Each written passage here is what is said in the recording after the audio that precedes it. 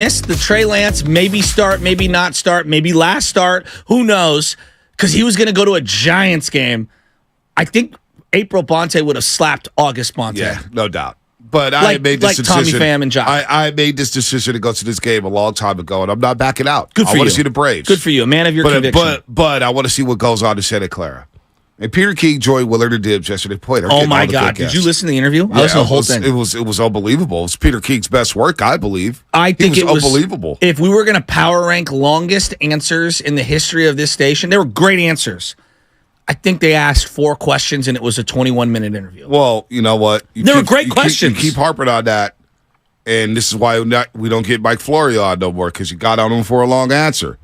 We don't get on you for long questions. Well, you've got to understand that I was living in Michigan at the time, and it was slightly foggy, and my left foot had gout, and by the time... He's a great storyteller. I know, but that's what we pay him for. That's what we pay him for. We pay him for long answers.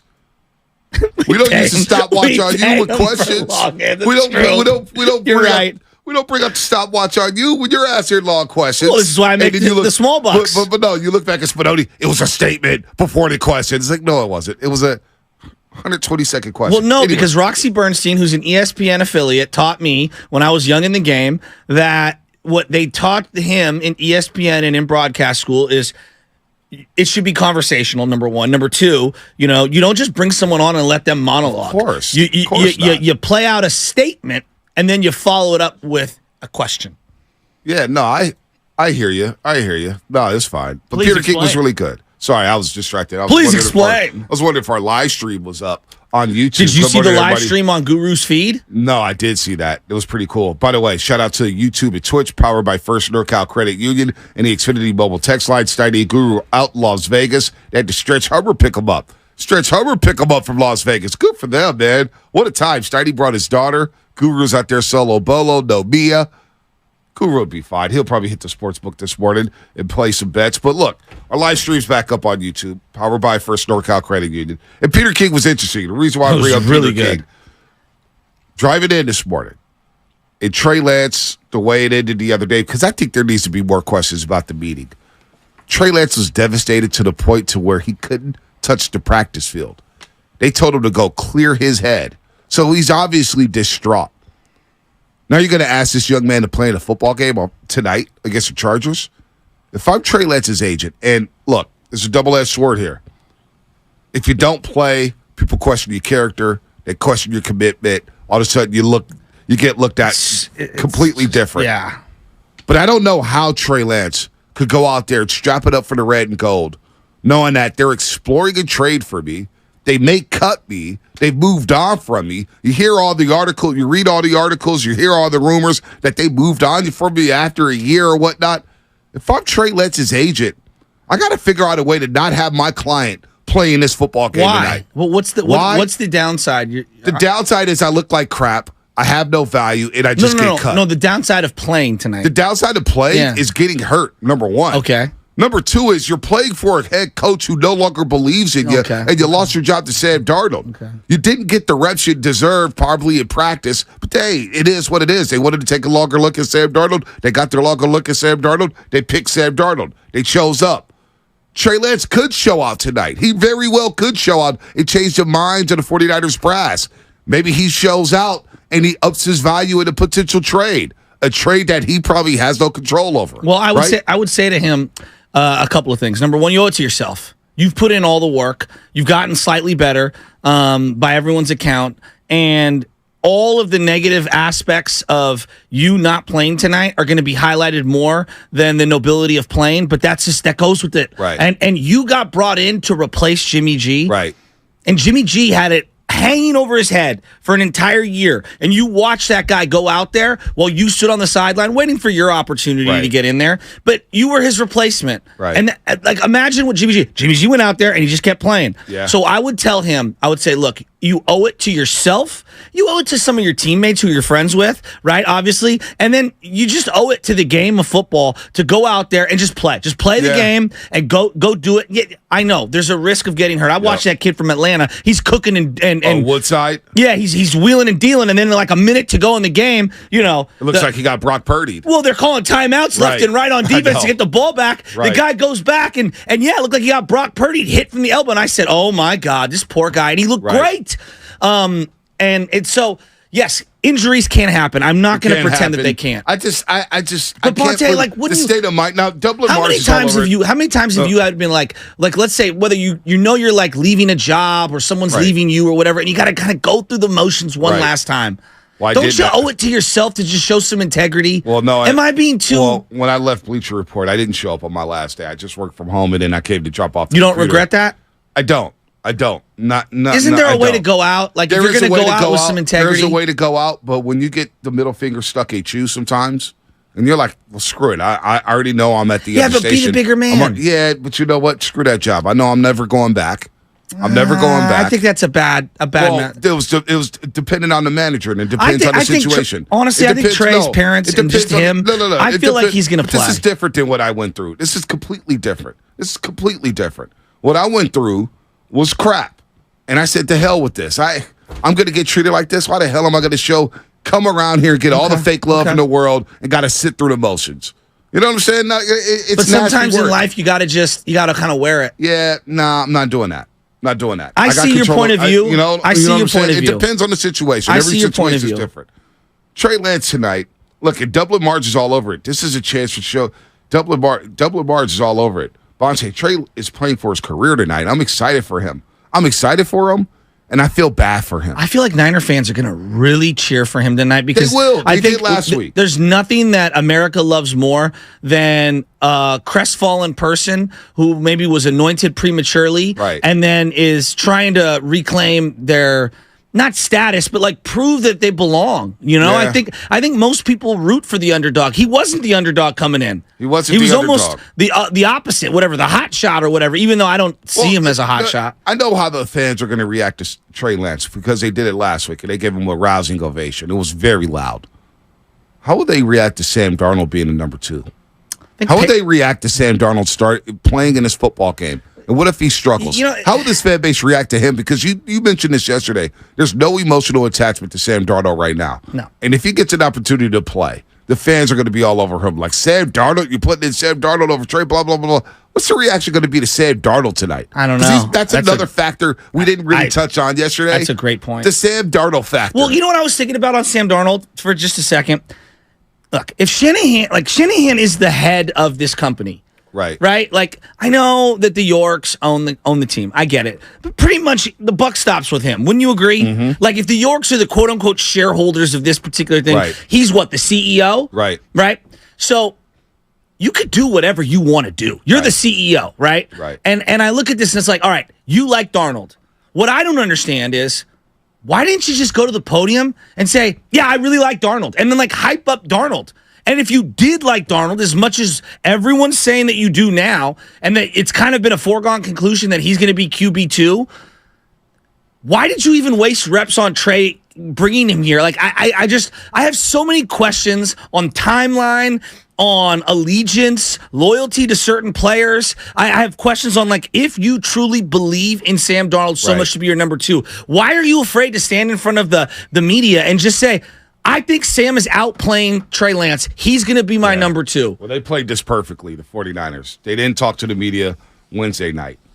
Yesterday, they went on the same station, and they did separate interviews. And then yesterday, they didn't speak because they had a walkthrough. And then they get a game? And now you get a game, and you get to speak after.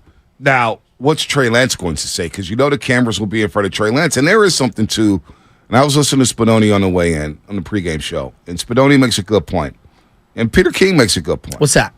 That if you do keep Trey Lance around, because they keep saying that we would love for Trey Lance to be back. We would love to keep Trey Lance in this quarterback room. Now, you heard the same thing about Jimmy Garoppolo, and their actions said that they didn't want Jimmy Garoppolo, even though they said they wanted to keep Jimmy Garoppolo around. Yesterday, reports were coming out from, I don't know if it was Kawakami or Rossini. They actually thought about going back to Jimmy G after year 1 with Trey Lance. I don't believe a thing. But everything feels like spin and PR at this point. But this is the problem. It's like, just come out and say do you like Jimmy? Do you hate Jimmy? Do you like Trey? How did you like him and then hate him immediately? Yeah, the whole thing makes no sense. No, it was. I'm sorry. Just keep going. It was wild. It was wild. So, and the reason why I'm saying Trey Lance possibly shouldn't shoot up, how could he be in the right mind frame 2 days later to perform at a high level? He's a professional. He has to. Yeah, I know he has to be, but it's so unfair to him. It's so unfair to him. Yeah, but don't you judge, like, let's say, for example, tonight, even if he just looks average, I think he gains a lot of respect. He will. Not just in the fans. Like, who cares what the fans? I know to a degree. But I think a lot of people around the league are waiting for him to be a malcontent and are waiting to pounce on him. I'm seeing Dan Orlovsky question his psyche. And it's like, but I feel Dan Orlovsky for feeling his psyche. He might be broken. When you don't hit the practice field Wednesday and they tell you that Sam Darnold is QB2, and Shanahan mentioned this, and this is glossed over everything that happened. The key line to me, when he talked to Trey Lance, he goes, the way he was looking when he talked, I thought it was better if he just took the day off to go clear his head. That tells me that kid was distraught in that meeting. Okay, you're taking that at face value. Oh, absolutely. The fact that Shanahan went out there and said that about this kid, and he doesn't hit the practice field that day, that tells me Trey Lance his head was spinning, and that he was in he was down bad. So to Dan Orlovsky's point about his psyche is broken, yes, I believe that his psyche was broken. That's why he didn't go on the practice field Wednesday afternoon. I am skeptical to believe anything that comes out of Kyle's mouth. So Shanahan's going to lie. Now. So Shanahan's going to lie about Trey Lance's psyche, but I think spin. Spin. So if that's spin, right? Because think about it. No. Let me finish. Yeah. If that's spin, and Trey Lance wasn't distraught, and Shanahan said that about me, and I don't get on the practice field, then I'm really ticked off, and then I'm really not playing tonight. Why should I play for this organization if that's a spin cycle? That's a fair If the head coach comes out there and says, boy, I was talking, but I wasn't in the right frame of mind to even hit the practice field in the light practice, the last practice of training camp. It's a fair counterpoint. But I would just say this, I've been listening to these guys talk for a long time. They're all over the place. And some of the things that they say, I'm like, okay, yeah, that sounds accurate. Some of it doesn't sound accurate at all. That's two people. But John Lynch said he was devastated, and Kyle Shanahan said, he wasn't in the right spin. They have every right to want to do that so that it paints them in a better light. If it's spin, and I'm Trey Lynch right now, and I'm the quarterback number 3, I'm saying, get me the hell out of here. I know, but did Jimmy G, I just want real quick for a second. Did Jimmy G have issues with some of the things Kyle said publicly? Absolutely. Okay. Absolutely. Now, I'm not saying that Jimmy G is a martyr in this situation, nor am I saying Trey Lance is. I'm just saying there are times when all these organizations, whether you're the 49ers, the Dallas Cowboys, the New York Knicks, the Cincinnati Reds, they say things at podiums to make themselves look good. It's never anyone's fault in front office and in ownership status in sports in general. It's always the player's fault. That's because people are always going to try to protect. That's just natural. Look at any corporate setting. So in this situation, I don't know. Maybe he was devastated. Maybe he wasn't. Who knows? I don't know. But even if he was and they said that, or even if he wasn't, I still think I would tell him, hey, dude, just go out there and play. You'll earn some brownie points, even if you struggle. Brownie points from who? Just from who? The general public. From who? The public already feels for Trey. I'm talking about the NFL. The general NFL public already feels for Trey. Bonte, if he misses this, you're going to get malcontent. No doubt. No, he can't miss it. And that's not fair. He can't miss it. He can't miss it in that sense. But I wouldn't blame him for missing the game. If the kid was crying or if he was devastated and he couldn't even hit the practice field, how's he going to suit up and watch Sam Darnold out there take his job and take his reps right there in real time? Jimmy G had to do that last year, and that's what I would say to him. You came into the league because you were going to replace someone else, and sometimes I hate saying this. There's so many times in my life where I've had to just suck it up and do something or stay and go through the motions when I didn't want to. Right, you just have to. There's a couple of points I want to get back to here. I forgot what one point I was going to make. We were going back and forth here, but there's a lot here with Trey Lance, Peter King, Kyle Shanahan, Sam Darnold, Bonte did have a point. We got a lot of stuff going on. This segment brought to you by Go to State Lumber, serving the Bay Area for 3 generations. When you succeed, we succeed. Visit GoToStateLumber.com. Shout out to YouTube and, of course, Twitch. Powered by First NorCal Credit Union. We love you guys out there. Happy Friday. 888-957-9570. Anything that we left off the table yesterday in terms of this situation? Is it more on Shanahan? Do you trust Shanahan even more? Is this just smoke? That's the one thing I want to get into. If Trey Lance does remain on his team, what does it mean to this locker room? What does it mean to the noise? What does it mean to the cloud over the locker room? I want to get into that a little bit here. I don't think it really matters so much. I think that's a lot of smoke. This locker room is strong, but I do want to get into that on the other side. We'll play some sound. We got some great guests. It is a Frisco Friday / non-payday Friday. And I think it's a 50-cent Friday. Maybe it's a Phil Collins Friday. Who knows? Maybe it's Hall of Notes. Who the hell knows? But come right back to the Morning Roast here on 95.7 The Game. America's favorite car show.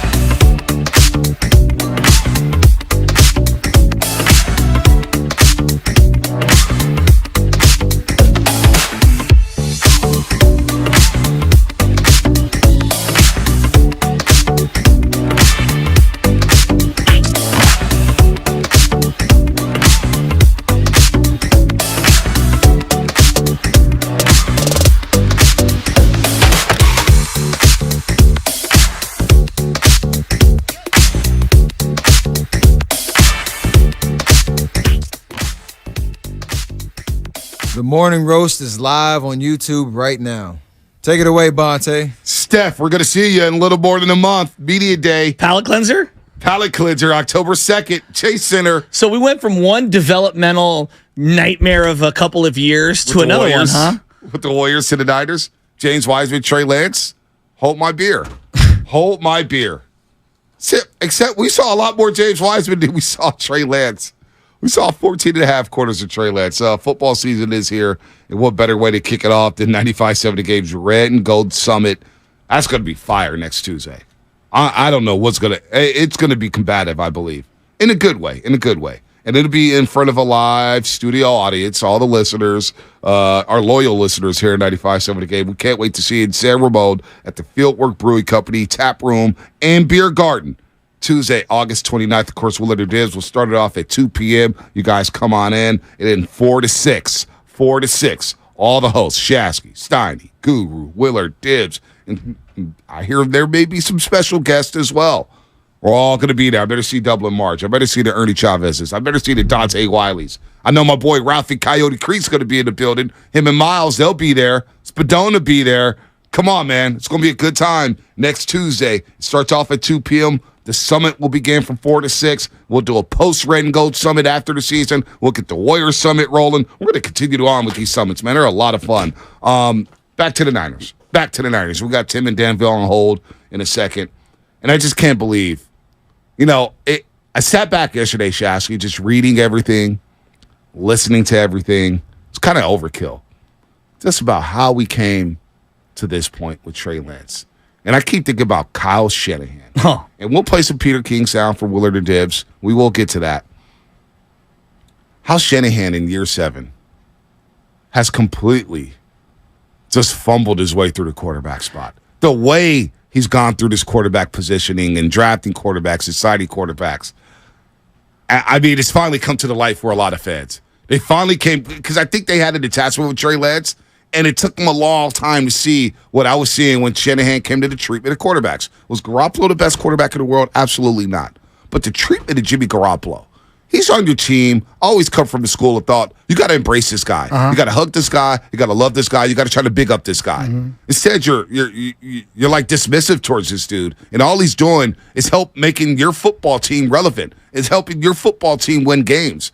And that embracement for Jimmy Garoppolo, it was never there. And you can see it now with Garoppolo with the Raiders in the way he's speaking about his tenure with the 49ers. There's some shots in Shanahan left and right there from Jimmy Garoppolo. And now it's coming to the light like, damn, your hand-picked number 3 overall pick that you moved 3 picks for. You're treating this guy like that? Treating Trey like that? I think a lot of fans come over to that kind of seeing the ugly in Shanahan right now. Let's start with the truth. He's been wildly successful. It's been a great acquisition for the Niners, right? Kyle Shanahan. Great acquisition. I would say A- at minimum for most fans. He's been a great hire. From where they were to where they are. At minimum. I don't even know if that's debatable. I can't take that away from him. Okay, I agree with you, right? Because I want to make sure we say that on the front end. But then I look at the relationship at quarterback, and I just say, based off his history, I have a hard time thinking that him and Brock Purdy are going to have a harmonious marriage. Wow. And that has nothing to do with Brock Purdy. It has everything to do with Kyle Shanahan. Wow. I mean, right now, he's a habitual cheater. Am I wrong? Yeah, you're not wrong. Like, at what point, whether we go, I know everyone's going to say RG3 and Kirk Cousins. I don't know. It was him and his dad, so I don't know how much is on him. I'm just going to go off what's happened with the Niners, right? Like, him and Jimmy G, they were making sweet music together. Yep. And then all of a sudden, something happened. You then moved heaven and earth to go get Jimmy G's replacement. And I'm not even sure if you were ever in love with him. I'm not even sure if you were ever committed, which is fine. Like, okay, everyone makes mistakes, but it's a big mistake. And then you land on Brock Purdy, but you're like wildly obsessed with Sam Darnold. The whole thing, again, I just come back to, I'll be very surprised if him and Brock Purdy have more than, 16 games of harmony, because his track record shows that he can't get a lot of harmonious relationships off the ground for more than like a year. It's really Am I strange. wrong? It's At really the quarterback strange. position. It's really strange. The other thing is this. I was thinking about this. why did we hire Kyle Shanahan? Like, what were just a couple bullet points on what the Niner fan was looking for when they got Kyle Shanahan? Think about it. Great play caller, young, innovative, the son of Shanahan, who is creative, coming off that dynamic offense in Atlanta, and apparently has a quarterback user-friendly system. Well, I thought it was he knows quarterbacks. Well, no. He makes the most of them. It's been proven he's not a quarterback. No. But I'm talking about back when we hired him. Right. I thought more so. Well, I remember like a lot of it was like quarterback. Like he could get the quarterback right. Right. Because I think we were like what happened with Kaepernick and what happened with Alex was like you got to get the quarterback right. Well, I thought it was just like, man, this guy knows offensive football. Okay. But that goes into the quarterback stuff. To your point. So we're in the same territory. Right. It is interesting. It's almost like actually he almost came to an epiphany partway through the Trey Lance experience. He doesn't want to develop a quarterback at all. He wants someone else to develop the quarterback. That guy comes in and him and them work together for however long it works, and then he's off to the next guy. Right. I don't think quarterback development. I don't know. That's just not his thing. And can you win like that? I mean, you haven't won a big one yet. He's won a lot of games, dude. He's won a lot of games, but he hasn't won the one. I know, but he's won a lot of games. And when you need to win the one, when you need to get over the hump in a title game or a Super Bowl, you need to have that one. You need to have somebody. I just thought the way he treated Garoppolo during the Super Bowl week, I thought it was nasty work. And I've been consistent with that. I just thought, man, you're in Super Bowl 54. We're talking about Kirk Cousins. Now, you may have been asked a question, but Shanahan's a pro. He could be like, I got Jimmy Garoppolo on my team. We're focused on the Kansas City Chiefs. Let's get to Tim and Danville real quick. He's been on hold for a second. Let's get to Tim and Danville. Get your thought on the other side here, Shasky. Tim, what's happening? Hey, good morning, guys. Morning. I love your show. Thank you. A couple points. I think you guys are totally spot on. I just wanted to make a few points about Trey.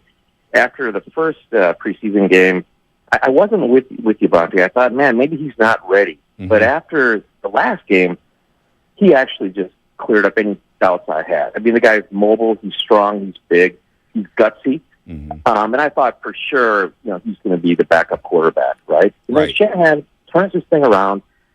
I think Shanahan is out there. I just think he's out there. There's arrogance. Agreed. There's arrogance. And let me just find another point. Yeah. Look at Jimmy G, right? So Jimmy G had every right to turn away and say, enough of this abuse. He didn't. And now look at him. He's smart. He's got a contract. With Trey, so Trey's going to walk with $34 million guaranteed money, right? Mm-hmm. Now, I think this is where I would agree with Shasky that, look, he hasn't done anything yet. Just show up, play tonight. Exactly. Show the rest of the league and the fans that you can do this. And that you care. It's on Shanahan. Just one little last point. Yeah. Aren't we getting a little bit ahead of ourselves with Brock Purdy? Look, he's had one great year. I know. But he's small. How do we know what's going to happen this year? We don't. Tim, let me ask you this, Tim. Tim, he's infatuated with Sam Darnold for a reason, and that worries me. Tim, let me ask you this, because you seem to be all over it. And I Tim's reasonable. I appreciate your opinions. The practice, the reason why and look, Trey's going to play tonight, and he should play. I agree. He should play. But I just worry about what happened at that meeting the other day to the point to where he couldn't practice, to where they sent him home, and they both said, Lynch and Shanahan, and basically said he was distraught and devastated. And I'm thinking to myself, boy, is this guy going to be in the right frame of mind tonight? But guys, you know what? So can we believe these guys anymore? I trusted them. I trust Lynch because, I've been to many games. And I actually went on the side and I shook Lynch's hand. We took pictures. He's a nice guy.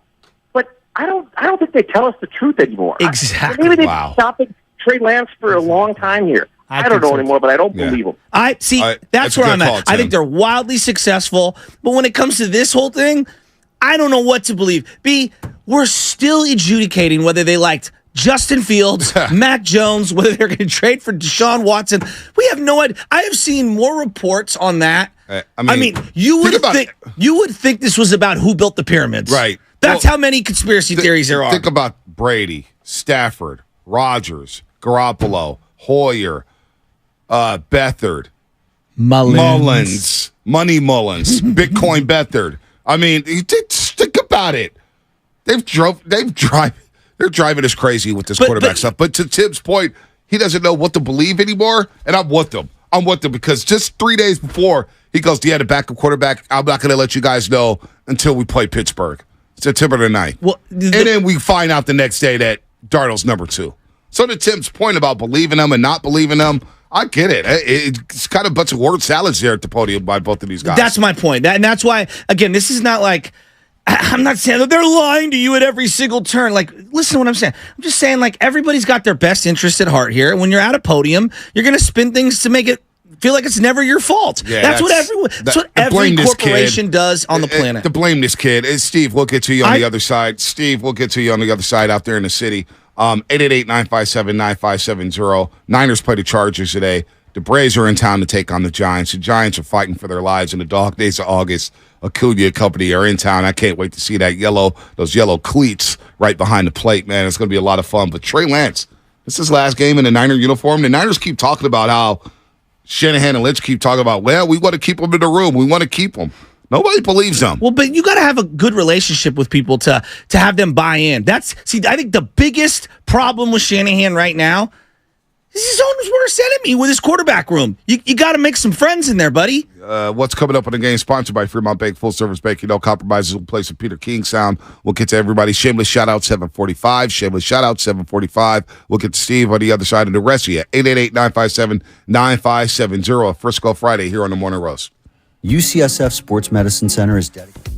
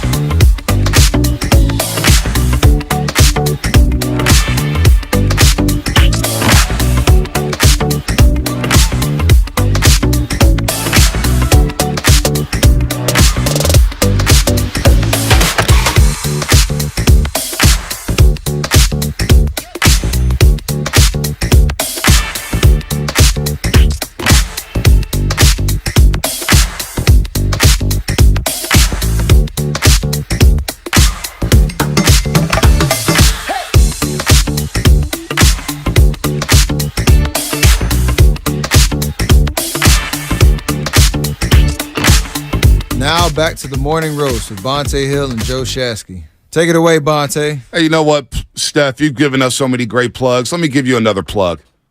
Underrated. Go watch it. Apple TV.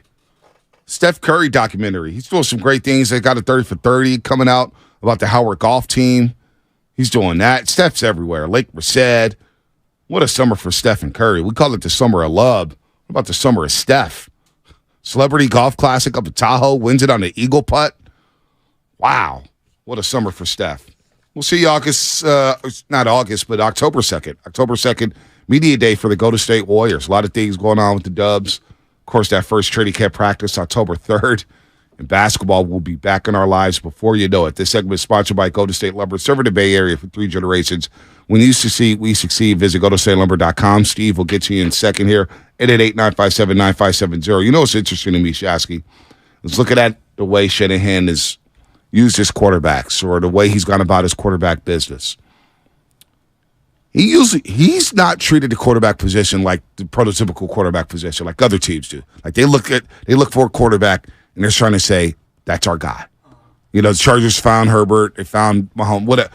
All these guys are the franchise guys. Shanahan, it's almost like he's using quarterbacks like running backs. Because now I'm thinking of next season. Wow, that's now I'm thinking about next season. That's interesting. No, I'm thinking about next season, right? Purdy's the only one under contract for next season. So if you don't think the quarterback conversation around here, Purdy doesn't play up to the standard that he set last season, and there's no reason to believe that he can't, but things happen in the NFL. Quarterbacks get hurt around here. Well, and guys regress. Especially young ones. We've seen this. Mac Jones regressed. Right. Obviously Baker Mayfield's regressed. There's been a long list of recent guys who have looked good in year 1 or year 2 and taken a step back. It's almost as if Shanahan believes his system is greater than any quarterback. No, and that his system I agree with could that. get him into big games, like the NFC title game or the Super Bowl. And he could play this quarterback roulette every single year. Because that's where we're headed next season, folks.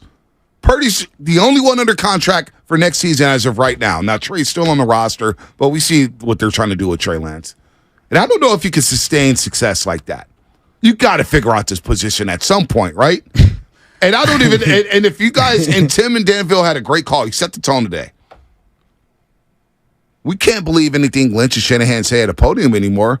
So why should we believe them when they say, Purdy's the real deal. We got our guy. You know what I'm saying? If we can't believe anything they say, then why should I believe anything they say about Brock Purdy? Well, you're making it seem very cynical when you say, like, I can't believe anything that they said. I told you I don't believe what anyone says at a podium. Politician, CEO, team, whether it's the Niners or the Yankees. Like most people, when they have microphones in their faces, are going to say things to make themselves look good and to minimize damage. It's like damage control. So, but I will say this: it's been bizarre to track, and they've been wildly successful. Part of what no one wants to acknowledge, part of why they've been wildly successful in terms of roster, they talk about we have a Super Bowl roster. It is win now. Well, if you think about it, right now, they're the only team that can pay all their players except the quarterback. Right. Everyone else is gearing up to either pay, like Cincinnati, gearing up to pay Joe Burrow or has a $30 to $50 million quarterback. Yep. And so when you can pay every single playmaker on your team and you don't have to make tough decisions and you're not making trades, you're going to have a really good roster if you're doing things somewhat adequately, right? And so I look at the roster that they've built and everyone says they've got a Super Bowl roster. It's like, well, yeah, you're not paying a quarterback $45 million. But you're allowed to have a Deebo Samuel and a Brandon Ayuk and a George Kittle and a CMC because two of those guys make $25 million combined, and the other guys make it $20. Those 3 players equal 1 franchise quarterback. Resetting the money in the quarterback room was a big, big motivation for them trading up to number 3 and getting a quarterback, especially for a guy like Jimmy who couldn't stay on the football field. I get all that. I get that. But can you win like that? Can you win the big one like that? Because that's what it's about right now in San Francisco. The setting gets set to Super Bowl and winning the Super Bowl. We cannot forget that. But we keep going back to Brad Johnson. We keep going back to Brad Johnson and Trent Dilfer. That was 20 years ago. That's my point. It was 20 years ago. Even Flacco, when Flacco won it all, right? Everyone kind of felt like, they're catching lightning in a bottle. They went on a great run. But you know what? Flacco had a great run. I think Flacco had a really good career for who he was and for what Baltimore was. I agree. And for the way they ran their offense. I thought Flacco, he gets a lot of, like we say Joe Flacco, it's like, criticism. Joe Flacco threw one of the best deep balls in the NFL in the last 15 years. Bonte, they took him in the first round and then played him. And developed him. And let him play. And then they went through their little contract thing, and he had one of the great contract years in sports. Right, no doubt. Baltimore was still relevant every single year Flacco played. Let's go to Peter King real quick before we get to Steve in the city. Here's Peter King on the 49ers quarterback situation in the Shanahan era. The 49ers' 7-year quarterback situation since John Lynch and Kyle Shanahan took over. It's been 6 years and now heading into year 7. Is the craziest quarterback situation I have seen in 40 years of covering professional football. and this is just the latest chapter, obviously. That's the craziest he's seen in 40 years. Say what you want about Peter King. No, he doesn't just say He's that. been around the league for a long, long time. 40 years, the craziest quarterback situation he's ever seen is the Shanahan era and the way he's dealt with the quarterbacks here in San Francisco. Not RG3, Kirk Cousins. No. Not Joe Montana, Steve Young. Not even close. Not Brady, Bledsoe. Not Alex Cap. No, none. That's crazy. This right here. So, like I know a lot of people lose their minds. You guys talk about this every day. Well, there's a reason. I mean, this is what people want to talk about, right? It's the biggest situation. It's the craziest situation. And everybody around the nation is thinking about it. Everybody. I've got hit up from people all over the place. Dude, what is going on? What is going on in San Francisco? What is going on with Trey? We can't even focus on how dynamic this offense is because of the damn backup quarterback spot. Let's go to Steve in San Francisco. Steve, what's happening? Hey, fellas, good morning. I think you're spot on a lot of items. And I think it's time we start talking about Kyle Shanahan the right way. He is unquestionably a wizard with a whiteboard.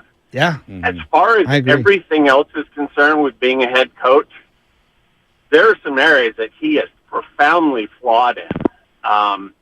And, maybe he can get away with it. And by the way, that even includes deep in games when the pressure is on, he loses his wizardry, starts to gag up. Does. But I just wanted to mention what's an analogy that's become clear as watching this guy. We all had friends growing up, at least one guy in the pack who could never be happy with his girlfriend. He could have the prettiest girl, he could have the smartest, the funnest, and he was always looking over his shoulder. And by the way, for those who think Brock is the guy, we better hope he doesn't throw 3 picks because Kyle Shanahan has seen his character. I'm with him. It's not about Brock not being good. It's about patience level Shanahan with Brock. B, you really think, this is why I keep coming back to you really think he's going to stay patient if this guy struggles for a couple weeks in a row? No. That's a big indictment on him. Think that. But that's a big indictment on Shanahan, not Purdy. I mean on Shanahan, because struggles are going to come. Dude, listen, struggles are going to come. Shanahan, and we're getting a lot of texts here on the Xfinity Mobile text line. We'll get to Larry in a second.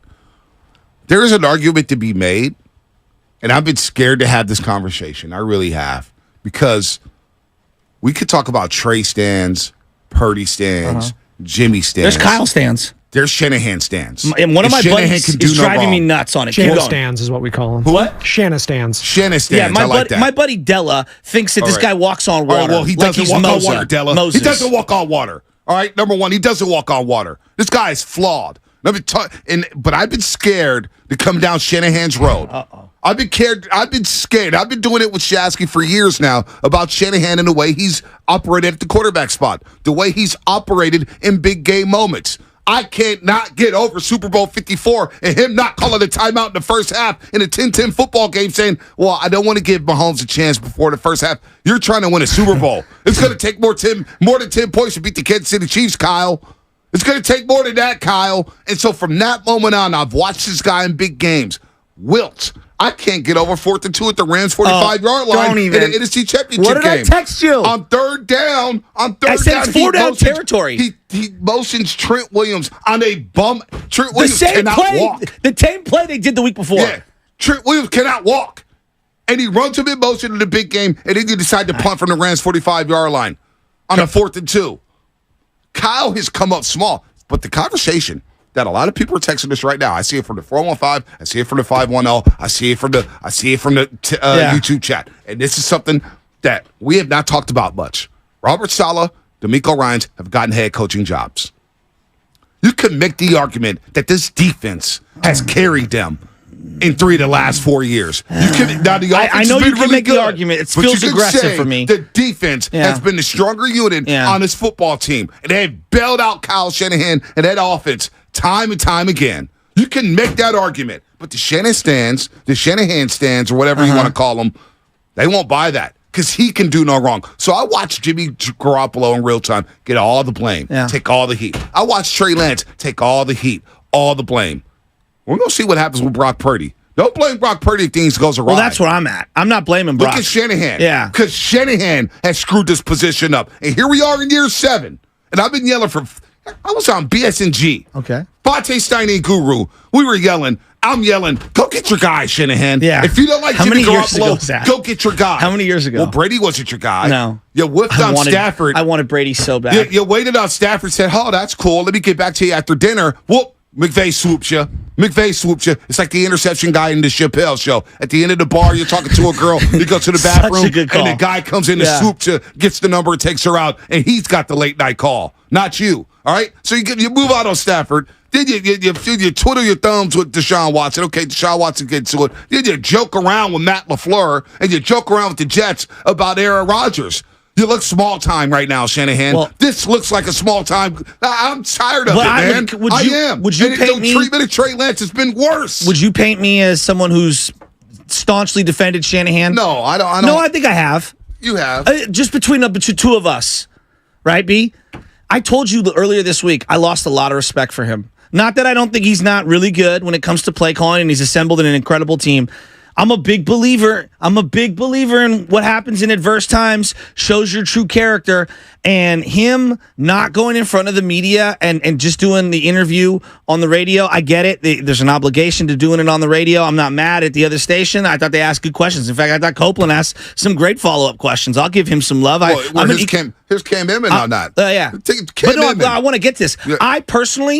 I thought it was cowardly because if you're the head of a CEO, you're the head of a family, you're the head of any business, and stuff's going awry online, you don't send out one of your mid-level employees to go out there and face the music. All right, you're the one. The buck stops with you. He's the CEO of this corporation. Cam Newton. I just thought it was slightly cowardly. I can't look at him the same. Cam Newton, Bay Area News Group, and I love Cam. He's been fair. I agree. He's not going to be harsh on his team. Cam is a fair guy.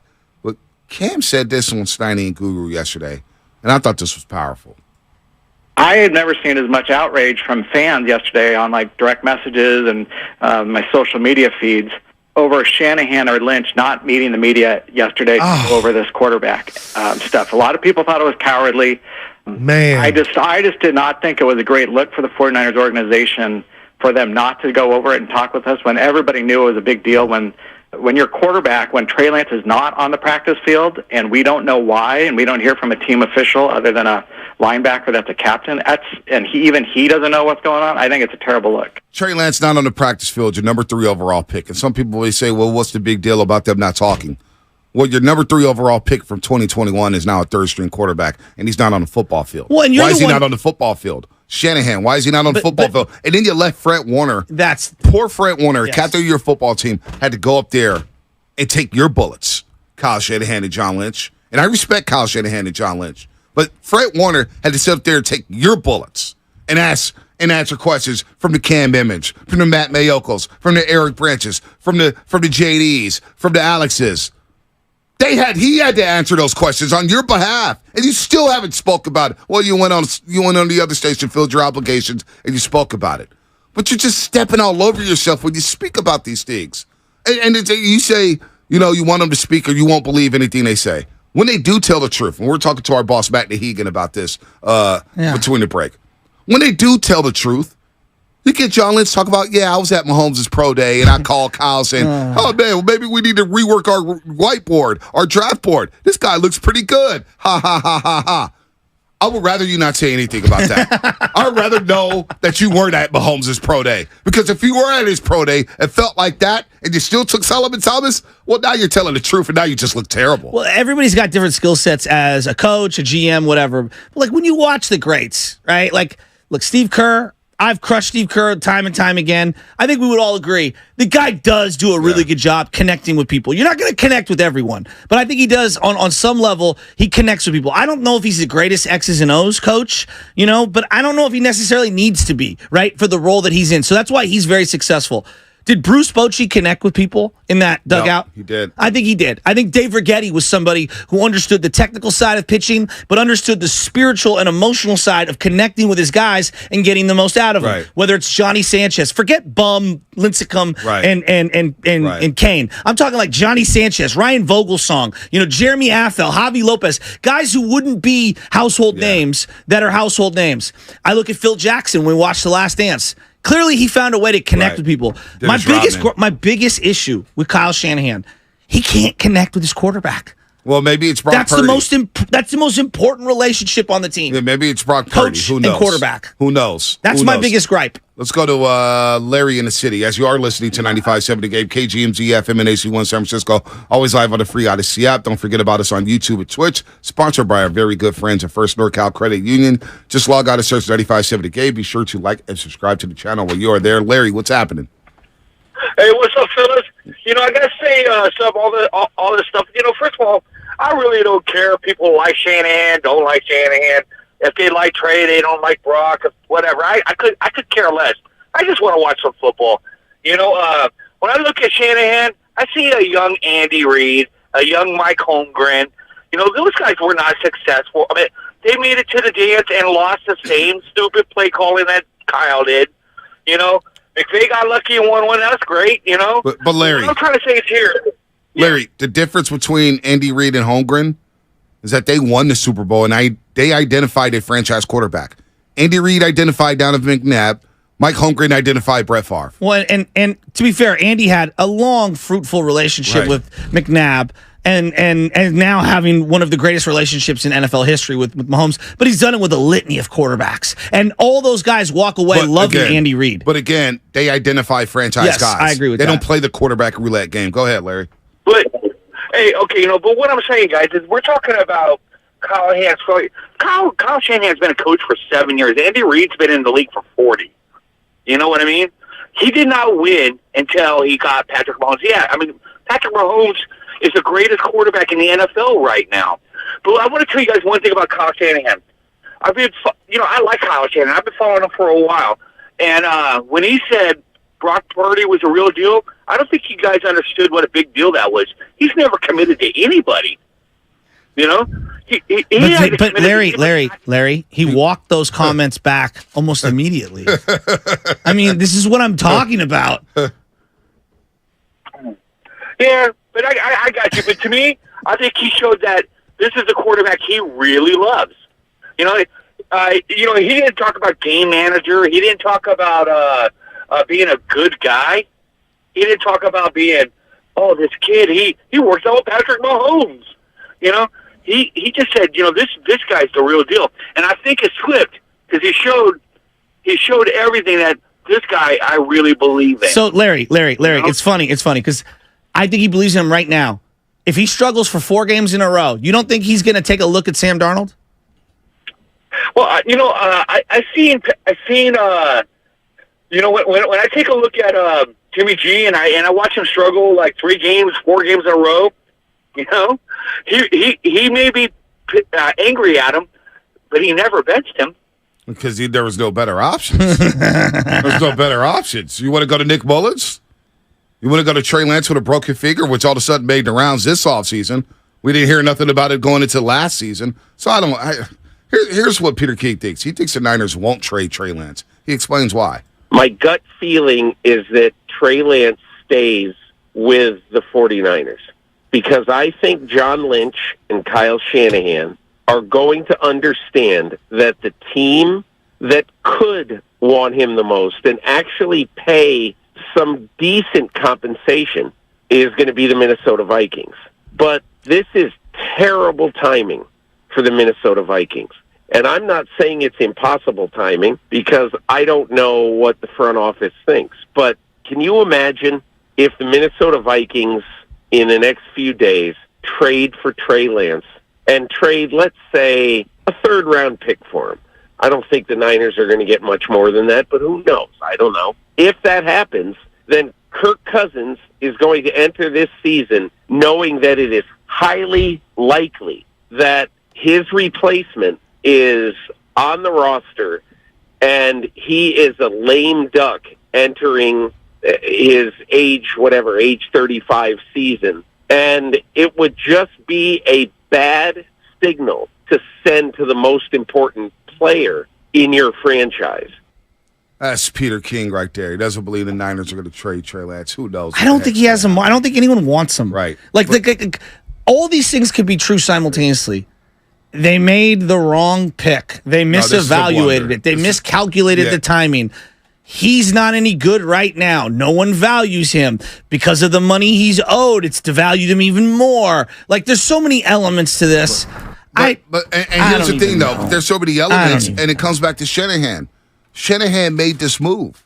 And I'm not saying the Niners should fire Shanahan. I'm not on that train whatsoever. I don't think you fire him. I don't even think the seat's warm. He could have the Niners can go 11-6 and go 12-5, get back to the NFC title game, and we may be in a conversation of giving Kyle Shanahan an extension because he does make things work. But the way he's handled the most important position in all of sports, it makes me scratch my head thinking, how can he continue to sustain this success when he can't figure out the most important position in all of sports, when he keeps making blunders? He's riding on the last pick of the NFL draft. The last pick in the NFL draft. And I know what Purdy looked like in 7 games. That's a lot of faith in a guy who's not even making $1 million for you. B, for whatever reason, this year is a struggle or whatever, and we just think that they have to get quarterbacks. Do you really trust him to draft another quarterback? I don't, but he will get that opportunity. We'll talk about that on the other side. 888-957-9570. That's what's coming up, sponsored by Nobody. Complete your dream outdoor kitchen with a grill.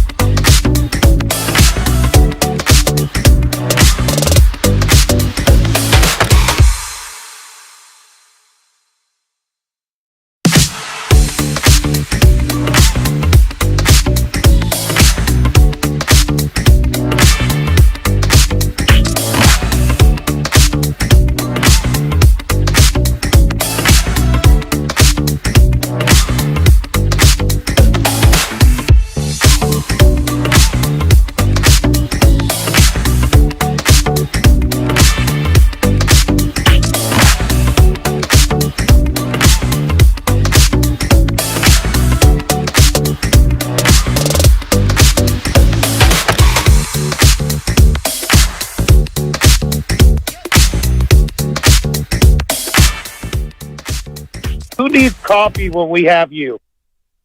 Now, back to the morning roast with Bonte and Shasky. Anywhere but San Francisco. If I were him, I would want to go to a place that had a good coach of quarterbacks, a place that he knows that he could just have a little bit of a growth year this year in another offense, knowing that, opening the off season in 2024, he'd have a legitimate chance to compete for a starting job. That was Peter King yesterday on Willard and Dibs talking about Trey Lance and where he wants to be.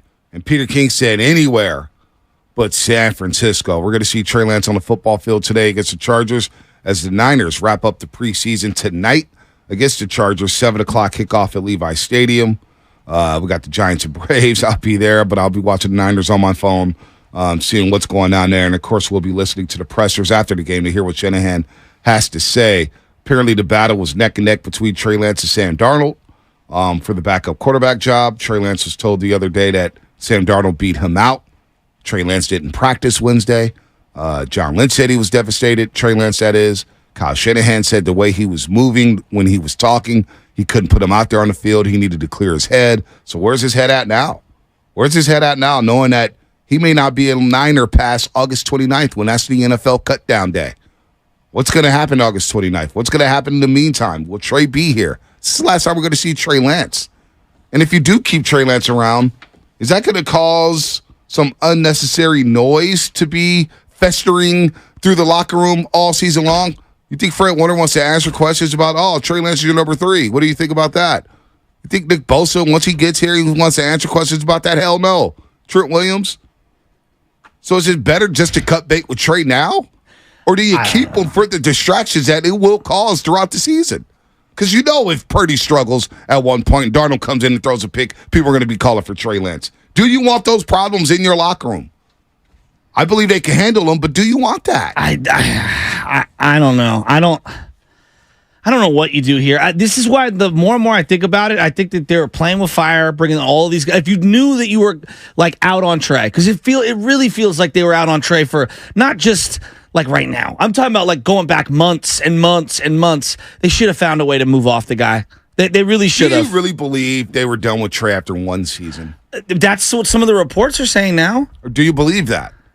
In a way, yeah, I kind of do. I think Kyle's he got rid of a running back that he drafted in the 4th round before he even played a game. He got rid of Dante Pettis in a year. He got rid of C.J. Beathard immediately.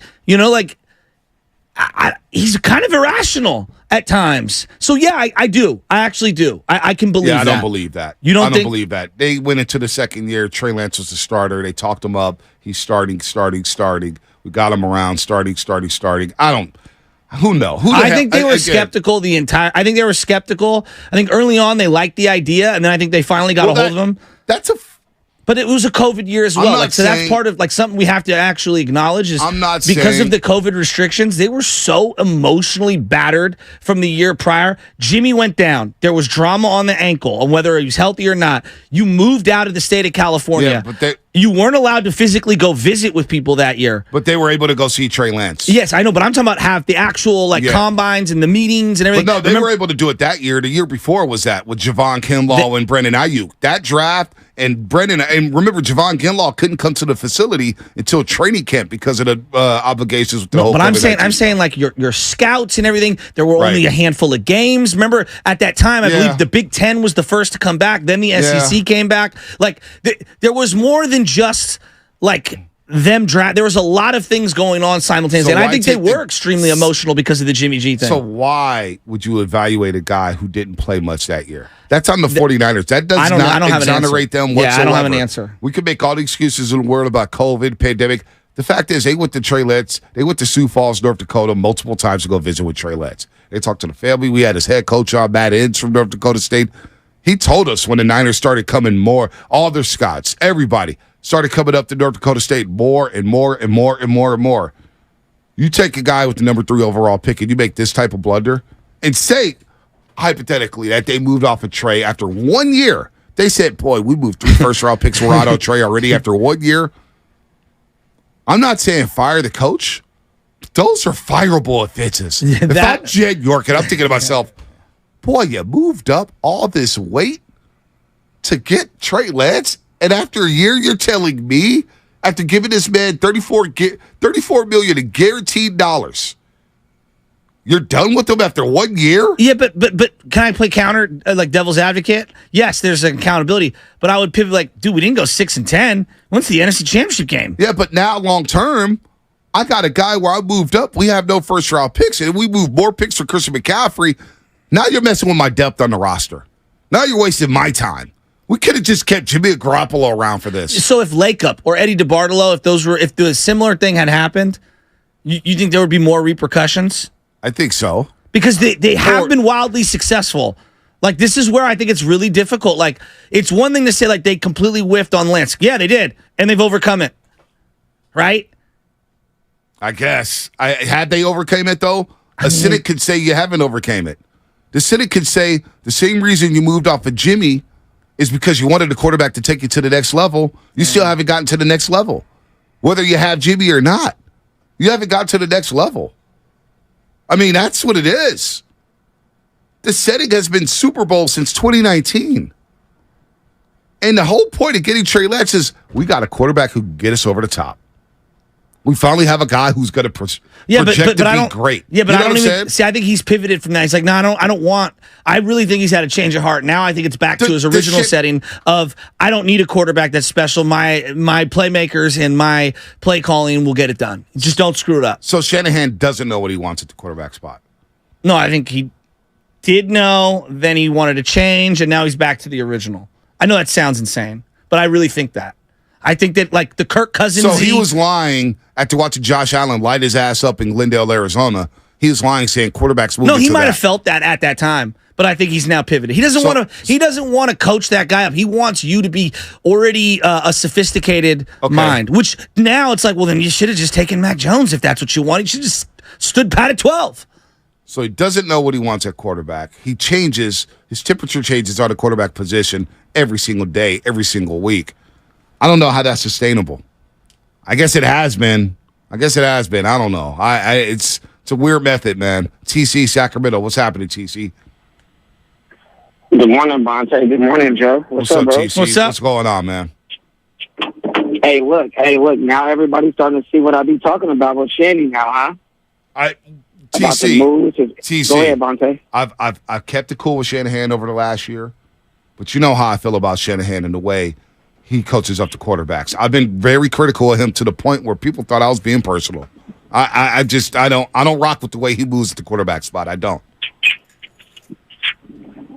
Period. That's what happened yesterday when I was trying to explain that to Willard yesterday, and we had to get cut off. I was trying to explain to him like, hey, bro, this dude is in the wrong for this situation, and I don't blame Trey Lance a bit. I'll be like, get me out of here, bro. This was a total clown show. How y'all treated the whole situation, like, seriously, though. And just in general, this whole quarterback in and out, like you guys talking about. You going to North Dakota, drafting this guy with these scouts and all that, and then all of a sudden, after 3.5 games, you like, I'm done. Like, come on, bro, that's a fireable offense. Anybody else other than name Shanahan would be gone.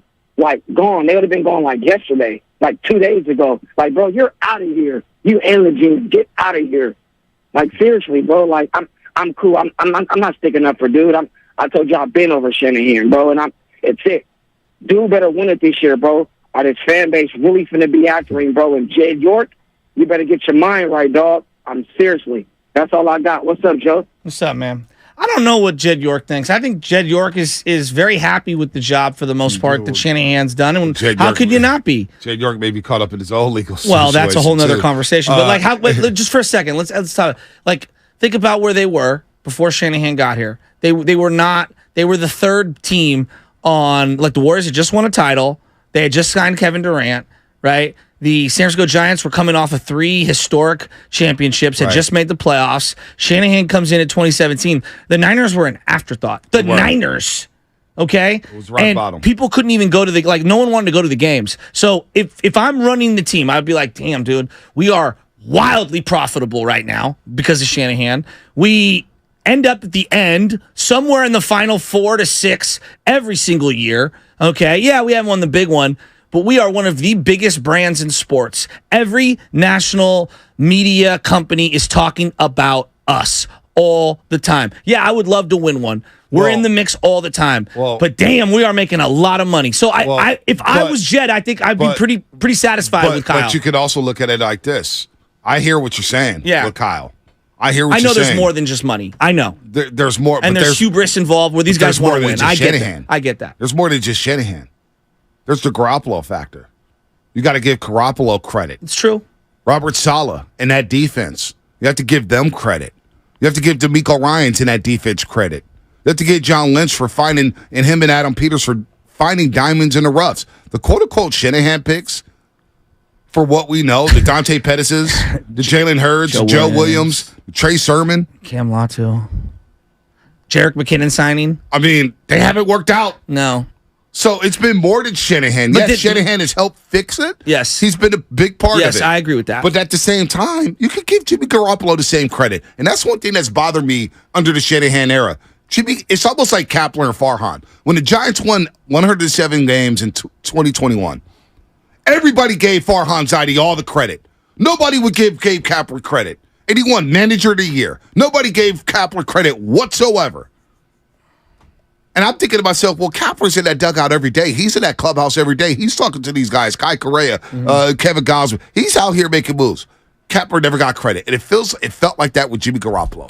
No matter what. And I don't think Jimmy Garoppolo's the greatest quarterback in the world. But he never got the credit he deserved under Kyle Shanahan. People went straight to Shanahan. Oh, my God, look at Shanahan. Oh, my God, this and that. But as soon as things went haywire in the Super Bowl, we pointed straight to Garoppolo. Well, and I was the only one fighting against Shanahan saying, I'll put more emphasis on Shanahan for the way he called that game. If you don't trust a quarterback like that, why the hell are you throwing it 4 times in the last minute 149 with 3 timeouts and Mahomes on the sideline? He coached that game like he was scared. But no, we gave him a pass because of Garoppolo. We went straight to Garoppolo and blamed him and not Shanahan. But I'm telling you, man, we gave him all the credit. Okay, we gave him all the credit, and that's not right. But aren't we going to look back 10 years from now and be like, dude, you were up on Mahomes, by 10 points in the fourth quarter? It's almost a minor miracle. Knowing no, what it's we not. know. Not when you got the number 1 defense. Not when you got Raheem Mostert running for 200 yards. No, it's not. That Chiefs defense was flawed. No, it's not. No, it's not. I don't subscribe to that whatsoever. You were up 10, and your coach scared. Your coach scared that entire game. Okay. You didn't get Mostert to carry in the first quarter of that Super Bowl. I don't think Who's that fall on? Well, I don't think it's that consequential. I don't know. I don't think it's that. You guys gave Shanahan passes. No, he wasn't great. No, he wasn't great. Passes are done. He wasn't great. I will say we were probably all we're too harsh on Jimmy G. That I agree with. But like B, how many people have been beating Mahomes in the last couple of years? I don't care about that. You had a chance. I don't care about any of that. That has nothing to do on Super Bowl 54. That has nothing to do on it. Mahomes hadn't been to the Super Bowl before. He hadn't been there before. He hasn't. We look at the Rams game, the title game. These big games, man. I don't know, man. Shanahan, it's coming to the light, man. It really is. Well, so where are you going with this? Are you? Because I feel like he's by nature kind of boxed himself in here. Win now roster, win now roster, win now roster, and then I'm looking at like what they've got going moving forward. Well, how long is this going to last? That's who's your guy? B, I'm looking at their money. You can't go into year 8 not knowing who your guy is. Forget the quarterback. Just forget the quarterback. I don't know if Trent Williams plays 1 more year, as in this is his last year, or if he's got 2. But if he's got 2, I think next year is really hard to find a way to get Brandon Ayuk paid, right? I'm just looking at their finances. I'm looking at their money. A couple guys are going to have to go to keep Bosa and to keep Ayuk. So you're asking me how many more years? I don't know. I legitimately feel like this is the last great opportunity. And we're spending all of our energy talking about the backup quarterback. Right. And the guy that I need to be here Nick Bosa, we're not even talking about. Well, you know what? We're not talking about it because the most important position on the football field, one, we all believe Brock Purdy should be the starter. He earned that. I want to make that clear. Brock Purdy's the starter, and I expect this offense to be humming at a high level this season. But the fact that the number 3 overall pick was botched like this, of course it's going to take the headlines. Of course we're going to talk about it. They hand-selected Trey Lance, who a lot of us believed. I reposted a video from yesterday. We just saw TC and Sack at training camp day one with his Trey Lance jersey on. Now he can't even wear that thing week one because it's not going to be on the roster, most likely. I don't see a scenario in which he's on this roster. And the roster is stacked. It is. But the fact that the number 3 overall pick was botched like that, and we're supposed to just move on from it, I get it. The team will move on from it. We will move on from it at some point. But when you think about everything that's happened at the quarterback spot, we're in year 7, how can you not talk about it? How can you not look at Shanahan and say, boy, there's a flaw in his game, and it's okay. All the great ones have flaws. Belichick has flaws. Walsh have flaws. They all have flaws. But, boy, if you don't correct those flaws and win the big one, because that's the only thing that's missing now. Is this the Philadelphia Andy Reid situation where he's boxed himself in where he has to win the Super Bowl or else? Because, okay, they don't win this year. And then next year, what are they going to do at quarterback? I don't know. So now we're in year 9? Yeah, I don't. Year 8, I mean, Brock's the only quarterback signed after the season. So, you think the quarterback talk's going to die out here in San Francisco? No, it's alive. I'm not saying. It's like Undertaker coming from the ground up. It's going nowhere. Can we have this real conversation? I'm not saying fire Shanahan. No one is saying that. No one is saying that. So please listen to the words that are coming out of my mouth. This is a way more desirable location for head coaches in 2023, 2024 than it was in 2017. No doubt. Okay? I think in 2017, your options were very limited. I mean, I thought we were getting Adam Gase, right? So I didn't think you had a lot of people that wanted to line up and work for this team. I think if we had to down the road, whether it's this year, 3 years from now, I think people view the Niner job totally different. No doubt. If I said 5 years ago, before they went on their first run, like, Lincoln Riley's going to leave college and come to the Niners, people like, get out of here. What are you talking about? They haven't had a winning season in forever. They ran Harbaugh out of town. If I told you in 2025 that the Niners were going to make a run at Lincoln Riley, you'd nod your head and be like, yeah, I could see that happening. I could see him wanting to come. I mean, if they could outpay USC. Right. But, like, I do think that is like a part of why I think people were hesitant to move off of Kyle however many years ago. It's like, well, who are you going to find that's better? I'm not saying you're finding somebody better, but I do think we need to acknowledge it is a much more desirable location than it was in 2017. Way more. Let's go. But I'm not firing him. I'm not doing anything. Let's go overseas to Santorini. I think we're going to Greece right now. It's Papa Shasky calling from Europe. How about that? He found the line, and he got away from the read. Fellas. Good morning, Papa. Or good evening, I want to say, Papa Shasky. Good evening. Yeah, it is good evening. It's 5:30 here in Greece. Hey, look, guys, I just happened to pop you guys on. I haven't listened to you all week. So what changed between last week when Trey looked pretty good in the second game to this week when he's gonna get some playing time and then he missed a day? Fill me in on what happened. So basically, Shanahan, it got leaked out. Have you been living on a rock? He has been living on a rock. He's been living his life. So basically, Papa Shaq, this is what happened. Wednesday, a leak came out right before practice that Sam Darnold had been named a backup quarterback, and Trey Lance, they would explore all options for Trey Lance. Trey Lance didn't practice on Wednesday because Shanahan said with the way he was talking, the way he was moving, he didn't think it was right for Trey to get on the field. He needed to go home and clear his head. Lynchton says yesterday, Trey was pretty devastated, but we want him to be in this quarterback room. We want him to be our number 3 quarterback, and now Trey's going to play tonight. But we have no idea what the future of Trey Lance. It seems like they're looking for a trade option for Trey Lance. Well, so let me ask you this. So do you think that I know his dad's quarterback guru. Do you think that his dad had anything to do with telling him that he should pick Arnold over Trey? I'm just curious if anybody thought that. Well, I look at Mike, and Joe, you can jump in here. I look at Mike, and I think about the quarterbacks he coached. John Elway, late 80s. He had the Raider job for a second, Jay Schrader. Then he comes to the Niners, offensive coordinator with Steve Young. Then he has John Elway again in Denver. And you think about Jake Plummer, and then you think about Jay Cutler. Guys with mobile, with some good arms. Steve Young had a good arm. Not the greatest arm, but good arms. It would seem to me, Papa Shasky, that Mike is more of a Trey Lance guy than a Sam Darnold guy. Who knows?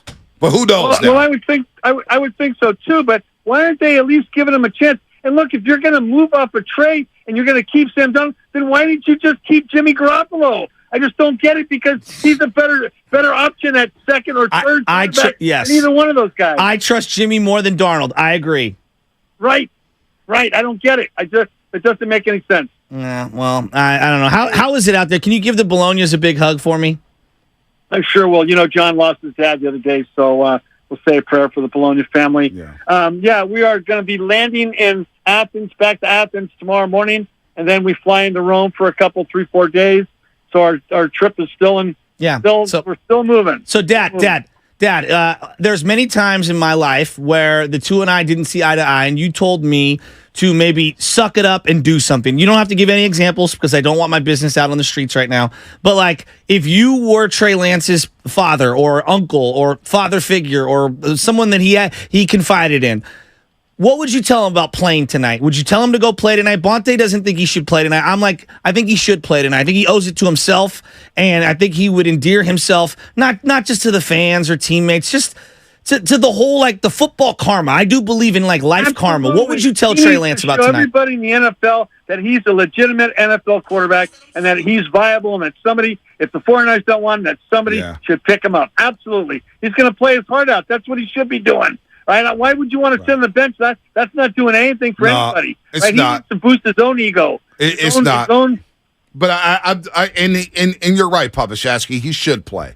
My whole point was, how can he play after everything's going on? How can he have a clear head? We're talking about human beings here.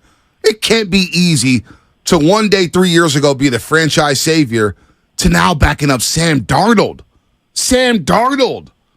Yeah, and it's hard that the head coach has lost faith in you because that's the guy that you're looking to as the leader of your team, the leader of your franchise, the leader for you as a quarterback, right? You're looking for him to give you all the confidence that you're going to, even if he makes a mistake, that's okay. I'm going to go over to you on the sideline, which he doesn't do. Go over and pat him on the shoulder. Don't worry about it. We'll get the next one. Yeah. Right? You never see him do that. Yeah. He's back in looking at this stupid playbook. He doesn't have. There's something lacking with Kyle. He doesn't have that charisma that coaches should have. You look at other coaches, and they talk to like you look at any other coach. They talk to their players go field. They're human beings. He doesn't have that human element. He's just so like he thinks he's the smartest person in the room wherever he goes, and unfortunately, he's not. I know. The essence of coaching is being able to connect emotionally with someone and get on their level, and sometimes it changes depending on who you're talking to.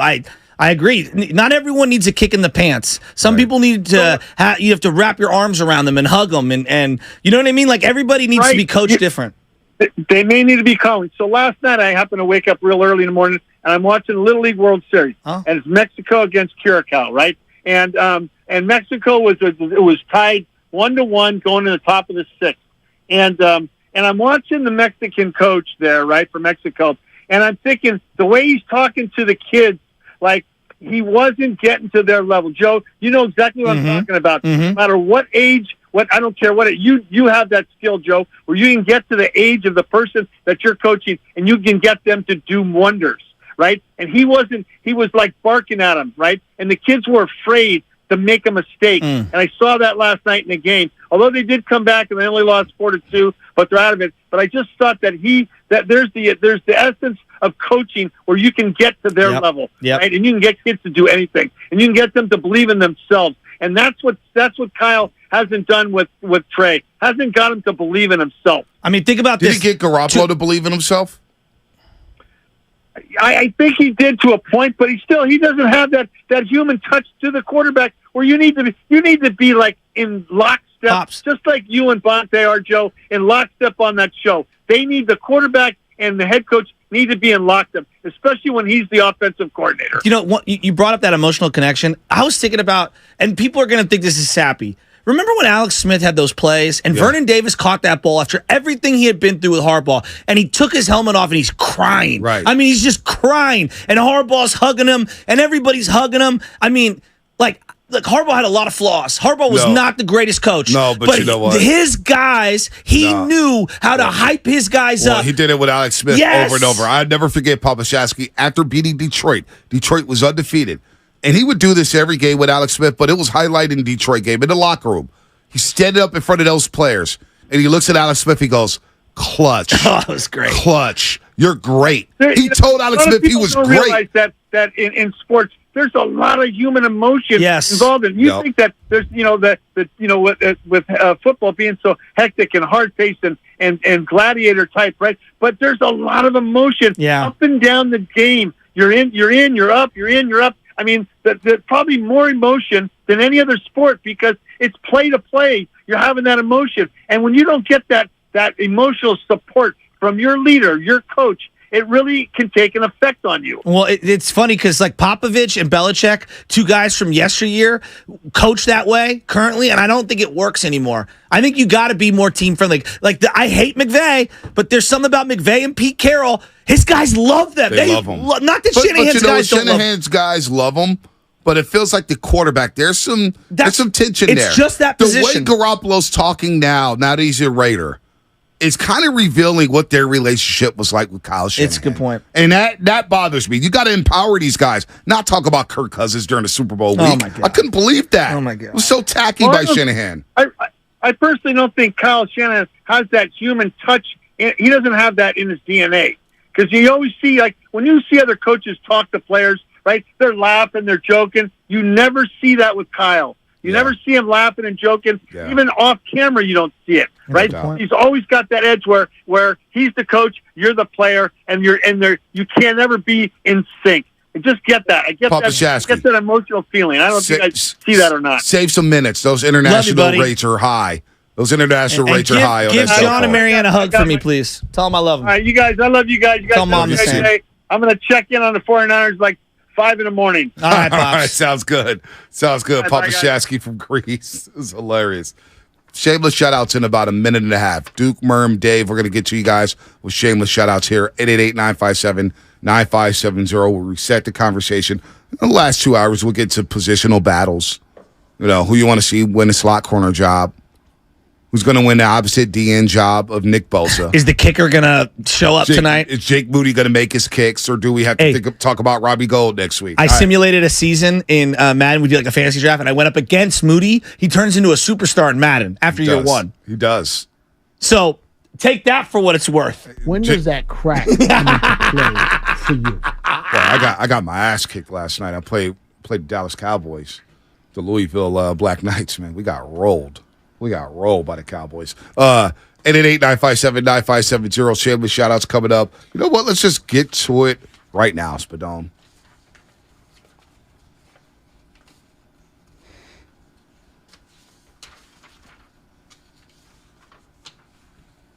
Are you a sausage guy?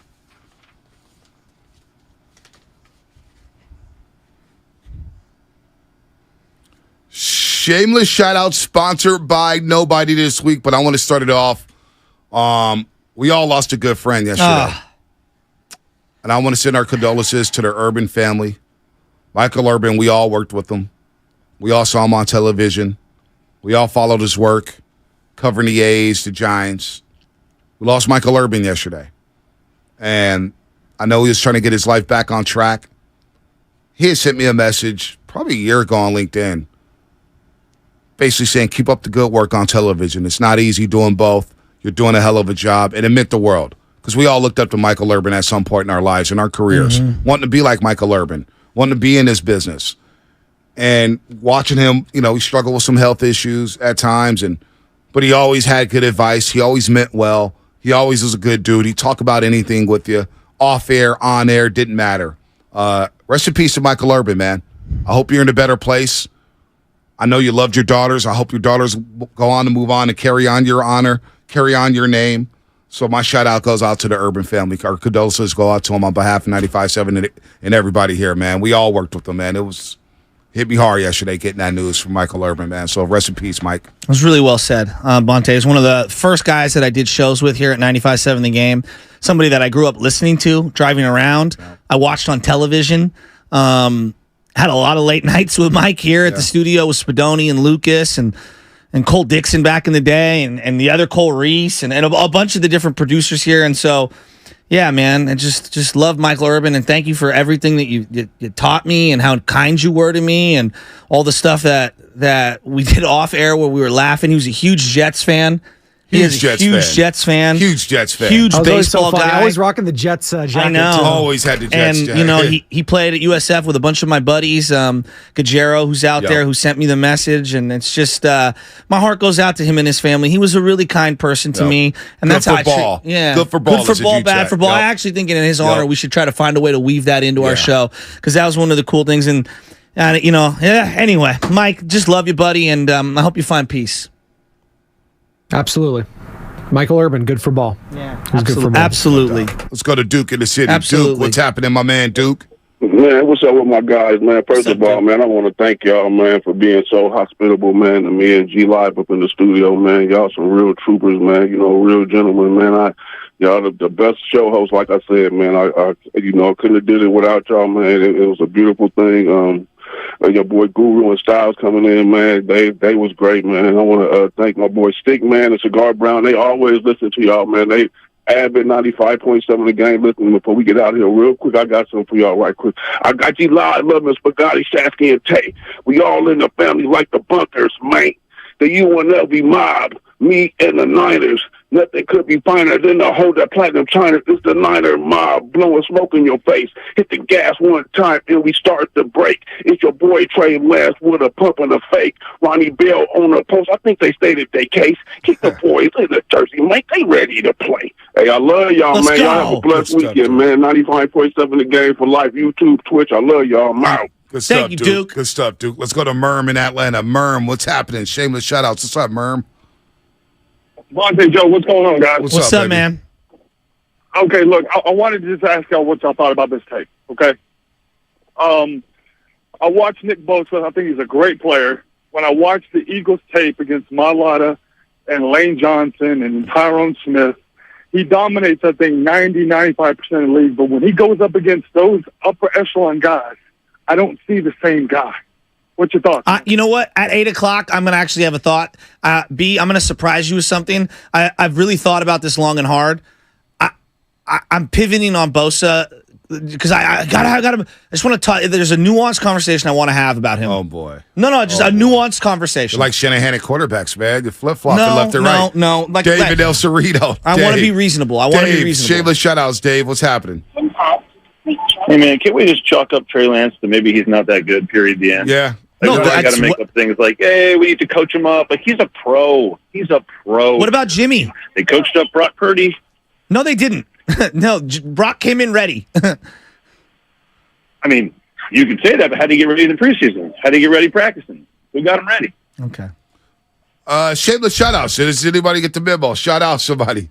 If not, we'll just take Here, regular let me start calls. here. My guy Go last ahead. night, Caleb in Vallejo, hit a bomb at Jackson. Probably the farthest ball I've ever seen hit at Jackson. Unbelievable. Caleb says he's a listener every single day and loves you and me. I don't know why. Caleb, you're a baller. Well, excellent swing last night, and thank you for being a great listener. Well, all right. We're going to get Rob on hold. We'll get Rob on hold. Shout out to Brett over there at Lenardi's. Nice. Shout out to Brett. He was in the bakery yesterday. Said, hey, man, are you so-and-so? Love you guys in the morning. So shout out to Brett out there.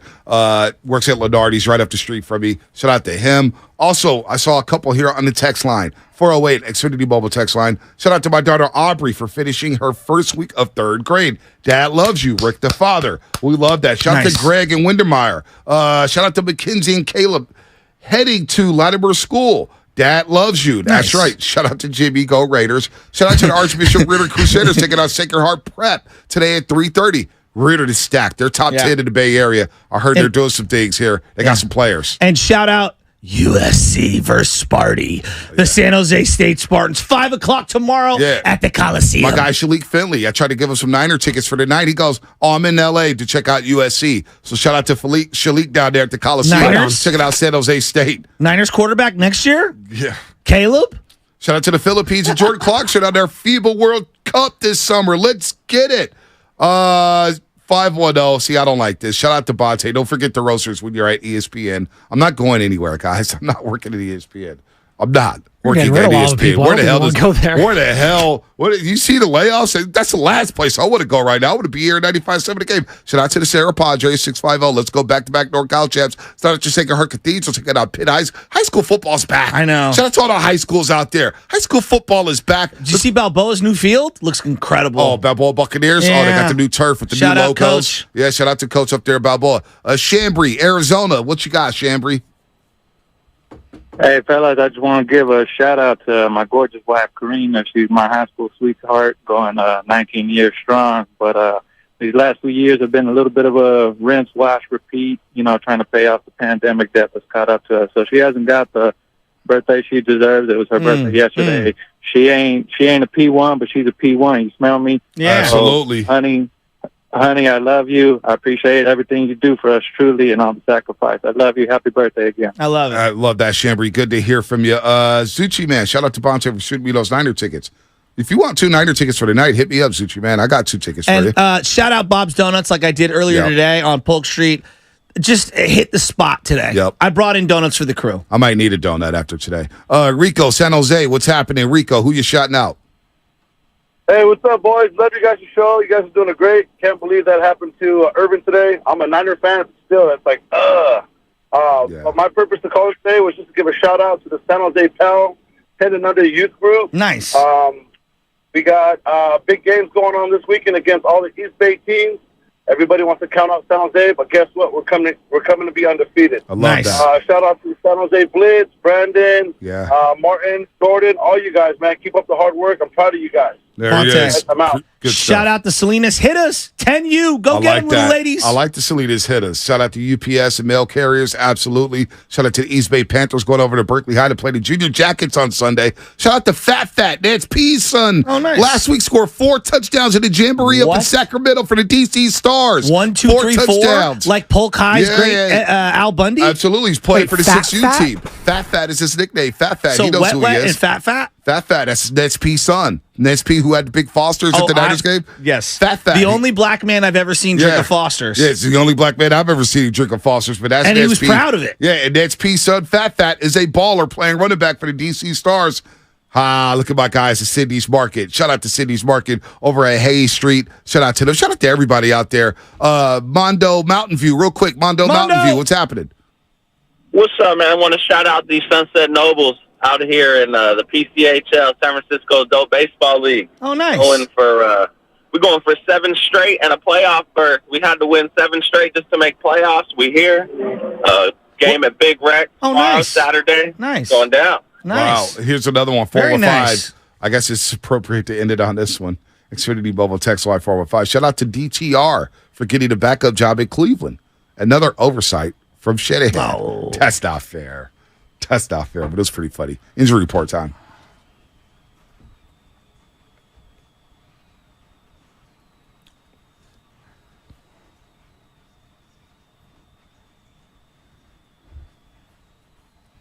Shout out my guy, Ralphie Coyote Creek. He's bringing Miles by to the Niner Summit on Tuesday, the Red and Gold Summit, I should say, in San Ramon. He's got a golf tournament tonight. A par 3 course, right? Mariners. It's one of my favorite places to play. It's a got fun night place? golf. They got night golf. So they have all these lights everywhere. Yeah. It can get very windy out there, but it's so fun. I kind of want to go. It's fun. 10 p.m. to 2 a.m., but I got an early Saturday. Got a decision to make. I'm not 30 no more. I can't get up like that. I can't recover like that. Sounds like a great time. Ralph, I'm going to hit you up a little later. I'll figure this out. Because I do want to bring out the Strixons and show off. Look, we got mile high problems for the Denver Broncos. What? Jerry Jeudy expected to miss several weeks. What? With moderate hamstring injury suffered in practice. That's according to Ian Rappaport and Tom Pelissero. He's not playing against the Raiders week 1, Jerry Jeudy. There's optimism. It's nothing long-term for one of Denver's top weapons. They need Jerry Jeudy to explode this year. Oh, my. What's going on with Denver? The injury report brought to you by Boxer and Curzon. Northern California's premier workers' compensation law firm, helping injured workers get their lives back for over 40 years. What's coming up on the game, sponsored by Fremont Bank, full-service banking, no compromises. Rob and San Bruno, hang tight. I want to get to your take. Oh, yeah, shout out to my wife, Lele, 925. I like Lele. That's a hell of a name. Who holds it down with my 3 kids every day while I drive 2 hours each way to work. That's B and Carmichael. Had to get that in. Shout out to Lele and the 3 kids there, B and Carmichael. But look, we're going to talk about Bosa. We'll talk about Trey. We'll talk about Shanahan. You know what time it is. Oh, by the way, the guest, Kirk Morrison, joined us at 8:30. Kirk Morrison, he has some thoughts on Trey Lance and this whole situation. And Carlos Ramirez, I'm not going to roll my R, but Carlos Ramirez is going to join us at 9:20, talk some Niners, and maybe a little Giants. Maybe we'll talk about the Braves coming to town. That's coming up here, brought to you by Fremont Bank, full-service banking, no compromises. The best time to get a great...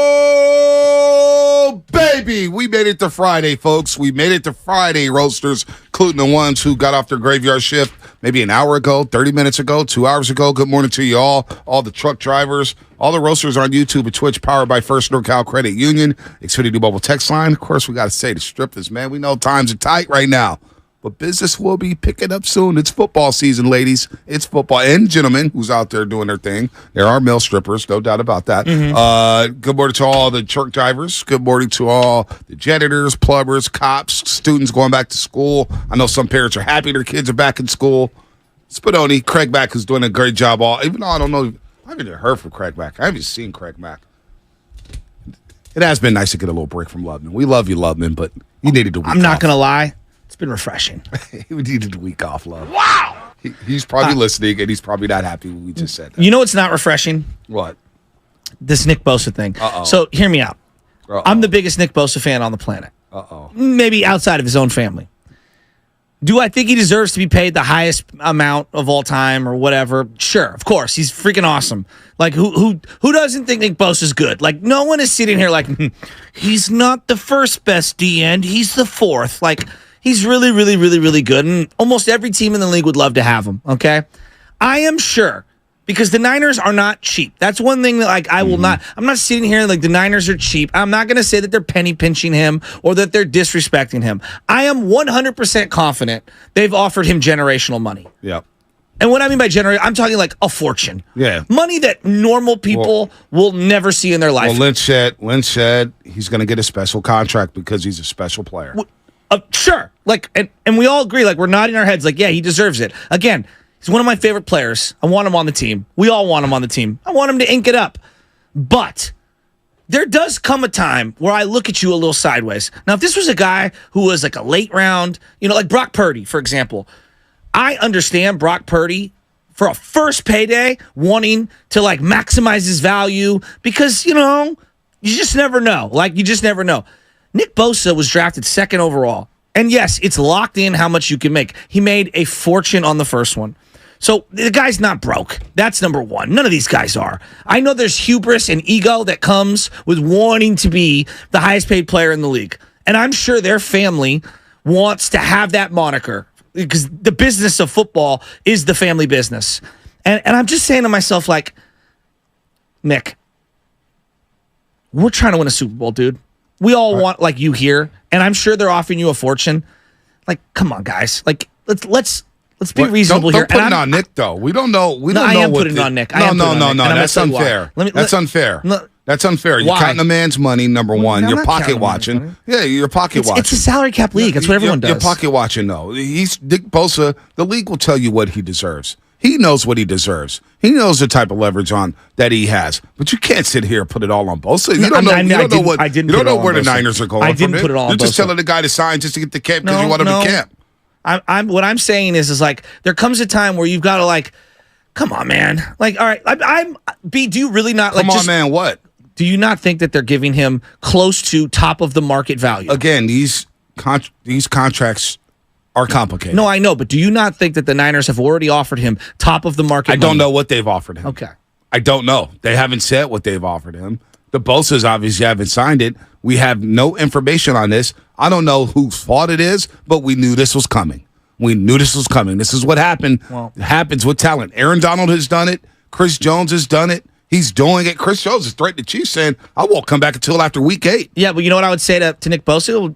Just this last year, Chris Jones, again, for the second time during a Super Bowl run, dominated in the playoffs and was stamped. And he's on his third contract, Chris Jones, using my rhetoric. All I'm saying is this, B, like, come on, Bosa. Like, come on, Bosa, what? Come on, Bosa. Like, why are you putting it all on Bosa to sign? Because now I feel like this is making a point because it feels like to me someone's trying to make a point. My interpretation, because I don't think the Niners are cheap, and I don't think that they've shortchanged them. I think that they've been very vocal that we're going to pay you top of the market money. There's more that goes into this, and I'm just saying to myself, like, if this is going to be what it is, and he's willing to miss games and everything, I don't want to do this, but I would explore moving his ass. I would. Wow! Come on, dude. You don't think the Niners are giving him generational wealth? I guarantee they've given him a fortune.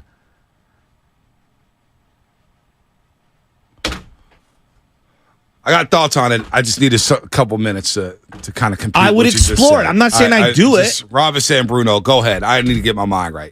Robinson Bruno, what's going on? What's going on, fellas? First off, man, Nick Bosa, get your cheddar, man. Don't let these cats off the hook. You know, these exactly.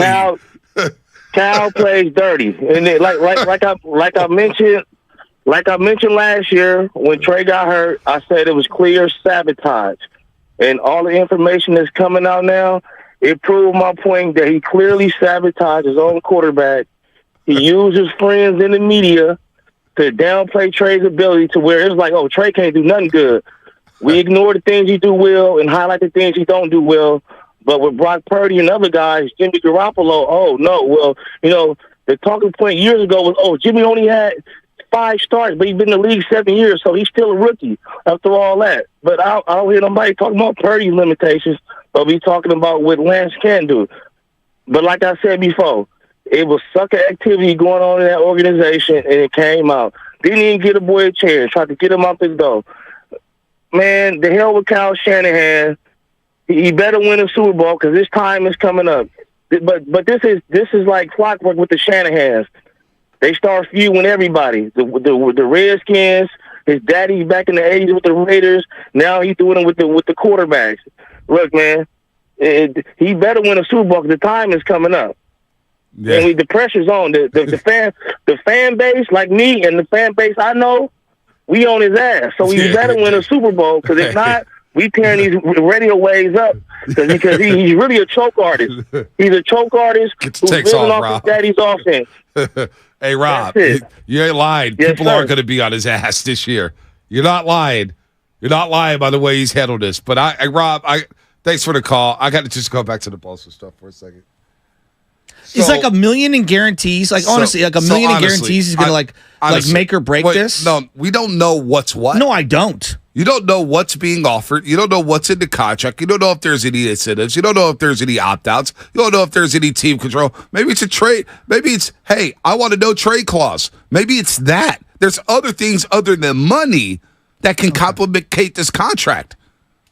OTAs, mini camps, bonuses, everything that goes on to it. Do you think the Niners are playing hardball or Bosa's playing hardball? This is a complicated deal. No, I know, but I'm asking you. Both of them could be playing. Maybe Bosa says, I want a no trade clause, and the Niners saying, no, we're not doing that. And then Bosa say, well, better get in the contract. Who I don't know. Jimmy Garoppolo had a no trade clause. He's quarterback. So what? And Nick Bosa's a generational talent, right? And they drafted his replacement. But Nick Bosa's a generational talent. You keep telling me.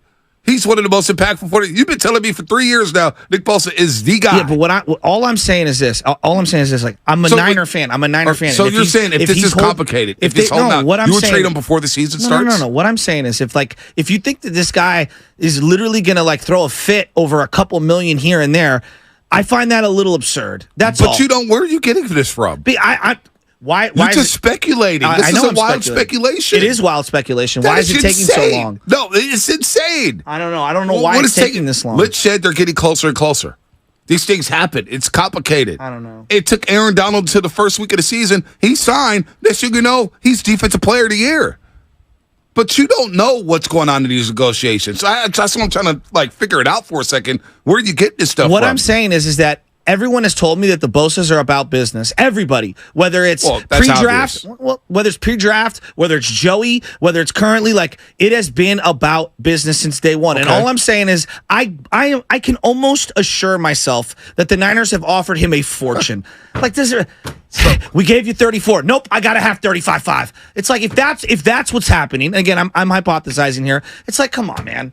Come on, we're giving you a fortune. Can we meet in the middle? But there's other things. Again, you're ignoring the incentives. What if Bosa says, I'm not partaking in OTAs. That's not what I do. I will be there for training camp. I'm not going to play in preseason, but maybe it's OTAs. And Niners will, well, we're not going to give you $300,000 for not coming. I'm just hypothetically. And I would say there's other little stipulations. I know. And in that equation, $1 million, $2 million, it's not changing his life. That's all. No, but you need every dollar. Come on, Shasky. What do you mean? I just went to a negotiation. Yeah, I know. Yeah, and believe me, I wanted more money. And I didn't get it. You can't get everything. This is called when you want to be somewhere and you want to work with people. No, I'm being real. You're telling people who have ultimate leverage in a professional setting to not get all your money from an organization that is printing billions and billions of dollars. I think it's easy for everybody to always say, get the bag, squeeze everyone at every little turn. There is a QOL factor on this for both sides, right? Like, we got to get along. Like, I'm just being real. So I'm glad 480, Xfinity Mobile text line. I'm with Shasky. Never been a Bosa fan. No, Doesn't play the run well. I am a Bosa Use fan. that money elsewhere. No, I am Go a ahead. Bosa Let's fan. go ahead and trade Nick No, Bosa but look at George Kittle. Like, George Kittle's great. George Kittle is a physical player who plays multiple positions, right? Was a fifth-round draft pick. I want to go back to something, though. What? Before you even get, because I know where you're going here. The Trey thing with Bosa, where did that come from? I said it. What I'm saying, if he's going to miss games and he's going to hold out and this is going to be prolonged, I don't know if it is. If it is, and I was part of the team, I would at least see what you could get for someone like him. If you're telling me you're in a very deep financial situation here moving forward, because it does sound like they are. You listen to them. They've got some decisions to make coming up in the coming years regarding finances. $40 million, $35 million a year on a D end. That's a lot of money. We're talking about team building here, right? We're not talking about he's great. I want him. I want him to be here. I love when he is on my team. But if the guy's going to miss games and he's going to squeeze me for every single dollar at every single turn, I would at least pick the phone up and do the exercise. Did Debo not just squeeze the Niners last year?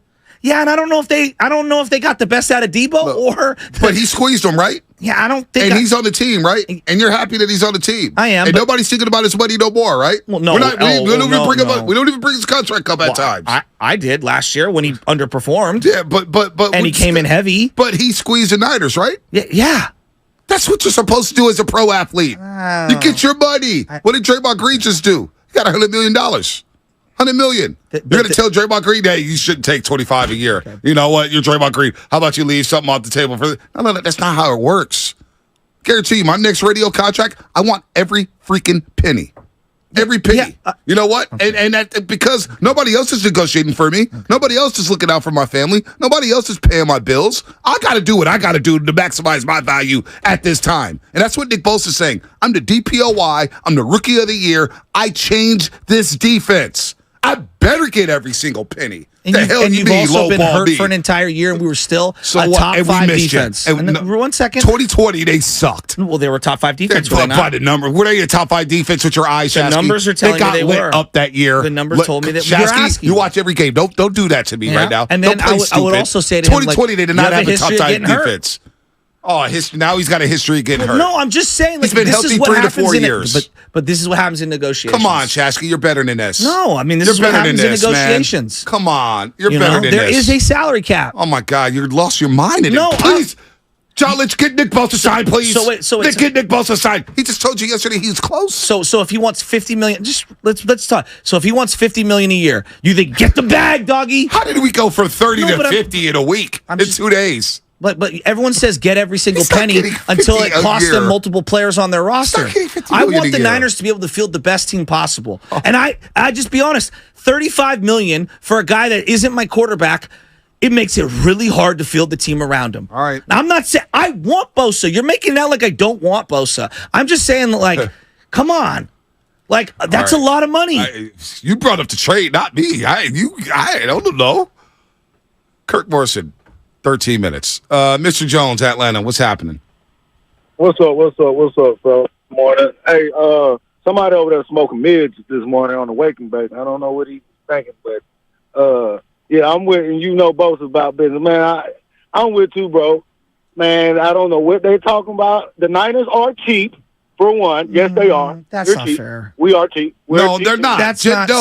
Jed York has thrown out $355 million in guaranteed money to Trent Williams, to Jimmy Garoppolo, to Fred Warner, to George Kittle, to Deebo Samuel. They're paying Christian McCaffrey. They paid D. Lyman and Javon Hargrave. Think about that. Eric Armstead. They paid guys. They are not cheap. Okay, that's one thing we're not going to do that this morning. I'm going to put you on this one there.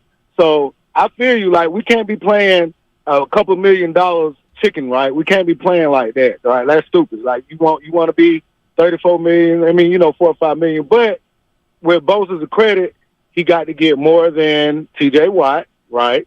He got to get more than Aaron Donald, or at least the same as the thing, right? And then I know you just threw out the crazy thing about trading him, but who you gonna trade him for? T.J. Watt, Chris Jones? You got to get like you say, he was the Rookie of the Year.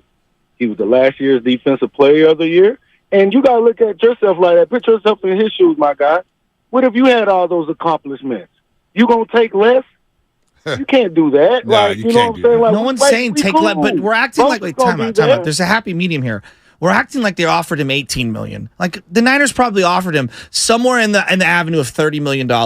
So that's a lot of money, and he already got number 2 overall money. Like we're not $40 million off. Yeah, I don't think we're that off. But I don't think it's all about the money, the guaranteed or the base salary. We're also not looking at these other stipulations in the contract. Thank you for the call, Mr. Jones. We're also thinking about no trade clauses, incentives, bonuses. What if I make it all pro team? You're going to give me $500,000 or $200,000. There's all these little things in the contract that comes out to play that they're trying to go over. They're trying to dot every I and cross every T. That's all it is.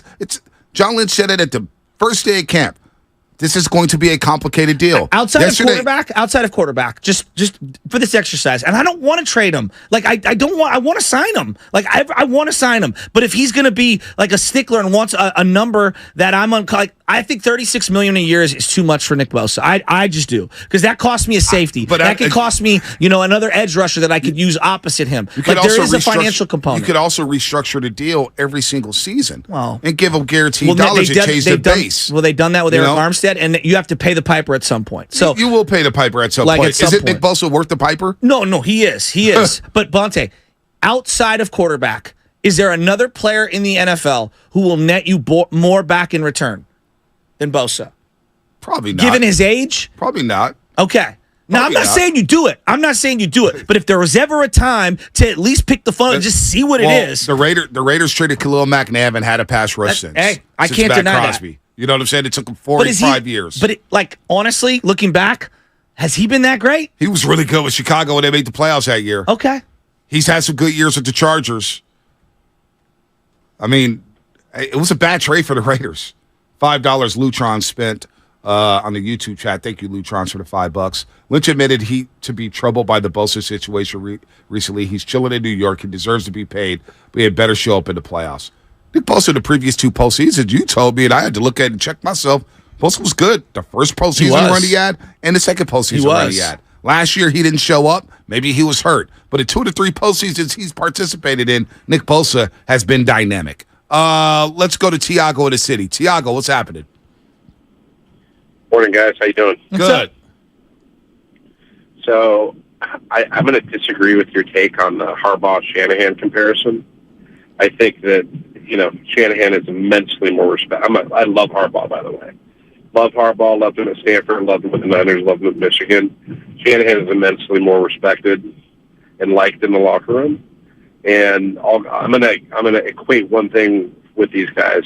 The easiest decision Kyle could have made would have been to make Trey QB2, right? And the fact that he's not making political decisions, and he's not throwing good money after bad. That's what you want in a leader. You want a leader that doesn't make decisions to save face. The save face decision is make Trey QB2 or even QB1. Bottom line is Trey. Tiago, where are you from, Tiago? Yes. San Francisco. Oh, Tiago, isn't that like a Brazilian name? Usually? Yeah. Portugal. Portuguese. I figure you're for Portugal. What do you think about Bosa? Love him. We're not a contender without him. Period. I mean, the only player that I would trade him for is maybe Micah Parsons. Tiago, I mean BPA. Tiago. What's too much money for Bosa? I don't know. I have no idea. I mean, I'll tell you this: sign Bosa. If Debo doesn't have a huge year, that's an easy decision. You move on. Tiago, real quick. You a Warriors fan? Yes. Are you a Warriors fan? Of course I am. Oh, I didn't know that. How you feel about Draymond Green and Klay Thompson being back? Don't bait me, dude. BPA. I love that sound. I know. I'm going to say I love Klay, and I think he's going to come in incredible shape. Hey, BPA, and you're amazing, BPA. I knew you couldn't give up on us. I knew you couldn't quit us, and I can't quit you, BPA. Hey, Tiago, that's a former life case. I love you, BPA. I miss you. I knew you couldn't quit us because you can't. I can't quit you. It's like he was Dave never Chappelle. going to that other station. Dave Chappelle at the end. I'm sorry, Mary. I knew I could never quit you. Remember he threatened us? You can't die on this hill, man. Remember he threatened us? He goes, I'm going to the other station, and I'm going to bury you guys. He went to the other station and said, yeah, I got no hope over here. Let me get back to the winners. He was on hold forever. Hey, by the way, I love how triggered everyone is by the mere sight of me saying, look, if he wants $38 million a year guaranteed, I'm not giving it to him. Like, I don't think he's $9 million better than Aaron Donald. That's just me. But, like, again, I want him on the team. I want him to sign. I can't believe this flip. I want him to sign. I can't believe this. How can people not hear this? But my point is, you don't just give someone a blank We're check. hearing it, but it's tough to hear it when you start speculating on what's going on with the contract negotiations when you have no idea. Well, that's all I have to do is speculate. Yeah, well, but that's what the not, job that's is. not right. No. Okay. You're speculating on the negotiations. You have no idea. Okay. You're automatically blaming Nick Bosa. How do you know the Niners are not saying, hey, Nick, you're only worth 20? How do you know that? How do you know that? You think the Niners? I don't know what's going on in this negotiation. Yeah, because nor I'm am I smart. going to speculate. I use common sense. I'm not and going to speculate. I know for a fact Parag's not like, hey, Nick, how's 20 sound? Right. I'm not going to speculate on what's going on in the negotiation. I'm not. OG Niner, Redwood City, what's happening? Hey, guys, how's it cracking, man? Happy Friday. Happy Friday. Hey, okay, so, this Bosa thing is blowing my mind like everybody else out there. But I got just a couple quick points, and then I'll give you my little Bosa observation. With Trey, I think it just comes down to, we all know the guy had 1 year in college. I don't want this to sound insulting, but he needs to go back to school, right? He needs to complete his training and not like learning the finer points of the game, but on the job training and playing like if he plays a couple years as a starter somewhere, then we'll see what Trey's really got to offer to the NFL. It's like people have had the analogy of they gave him the keys to the Ferrari. Well, yeah, but he only drove it around the block, right? He needs to take that sucker in a race and drive that sucker in a race to win. So that's my quickie on Trey. I love your quickie. I love a good quickie.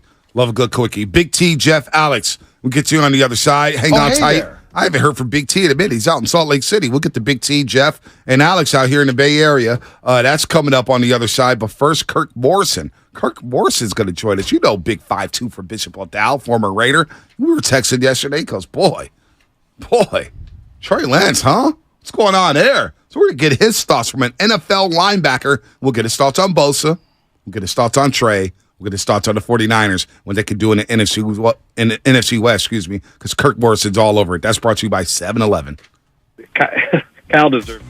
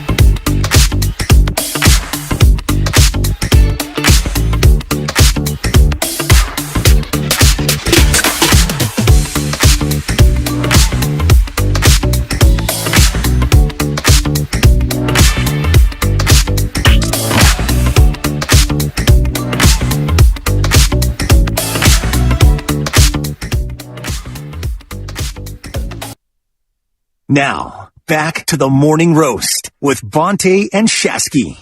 All right, don't forget about 9/11, the 8th annual Pettinelli Charity Golf Tournament. 100% of the proceeds from this event benefit the San Francisco Autism Society, a really great cause. The Autism Society is a complete resource for families of autistic kids and adults, providing activities, information, and education.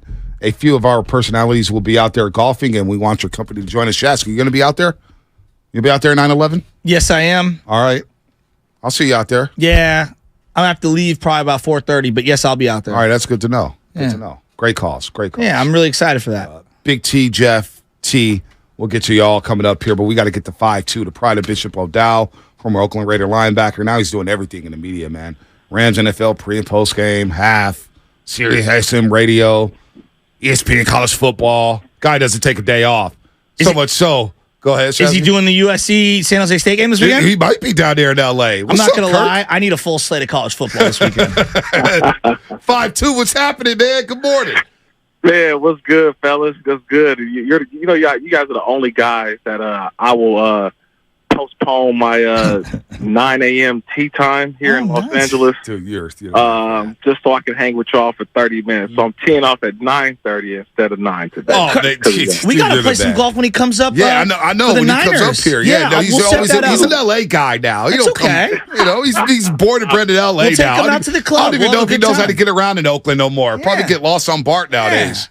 Nah, trust me, I'm coming with just how I am. I ain't carrying no bags. I'm about to break into my car. What you shooting out there? I just got into golf, Kirk. Look, Shasky's the resident golfer.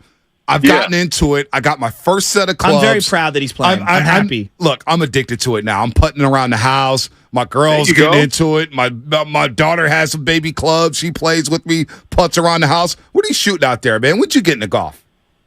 I'm right now. Look, I'm mid to low 90s. Sometimes I've broken 90 a couple times. Yeah, you can get I'm around. Not the greatest player, but you know what I mean. It's a lot of things. Is just in the short game. Yes. That's all it is. Yes. So Bonte got a full set of Strixons, okay? And he is he got suited and booted. Oh, they'd hook me up, man. The golf spot in Pleasant Hill. If you're out here in the Bay Area, check out the golf spot in Pleasant Hill. Those guys that take care of you, Christian and the crew. They just celebrated their 2-year anniversary yesterday. Bag. They gave me a full bag. They're probably about to open one up in L.A. So when you're down in L.A., I'll let you know when they open it up. You can check it out. But they hooked me up, Kirk. They hooked me the full everything. I got hybrids. I got drivers, woods, irons. I got everything. Now, you're only supposed to keep 14 clubs. Yeah, I didn't know that. I'm set with the whole. I'm set with the whole collection. I have no idea what I'm doing. He really only needs about 4 right now when he's starting off. Hey, Kirk, let's start here with the football talk. You played in the league. You're obviously covering the Rams and stuff down in L.A. You cover the league as a whole. This whole Trey Lance thing, outsider point of view, and then football player, locker room point of view. Just all your thoughts on what the Niners, Trey Lance, you could throw Brock Purdy, the Jimmy G going back. Give me it all. Man, that's an onion with a ton of layers to it, fellas. But I'm going to be honest with you. When I really first thought about the 49ers drafting a quarterback, back in 2021, my whole thought process was never about the quarterback. It was more about, honestly, John Lynch and Kyle Shanahan looking forward to building a football team. And the economics of the NFL told me that in order for them to build the football team that they want, they're going to have to draft a young quarterback. They're not paying that king's ransom for the quarterback position. They knew that Jimmy Garoppolo was going to cost more. They knew a lot of guys around the league, if they wanted to have as a quarterback, it just cost too much for that room. And if you put so much into that room, you weren't going to be able to pay Nick Bosa. You weren't going to pay Mike McGlinchey. You weren't going to be able to pay, Brandon Ayuk. You weren't going to be able to pay Fred Warner. So I already knew that this was their plan. And when they drafted Trey Lance, it was going to be boom or bust. They got lucky with Brock Purdy. They'll tell you, we didn't expect this, but we're so glad that it happened. And we're glad that it happened because now it actually resets our checkbook. Now we've got a quarterback room that's making how much money this year compared to a lot of the other rooms around the National Football League. everybody's going to be up in arms about, oh, well, we traded this much to do this, and, man, we could have got Micah Parsons, and we could have had this player. I'm like, dude, I'm still young enough to remember that y'all drafted Solomon Thomas and Reuben Foster, and where the hell are they at? Right. You know what I mean? Like, right. We're not talking about those missed first-round draft picks because we worried about Trey Lance. Where is Mike McGlinchey at? He ain't there either. I'm just trying to tell folks that, like, the first round in the trade, look, the 49ers went after it. They played in a conference championship the last couple seasons. Mm-hmm. Come on now. You got to realize that this is a football team that is, to me, they went after it. They've taken chances. But I've also seen results in a league in which, like, it is difficult to get to conference championships and Super Bowls. And this football team has done that under John Lynch and Kyle Shanahan. Yeah, it may not have happened in the way that people like, oh, we wasted picks on Trey Lance. Yeah, but what about the other picks that have been wasted? We've forgotten about those, right? No doubt. There's been a lot of first-round miss, but there's been a lot of hits in the 5th, the 3rd, the 4th, the 7th round, in which they found Brock Purdy and head. 6th round with Talanoa Hufanga, who made an all-pro team last year as strong safety. So you're on fire right now, Kirk. We're talking to Kirk Morrison here on the Morning Roast on 95.7 The Game. Now we look at Trey, the player. He doesn't practice Wednesday after they told him, hey, you're not going to be the backup quarterback. And Lynch has mentioned that he was devastated. Shanahan said the way he was talking, the way he was moving, I couldn't put him out there on the field. Now he's expected to play tonight. What is Trey Lance going through? And should Trey Lance want out of this situation? Or should he be cool and say, you know what, I'm going to stick around here as a third stringer and try to learn as much as I can? Because I feel like, Kirk, he's not going to get better by not playing. Yeah, but I think he should call the quarterback who was drafted in front of him. That will be my first phone call if I'm Trey Lance. I'm calling the guy who got drafted in front of me, right? I'm calling Zach Wilson in New York and saying, man, how are you dealing with this situation? Because you tell me what situation is more embarrassing? The New York Jets going and go get Aaron Rodgers, knowing that you were drafted number 2 overall to save the franchise in New York and just be demoted and be on Hard Knocks?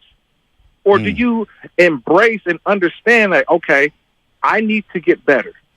I want to be better. And the guys ahead of me have actually played a lot more football. This isn't on Trey Lance. This is just he hasn't played a ton of football. And this is the old Bill Parcells rule, right? You want guys who have played a minimum of, 30 starts in college. Right. That's what Brock Purdy did. That's what Sam Darnold did. These guys have played so much more football than Trey Lance. Mm-hmm.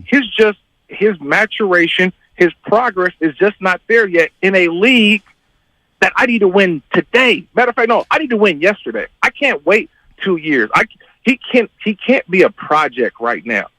The 49ers don't have time to wait with a roster that is ready to win a Super Bowl right now. So if I'm Trey Lance tonight, I'm like, you know what? I'm going to go out and just let it rip. There's going to be a team that falls in love with me that has the ability to allow me to do what? Progress, get better. I don't know about you guys, but I have been watching Hard Knocks. I have been watching coaches' tape of the New York Jets. I mentioned this about 3 weeks ago. Zach Wilson looks like a totally different quarterback. Yeah. His swagger, his confidence. You know why? Because he finally had an opportunity that the pressure is off. Let me get better as a quarterback, but learn from the guy in front of me and Aaron Rodgers. That would be the best for Trey Lance as well. Learn, get better, and look, if it doesn't work out, you're going to be on a football team where he can earn his keep again. He can earn his way to a starting job.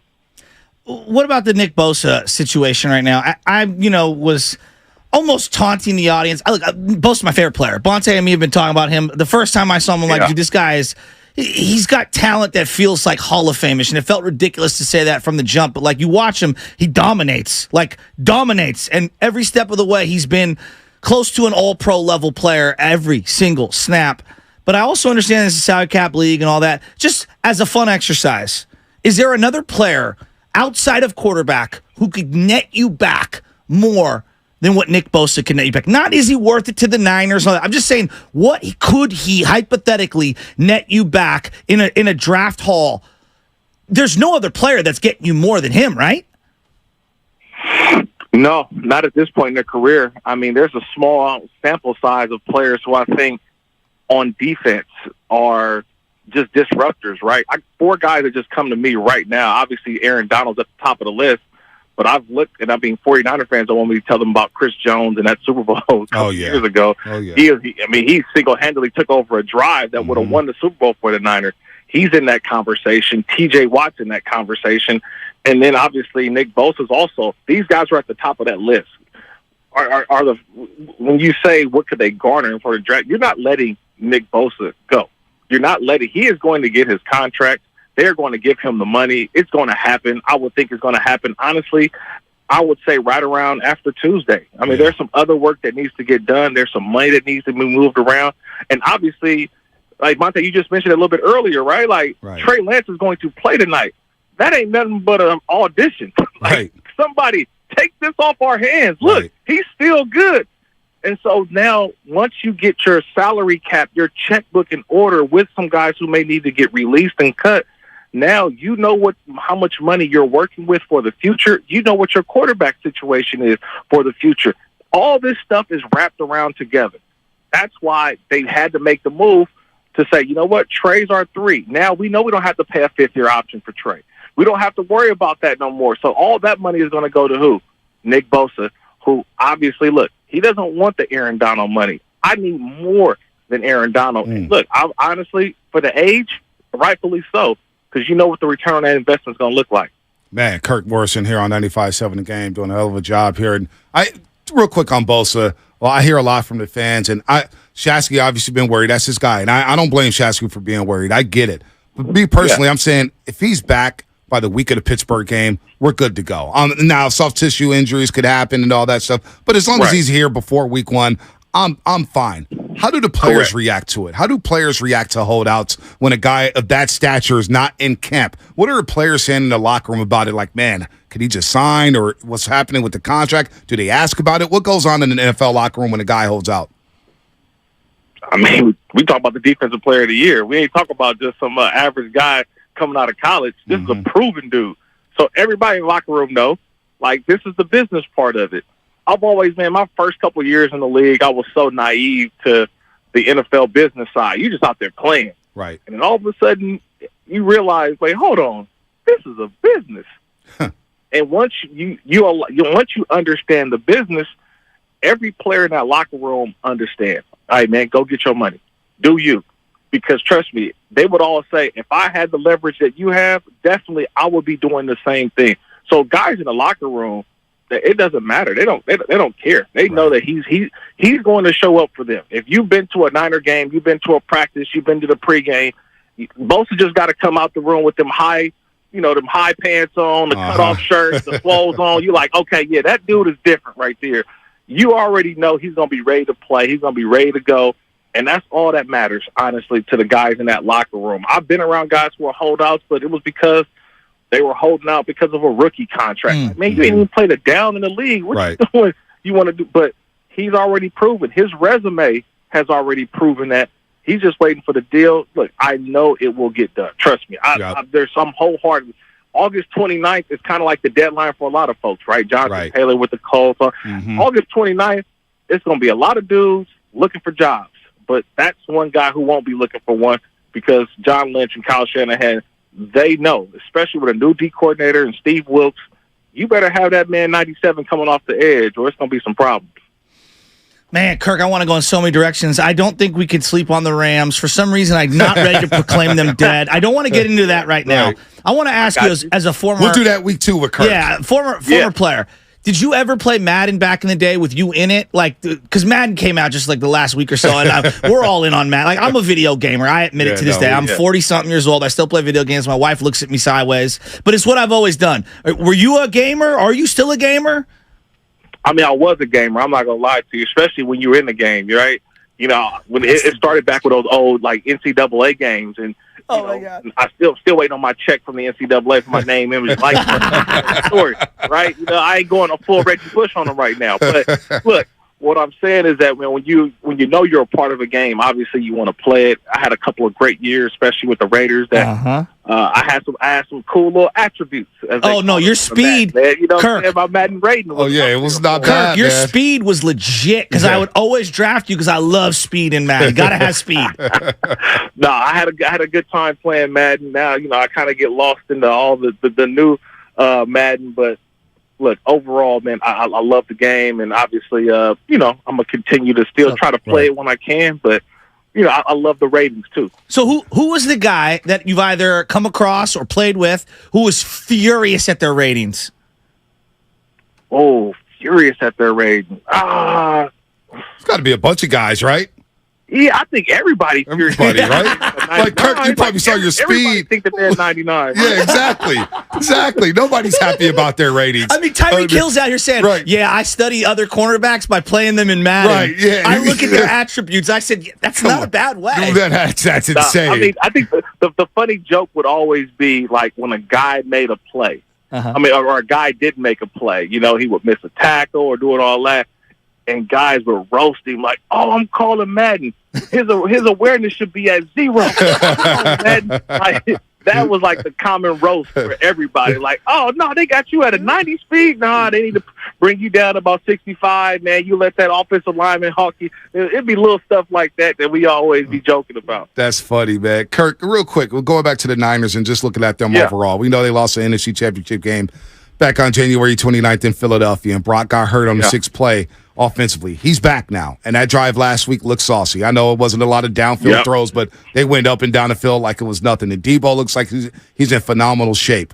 Where do you see this team at right now? Because I've been saying this week, this offense has the capability of being the best Niners offense since going back to Garcia and T.O., since going back to Niners 98 with Steve Young. Like, I think with Debo and IU coming off that 1,000-yard season, and Kittle, and, of course, Christian McCaffrey, the do-all running back, the 3-down back who could go 1,000. I haven't been this excited about a Niners offense in a very long time, Kirk. How do you see this playing out? Man, that was one of my joys this week, fellas, watching the coaches' tape of that first drive for the Niners, man. I turned it on, and honestly, it looked like a Madden video game, how they were executing. I mean, it was boom, boom, boom down the field. Brock getting the ball out of his hand quickly, made a couple nice little throws down there, then obviously – you punch it in and you feel like, okay, the 49ers are right where they need to be. Okay. They don't have to worry about, hopefully the quarterback is okay. And no, they're clicking right where they need to be at. And obviously it's all about where you ended at last year. This is a conference championship type team. If they don't return to the conference championship, I think this is, it's not a bad season, but it's a disappointment because this team is ready. This team is ready to win a Super Bowl, man. They are the most Super Bowl ready, and that's why you go with Brock Purdy. But you also have that backup just in case, and Sam Darnold, who I've told you before about. The dude can ball, man. Yeah, you've been high on him. I haven't. Why? You've been high on him a lot. Yeah. Well, I mean, when they first signed Sam Darnold, I said it like, this is the insurance policy, right? It's like, this is that. Look, we got a guy who can spin it, and finally, he's in the right situation. That if anything happens, we saw some crazy stuff last year with the Niners. So this was just a contingency plan. If anything happens to Brock Purdy, then Sam Darnold's going to come in and ball. This is an offense that doesn't ask the quarterback to be Joe Montana. Okay, we just want you to be Jim Druckenmiller at this point, right? Just get the ball out your hand. Be an Alex Smith. Be something to where you rely on your team, right? The defense. That's what the 49ers have been, and that's why they're going to continue to be one of the better teams in the NFC. Have they closed the gap with the NFC champions, Philadelphia Eagles? That's going to be the question, but I just don't see anybody else below the 49ers coming up to get to where they are right now. We'll see how the season starts, but come on, man, this is one of the toughest teams in the NFC. Now, the AFC, they're not in that gauntlet. No. We don't have to worry about that. Hey, that's different, man. They good in the NFC. On Philly, their roster is ridiculous. They lost coordinators on both sides. Defense, whatever. Like, kind of throw that away because I know the Philly fans were ready to run the defensive coordinator out. Gannon. But this offensive coordinator that went to Indy, I'm very interested to see Sirianni this year because when they took away play calling duties, that's when it felt like that offense started to get a lot better. Clearly, adding A.J. Brown was huge. I'm very interested to see what they look like offensively this year. Are you what's your thoughts on that? Jalen Hurts is one of the top quarterbacks in the league. We got to talk about his maturation. Yeah. Right. And if we compare him to Trey Lance is what we thought that a guy like Jalen Hurts could be. Right. Right. Similar skill set, but Jalen Hurts has definitely shown that he's progressed. He's matured, and he's one of the highest paid players in the league. That offense, I think, will be better because of Jalen Hurts. Yeah. He's a third-year starter, fellas. They like he's been starting for 5 years. This is his third year as the starter in Philadelphia. Tell me, I tell you this, my third year as a starter, the game slowed down tremendously for me. You start seeing things happen before they even happen. You're calling out the coverages. You know who the mic is. You know the rotations, and you're playing that much faster. That's the part that you allow the offensive coordinator to go. And look, Sirianni's still calling plays on the low now. Come on. Oh, it's like Andy Reid, right? Okay, It's like Andy Reid. Like I love that. Eric Bieniemy, but I always thought, wait, Andy Reid is still there. I just can't stand Sirianni. Drives me nuts. Right, I got you. He still calls the plays. This is still his thing. So, look, man, they'll be right where they are. They got Sean Desai as their defensive coordinator, nice little defensive mind. So, look, right now, could it be a collision course, Eagles and Niners again, this time maybe in Santa Clara rather than Philadelphia? I would love to see that rematch. But, look, that's kind of where the Niners are sort of at the top of the NFC, where everybody's trying to play catch-up because of their roster. Yeah. Wow. Kirk, man, does this translate to basketball? Because I'm looking at Jonathan Kuminga and Moses Moody. Third-year leaps here? Does that translate to hoops too, Kirk? It does. It does to hoops. But I just don't need Moody on these not Moody, but Kuminga playing on these basketball circuits, man. Get off the circuit. All right, bro. Hey. Like, I don't need you playing over at the open gym over in Seattle. Okay? Get your butt down here and go play at the facility. Okay? 60? 60 burgers. 60? Oh, man. I like Saric, though. Dario Saric, I do like that signing him. a lot. Kirk, when you back in the Bay, man? When you coming back? Man, I got to get up there soon. I got a couple weeks of college. My college football slate is busy. I got Auburn first week, Florida the second week. Ooh. I'll be down in the SEC first couple weeks of college football season. Auburn's playing Cal this year, right? What's up? Auburn's playing Cal this year, right? Yeah, so I got them the week before they play Cal. So watch me on ESPN next Saturday at 12:30 to get. If you want to scout for Cal, that Auburn game, I'll be on the broadcast with my girl. I heard Todd Golden, who was the USF basketball coach, is down in Florida right now. I heard he's living large. He was up in Tahoe a couple weeks ago. I know you're doing the football game, but I heard Florida treats their coaches very well. Oh yeah, come on now. You saw Swamp Things this week on Netflix? Don't. That's on deck this weekend. That's on deck this weekend. That's on deck. All right. That's on deck. Right, you know what? Text me next week, man. We can talk about it. I like it. Let's do it. Sounds Let's do good. it. Fight I was two. upset, man. That was real mid. It wasn't major. It was mid. Oh, see, and I felt like that about the Johnny Manziel doc. I was very disappointed. The Johnny Manziel made me angry at his family for being enablers. Yeah, no, that was bad. That was bad. Where are you playing that down in L.A., Kirk? Today I'm over at the Rancho Park. I'm going to the par 3 course, man. Today's all about Let's go. Oh, about the wedges. Stuff one close, baby. Let's go. My wedge game, man. Appreciate y'all. Kirk, man, you're the man. Appreciate you all the time, man. We'll talk soon, brother. Kirk Morrison here on the Morning Roast on 95.7. I always smile when I hear him. Everybody's smiling on the text line. We needed that positivity. We need him more often. What do you think? Like every couple of weeks we do like a half hour with him? Of course. Kirk's my guy. Boy, he's really high on Sam Darnold. You know what? And this is why, Spadoni, you know this. When you were out, we brought up Jim Plunkett. And I know where you're going to go. Jim Plunkett was actually good. But he did become a journeyman after the Niners did him wrong. And we've seen this before he with was guys. Rookie of the year, though. He was Rookie of the Year, though. With New England. Darnold showed flashes his rookie year. He did. Okay. Let's be real. Okay. I'm not a Sam Darnold guy. But when he signed, and we sat here, I said, boy, he's not signing here to be the third-string quarterback. And when you had guys like Rich Gannon, you had guys like Brad Johnson, you've had journeyman quarterback, Darnold can catch lightning in a bottle. Listen, he's got everything at his disposal. Elite receivers, elite tight end, elite running back, elite left tackle, elite play caller. But this is where, like, again, I not you, but the inconsistency coming out of the building. It's like, we love Brock. He's the real deal. But don't sleep on Sam Darnold. Whoa. And it's like, and I came walking away from a couple of those practices, and what did I say to you, B? What? Sam's going to play. Like, the way that the team talks, I'm talking about the people around the team, not the players. The people around the team, they get their marching orders internally. Right. And the feeling that I got was, Sam's going to play. Then I'm watching the broadcast. It's like, Tim Ryan, God bless him. He's tapped in. He's at every practice. He talks like Sam Darnold's his son, and I know they're USC brethren. Right. Sam's going to play this year. Yeah, he might. He just might. Big T in Salt Lake City. Big T, thanks for waiting on hold with us, man. Big T, what you got? Yo, what's good, boys? What's up, baby? First time caller. Long time listener. Love the show. Thank you. Are you in a closet somewhere? Are you okay? No, I'm good. I'm good. Oh, okay. I might have been smoking a little bit. Oh, there's nothing wrong with that. It's all good.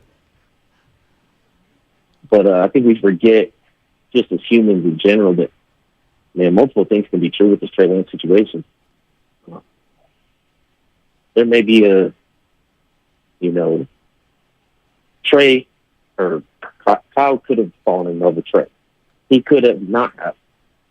It could have been, obviously we all think that it's whatever Kyle's final decision, but we've all worked places. We've all had to, go see the top for the final decision or what have you. Are you insinuating that John Lynch or maybe even above him, Jed York or whatever are the ones making the decision on the quarterback? Yeah, of course. Gotcha. Thanks for the call, Big T. Hit that. Not bad. Hit that coffee next time. First time. When They does may that have been a little crack nervous. come into By the play? way, I saw You know what I love? Rocky New Era brought. Hey. Is this Javier from Vacaville or Fairfield? Now, No.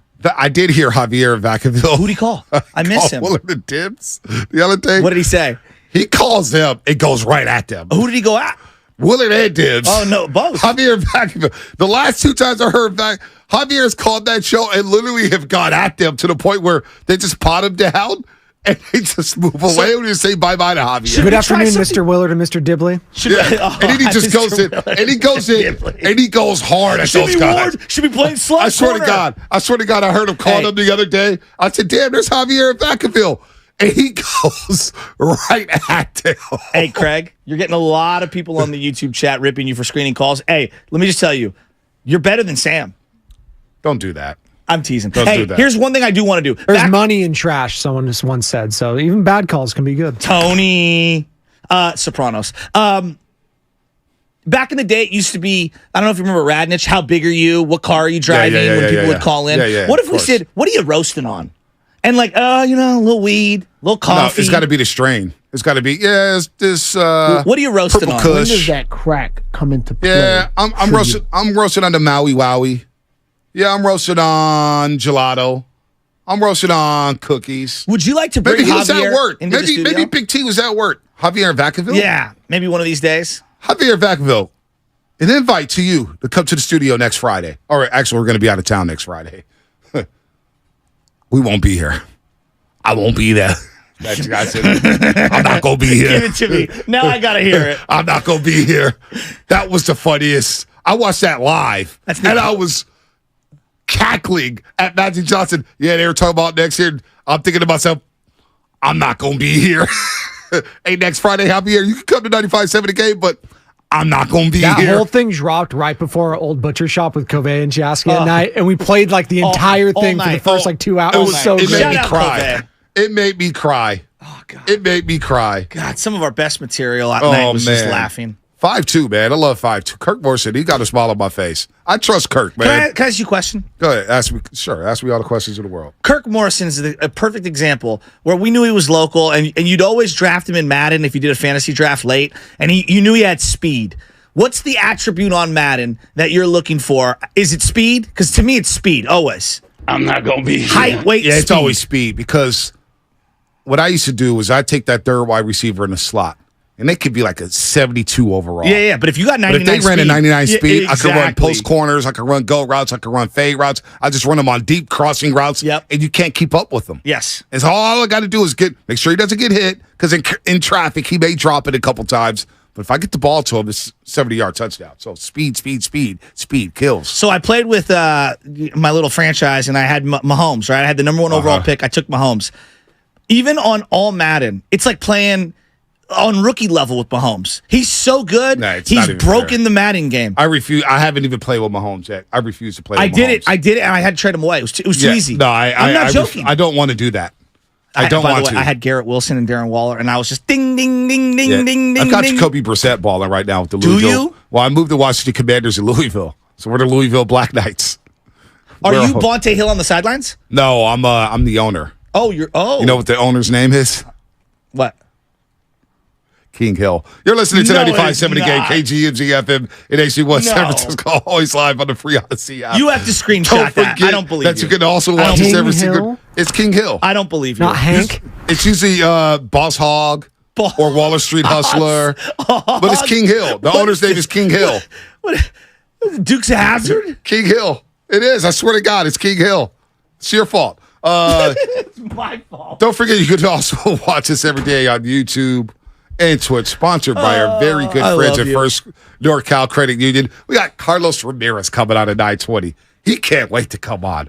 He's texting. For He's what? calling. He's on air. The other station's still texting us what we're talking about. Carlos, I know you want to come to Death Row. We'll get you in studio soon. Carlos, that's what we need. We get Carlos in studio. But then we get Carlos in studio, we may not get the microphone back. Keep it short today, Carlos. I love you, buddy. He's coming up in 17 minutes. Let's go to John up on the Russian River. Is this John What? Porter? Let's go. John, what's up? Good morning, gentlemen. How are you? We're good. Are you on How you River doing? Road right now?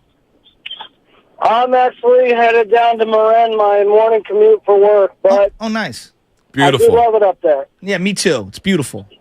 So I got a quick question, and it's kind of Bosa related and Trey related.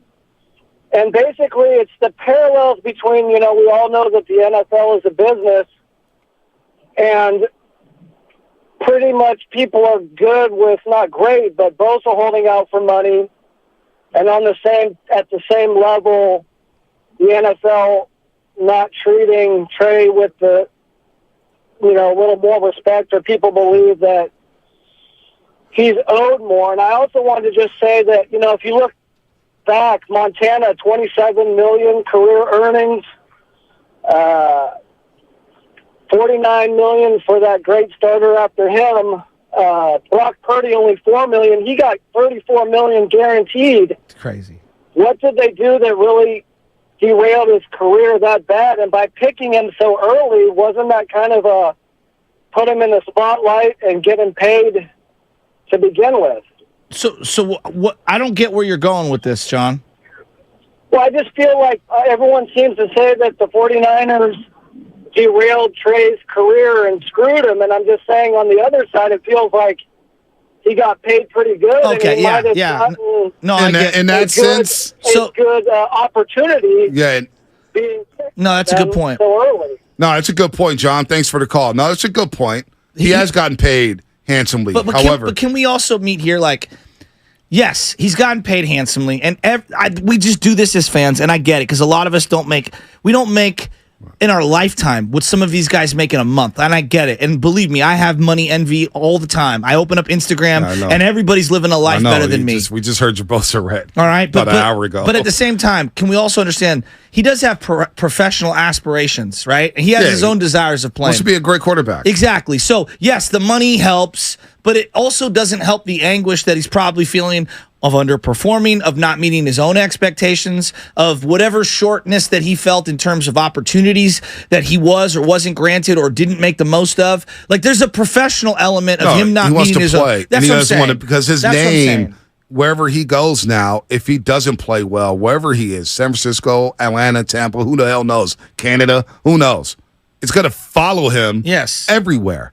And every time somebody comments on it, oh, well, you couldn't play quarterback with the Niners, you got all that money, but somebody's going to say, but Trey, and then now, if he doesn't play well, Trey Lance's name is going to be next to Jamarcus Russell's and Ryan Leaf's as the biggest bust in NFL history. That's now happening. Yeah. That will happen if Trey doesn't play well. So the money can't hide that. No. The money can't help you overcome that. I'm sorry. I know a variety of young athletes who got full scholarships to go to certain schools, right, to go play ball, and boy and girl. And what I ended up seeing is, like, because they didn't get opportunities, or maybe they didn't play as well as they wanted to, or whatever, even though they went to the school of their dreams, right? And I know it's different than money. Like, they were in anguish because they weren't able to play the sport that they loved and weren't able to showcase themselves, or came up a little short. So, like, it's not always so cut and dry, I feel like. Yeah, let's go to Jeffy Campbell. Jeffy Campbell, what's happening? You're on the roast. Hey, fellas. Thanks for taking my call. What's up, baby? A couple things before Bosa. First, mad respect for you, Bonte, on your Trey opinion. My respect for you has grown exponentially because you did what so many other personalities just don't do. You changed your mind.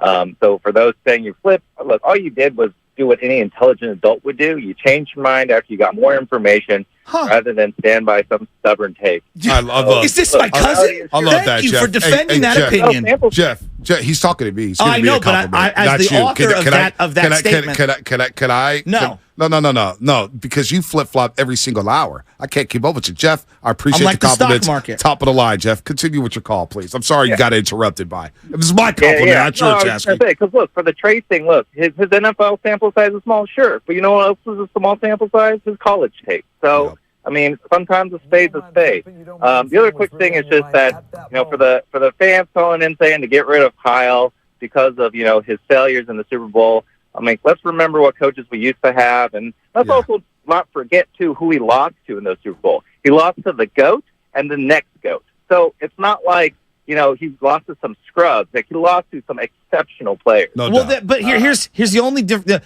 They also lost to the guy that they could have had in Stafford, which sucks. Right. And you know what I mean? Like, that one kind of sucks. They could have had.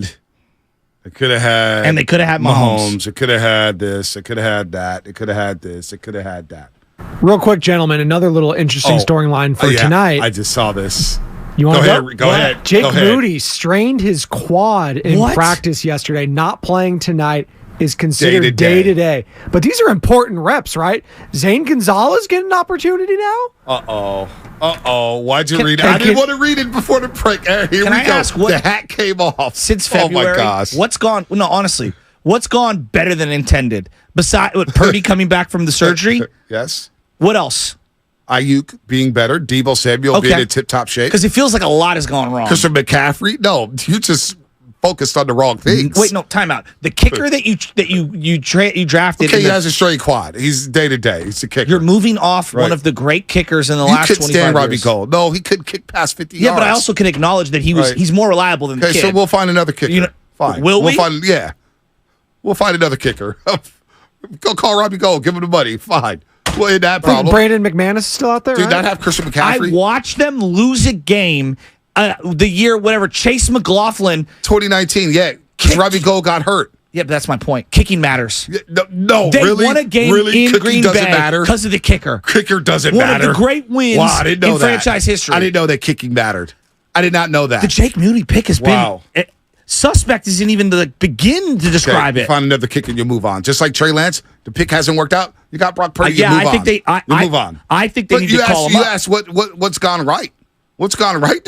I got Debo in the best shape of his life. That I'll listen to. Yes, I got Brendan Ayuk dominating training camp. Yep. Dominating. Yep. I got Warner Greenlaw back as the best linebacker tandem in football, looking like they're hunting. Yeah. I got Jair Brown from Penn State. You're gonna have to figure that out. What about Charvarius Ward being dinged up a lot this preseason? He was dinged up last year. Getting hurt a little. Dinged up last year. George Kittle gets hurt every year, but I got George Kittle ready to go for week 1. I got Trent Williams back. I got this line. Four of my 5 starters from a season ago is back. Juszczyk is back. There's a lot of positivity. There is a lot with the Niners. There is, but this kicker thing is big. Guess what? Nick Bosa will be back too. The only thing that's gone wrong. What has gone wrong? The kicker and what else? Bosa not being inked up. But we knew that was going to be. We knew that was going to happen. We knew he was going to be what? But held out. All right. We knew he was going to hold out. Did you not know that? What else? What else has gone wrong? Because I don't see all this negativity. I see a lot of positivity with this football team. I see a football team rearing to go in 2023. Bro, you're a freak, though. Like, the world don't see. Point blank, period. Yeah, that's right. That's right, Mook Dog, Ken Law. The world's going to see the Niners are back. The Niners mean business. 17-0. Mark it down. Not saying that. Said it. Not saying it. But you're fucking. Hey, what has gone wrong? What has gone right for the Niners? Brock Purdy's back. Brock Purdy's back. That's what's gone right. McCaffrey's here. But if you're going to do that, you also have to do that. Period. We also have Sam Darnold. Gosh, we haven't even started preseason. Preseason's not even over. You guys are killing me this year. The kicker. I swear to God, looks I'm going to say this right now. You, Grant Cohn, a lot of you wrote, not all the roasters, but some of you ruined preseason football for me. I did. You ruined it for me. You ruined for it. I did. You ruined it. You ruined it. You ruined it. Okay. You know who hasn't ruined it? Carlos Ramirez. He hasn't even ruined Giants baseball for me. You guys have ruined preseason football. You guys have. To the It was so glorious the last 25 years. I'm not working next August because of you guys. What's coming up in a game sponsored by Fremont Bank, full service banking, no compromises, and 7-Eleven. Carlos Ramirez, NBC Sports Bay Area. The small raspberry Slurpee drink from 7-Eleven is the perfect frozen.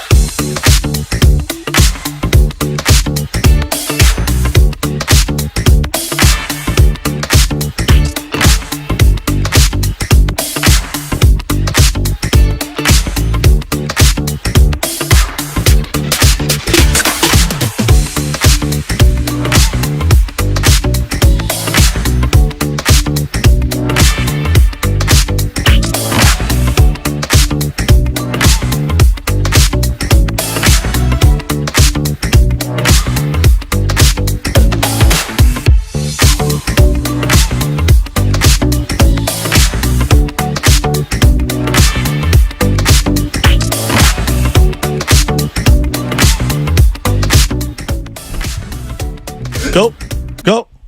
This is Andre Iguodala, and you are listening to The Morning Roast with Bonte and The Butcher on 95.7 The Game. Iguodala coming back? Go, Bonte. Iguodala coming back? Is he coming back? Is he retired? Who knows? I have no idea. What's he coming back to do? Can't tell you. Hey, man, coach, play. Who knows? I didn't see it. Yeah, I don't know. Only God knows. Any other position battles you're looking forward to? Offensive line When do you depth. think the last time Shanahan went to church was? Yeah. I don't know. I'm just asking. Only God knows. Good Catholic boy, I'm sure, right? Only God knows. I have no idea. Well, he spent all the Sundays with his father, Mike, so Yeah. probably hasn't gone to church since he was like 5 years old. Only God knows. Well, there is Saturday 5 o'clock church, but I didn't know anything about that. I never knew well, that. technically there is church every day, depending on Yeah, it's true. where you go and what you want to do. My grandfather used to go every single morning. All right. Maybe I'll go. And he was a Eucharistic minister. Praise for a long Jesus. time. Praise Jesus. We got Carlos. Okay, we got Carlos. But what other battles we're looking at? Slot corner, backup offensive lineman. I think the opposite edge rusher and Nick Bosa. Of course. Cleveland Farrell or Drake Jackson. Of course. Drake Jackson's second round pick. Yeah. He's got a flash. Tight end 2. Who Tight end is two. your tight end 2? Okay. Is it I like Fumagalli? that. Is it Ross Dwelly? Is Ronnie Bell already secured a spot on his roster? I think Ronnie, it goes, in my order, my depth chart, if I was Shanahan, it goes, Debo Ayuk, Jennings, Ronnie Bell. Especially with the Ray injury. Got it. There's a lot of things happening tonight at Levi Stadium. I do agree with that. But a guy who will be on the tube for baseball tonight, and we'll talk some football with Carlos Ramirez. We had to push him back. Carlos Ramirez doing a hell of a job on NBC Sports Bay Area Giants pre and post. And, of course, he'll be hosting Niners pre and post game live starting week 1 against the Pittsburgh Steelers bright and early in the morning. Carlos, good morning, my man.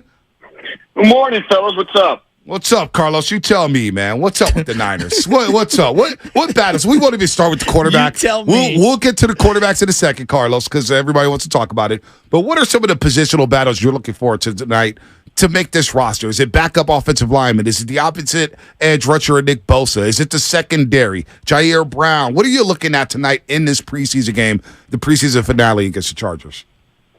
I think all of those are great points. I think the biggest is all of those holes or roster spots you mentioned, are either backups and I've never, ever had a preseason or training camp more focused on backup spots in any spot or any team that I remember than this 49er team, which means that the number ones are pretty locked in, except for that nickel corner. I think that's the big question mark today for the 49ers going forward. And who's going to play opposite Nick Bosa? Right. Because we are all assuming that come September 10th, we will see number 97 out on the field. But I think beyond who's going to be the other bookend with Nick next to Nick on the other side, and then the two guys up the middle with Eric Armstead and Devon Hargrave, I think nickel and the opposite bookend would be my two first ones.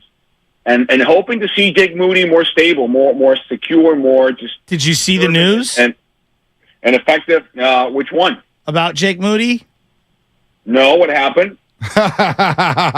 No, Carlos, what are you doing? Just waking up here, Carlos. Jake Moody. I took my kids to school. Yeah. Oh, yeah. Well, you just took your kids while you're dropping your kids off, and I'm glad. Hopefully, they're having a good first week of school. Not everyone has 9 screens at all time on them, Bonte. I'm just saying. I saw it. He won't play. He won't play. Yeah. Strain quad, right quad. That's all. Yeah, he won't play. He won't play.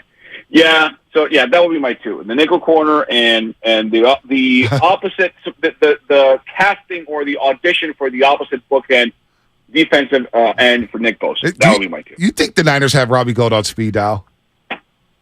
No, because he got no. Why are we hating on Jake Moody? I'm not hating on him. I'm not hating on him. I'm worried. Shasky's worried about everything. I mean, the guy almost missed a game-winning kick from like a yard out. Come on. Talk some sense into him, Carlos. It's gonna be Zane Gonzalez against the Chargers. Fine. It's fine. You know when there's a segment that Rich Eisen has on his show. It's called the high register confidence or something. And when someone goes high register, they're absolutely not confident. It's fine. It's gonna be fine. He's gonna have a great game. Nothing to worry about. It's gonna be fine. I think we're going high register with the Kickers.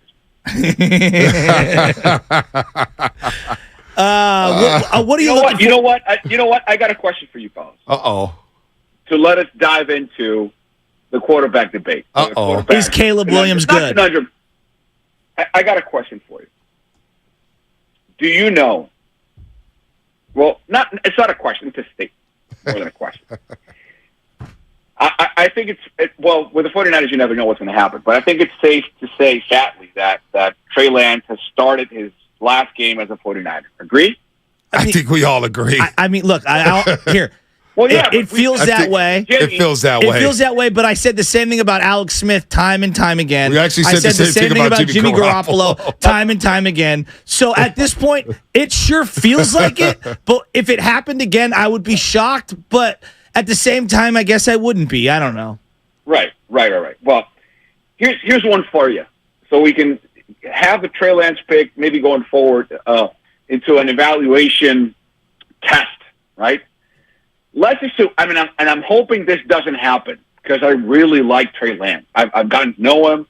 He's a bright young kid. I really like him. As a person, I think he's just got to play more. But for this exercise sake, let's assume that Trey Lance never starts another game in the NFL for whatever reason. Not that he doesn't play, that he never starts another game in the NFL, ever. That his career starts are limited to 4, right? Biggest bust in NFL history? Yes. No. Listen to this.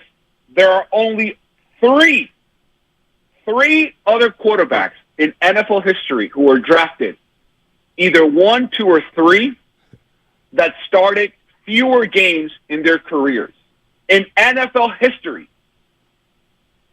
Ready for this? Yeah, I'm ready. John Rouch was. Do you know the name John Rouch? Never heard of him. No one does. John Rouch was drafted in 1949 by the Lions and traded to the New York Bulldogs.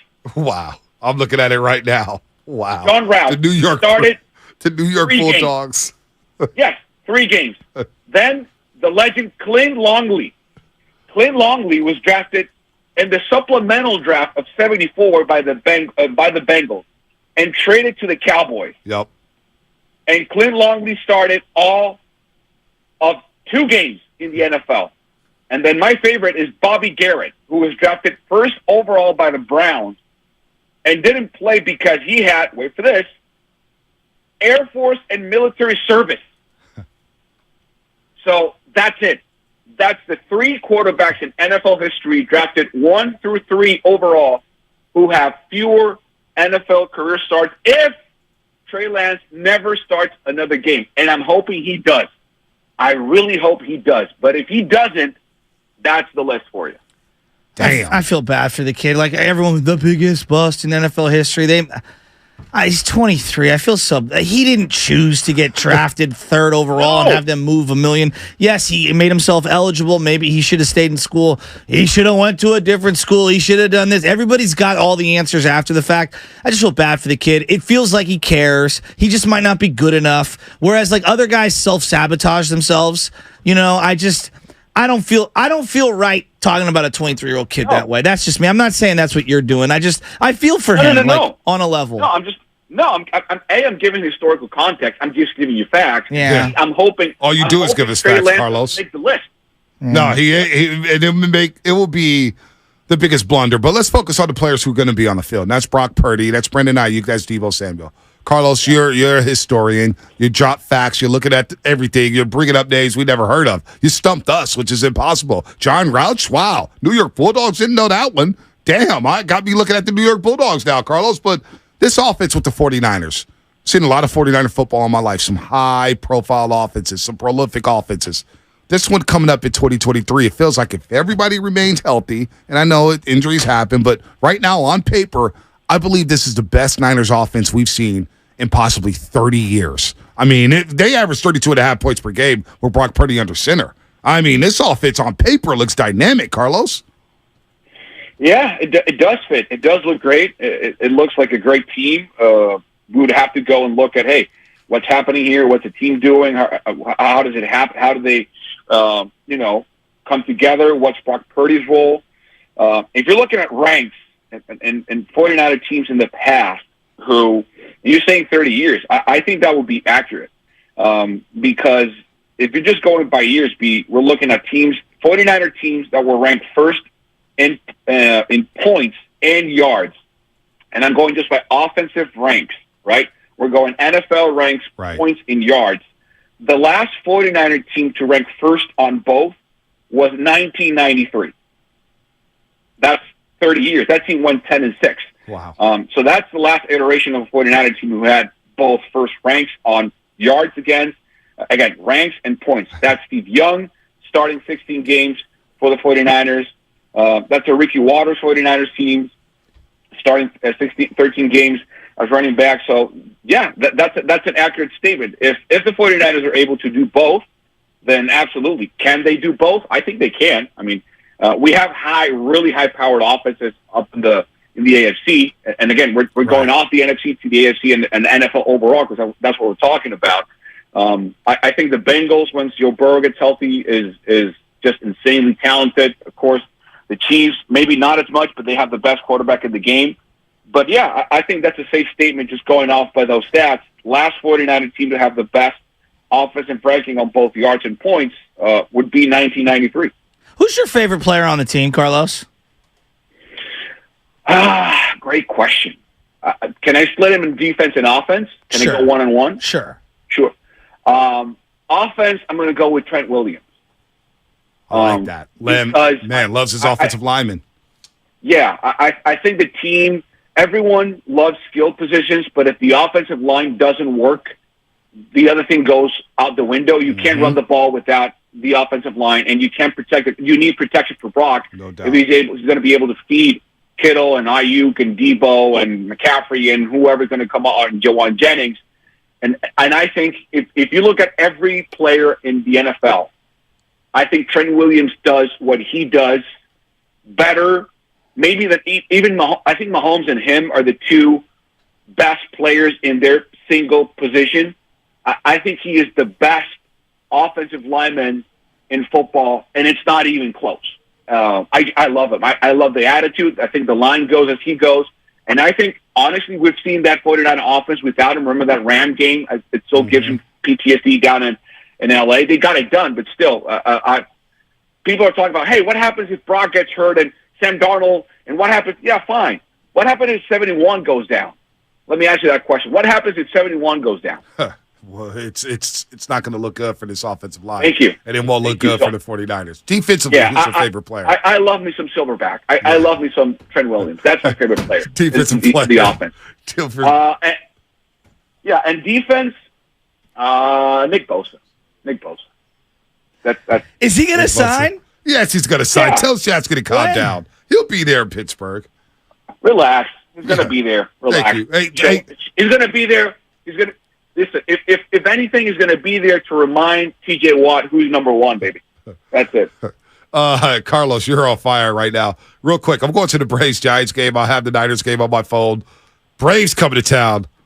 That's a major league lineup. Not this platooning stuff we got to watch every single day, man. Kapler's feeling the heat. I can feel it. I can feel it through the camera when I'm watching post game. I feel like he's feeling the heat a little. I agree. I think Gabe Kapler understands what's at stake. He's got a 1 year deal, 1 year left in his deal. That's 2024. Both him and Farhan are operating this season or the remainder of this season, understanding they have 1 year left in their current deal, which is next season.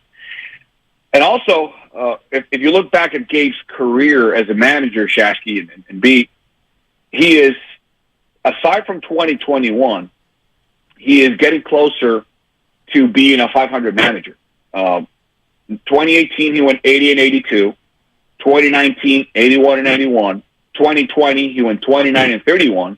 Then last year, he went 81-81. And this year, so far, 66-61. So even though he had a tremendous 2021, he is still a career 52% or 53% winning record as a manager. That Phillies team in 18 wasn't this Phillies team. He did get Bryce Harper for 2019, and that was the year that undid him. And in 2021, he had Buster, and he had a really good team. Not to cut you off, Carlos. Speaking of Buster, what's his next role? GM or manager of the Giants? Buster Posey. Why is he moving back to the Bay? Well, I think his role as owner. I don't think we're going to see Buster manage for different reasons. I think he said he wants to be with his family, which he did. I just think that, and I heard you, B, when he said that you believe that his move to San Francisco is to and you know what? Let's do this, B. Let's for your sake, for the Morning Roast sake and the roasters out there. Let's do some Angel Devil Buster Posey style. What do you think? Angel Devil? I don't know where this is going, but Remember the little angel I don't like and the little 666, but let's do it here. No. Oh yeah, the angel on one shoulder. Yeah, let's do it. I need a little devil angel devil in my life. Let's go. So let's get spicy. So let's say Buster Posey, he's driving up here in San Francisco. He moved already to San Francisco, so he's here. Let's say he's driving riding his bike, up to Oracle. There you go. And all of a sudden, poof, angel on one side, devil on the other. And the devil saying, hey, look. It's the Matt Nahigian devil. Hey, look. Hey, Buster, buddy, you got to manage this team. You got to manage it. You're a catcher. You're going to be a Hall of Fame catcher. You know how to win. He's trying to get it down at 95-7. Carlos. You got to take over. That team needs you, buddy. We don't know what the hell we're doing now. You got to develop Patrick Bailey. Bring the kids up. You got to convince Otani to come here. He's going to be on the cheap loan now with that injury. Hey, and then the angel pops up. Poof. Hey, Buster, what are you doing here? No, everything's fine. Listen, you're going to be an advisor. Anyway, salary, a salary for a manager's not that good. You made your money. You're an owner now. You're going to be better off in the front office. Drop here and there. Drop some nuggets.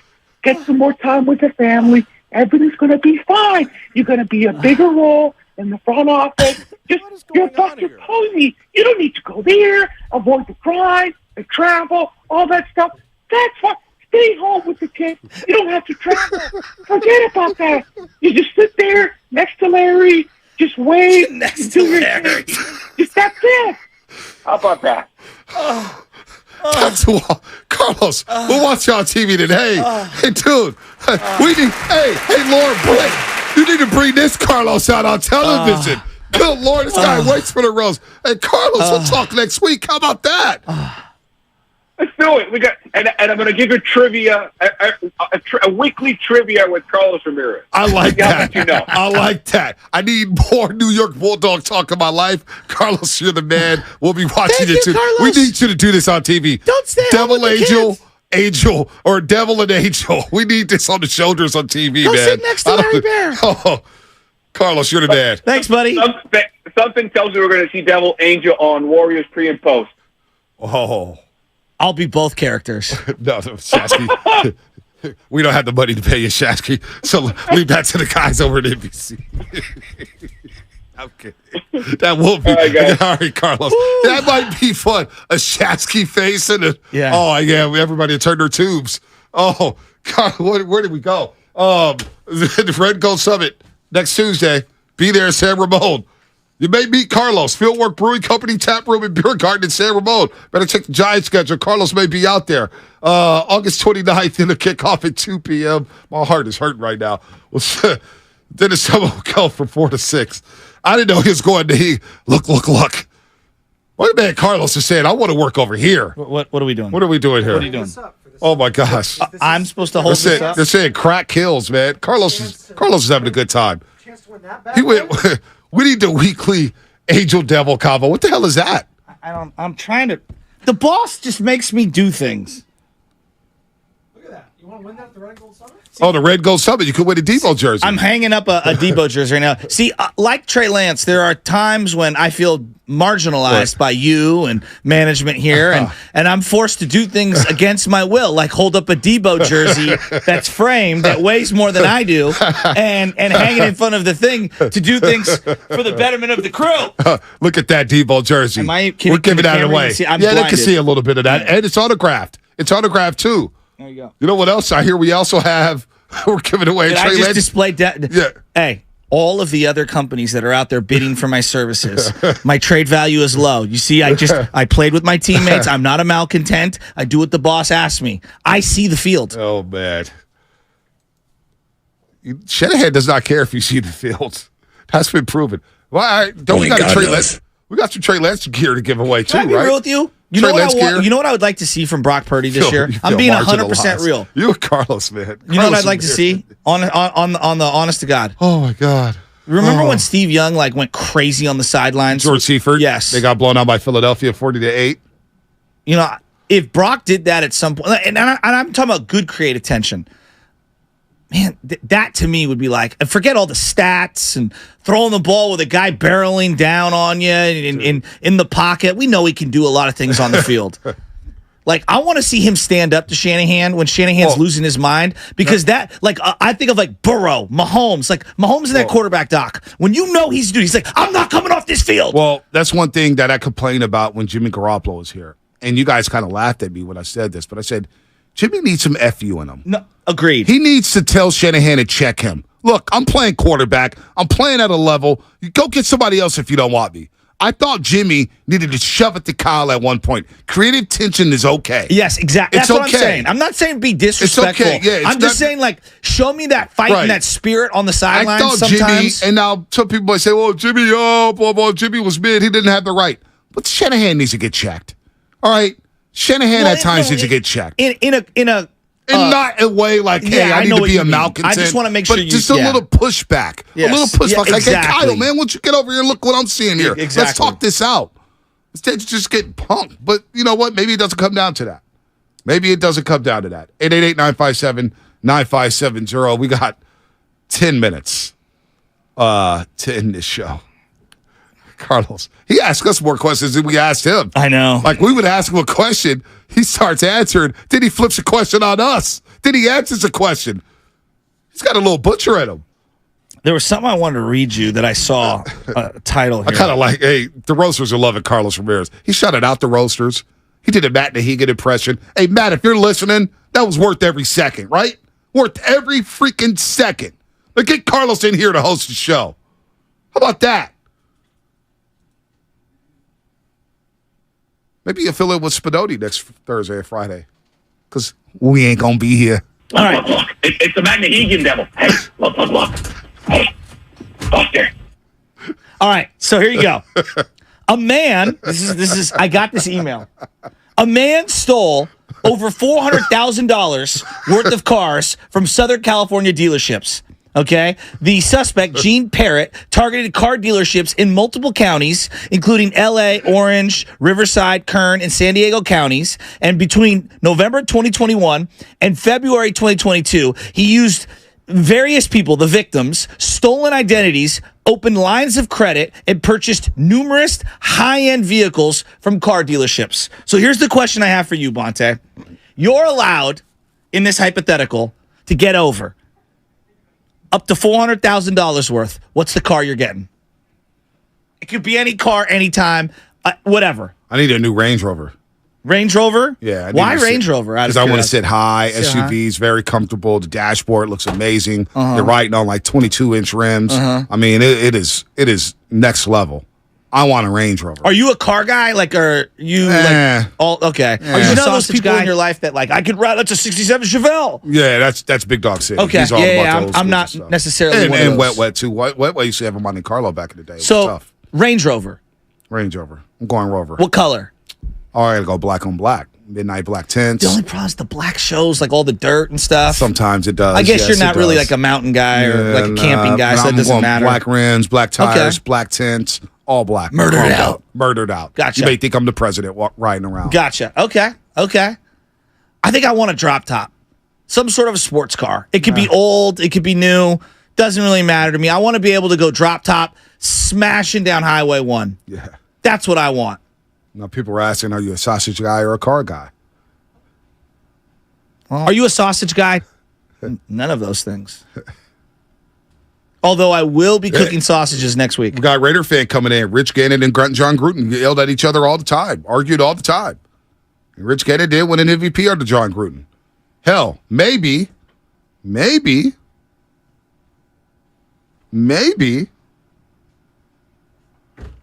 Sam Darnold becomes Rich Gannon with the 49ers.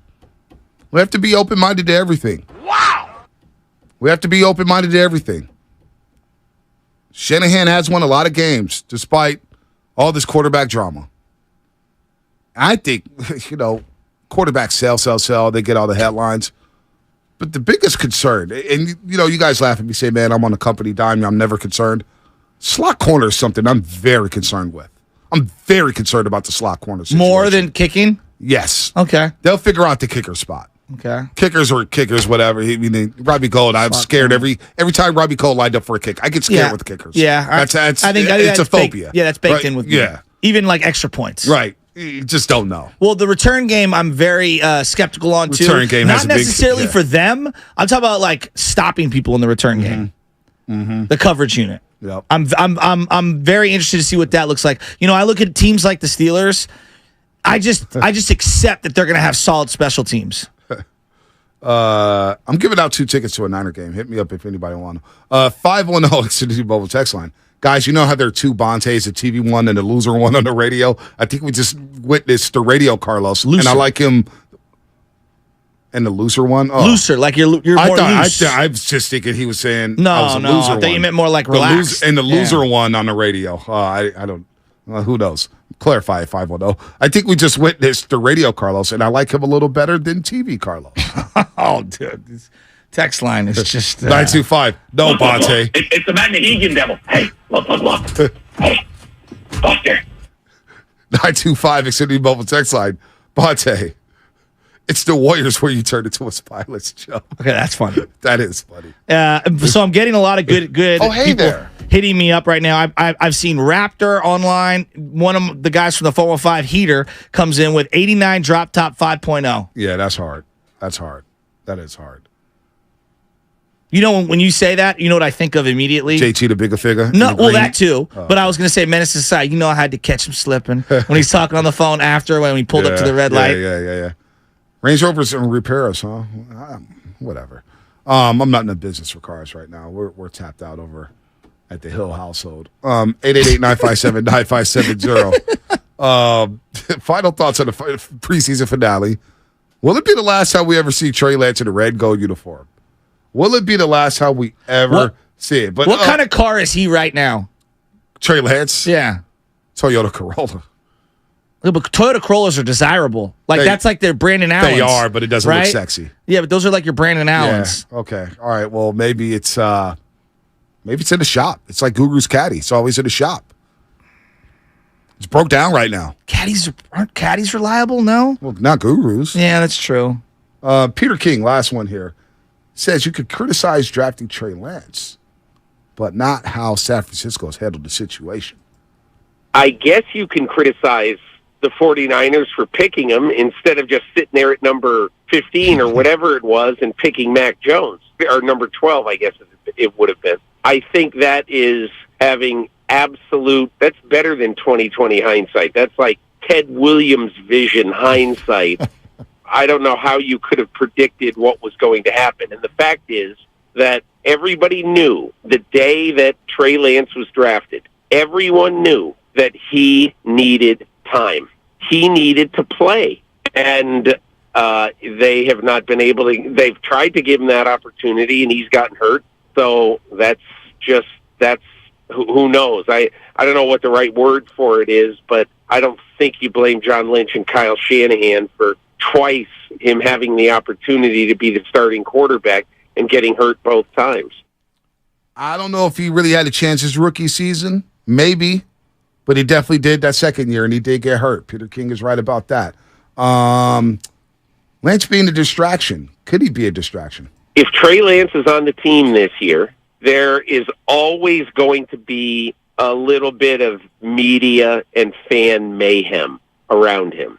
In my opinion, I think this is about, as long as they keep Trey Lance, there's going to be this drumbeat of fans who say, you got to give him a chance. You paid too much to not give him a chance. I agree with him on that, and that's kind of why I've come to this thing where I'm like, if you kind of should have seen this coming. This is part of management, like damage control and seeing down the road. Right. And I'm saying, like, you should have stapled some draft capital and eaten some of the money and had someone either before the draft or during the draft take him on. Because once teams kind of set themselves, no one wants to bring this guy in right now, learn the offense, be the 3. Like, everybody's got guys in their system that they're either feeling good about or, have a more comprehensive feel for what's going on. Like, I just feel like the timing of everything right now, I don't know. And then if you cut him, you accelerate this money that you kind of need. Let's go to Pierre King. This is wild to me. I'm actually surprised by this answer on what the Niners should do with Trey Lance.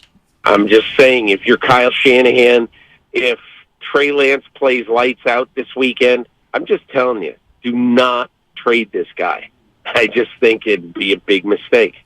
So let's trade him. They've moved on, though. So, like, to me, like, moved on. this is where I stand. The trade is inevitable, right? Like, what's the outfielder that everybody loved from the Giants who ended up having a good year with the Reds? Oh, Adam Duvall. The Giants moved on, and they're not missing a beat on Adam Duvall. No. I know everybody's, like, losing their minds every now and then on Adam Duvall's, like, whatever. The better one may be Zach Wheeler. Okay, I'll listen to that. Because everybody says that was a bad trade. But Zach Wheeler didn't pop in Major League Baseball until 2018. They made the trade in 2011. I like that a lot. They moved on. But I'm okay with it. I'm okay. They won 2 World Series championships after the trade. So as a Niner fan, I'm sitting here, I'm like, you've moved on. Right. You've got Darnold and you've got Purdy. I don't care what he did. Like, look, if he goes elsewhere and he succeeds, that's fine. But you have to win here. That's all I care about. Whatever he does away, I'm kind of over that. Right, me too. And now, will people hold it against him? Sure, whatever. You can't worry about that. We'll do the same thing with Wiseman and Poole. Like, if you divorce, right? If you get in a divorce, they're going to maybe move on, and they're going to go on. You can't worry about what they're doing. You have to worry about what you're doing. Yeah, it's like an ex-girl. You keep looking at their page. You're looking at their page. Who they're dating. And it's like, wait. I can't move on unless I stop looking at this girl's page. Who cares? I got to do what they do. It's a great analogy there. B, one last thing. Right. The car analogy we were talking about, like, what is Trey Lance's car? Will O'Hara's got some good, Daker's brother. Will O'Hara, he's still got Coach Ryan Mel's 70 Chevelle. This guy, Will, what's up, Will? Happy birthday to SFO as well. He's already 10 years old. I can't believe it. He's got a collection. Of cars? He's got some heat. Nice. I'm jealous. Trey Lance is like a DeLorean. And the reason why I say that, the most iconic thing about the DeLorean is the movies, the fake stuff, right? Nobody has a DeLorean. No one's driving a DeLorean, right? But in our mind, the DeLorean's really cool. It's the same thing with Trey Lance. In our mind, it all made sense. It never materialized in real life. It didn't. Boy, that video aged well, didn't it? You know what? What did I say? It aged like $2, Chuck. The things that were said. I mean, we sounded I laughed at that video. We were right about Art and Key, though. We were right about Art and Key. Remember that? We did hit that Art and Key. We were right about Art and Key. I said to you, Art and Key flashed. I said he did flash today. Art and Key, don't forget that. You know what? Here's what I would say. I'm going to play this last one for a minute. If I'm best remembered for completely whiffing on Trey Lance, I admit, hey, listen, I thought he was going to be the real deal. Listen, there's one right now. I thought he was going to be the real deal. 925. 925. Bonte lost all credibility when you led the Trey Lance hype train. Shake my head. That's Randall. But 925, I'll say this. What about Christian McCaffrey? Do we get any love for that? As bad of a miss as Trey Lance was, how good was that hit for CMC? Who bats 1,000? Nobody. One of the most gifted people physically I've ever seen. Hey, on the field of Adonises. You know what though? When you go to practice and you watch him, even now, when his mechanics are sloppy, the ball flies out of his hand. Now that doesn't mean he's good or can read a defense, but at practice he did look good. We all whiffed.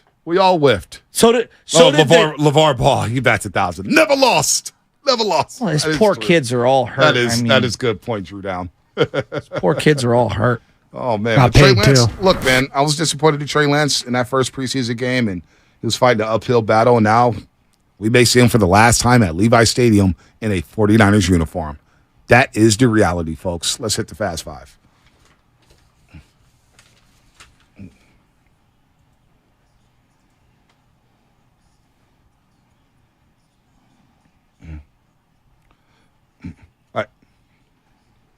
I'm going to give another shout out here for my final thoughts. Neighbor Dave, he hit me up. Oh, we I know love Neighbor. Dave. One of his sons is at City College in San Francisco trying to play on a football team. He's got another son at Wash. But he wanted me to do this, and he's a dear friend of mine. We won Turkey Ball together at Washington. He won 2 Turkey Days, and that's Lamar Chi Williams. Lamar Williams. His son is at Washington, and he's been great at practice. His son can't play right now because of grades from last semester. He's going to be back on September 20th. He's got high energy just like his father, but I want to shout out Lamar Williams Jr. Young Chi, hang in there, buddy. We're all pulling for you. You got a lot more family than you think. Hang in there with the grades. Get those grades up. We'll see you on the football field September 20th. And we know, like your father, you will be a problem on that football field. So shout out to Neighbor Dave and shout out to Young Chi. Go ahead, Shasky. My final thoughts are I really hope that Kyle Shanahan, acts like a leader tonight. Mm-hmm. I want him to just step in front of the podium and just look, if you've made the decision, Niner fans are going to ride with you. You've won a zillion games. Winning is all that matters. Most people are going to go with whatever you say. If you think Sam Darnold's the guy behind Brock Purdy, we'll all nod our heads. Just go up there and be real. That's all. You guys think the quarterback controversy is hard. Whew. This kicker one, when Zane Gonzalez goes out there and nails some 55-yarders. Oh, boy. It's going to hit him right down the pipe. You know it. Go ahead, Craig. Just want to thank you guys for letting me roll with you this week. My final thought was, I don't know if you guys saw the Jonathan Taylor. They were trying to get the trade going to Miami, but Miami actually wanted it, but the coach shot it down because they didn't offer a first-round pick. I thought running backs weren't, you could interchange them and they weren't worth first round picks no more or first round money. That's why they aren't getting paid anymore. So you can ask for it, but then you're not willing to pay for first round money. I don't understand this. You can't have your cake and eat it too. Either running backs are first round people or they're not first round people. Well said, Craig Mack. It's the only thing you said all week. It's the only thing you've done all week, and it was a great job. Great job. No, Craig Mack, it's always good having you here, man. We didn't cut Steve Kerr. Or Steve Young. We didn't play any of that. But shout out Craig for cutting all the Steve Young. We didn't even play. Steiny and Goo will play some of that. They're going to play the Steve Young. Damn, we had you guys cut the Steve Young up and didn't play not one time. That's what happens on the show. We get lost in the sauce. We start taking calls. We start doing interviews. We start talking. We like our own voice, apparently. And we forgot to play Steve Young. I'm going to go home Thanks and take for reminding a nap. me at 9:55. Thanks, Fedoni. That's great producing. Now I'm going to throw you under the bus. Like Shanahan is throwing all his quarterbacks under the bus. No, I'm kidding. Man. I'll pivot to Vegas with Steiny and Goo, like Jimmy. Oh, boy. You are going to pivot. The boys in Vegas, man. All right, they stretch Hummers. Dang. Steiny and Guru. That's the future right now. Fast Five brought to you by Xfinity, the next generation 10G network. Only from Xfinity. Again, the future starts now with Steiny and Guru live from Las Vegas. Because there's anywhere else. And then there's Vegas. Dun, dun. Look. It's the Magnahegan devil. Hey, look. Hey, Buster. Shop organics at Whole Foods Market. Get organic black...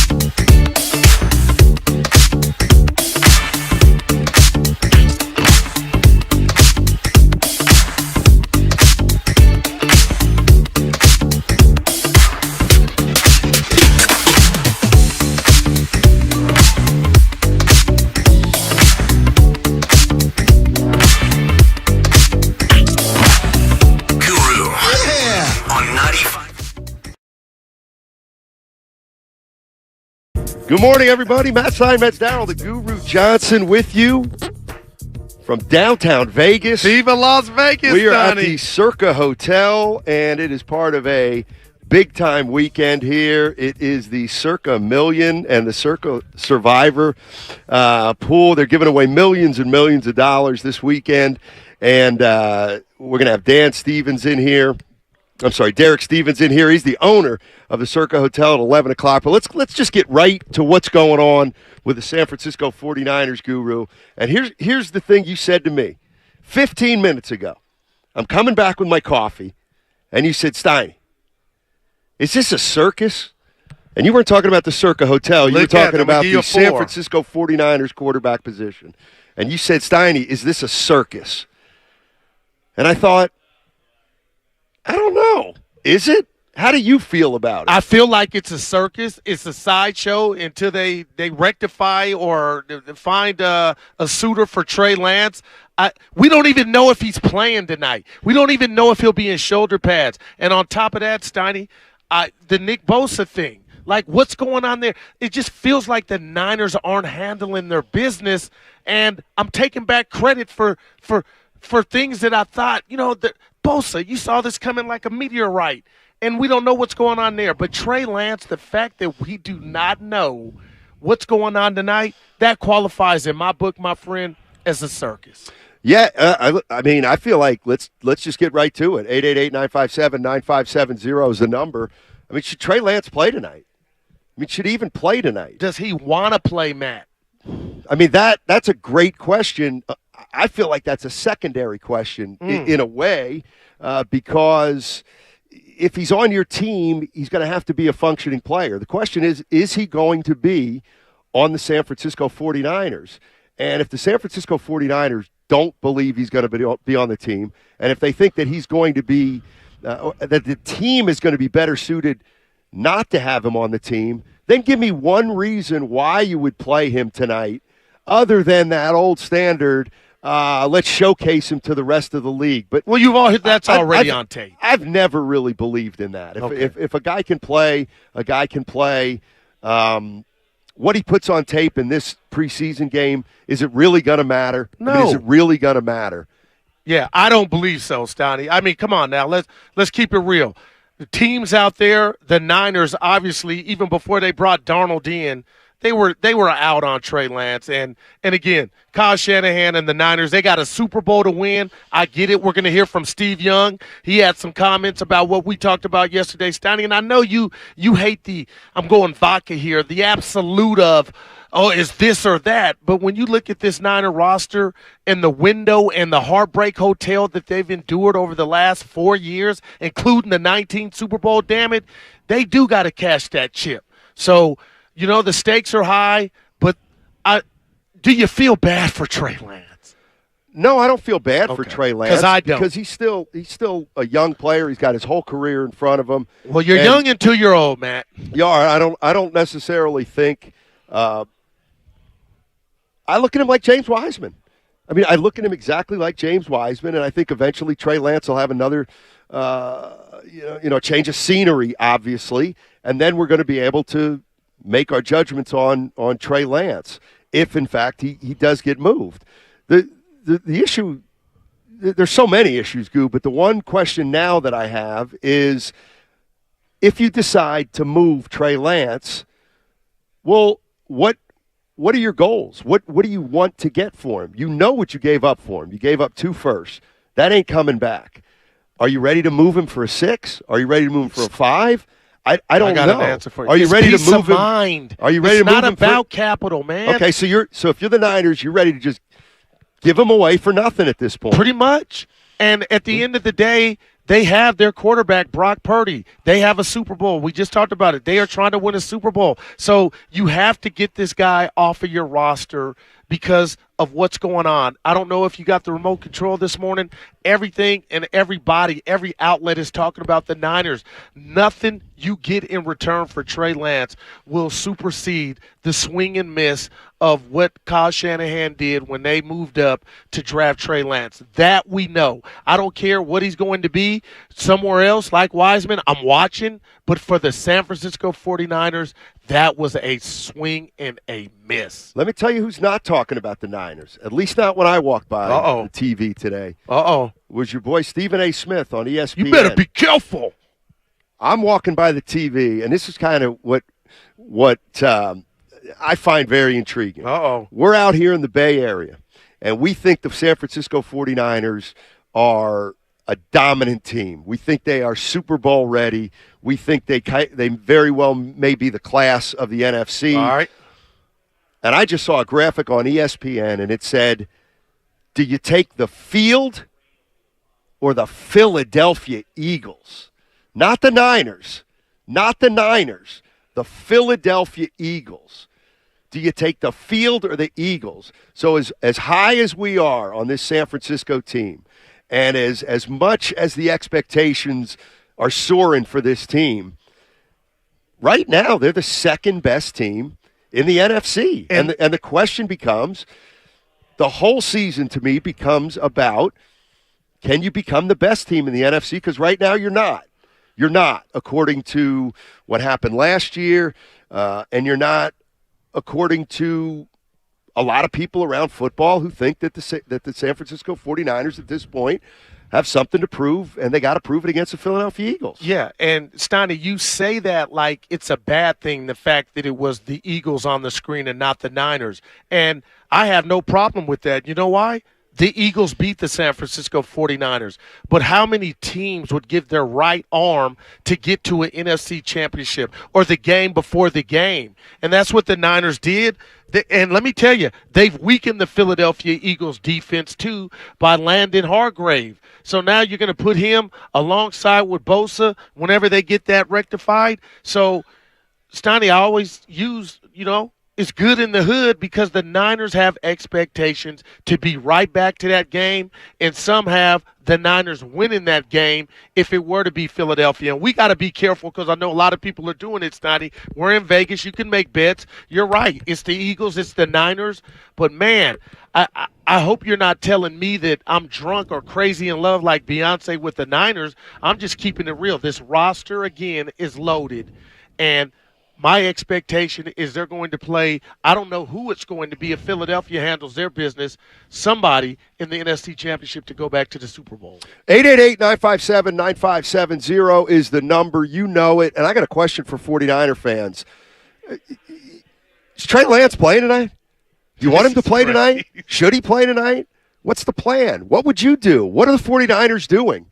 Do we have any indication on how they're going to use Trey Lance tonight or not use Trey Lance tonight? And then the other question I have is, do you view it as a circus if you're the 49ers, if you're a 49er fan, or do you view it as – because I actually, as always, Goose, see both sides.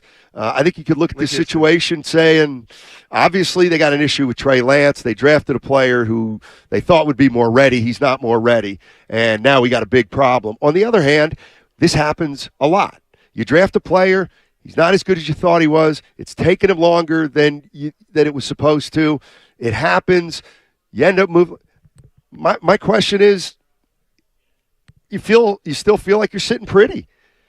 You still feel like you're sitting pretty with Brock Purdy 1, Sam Darnold 2, Brandon Allen 3. No doubt. It's so interesting to me that I get it, and I'm fascinated with Trey Lance too, and what's going to happen with Trey Lance now, whether he's going to be on this team, whether he's going to see any more playing time for this team. But the reality of the situation is we're still talking about a backup quarterback, and how much does that really impact how good your overall team is? Most of the time it doesn't. Yeah, it does. So I guess what I'm saying is I kind of understand a 49er fan saying, get off this. But by the same token, it's what you got to stay on because the stakes were so high for Trey Lance. They gave up so much for Trey Lance, and so many people are invested, or were maybe at this point, in seeing Trey Lance play as the starting quarterback of the 49ers, and that's not happening right now. Yeah, you know what, Stoney, I hear you, but it's not the It's not the San Francisco Trey Lances. It is what you just mentioned. It's the San Francisco 49ers. And they're loaded.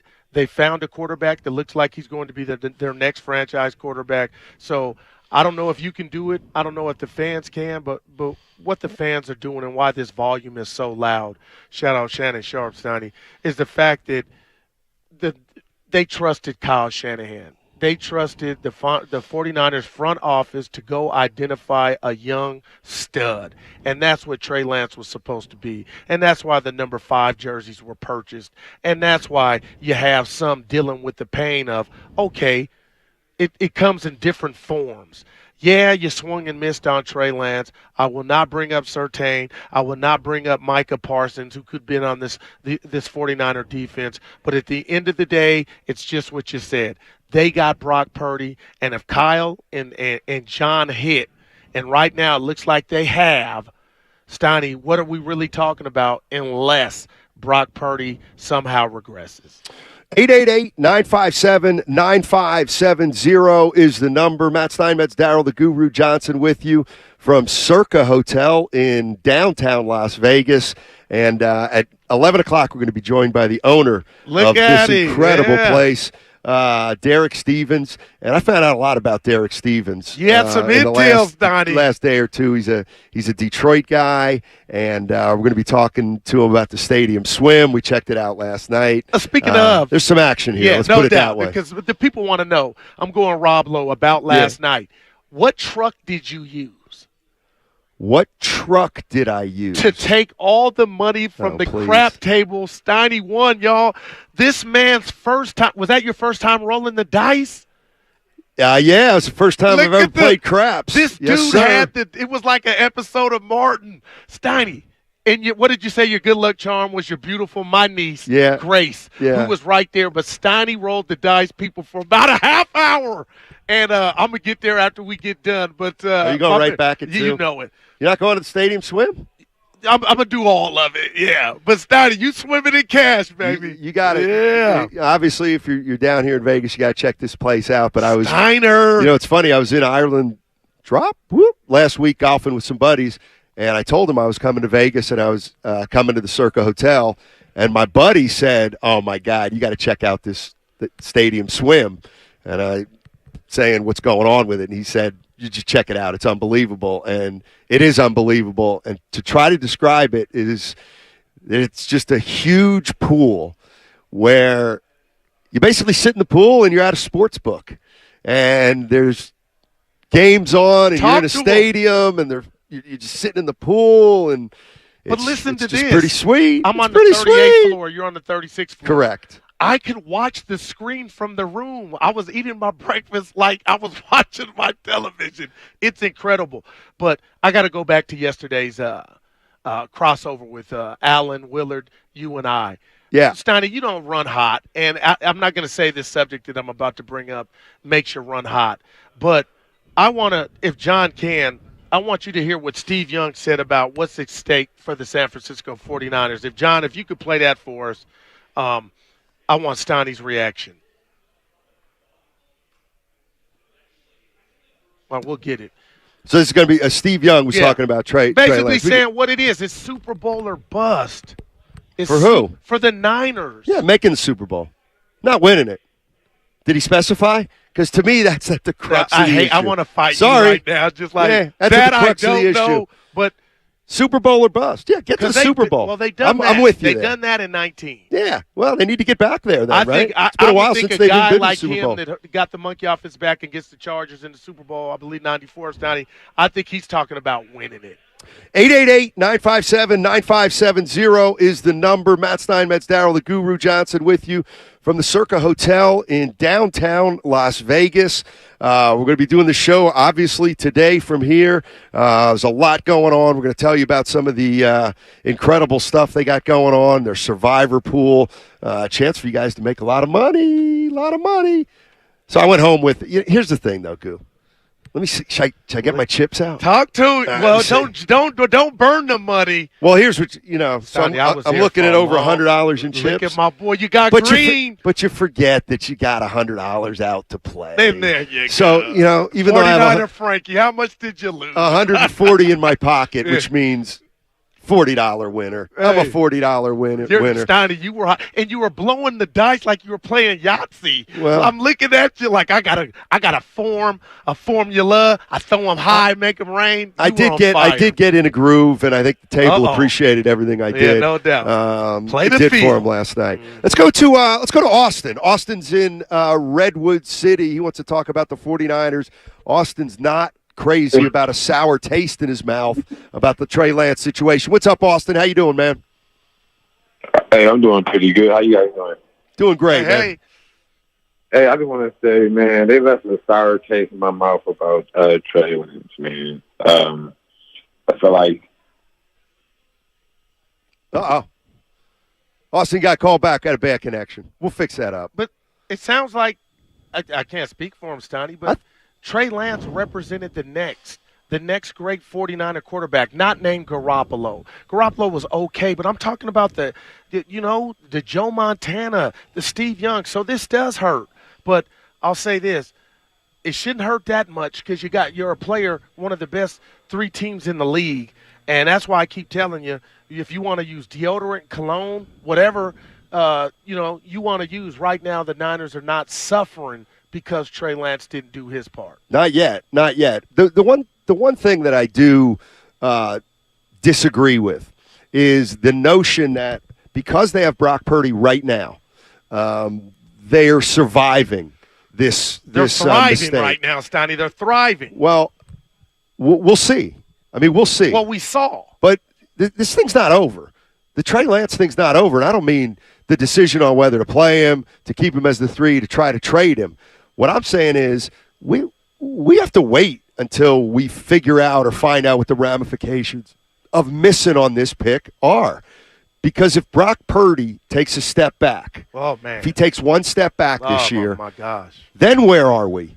Then we got a big problem. It'll be hell to pay. And then, what does that mean, though?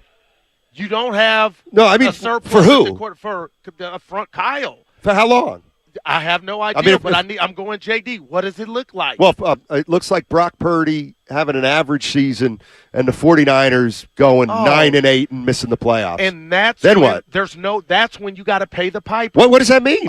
200 calls to Steiny and Guru 10-2. National media, which are basically getting it ready now. They're just not buttering the bread, and they're not buttering the bread right now because there's no reason to. Brock Purdy's your guy, so he's going out there week 1 in Pittsburgh. But Steiny, if you use that R word again, regression from Brock Purdy, then you open up a hole. Okay, you blew it.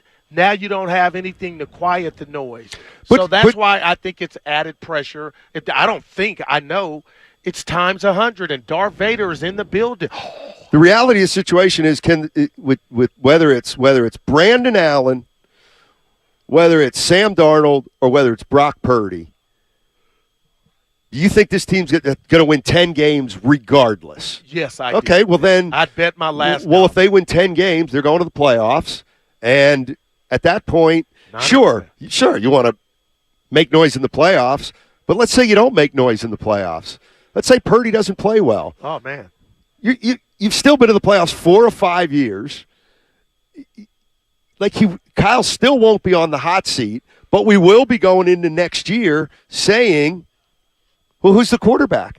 To me, there's 2 issues. Sure, you want to win the Super Bowl, but if and when that doesn't happen, you better know next year who your quarterback is. You can't not win the Super Bowl. Let's say not get. Here's my whole thing. You can't not get to the Super Bowl and then go into the offseason saying, what's our quarterback situation? It'd be a nightmare. You've got to finish this season, even if it's a disappointing season, knowing that Brock Purdy's your quarterback for the foreseeable future. Can you imagine, Guru, coming out of this year and they're in the very same spot they've been in for 4 or 5 years? It would be that's when I do think Kyle Shanahan, again, I think he's a year. He's 2 years away from being 2 years away from the hot seat. Maybe a year away from being a year away from the hot seat. And that's assuming things don't go well. But the point is, he's not near the hot seat right now. But next year at this time, he's going into year 8. Forget about what happened this year. Brock Purdy better be the quarterback, or at least somebody better be in here who is going to be the starter next season that you feel good about.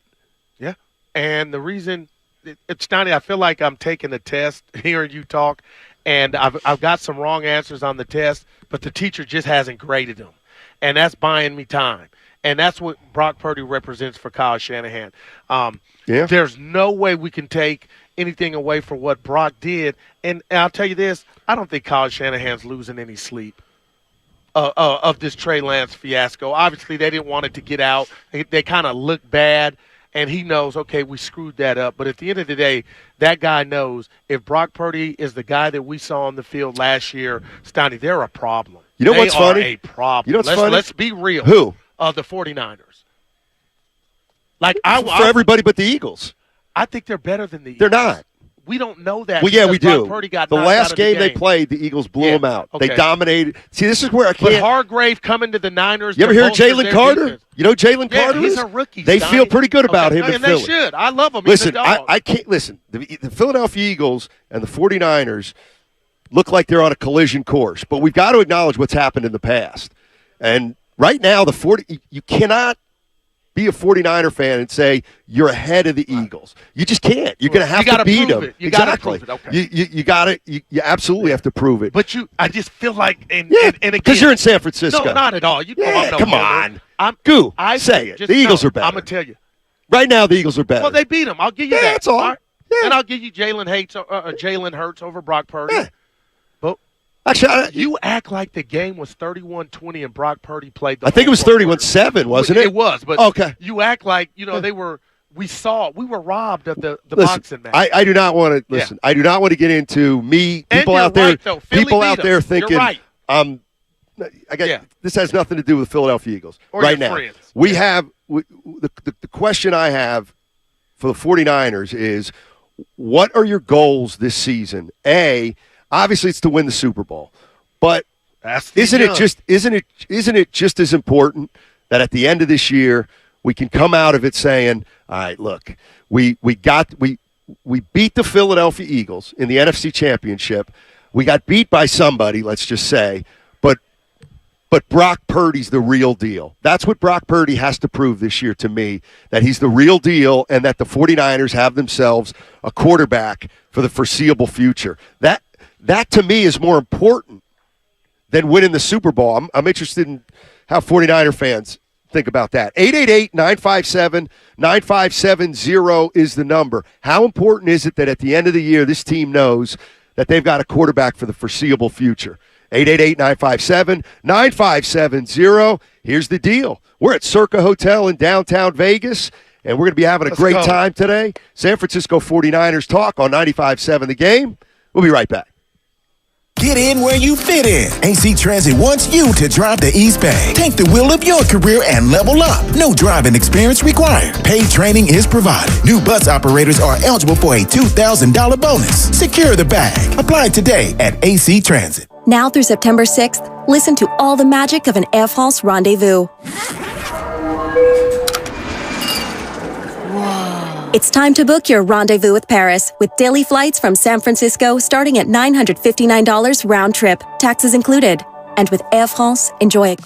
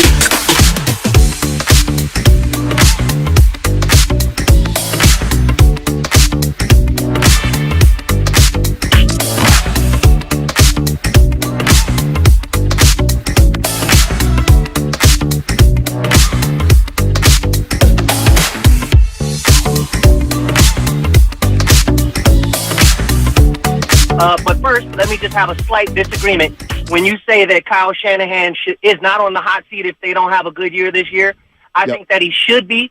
And the reason is, if you look at the history of NFL, I remember a guy named Marty Schottenheimer, excellent coach, couldn't get over the hump. They fired him.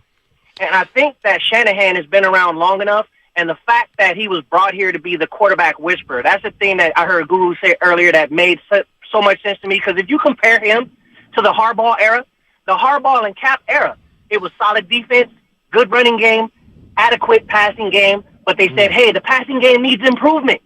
It's not working. So they swept out Harbaugh, they swept out Kaepernick, but you haven't had a net gain since. In other words, Kyle Shanahan has brought you right back to the same place. Solid defense, good running game, questionable quarterback. Now, the Brock Purdy thing, let me just say this real quick. I don't know why people are not expecting him to regress to the mean. In other words, this dude has a small arm. He's got obvious physical limitations, obvious, with arm strength. And that is a major problem in the NFL, and we've seen over and over again guys like Matt Flynn, the Detmer brothers, Colt McCoy, guys who can come in and win a few games, but then you think they're the guy moving into the year coming forward, and they fizzle. So if this doesn't work, I'm sorry, Shanahan, you're out of your 9 lives. I mean, I don't know what else to say about this, but this better work, just like you guys said, and I don't think it will. This is going to be highly entertaining. Mystic, it worked last year, and we can throw stones at Kyle, and I agree with a lot of your points, but what I don't agree with, Mystic, is you need glasses. Let me help you with this prescription. I mean, there's weapons all around the field, and the one thing Kyle can do is use Brock Purdy to distribute the rock, and we saw that. They were almost scoring 40 points a game up until he got hurt. So I'm not saying Brock is not going to regress, but Mystic, I think is highly unlikely, my friend. Can I rebut that just real quick? Sure.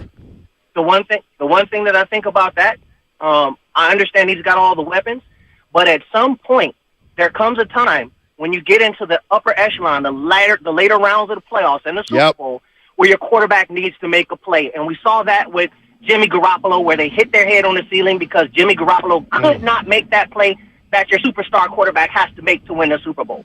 So I'm thinking that Brock is going to hit his ceiling, and the Niners will not be able to get over the hump because now all the defensive coordinators know this guy doesn't have a strong arm. Let's make him beat us deep. And I don't think they're going to be able to do that consistently, even with the weapons that they have.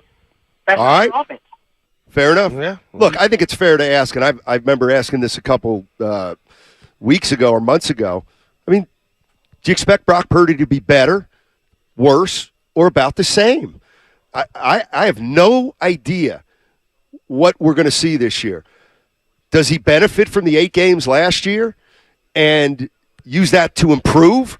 Or did the defense use those 8 games and study him and figure him out, and all of a sudden he doesn't look quite as good as last year? My feeling is he's going to look essentially the same. Maybe not quite as okay. I don't want to say impressive, because I don't think he was really that impressive last year, other than he did some things that neither of their first 2 quarterbacks could do. I think he was pretty darn good last year. There's no doubt about it. I'm with you. And if he's pretty darn good this year, I think we're headed toward the NFC Championship game against the Philadelphia Eagles, and then you take your chances with a healthy Brock Purdy and see if that outcome's different. But I do think it's a fair question to ask. Is Purdy going to be as good as last year, better, worse, or about the same? That's what this whole season's all about, really, isn't it? Yeah. And you know what's scary about that, because I think he's going to be the same, is the fact that it's not just about football. It's about health with Brock Purdy. It's about when he gets hit time and time again, Stoney. So that just comes with the territory when you have these top-tier athletes get hurt. But that's the one thing, if I were Kyle Shanahan, it can be over for any athlete or any football player on the gridiron, any play. But the fact that he had surgery on his moneymaker, it is a bit unsettling to where, okay, maybe he can read defenses better, maybe his mind is better, but if there's a setback because of what transpired in the NFC Championship game last year, Stoney, that would be god-awful. And then Niners, again, it's not a nightmare on 49ers Street for me if Sam Darnold were to be on the field, but that's when you would see what he can do. But, Stoney, before you grab this next call, I have to ask you this question because Mystic, to me, represents so much of the Niner fan base and the noise I hear. Can you look me in the face on this lovely Friday in Viva Las Vegas and say, Goo, the only reason Kyle has not won a Super Bowl or the Niners is because of the quarterback? Because before you answer, Steiny, there is no way that's my answer. Well, if they had a better quarterback, they would have won a Super Bowl probably. If Tart catches a ball, they're playing in another Super Bowl. If Mosley doesn't get lost on 3rd and 100, if Kyle calls a better game, so I don't look at, who couldn't use better quarterback play, but it's not the sole reason. Jimmy hit Kittle in the last play of the third quarter in the NFC Championship game against the Rams. He put him up 10. He didn't blow that game. So what's your point? I don't care what you guys keep calling and keep talking about as if they had Fran Tarkenton.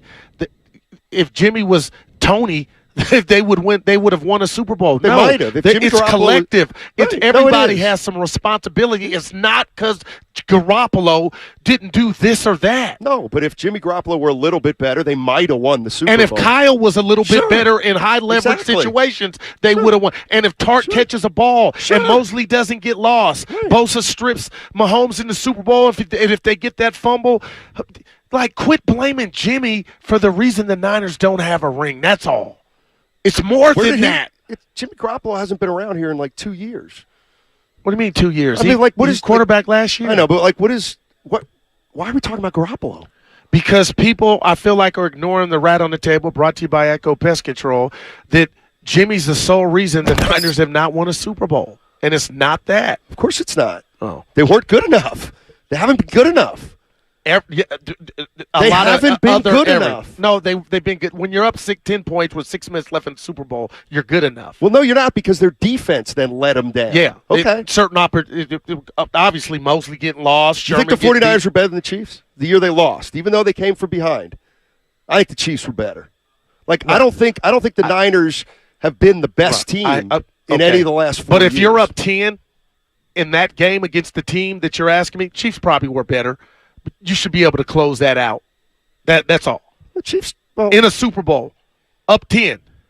I don't know how many teams have lost 10-point leads in the NFL. I don't have that for you. Steiny, if Purdy looks essentially the same this season, he would be an MVP candidate. He had a passer rating of 107.3. That would be good enough to win an MVP. All right, I guess. I'm not really into the passer rating. What did he have? 13 touchdowns, 4 picks.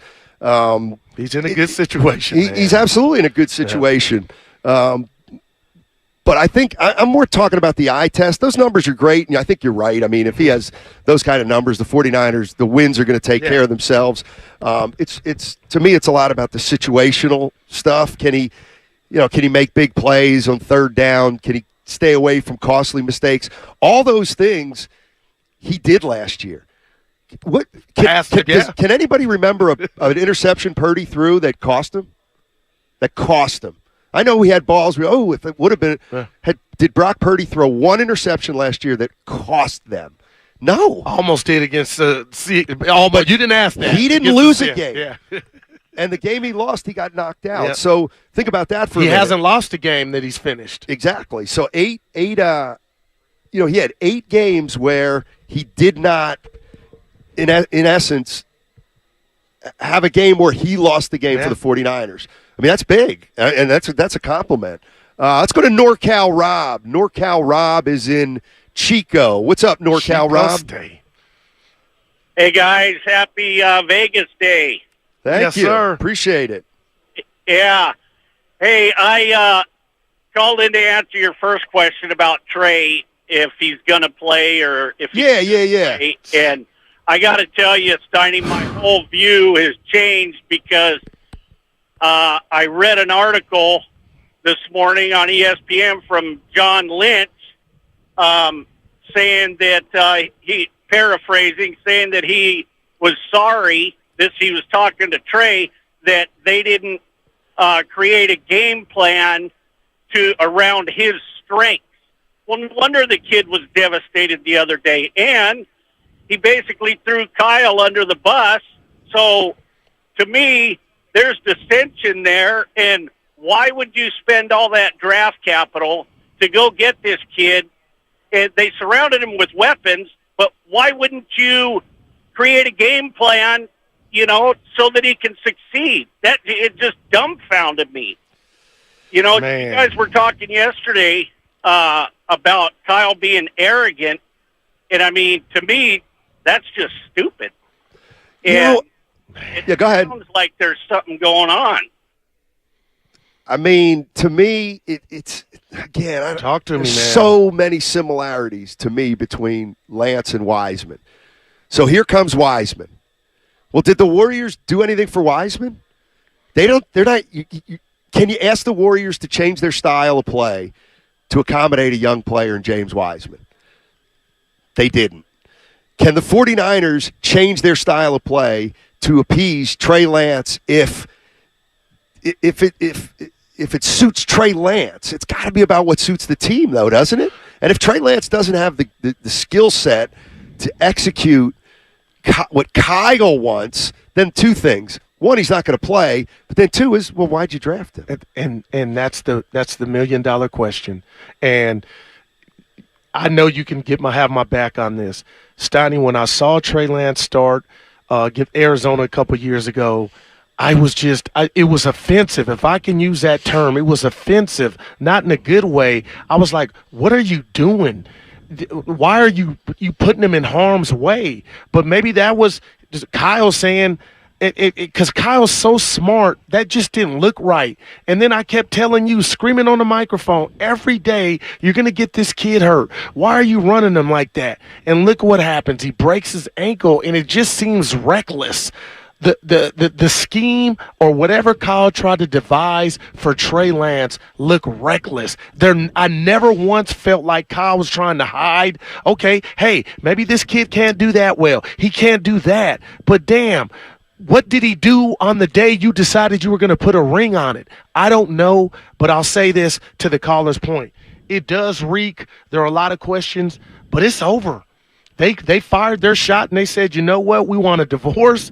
So I don't know what to expect tonight. I can't wait to watch the game. But I'm telling you, Matt Steinmetz, as a competitor, never on the pro level, you D3, if I'm Trey Lance, I never put that damn uniform on again. And I think it's naivete for all of us to think Trey Lance will ever do that again. Like we did. And you may not care, but Steiny, I think that dude, not to be at practice, was blindsided, and we have seen the last of him in a Niner uniform. I just really believe that. Now watch him come out tonight and throw 12 or 18 for $135. I just don't think it's going to happen. And why would the Niners risk him getting hurt again if they were trying to trade him?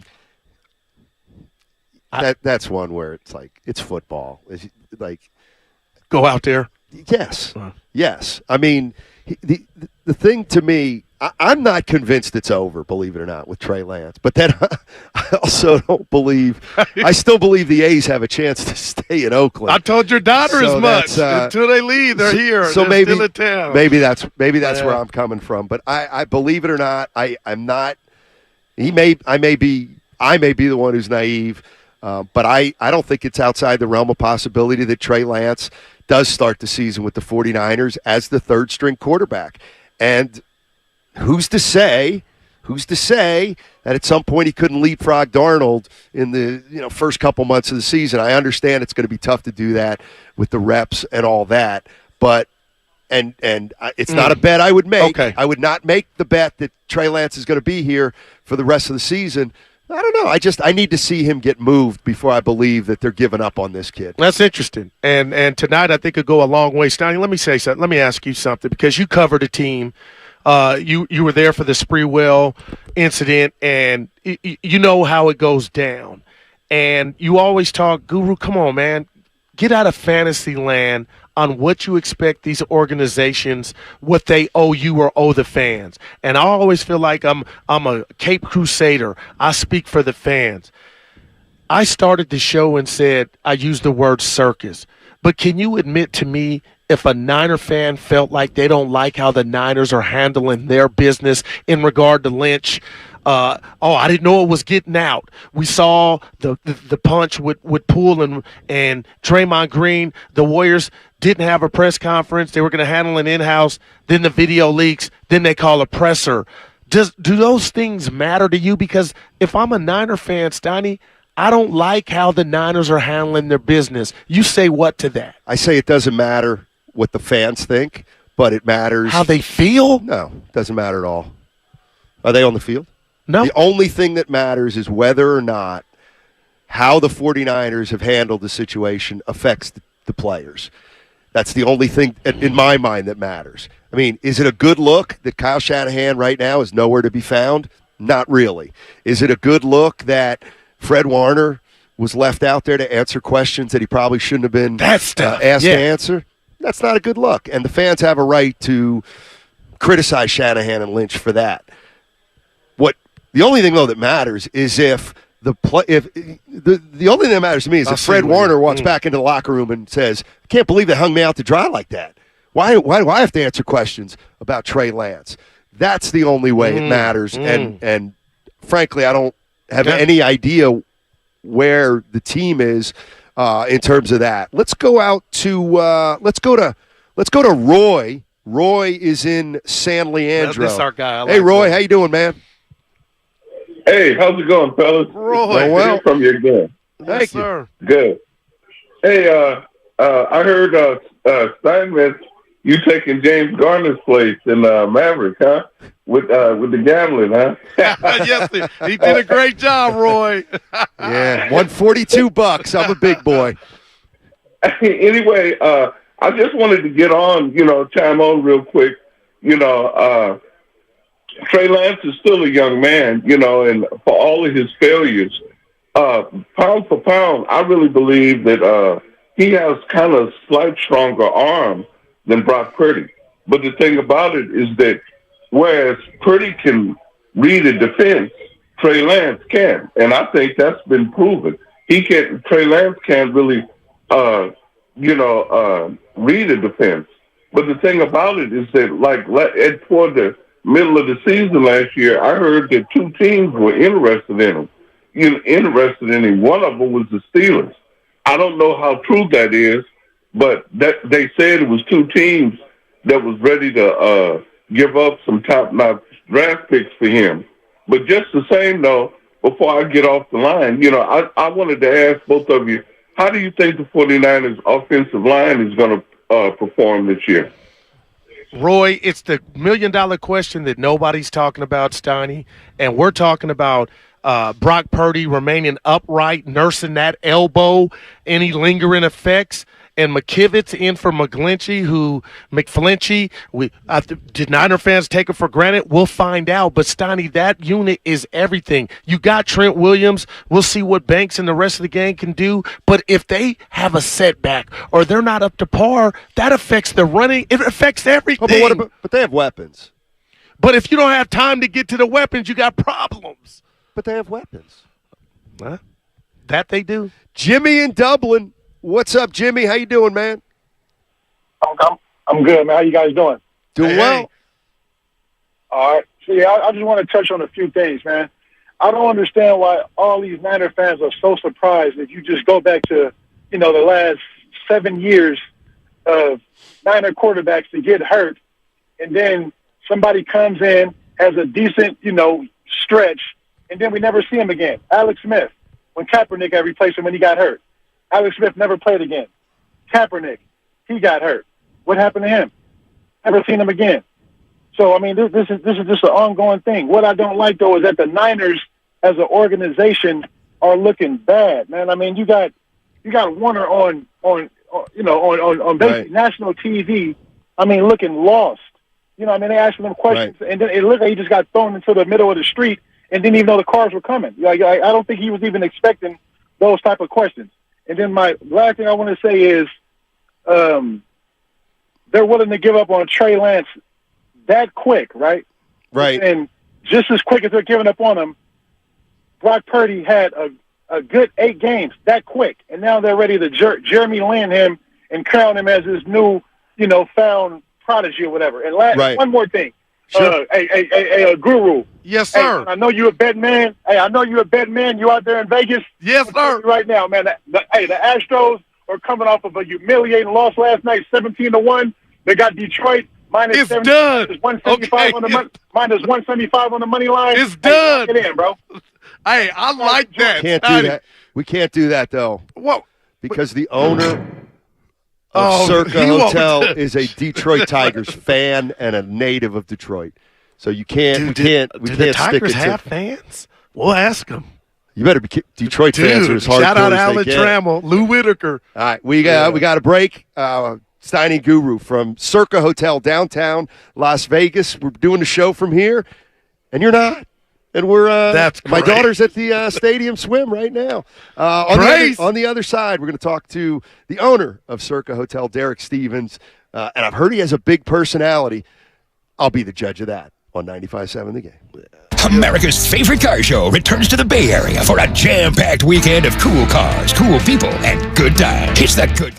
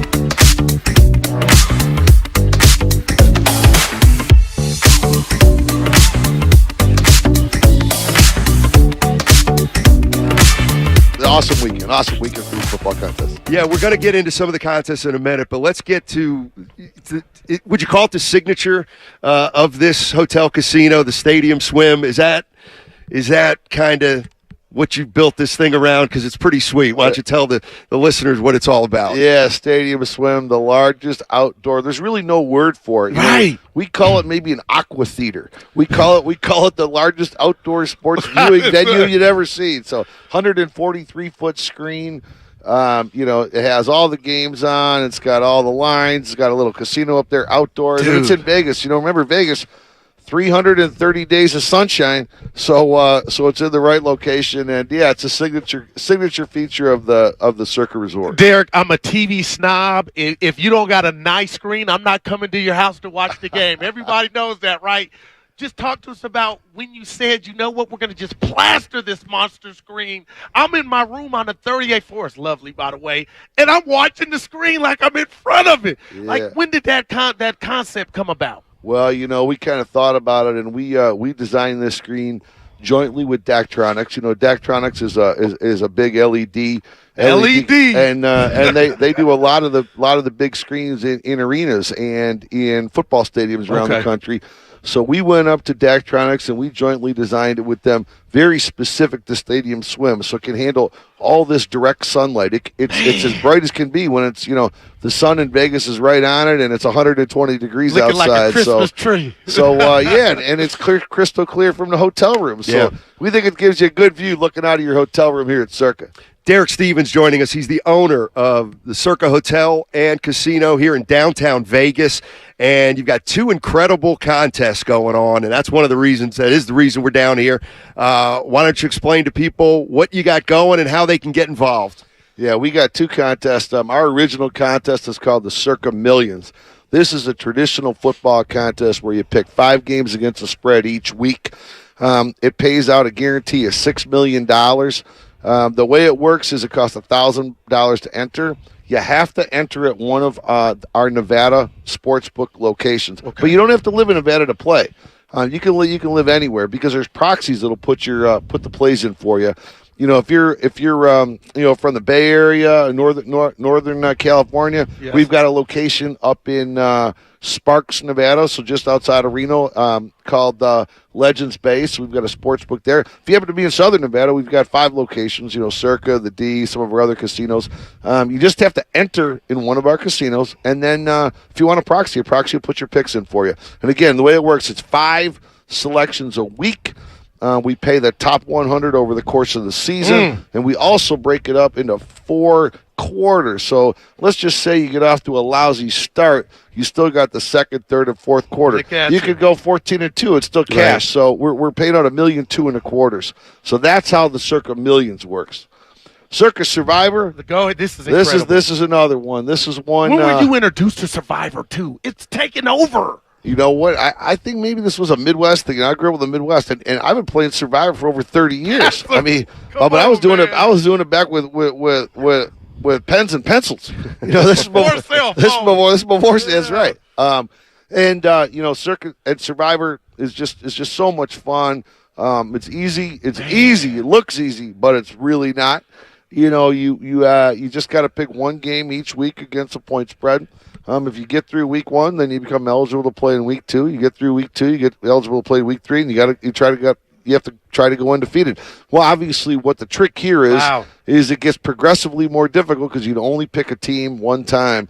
And last year this contest had paid out $6.1 million, so it's the largest legal football contest in history. And this year we bumped it to $8 million. So it's going to set another record here. So it should be a lot of fun. We just had a caller call in, and your Tigers just embarrassed the Astros last night. So he was saying take Houston run line tonight. So I call betting playing the ponies. But we're from the Bay Area, a lot going on with the quarterbacks. But the Niners got aspirations. But D, if you were at the window now, betting a Super Bowl winner for this year, who you taking? Right now, I'll tell you in the let me go AFC first off. on a value basis. This is value basis. I kind of like where Baltimore sits right now. Oh. Now the quarterback situation is a little more clear than it was last year. I think there's a little value on the Ravens. On the NFC, and I'm not telling this to you just because of where you guys are from, but I really love San Francisco. I mean, I think what happened. What happened last year? I mean, and then not having a quarterback and ending your season without a quarterback is really amazing. I love this defense. I love the playmakers on offense with the 49ers. So I've told everybody if I had to make a selection right now, it's Ravens 49ers in the Super Bowl coming to Vegas. What about your Lions? Big year coming up for them. Come on. I'm being upfront about this, man. I'm a diehard Lion fan. Now, also realize as a diehard Lion fan, there's a couple things you got to remember. First off, hope. Hope is real critical. They've only won one playoff game in my lifetime. One. And, last year was a year where there was some hope, coming off Hard Knocks and all that. And then, they didn't do too well in the early part of the season, but then they came back on. It looks like there's a little momentum carrying through. I think the Lions are going to have a real good year. I like the Lions to win the NFC North. I think the Lions are going to make a bit of a run, but remember, you just don't come out and win a Super Bowl after only winning one playoff game in 30s. You got to progress. You got to progress, and I think really what happened, how the 49ers season ended last year, sets this season up to do something a little bit more. Well, one thing for sure is it looks like they're emphasizing the start of the season because they were 3-5 last year, and that probably cost them the home game against Philly in the NFC Championship game. So there have been a lot of players talking about how they want to come out and win games early. Basically. I'm a big proponent for leader of men, like men that have presence. And I'm going to need security for this take because I'm in the Bay, and there's just something about Jim Harbaugh not being – our boss is a big Michigan guy like you, okay? I know what he's doing there, but doesn't he belong back in the NFL? Jim Harbaugh? Yes, sir. Oh, no, come on. He's got it made. I mean, Thank you. Are you kidding me? He's going to win the national championship this year. I know he did great with the 49ers. That's better than the Lombardi Trophy. Come back, Jim. Oh, man. He's got it made at the big house over here. 110,000 raging Wolverine. Well, you barely start just beating Ohio State, because he had that going against him. I was like, damn it, Jim. I don't think Ohio State's beat Michigan over 1,000 days. Last time I was counting. Yeah, my guy. All right. What have you done for me lately? Let me ask you this, and then I want you to hit on these contests again. I have a buddy from Detroit, and he knew all about you. He said you started as an auto parts store in Detroit with your brother. Is that correct? Yeah. So, and then how do you become an owner of a casino like this in downtown Vegas? Well, I moved out here in 2006, bought a little casino right across the street here, and great thing about Vegas, it's very pro-business, and things worked out well, and, parlayed one little business into the next one, and then we parlayed that into the D, and we parlayed that into Circus. So that's kind of what happened in short order. But Vegas is a great town. I love Las Vegas. I love the fact that there's no income tax out here, so it's very business friendly. And well, you guys know. I mean, you got some big income taxes where you're at. Let's not talk about it. Right? Yeah. So no, I think Vegas is great. I love the weather. I love the people. I'm a sports gambling guy, so I like the action. And one thing led to the next, and we're sitting here together. All right, one more time. The Circa Million. Tell people what that is. The Circa Million is our traditional football contest where you select 5 games against the point spread each week. It costs $1,000 to enter. You do not have to live in Las Vegas to play. Wow. You do have to sign up at one of our Nevada properties to sign up. But a proxy can put your picks in for you if you're outside the state of Nevada anytime during the season. It's a guarantee of $6 million this year, and $1.2 million of that is paid out in all the quarterly prizes. So even if you don't do that well on overall, you can still get hot in a quarter, and post something up and get a real good check. If you decide to play in Circus Survivor, it's like a last man standing type of contest. It's $1,000 to enter. You just got to survive week to week, and obviously with Circus Survivor, it gets progressively more difficult every week that goes by because you can only use a team once per season. And this one will set the all-time record the largest legal football contest in history, and we're guaranteed it'll be over $8 million payout this year. Are you at all, because you said you were playing this, introduced to it 30 years ago, before you even had the casino, are you at all shocked to where Survivor and just the sports betting is now? You know, I'm a little shocked at how quickly these football contests have grown, which I love. I mean, but I am a little surprised. I mean, it was just a few years ago we're guaranteed $1 million, in one contest, and now we're guaranteed 14. So it's been a little quicker than I ever thought. As far as sports betting goes, no, I'm not. I mean, I've always been I've always thought sports and sports betting was really not talked about enough. I thought, sports betting, the legalization. I think it's good for teams. It's good for owners. It's good for fans. It's great for media. It's great for networks. It's great for eyeballs. And think about what's happened. How we all consume our entertainment differently. If you're watching something on Netflix, me, we get to do it on our own time. You do it, but whoever says, "Oh, I'm going to watch the Raiders game," or I'm going to go watch it. I'll watch it on Tuesday. No one does that. Right.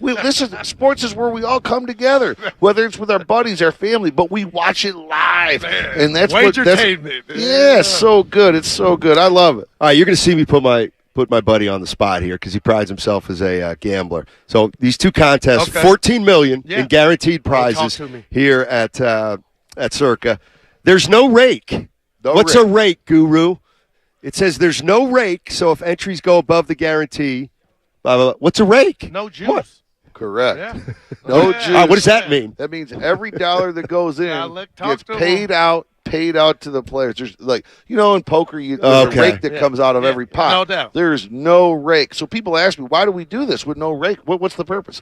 The purpose is very simple. You got to register at one of our properties. So for us, we think, it's going to be great. People are going to come in. Maybe they're going to go buy a beer. Maybe they're going to hit a blackjack table. Maybe they're going to go to Stadium Swim and buy a cabana. Maybe they're going to want to buy a hotel room. You know what I mean? So that's the whole connection for us. It gets people to our property, get to see it for the first time, and then maybe they're going to come back. It's awesome.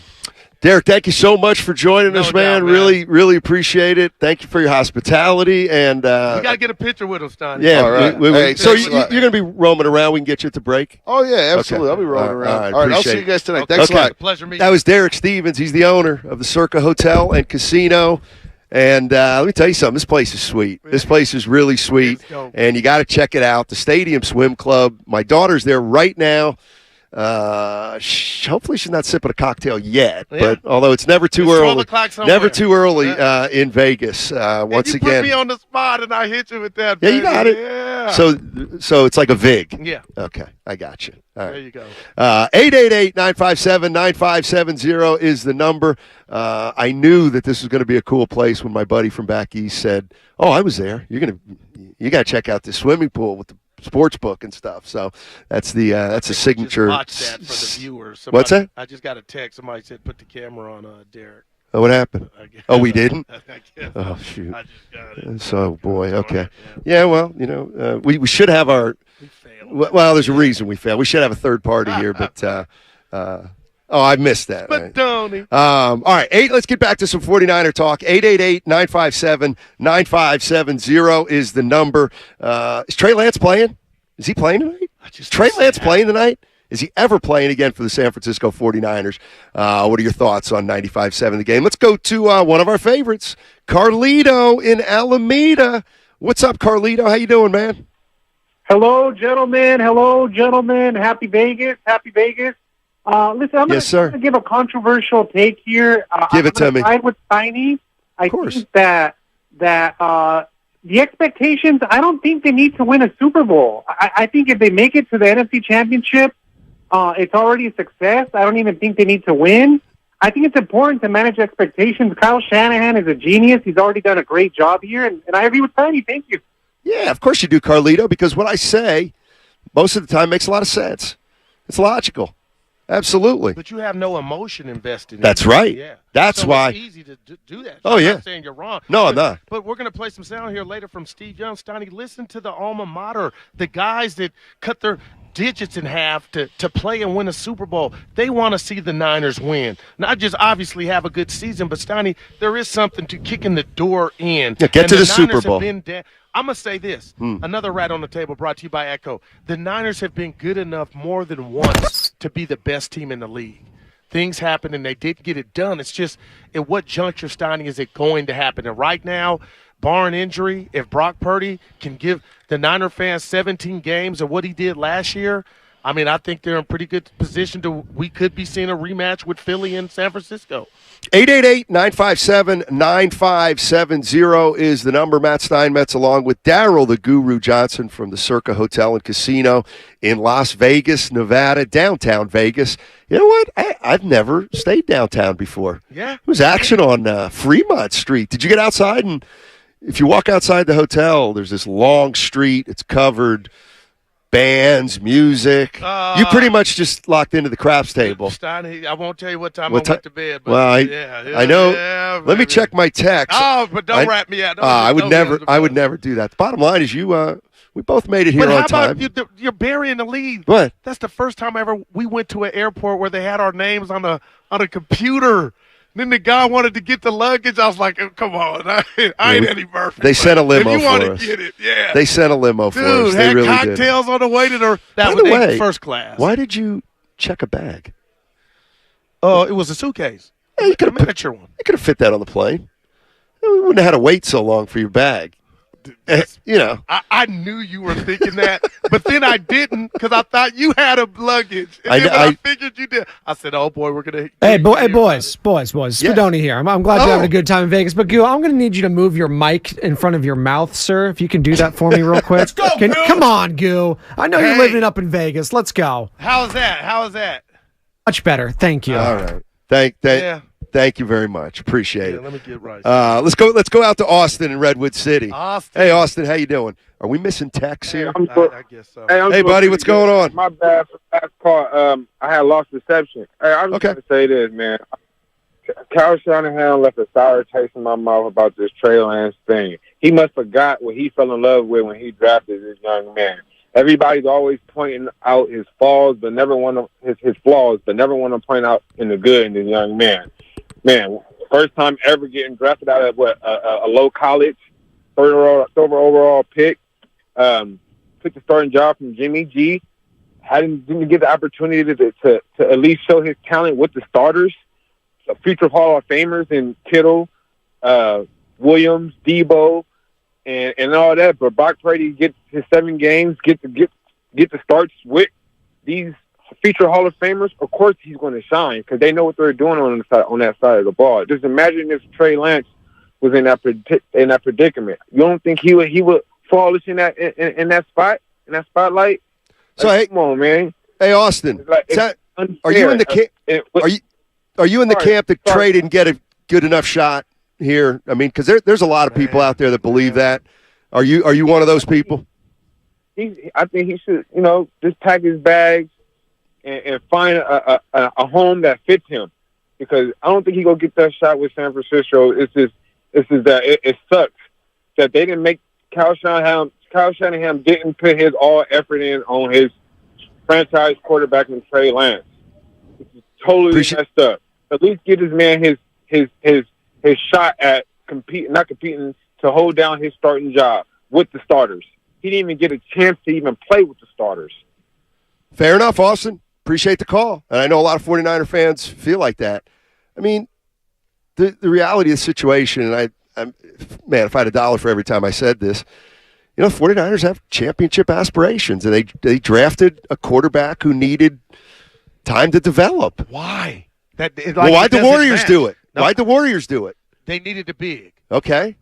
Well, then they committed almost as an egregious mistake, because then they picked out of need, which they say you should never do in a draft. You got to pick talent first and foremost. That's what you were preaching before the draft that year. But LaMelo Ball would be a dub. I don't have an answer to the question about whether, when they brought Trey Lance in here, if they should they, do they try to take Trey Lance and mold him into the quarterback that they want him to fit into, or do you let him be Trey Lance and then develop the offense around him? I honestly don't know what the answer to that question is if Trey Lance doesn't fit Kyle Shanahan's style. I mean, if he doesn't, if Kyle Shanahan drafted a player that he misevaluated, then I think we're just done. Then I think it's just over here because I don't know how you fix it. Let me ask 49er fans this. As Trey Lance, is he essentially done here? Because we had Gene, our good buddy Gene from Oakland. I saw he was on hold earlier. And I think what Gene was thinking was you can't have Trey Lance on this team right now. And my thought was, why not? Why can't Trey Lance just continue to be a 49er? He's the third string quarterback. Just keep getting better. And we'll evaluate the situation over time. Let me give you an answer. Yeah. Allen Iverson. 1, he may not want that role. 2, he was supposed to be the savior or the next Steiny, and now he's become a sideshow. That's basically what he's become, a sideshow. And maybe that's why, they got to get him out of town and get him to a team that will give him an opportunity to become what the Niners thought he was going to be coming out of North Dakota State. 888-957-9570 is the number. I'll tell you what. I'll put 49er fans in Kyle Shanahan's shoes. You playing Trey Lance tonight? Are you playing him tonight against the San Diego LA Chargers? Is there an upside to that? If you're really trying to move him, do you risk getting him hurt? But if you're really trying to move him, don't you want to put him on display a little bit? Is that there? So the question is, what do you do with Trey Lance? I mean, I know this is crazy. I'd like to see him play a little tonight, just if for nothing else, then just for kicks. Let's go to Ben. Ben's in Oakland. What's going on, Ben? How you doing, man? Ben, I'm doing great. Hey, I just wanted to say I think that the Trey Lance moving up in the trade and everything was the best thing that ever happened to the Niners. If we have more first-round picks, we have to pay them. We don't have any money at all. We can't even sign Bosa. And then there's the butterfly effect of drafting Purdy. If we hadn't drafted Lance and changed everything and moved everything around, we might not have got him. Now we have a great quarterback making less than $1 million a year. I'll tell you what. Are you a therapist? Because you can make people feel better. That's a fact. Thanks, Heidi. Appreciate it, man. No, thank you, Ben. I mean, that's Steiny with the love. Hey, I tell you what, that's a way of looking at something that I haven't looked at before, but maybe he's right now. But look, we've seen this before. We saw it with the Golden State Warriors a long time ago. They drafted Ike Diagu in the first round, and he didn't pan out. But you know what? They got Monte Ellis in the second round, and he turned out to be a pretty good player. And as long as Brock Purdy produces for the San Francisco 49ers, I think that Kyle Shanahan and the team are going to be fine, and they can move past this. All right, 888-957-9570 is the number. Should Trey Lance play tonight? Do you want to see him play tonight? Do you think he's played his last game? There's still so much to talk about regarding this situation. How much is Sam Darnold going to play tonight against the LA Chargers? 888-957-9570. We are at the Circa Hotel and Casino in downtown Vegas. Don't go anywhere. We'll be right back. The biggest pro football.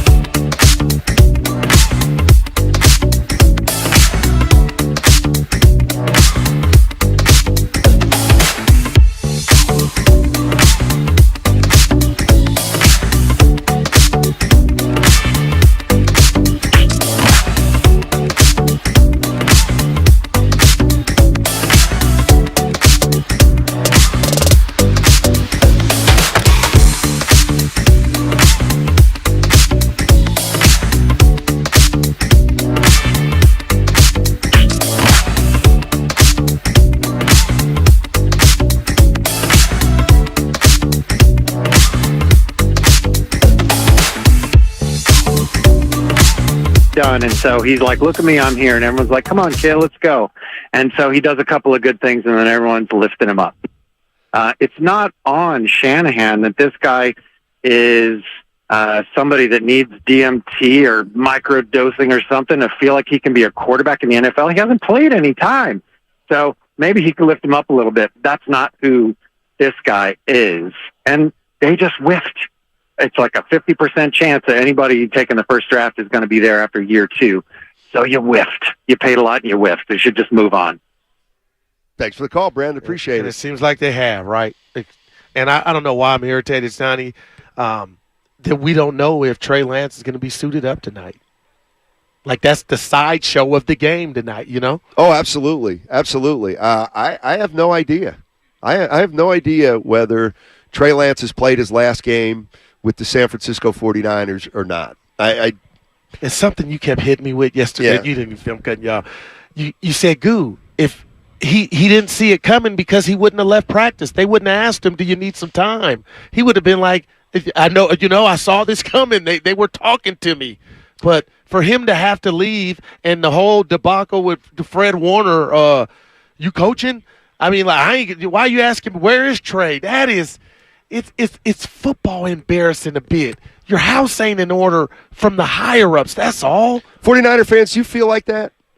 Like your house isn't in order, like Guru just said? Guru was also, I wrote the word down, drama. Does it feel like there's been a lot of drama at 49er camp? It's and you know what? I mean, I am absolutely not saying they have not had drama. But it's funny. I do think sometimes, like the last caller said, look, they whiffed. They made a pick, and it was a bad pick. Right. It happens. He's right. It does happen. When do you move on?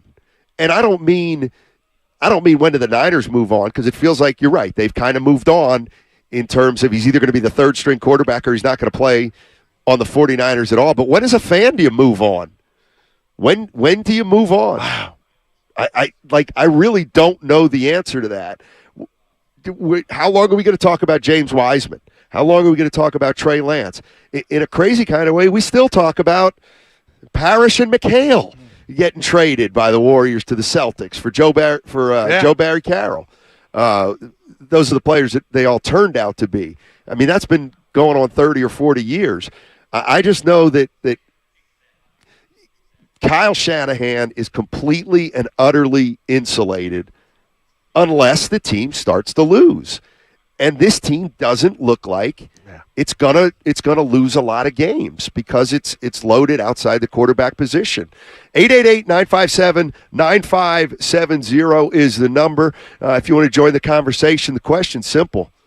We got to see Trey Lance tonight against the LA Chargers? Let's go to Jim. Jim's in Martinez. What's going on, Jim? How you doing, man?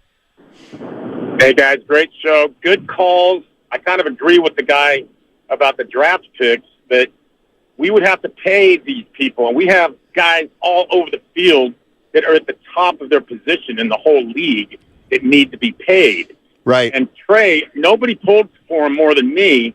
You know, we all have these stars in our eyes about Patrick Mahomes-like guys, but Brock Purdy is a quarterback. Trey is a project.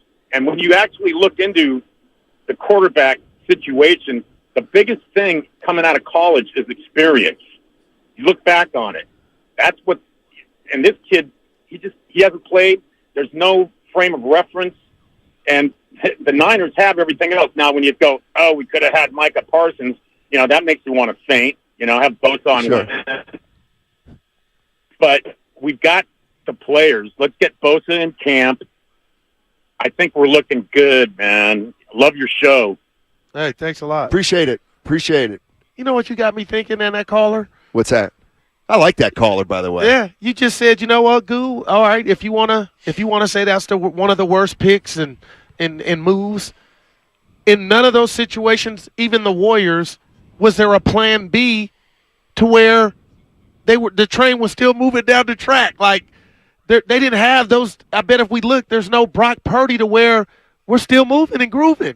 Yeah, it was bad, but the quarterback we got, Mr. Irrelevant, is making it not really that bad. No. So everybody, RELAX. Yeah, exactly. Until and unless Brock Purdy doesn't produce, we don't have a problem.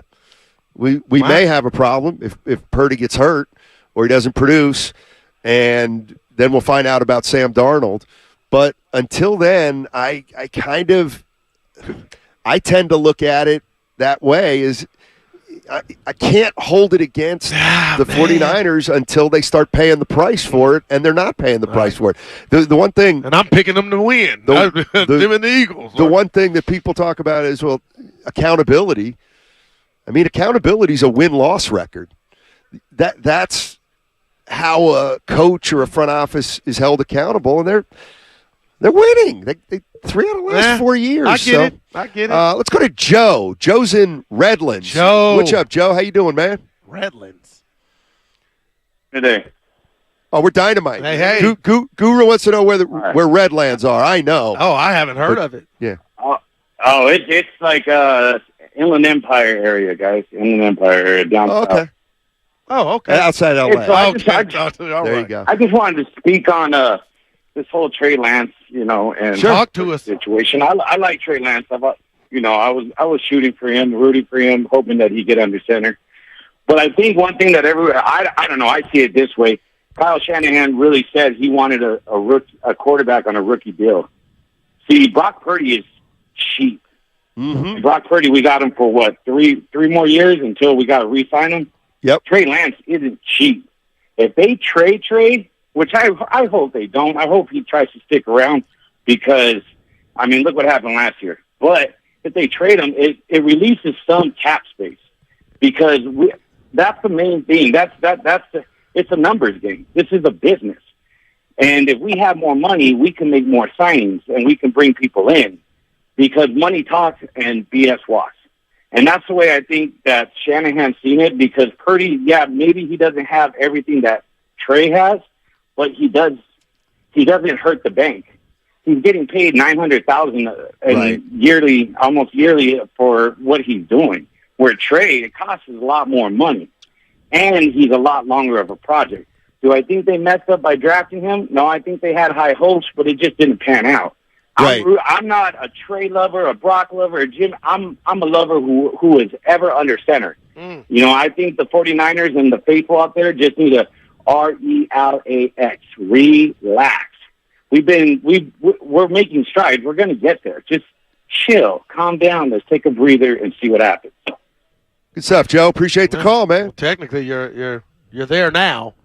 But if that's how many calls do we take like that? Like, I'm just rooting for my team. I don't give a damn who's under center. And Stoney, I'm not a nerd, but we can talk all the cap and the money ramifications. But the bottom line is Trey Lance, when that Goodell made that announcement that he was the quarterback, I thought they had their next franchise quarterback. They don't, but listen to this. They got their franchise quarterback maybe in Brock Purdy. Amazing. Do you think he is? What if I told you I need to see more? That's fair. All right. That's a great answer. Mike's in San Francisco. What's up, Mike? How you doing, buddy? Mikey. Hey, what's up, Steiny? What's up, Drew? Thank you guys for taking my call. Sure. I want to start by saying I'm honestly a big Trey Lance fan. I bought his jersey. I got everything. And a big part of the reason that I did all that was because of the hype that was following Trey Lance when he was coming out of college in the draft. Matt Mayoko wrote an awesome article about him. There was just a lot of hyping him around him. And I think the way Kyle was thinking was obviously having developed the first year behind Jimmy G like any other quarterback. Jordan Love was in Green Bay, and I don't know how many years he was behind Aaron Rodgers, and he's just getting his start now. But that's besides the point. So I think first year behind Jimmy, second year we hand in the keys because I don't think Kyle thought there's any way he's bringing Jimmy back. And as a fan, I can't tell you that Kyle did not give him a chance. He gave him a chance last year. He got all first-team reps. It just didn't work out because he got plagued by an injury. And it just seems like Trey is just followed by this series of unfortunate events. Like, okay, he got the first-team reps all year last year, but his son was injured. He was working around an injury. Okay, he got his chance to start, but he played in a monsoon. So it just seems like there's a series of unfortunate events, and Kyle Shanahan got this team that's ready to win right now. And so Trey is a developmental project, and I don't think Kyle gave up on Trey. I just think Kyle gave up on trying to develop him right now when he got a team that's ready to win right now. So as a fan, I want to ask other fans, what would you do in Kyle Shanahan's shoes? You got a team that's ready to win right now. You got a quarterback, and don't say Trey's not comfortable. He's making $30 million. He's pretty comfortable. So you got a quarterback that seems to be doing a job on a great contract that can save you a ton of money. You keep signing other players. You got Sam Darnold, who, he's not the best quarterback, but he's got more experience than Trey Lance, And that plays a big role in the NFL. And like we've seen in the NFL, anything can happen. Jake Moody just hurt his hamstring today. So there's no saying that Trey won't get a chance to play. I just think the way Trey is, sorry guys, I know I'm talking a lot, but just give me one more second. Sure. I know that the way he looked against the Raiders was not good, but I really think that Trey is just the kind of player that takes some time to read defenses, to know what part of the line is not doing his job, to know who's getting open, who's not getting open. And I just think he just takes that kind of time. And I think Kyle can see all the things that he brings to the table, but now is just not the time. And that's all I got, y'all. Thank you. And way to squeeze it in there, man. It's a good call, squeezed in with a lot of information. The one thing that he said and brought up, and I'll just leave it here. If you're 49, are you mad at Kyle Shanahan right now? If you're a 49er fan, are you kind of pissed off at him? Are you down on him? And Guru would say, well, does that matter? And normally I'd say, nah, it doesn't really matter. But it does if sentiment starts to turn that way. But I'm just curious, you a little mad at Kyle Shanahan at the way he handled this situation? 888-957-9570. It's Steiny and Guru, and we are live from the Circa Hotel and Casino in Vegas. Hey, you ready to go to IKEA?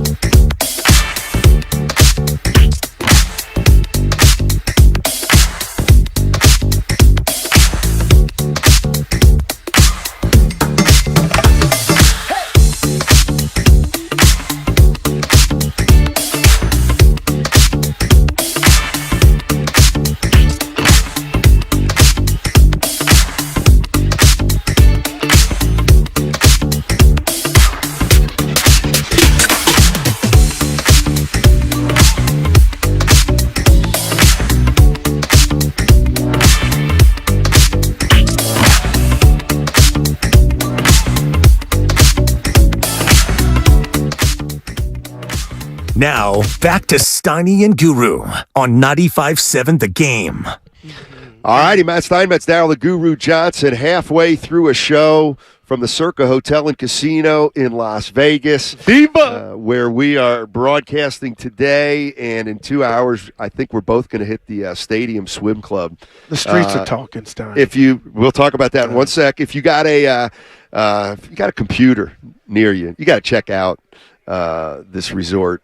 Circa Resort and Casino, and check out the Stadium Swim Club. It's pretty unbelievable. If you're down here in Vegas, you got to check it out. What are they saying? Let me tell you something, Goo. As somebody who's been you handle it when I tell you? As somebody who's been in this business 3+ decades, you realize that you can't play into the reaction in the streets. You got to do what you got to do. This is when I need you. This is what I like when you lead. All right, go ahead. Spadoni's he's leading the brigade, but Derek Stevens was not caught, the owner of Circa, on video, and it's bothering me. And Spadoni, you can tell behind the play, but we blew it, Steiny. But that's easy. We didn't have Joe. Lucas or Tim Jordan. Joe's not. He's not on the firing line, and he's not here. But the Heat is probably mad too. Hey, Spadoni, you can hear this. Did you ever see that clip on social media where the dude, it's a reporter. I think it's in actually Detroit, where there's a reporter on the scene. Oh, the bug, and the anchor is saying, "Well, can you please ask the woman about this?" And they got into a fight on the air. Yeah. Well, you're not here, and I'm there, and I had that job once. And Spadoni, do you have any idea what I'm talking about? Yeah, that one video from the social media. Incredible, boy. Yeah. So anyway, Joe, it's easy for you to criticize, but we're here, and you're there. And anyway, all right, Jonathan. Just said put it on him. Anyway, can't get it back. I asked a question about, and there it is, Jonathan the Great. 707 said, "I'm not mad. I'm just tired of the quarterback drama.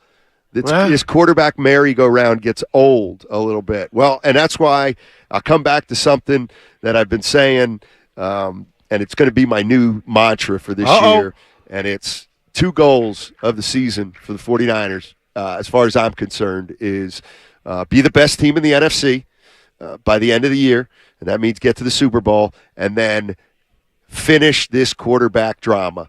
It's got to be over by the end of the year. I mean, listen to me, it has to be. But what does that mean? I mean, you've got to.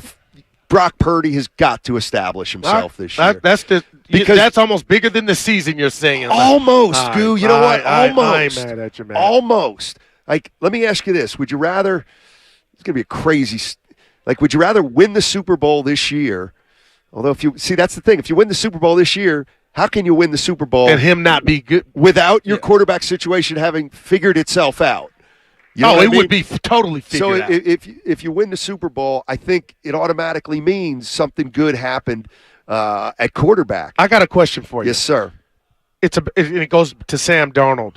My whole life, I was told life is about experience, and there have been times where I didn't get a job because I had a lack of experience. Right. Is bad experience better than no experience? And the reason I bring that up is I think if Kyle Shanahan was posed that question, he would say, I'd rather have bad experience, because that's what Sam Darnold is, and that's the only reason he would be attracted to Sam Darnold is I can take and fix what you were in, and in this system I can make you right and show the world I am the quarterback guru. I mean, obviously he sees something in Sam Darnold that he thinks he can work with.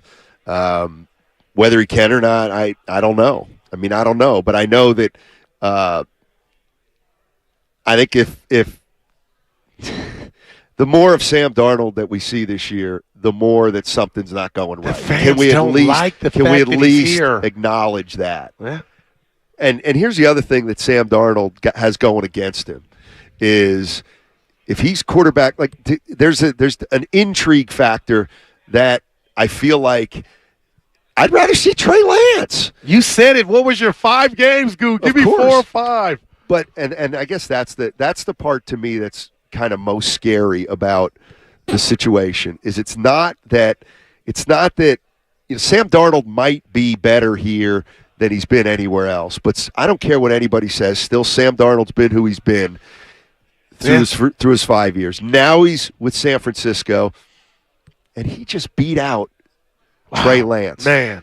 Steve Young was talking about this the great Steve on Young. the Zach Gelb podcast. And I was hoping we could play some of that sound, but this is the first piece of sound. I want people to listen to it from the Zach Gelb podcast. Steve Young, take a listen. Knew at the beginning of camp, they talked about honest competition between the two of them, Sam and Trey, for the backup spot. I think that was real. I think you also knew that Trey had not grabbed the hearts, and I don't know how to say this, of the team, where like it's not necessarily an emotional thing. It's more like how he performed and how he needs to be to kind of claim, not the hearts. It's to put a stake in the ground, or on the top of Everest. Like this is my space.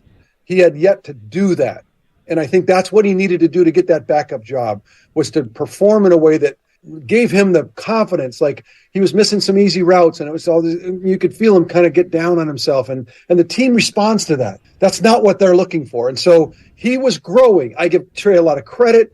In the offseason, he went and got better at the things that he wasn't good at. He is improving, and you feel like after this last preseason game, there's really something there, and somebody's going to find it. That's what you kind of feel like. But unfortunately, Sam came in and gave Kyle what he craves. Kyle maybe not be his highest and best use is not developing quarterbacks. His highest and best use is taking a developed quarterback, or a quarterback full of guile and the ability to kind of decipher and call plays and have them be trusted. And so Sam became that guy, and Trey was more of a development project. So I feel bad for Trey. I think that he honestly lost the competition, and you just have to, we all, get in a competitive spot, you lose it. Now what? I'll tell you what, I don't know about you, but what hit me most is Steve Young basically saying, Kyle doesn't develop quarterbacks. He said Kyle takes quarterbacks who are already developed and kind of gets more out of them. Jimmy Garoppolo. And apparently that's what he's looking at with Sam Darnold. Sam And he did pretty damn good with Jimmy Garoppolo. Can you believe he said that? He said it. Paul's in San Francisco. Wants to talk about Shanahan. Hey, Paul, how you doing, man? Hey, Steve Young hit it right on the head. Are you still there? Yeah, go ahead. You're good. He hit it right on the head, and that Kyle Shanahan needs results right away, and he can only deal with a quarterback who's proven himself, and he doesn't have much bandwidth for developing quarterback. Why he sent him around the left side between Trent Williams and whoever was not making that hole and broke his leg, I have no idea, but that pretty much finished it for Kyle Shanahan last year with Trey Lance, I think. Interesting. Because that was his best chance. And some might say his only chance. I mean, the one thing that I truly believe with Kyle Shanahan is that when he drafted Trey Lance, he thought that he could throw the foot. The one thing about Kyle Shanahan that he has said for 7 years is what he wants from a quarterback, first and foremost, can they throw from the pocket? Then if they can make plays with their feet, that's great. So the fact that Trey Lance, to me, hasn't played yet and isn't going to get on the field for the 49ers comes down to the way he throws the football in the pocket. Like, it's not good enough, I don't think, for Kyle Shanahan. Well, obvious. I mean, it's obvious. Well, when did he display that to where Kyle thought it would correlate to? Well, I don't know where he displayed it where Kyle saw a That's pro the $1 million football quarterback question. in the pocket. I mean, I don't know. And to say, oh, here's a draft pick, we're moving up to go get this guy. By the way, the more I think about it, the more it's kind of annoying me that Shanahan hasn't talked yet about this. My gosh. Because it's been like 3 days, and that's an eternity in the NFL, especially this time of year when teams have a lot of access. What's that saying without saying? Well, is it a middle finger to everybody? That's a great question. That's just, to me, you owe us to hear you talking to a microphone. Okay, I'll be Kyle Shanahan. Okay. I don't know you anything. Kyle, where were you? What's going on with Trey? You got players being bombarded at practice, not knowing where Trey Lance was. You guys didn't think once that you owed it to your own team to say what was going on? We weren't ready to make that decision. It came out, and so it caught us a little by surprise. But we don't really owe an explanation. But you know what it says, and I don't want to do the role play here. Oh, I was ready. You were on cue. I wasn't ready. I wasn't ready for it. But what it tells me, he doesn't care. And that's what is a spectator from afar. You can tell me, Steiny, and I heard you. All that matters is those guys in the locker room. Right. But I don't like it. I cannot like it, and you'd be like, that's your opinion. You're entitled to it. I don't like it either. And it reeks of arrogance that, okay, when something is messed up, you're just going to run and hide, and you feel like you're telling that fan base, I don't owe you jack? Just chop it up. Let us know what we already, it just stinks. 888-957-9570 is the number. Matt Steinmetz along with Daryl the Guru Johnson, and we're talking about the San Francisco 49ers and the quarterback position. Brock Purdy is the number one quarterback. We're not going to see him tonight, right? Brock Purdy. He would not see the field for me. I saw everything. Hey, Steiny, I know you're in Ireland, but he got off the pocket. Brock Purdy did, trying to make plays with his legs, got tackled like a little kid playing in the lot. I'm like, man, dude, relax. But he seems to be all the way back. But my man, I'm calling you my man because you are, Steiny, he would not see the field. Why would he? 510. What other coach in the league constantly makes everything about themselves as much as Kyle Shanahan? Man. Mike Tomlin I can picture Mike Tomlin telling us the real, if we like it, whatever. He's going to be honest with you. Or, give you what you need to know. This dude's running, and you know who else is running? Is Lynch. Like you're being a mute too. Well, you guys don't think this looks bad? I mean, Shanahan's going to have to talk today, obviously, after the Then I'm going to open up The Athletic and read all these 100 articles about, they're doing it right. They're not doing it right. I'm grown. I'm an adult. I'm a fan. I'm a spectator. You owe the fan base to talk and tell us what's going on. But all these guys are going to write these articles about, they're doing it the right way. They don't owe you this or that. You're grown enough, Steiny, to know right from wrong, and the way the Niners are handling the front office, this whole thing, karma is what. Just remember that. Karma is what, Steiny. This is an interesting one from the 209. Steiny, just because Purdy wins the Super Bowl, it doesn't necessarily mean he's the Niners quarterback for the future. Year-by-year basis on Brock Purdy. What? All right. Well, and listen, What are we doing? I'll tell you what we're doing. I'm going to tell you what we're doing, and I'm going to cape for the 209. He's talking about winning the Super Bowl. That's fine. That's one. Jimmy Garoppolo got to the Super Bowl. Was he the 49ers' long-term quarterback? He turned out not to be. If the 49ers make the NFC Championship and let's say they beat the Eagles, I don't even care what happens after that. My assumption is, Purdy's the quarterback. But you know what? This is what makes me think, why? Why would I think that? Garoppolo did the same thing. He didn't become the rock-solid franchise quarterback. So maybe there is something to that. What I'm getting at is, my scenario in my mind is 49ers beat the Eagles in the NFC Championship to go to the Super Bowl. Well, if that happens, obviously Purdy must have played well, and he'll be the quarterback of the future. Well, the 209 saying, why would you make that assumption when that assumption didn't hold true for Jimmy Garoppolo? Jimmy Garoppolo got the 49ers to a Super Bowl, and he was not the long-term quarterback. So I just want to tell the 209, I think that's a very, very interesting point. Here's the other thing I was thinking about Trey Lance. Give it to him. Has he quarterbacked his last game? Yes, he has. Here's why I'm uncomfortable saying, he's done. Because I lost a bet to Mark Ibanez. Oh, you did. Because I thought Jimmy Garoppolo was done. And I think 90% of the 49er fans thought Jimmy Garoppolo had quarterbacked his last game for the San Francisco 49ers. And yet he came back resurrected. I'll never forget it. So the more I think about it, the more it makes sense but the more you have to put into the equation. Don't assume that if the 49ers have a good season, go to the playoffs, make a run, that they have found their quarterback. Mate, I wanted to say, hell no, I don't agree with you. But I'll tell you what, Stoney, if he's in pads today, if he's dressed, Trey Lance, that could be manifesting right before our eyes. If he's on the field today, who knows? 888-957-9570 is the number. Matt Steinmetz along with Daryl the Guru Johnson, and we are at the Circa Hotel and Casino in downtown Las Vegas, talking about the San Francisco 49ers. By the way, I'd like to think that Steph Curry, Stein, wait, talk about Steph Curry. Steph Curry knows everything. He told us that. I'd like to think that he's reached out to.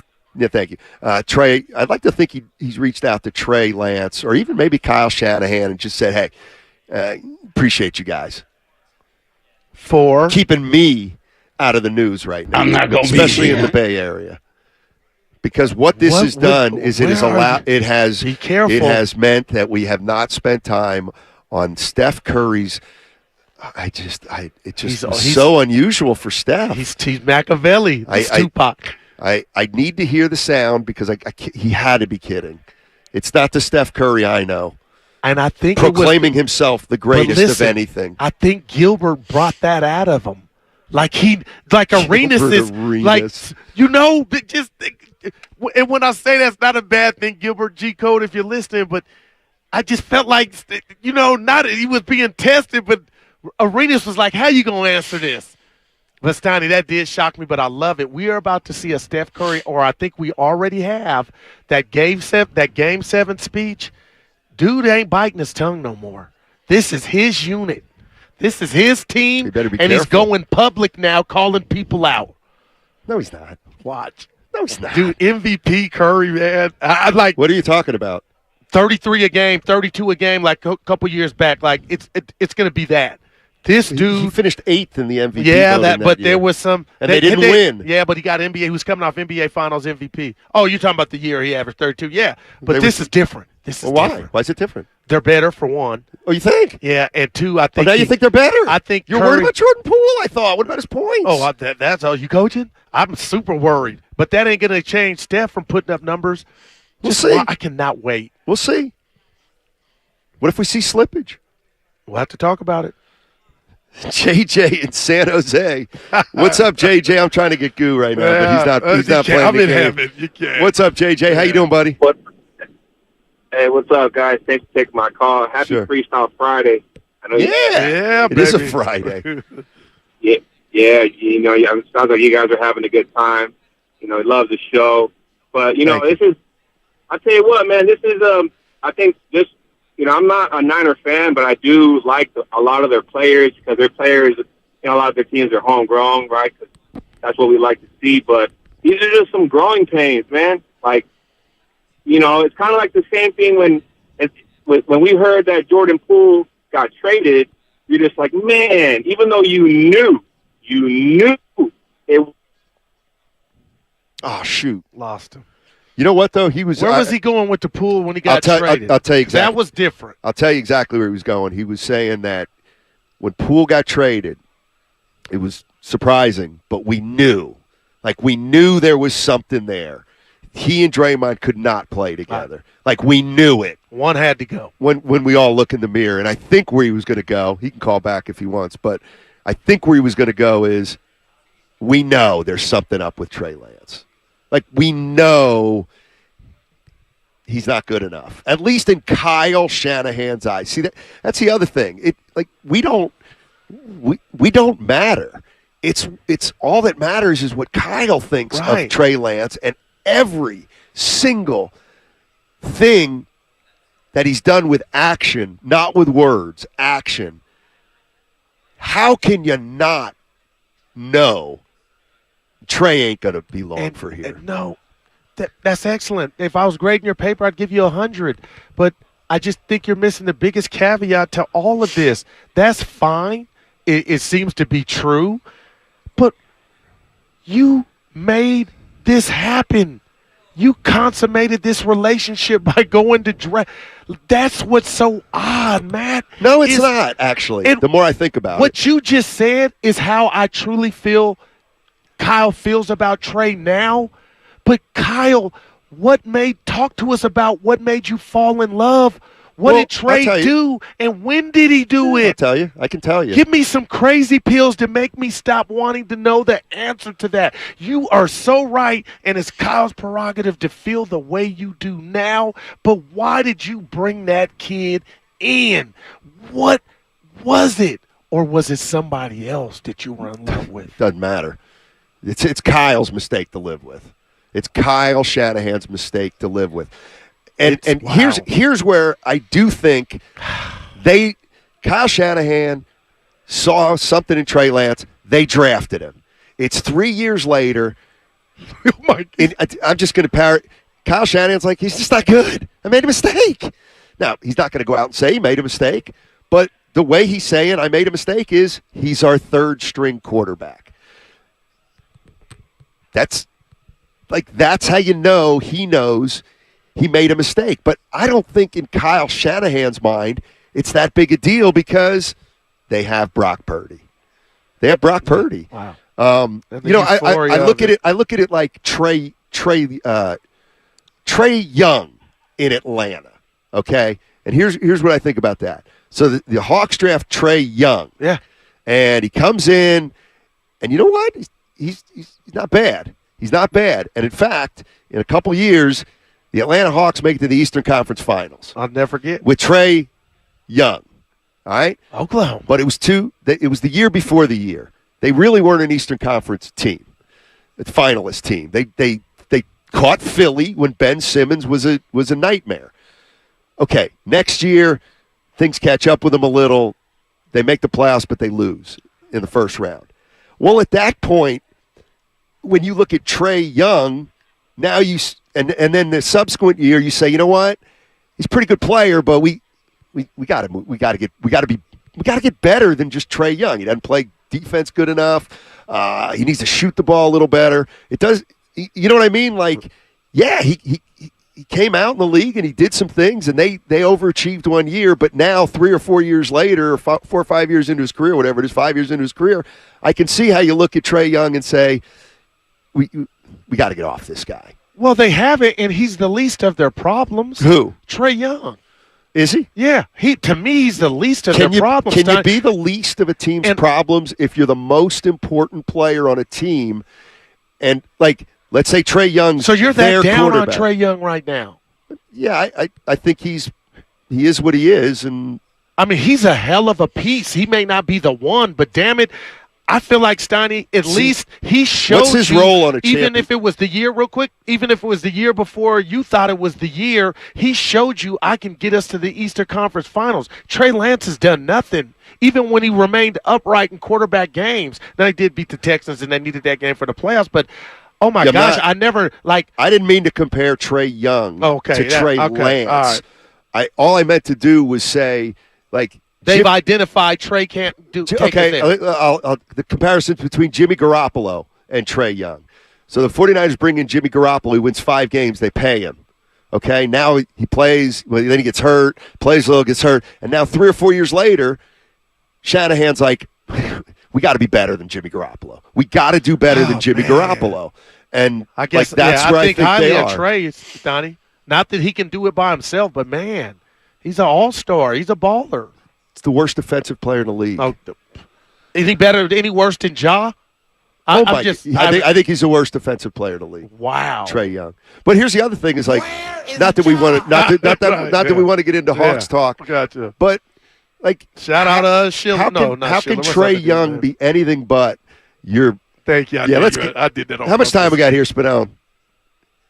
Okay. Forget Trey Young. Yeah. Forget Trey Young. I see Patrick and Brenda on the other side. 888-957-9570 is the number. Steiny and Guru are coming to you from the Circa Hotel and Casino, downtown Vegas. Got some open lines right now again at 888-957-9570. Don't go anywhere. We'll be right back.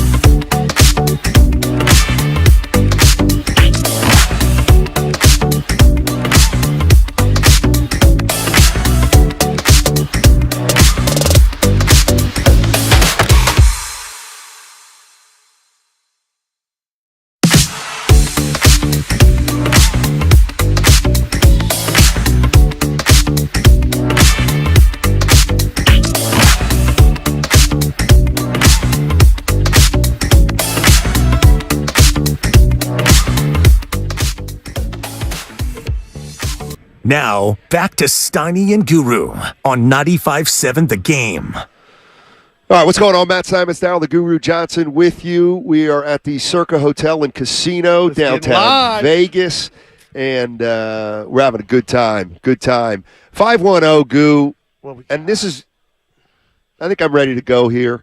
Maybe not right now because we got to talk about it. 510. It, period, was, period, a mistake. Yep. That's all. It was a mistake. We're moving on. Kyle already admitted to the mistake with his recent actions. I'm willing to go there.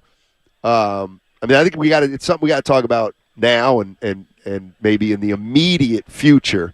But I do agree. If the 49ers – so the 49ers are going to play a game tonight against the Chargers. And Trey Lance is either going to play tonight or he's not going to play tonight. I can't believe it. Right. And then after the game, Kyle Shanahan's going to be asked about Trey Lance and whether he played or didn't play. And at that point, Kyle Shanahan's got to give some kind of answer on what the situation is with Trey Lance, even though we know he's the third-string quarterback as of right now.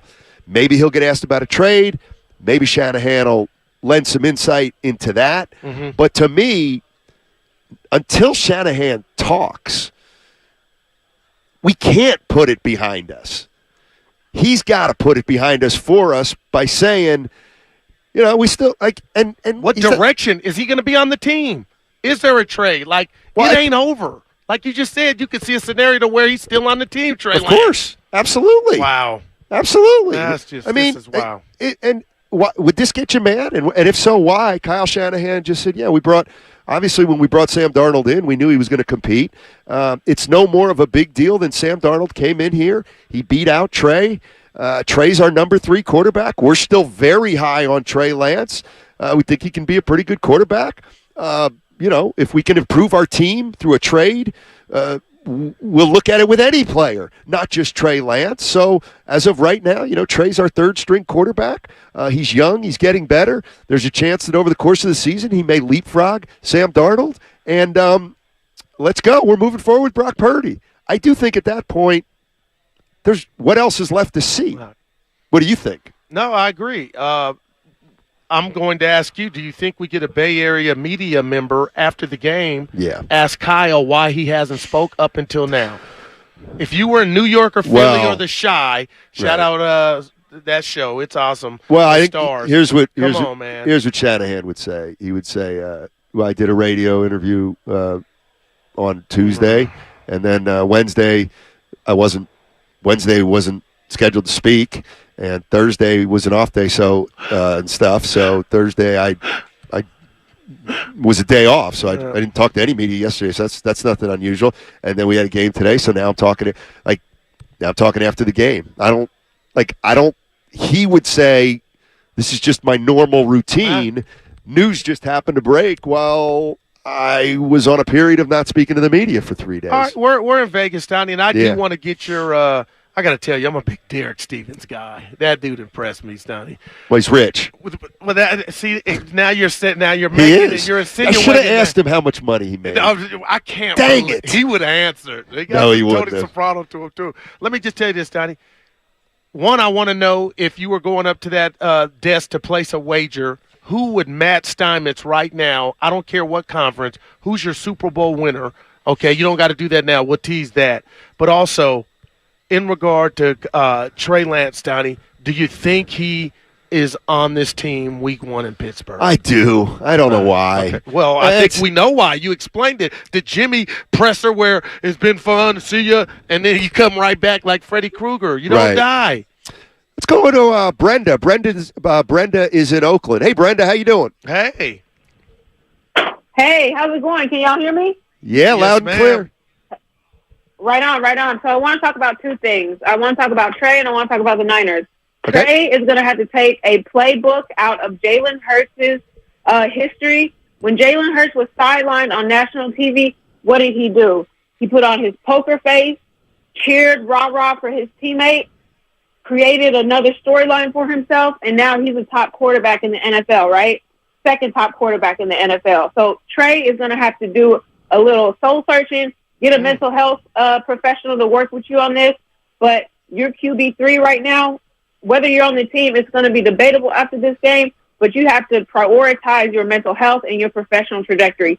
2, the Niners the administration needs to admit that they've been complicit in this quarterback fiasco. The minute Sam or Darnold was recruited, where was he on the Warrior sidelines? Kikiing and cacaing with the A team, right? You don't do that to your quarterback who have been here for 3 and 4 years. You know what I'm saying? So you put that public perception out there that there's already going to be a quarterback fiasco. And this is something that you should have checked with your A team. Look, this dude just came to the team. Where is Trey? How many times has Trey been to the Warrior sidelines with, CMC or with Kittle? No. So the Niners need to be complicit in the mess and the noise that they're creating. And now they want to be hushed.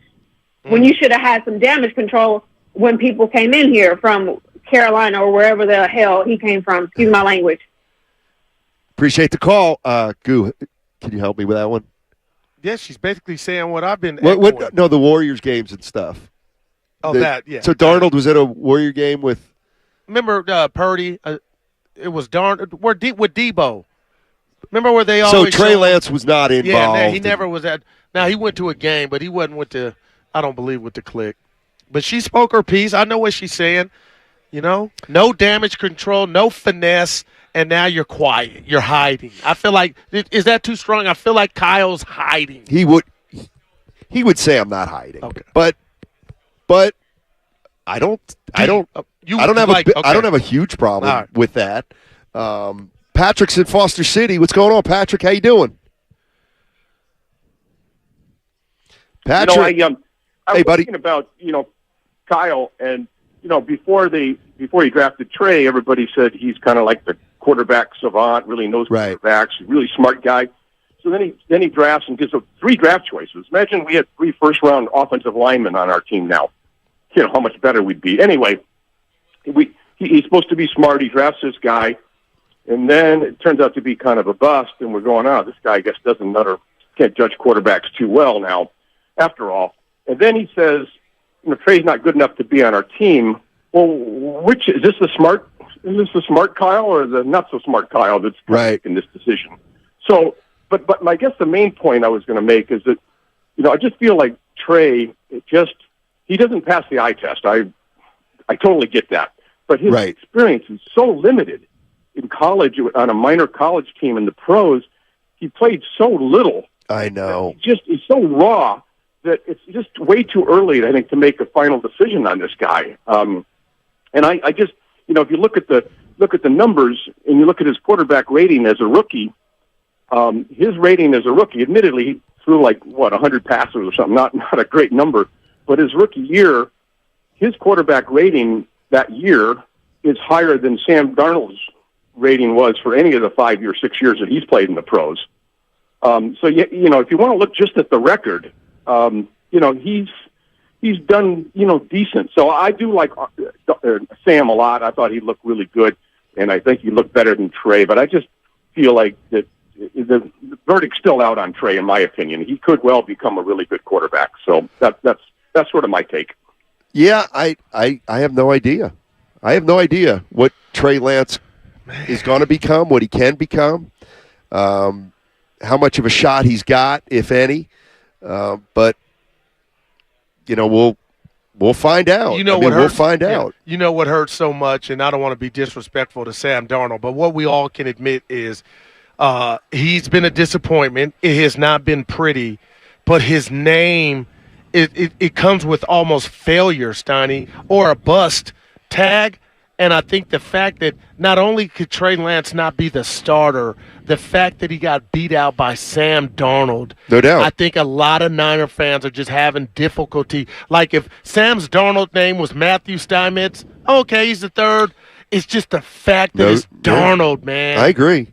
And hard pill to swallow. Well, and apparently it's a hard pill to swallow for Trey Lance. Right. You're right. I will say this after the last call, sometimes it just does hit me.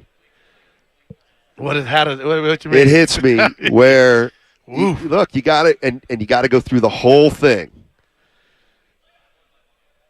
Kyle Shanahan moves up in the draft, gives up 2 first-round picks, and then swaps a third to move up to 3.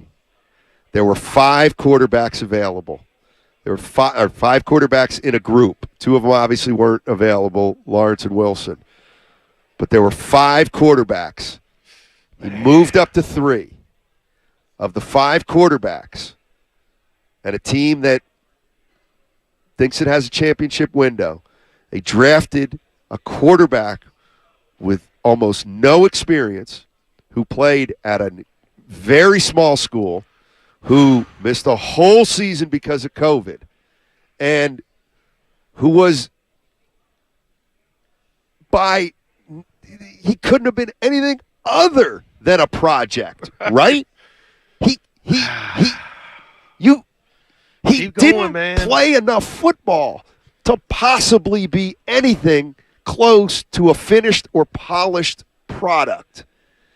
You can't draft somebody like that and think. Wow. I mean, you can. Here it is. Here and hope and expect. You can't draft a guy like Trey Lance and expect that he's going to be the starting quarterback in 2 years. You can hope.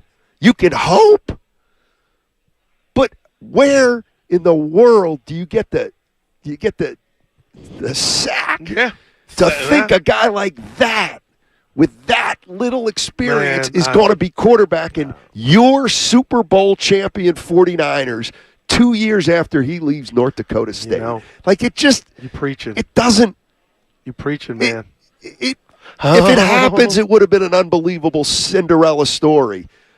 But it was the longest of long shots. And was James Wiseman. Now, right. I'll acknowledge it, Goo. Easy to say it right now, but let this be a lesson. Man. Let this be a lesson for the future. You can't do this. You can't do this unless you're a team that's willing to be patient. And we're winning right now is not the top priority. And before you go to the calls, let's just say Jameis Winston, even Leaf, those guys did it to where Jamarcus Russell, to at least where you saw them have success on the college stage, on the TV Saturday nights, to where Mrs. Happenstein, where people could say, you know what, he just didn't pan out. And in basketball, you get what? Somebody from Europe, somebody from a baseball player from the Dominican or Japan, and that translates. You cannot manipulate the NFL to where a guy didn't play top-tier D1 college football and expect him to come hit the ground and be John Elway. It's too hard. So, Bonte and I have been consistent. Look at Trevor Lawrence. But he was the man. And how long has it taken him? Yeah, but now he looks like, oh my God, watch out, Stoney. Well, he looks pretty good. Oh my God, he looks. He looks pretty good so far. He won a playoff game. I know. I'm not I hear what. But what I'm saying is, you feel excited. Justin Fields, you feel excited. But he played college. Oh yeah, he played major college. They all like did. What I'm saying is, Trevor Lawrence, even as he was the man. He didn't come on like Justin Herbert. Yeah. But you were willing to wait, though. He was earning it. Yeah. Thank you. And out of all the quarterbacks you just mentioned, if we want to go forget the names of the one quarterback that shouldn't have got picked, it's Trey Lance. Mm-hmm. He's the one where I don't know. What did Kyle see? This will forever be on his resume, Steiny. The miss, and not just the miss, what made you do it? We'll find out hopefully at some point. Okay. All you got to do is ask him. Phil's in San Jose. Hey, Phil, how you doing, man? We'll talk about Trey Lance. What up, buddy? Yeah. You guys hear me? Yes, sir.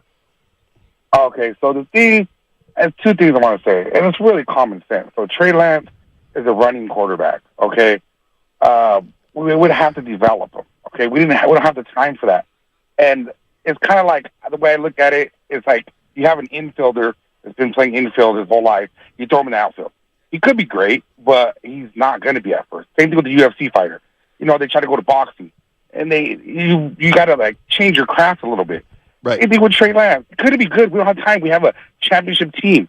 And the other thing, and I swear this is so common sense. Look, the difference between Trey Lance and Brock Purdy is that Trey Lance, every time the pocket breaks down, it's like he mentally breaks down. He gets skittish. And he tries to make plays with the ball. And you can't do that. And Brock Purdy, he's like a little Joe Cool. He's not the fastest receiver, or the fastest quarterback, but he's quick. If he could anticipate the play breaking down, he gets out, extends the play.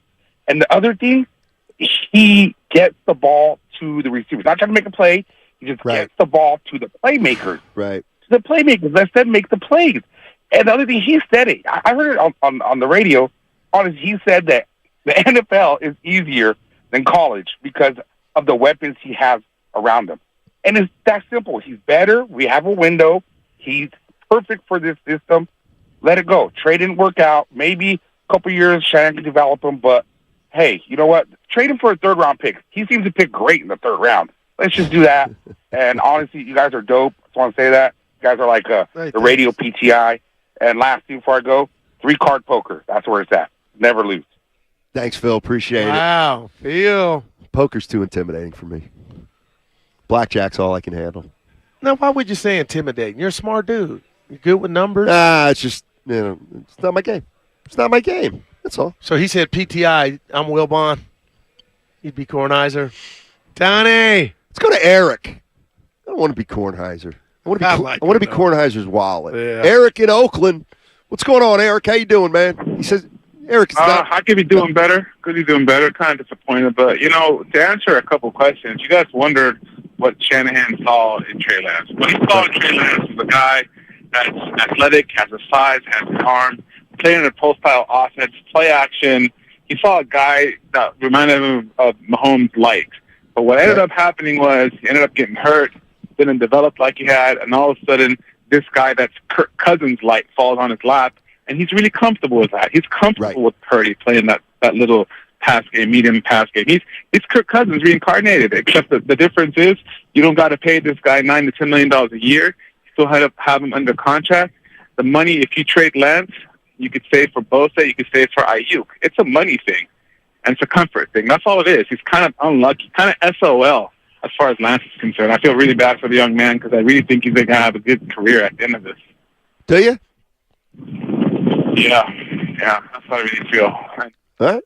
Thanks, Eric. Appreciate the call. What if I feel like I don't he know. didn't ask, but I just don't think I'm not being mad at Trey because I rode for him. I rode for the opportunity. I didn't like the play calling, but that spoke volumes. What if I told you, you are what you are, Steiny? I don't think he'll ever be that dude. He won't be Steve McNair. And maybe that's not what he's trying to be. He's trying to be the best version of himself. But, Steiny, how many guys, somebody typed Rich Gannon in earlier, but Rich Gannon was a journeyman, and then, I remember him in Minnesota, Kansas City, but he got on with the Raiders. That was way late in the game. My thing to you is, when does this ever turn around and we see Wiseman? When he gets to his next team. If we're going to see he's not going to be a starter at his next team. So now we're talking about year 4. Well, you don't know that. Well, what if he gets traded to all right, I mean, you're probably right. I mean, I'm not if just. He goes I'm to not. Tampa Bay, I'm not picking a fight. I'm just saying. We can't fight in Vegas. I'm just saying that I think there's some teams that, and maybe it'll take some weeks to go by where teams realize, hey, we stink and our quarterback's even worse. Rams need a quarterback. Let's give a shot at Trey Lance. The issue that I think, and this is where pride comes in with John Lynch and with Kyle Shanahan. Everybody knows what they gave up for Trey Lance, and everybody knows they ain't getting that when they trade Trey Lance. So the way the 49ers handled Garoppolo, which I think was asking way too much for a guy, what if they do that with Trey Lance too? They're probably telling teams you can have Trey Lance for a second? Yeah. And if I'm a team, I'm saying hit the pike. Yeah. And they're saying, well, we still really like him, and we think he's going to be really good. We want to win a Super Bowl this year, and he's not quite ready. Call us back in a week. It could be like that for a while until somebody gives in one way or the other. Let's go to Rick. I'm sorry. Let's go to Mo first in San Ramon. Mo is in San Ramon. We'll be there Tuesday. Yeah. What's going on, Mo? How you doing, man? What's going on, baby? What's going on? I love you guys' show, man. I love listening to you guys every day. Appreciate it, man. Thank you, man. I can't wait to see you guys next week, though, in San Ramon City Center, baby. Let's do it. Yeah. Yeah, baby. So I'm calling regarding Trey Lance and the Niners, man. I've been a Niner fan, man, all my life, and I love the Niners, and I love the coaches, everybody, man. They're doing, an amazing job in their end as much as they can. But the only issue I got is the decision-making with the quarterbacks. Ever since with Jimmy Garoppolo and coming down the ladder, you know what I mean? I believe, or I see in a way where they just pop them like popcorns, man. They don't give them that opportunity to really be that quarterback of the franchise. You know what I mean? You can't build everything in one day. There's no way. It's just impossible. And then going back to Trey Lance's issue, if he can't be fixed here and you believe in him from day one and you're not going to give him that opportunity to build him, who else is going to build him, man? I don't think there's any other team that could do that besides the Niners, because you have all the elements around him, all the elite players, the deadly, lethal offense that they have. Obviously, the line has some issues and stuff, but the wide receivers and the running backs, everything that we have, if he can't get built here, obviously you got to do it in a timely manner. I'm not saying to do it this year, but if you keep all three quarterbacks this year and you run and go after the Super Bowl and get the championship, then you can make a lot wiser decisions next year. That's what I would do. Fair enough. 888-957-9570 is the number. Matt Steinmetz, Dow, the Guru Johnson. We're in Vegas, downtown Vegas, at the Circa Hotel and Casino. We got one more hour. We're going to keep talking San Francisco 49ers football. The other thing, the one thing we can get into a little bit is this Steph Curry stuff. But I also want to play. I also want to play some more of the Steve Young sound. I see Rick and Javi on the other side. We'll get to you guys. Don't go anywhere on 95.7 The Game. Get in where you fit in. AC Transit 1.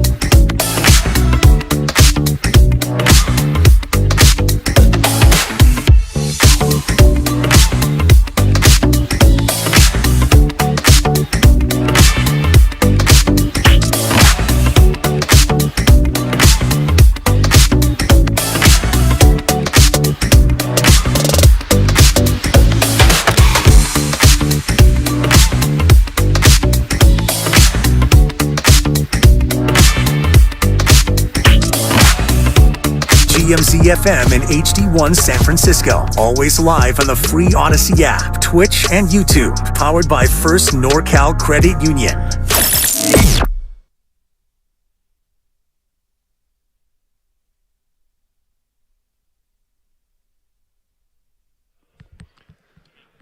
Now, back to Steiny and Guru on 95.7 The Game. All righty, Matt Steinmetz, Darryl the Guru Johnson with you from the Circa Hotel and Casino, downtown Vegas. Yeah. And sitting here with my main man, an hour left in the show. I just got a text. I got to give credit. We always talk about you do the boss, and he'll screen calls. He ain't afraid to get his hands dirty. Right. I get a text, Dibs is screening calls for us, baby. Oh. Shout out, Dibs. Maybe that's why we don't have any calls, because nobody can pass Dibs' test. I'm going to give you one. You know, Dibs, here's the thing. Here's the thing about Dibs and Nahigian. They're such radio veterans. You don't just call and say, hey, I want to talk to Steiny and Goo. Okay, what's your name? Jim. No, what do you want to talk to them about?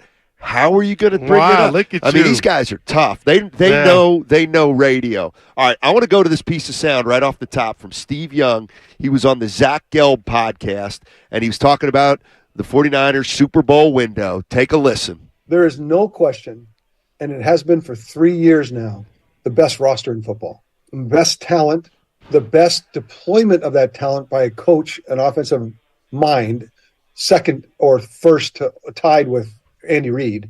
So you need a quarterback, and they should win multiple Super Bowls or be in the mix, and they have been in the mix for multiple Super Bowls. So, yes, this team is Super Bowl. No question. Super Bowl or bust. Wow. What is that? I feel vindicated. I mean, I don't want to be a jerk, but how about Super Bowl win? I assume he means win. Yeah, okay. There's no doubt. Okay. And again, I was driving home. I think it was Allen and Willard yesterday, and Willard was speaking to my soul in this sense. Follow me, Steiny. And we know Willard ain't super hot take. Jake, I couldn't believe. I was like, oh, my gosh. So I'm almost on the bridge, and he said, I'm paraphrasing, 49er fans – the last few years since the 19 loss in the Super Bowl has that Dodger feel to where they've won the NL West 100 million years and they got one World Series, which was in the bubble. You don't feel fulfilled. He brought up Buffalo. You know, in Buffalo, yeah, they didn't win the Super Bowl year after year, but if you're okay with a whole bunch of winning, which a lot of teams would trade that in, but Steiny, it just spoke to me like, it does have that feel of when is Kyle's team going to get it done? I disagree. Because I disagree. Tomorrow and championships are not promised. That's right, and that's why. I'm going to have to push back on that every single time you say it. Okay, I have before you do, just understand your partner knows, and I'm coming from a spot of course you would take the win in, Steiny, but when you're the Niners and you're the storied franchise getting blue balls every season, the fans do want to know when are we going to get it done, because anything can happen and everything changes, the injury to the wrong person, and now you're back at square one. That's all. Capitalize. We agreed that the first 2 years of the Kyle Shanahan regime were just getting this thing back on track. No doubt. So 3 out of the last 4 have gone to the NFC Championship. Like I can't do that. I can't. But okay, let me ask you this, 49er fans. Because I feel like you're being vague when you say they went to the games, but you're forgetting and omitting the heartbreak of how those games played out to where one thing happens here or there, I throw a flag, we might That's football. win. That's sports. Kyrie Irving doesn't make the shot in Game 7. The Warriors win their title. But that's where the pain comes from. I'm not saying there isn't pain. Okay. All right. Of course there's pain. It's not about Pass the word. It's not about that to me. Hey, let me ask you this, 49er fans, 888-957-9570. Tell you right now, here's what's going to happen. You go 14-3, okay? You have the best record in the NFC. Philly comes into Levi Stadium, and you beat Philadelphia. Bam. And you go to the Super Bowl, and you lose to the Chiefs 31-26. Are you taking it or not? Taking it. Of course you are. Yeah. Well, I just created a scenario in which the 49ers don't win the Super Bowl, and it's not the end, and it's not a disappointment. But how many fans out there would say, no, that would be a disappointment. And I think there are too many of them, quite frankly. So there's nobody walking this world that would say that's a bad year. I didn't say bad. No, I'm asking you, could you understand diehard Niner fans or just national media saying, forget your good little year because you guys always have that and they take it for granted. Kyle lost another big one. Now, it wouldn't be on the players. What about the big ones Kyle. he won? What about winning 2 NFC championship games? Those are we're big talking about games. Super Bowls. Okay, so if Kyle Shanahan, if the they goal go to is to win a Super if they go to the Super Bowl this year, that means Kyle Shanahan is what in the postseason, like 8-4, something like that. And he would be 0-2 in the Super Bowl. How young? How many? He's still one of the youngest coaches in the league. Gotcha. He's only been a head coach for 6 years. McVay got his. Well, that's again. You can't use the exception. There's always going to be an exception, but like, how long has it taken some other guys to win? Well, Andy Reid on line 1. Remember that? Exactly. What did I learn from that? But he did it somewhere else. Are you going to do this with Kyle for the next 10 years? I'll tell you what, Stoney, if they lose that Super Bowl and they were up 11 in the second half and we watch how some questionable play calling or whatever, we're going to react to it. 415, I'm a season ticket holder, and losing to the Super Bowl, the Chiefs would be disappointing. Of course it would be disappointing. No, yes, it will be disappointing to not win a Super Bowl. I get that. But it doesn't mean that the season was a failure. And in fact, right, there's a scenario here in which the 49ers at the end of this season, even if they lose in the Super Bowl, are in a much better position than they are at the start of this year, next year. Because I got news for you. We don't know about Brock Purdy. I don't care. So if they go 14-3 and get to the Super Bowl and lose to the Chiefs, chances are the following year we're going to say now they have more talent than anybody in the league, and Brock Purdy is what is he, 15 or 18-3 as a starter, and he's getting better. Well, now we're the favorites. It can't be now or never. It's just not that way. But I don't want to come off. Why do you let me know. I don't have... want you to think that a successful season means nothing in my book if you don't win it or you come close. Stoney, there's a theme happening with this Niner team under Kyle. What? And right now is they can't win the big one. Oh, please. What do you mean? We saw it with the Bulls. We saw it with the Pistons. We saw it with the Celtics. Why are you stopping with Kyle in this? It's another good season, man. Because he's only been the coach for 6 years. Okay, but that's not a long period of time. Well, it doesn't help your argument when you use that against him about he can't get his quarterback in 6 years. You don't stop there and say, 6 years is a long time when it fits your narrative. I'm telling you, Niner fans are tired of finishing for second place. That's all. The hell and with it's them. natural. No, it's not. It's not natural. It is not natural.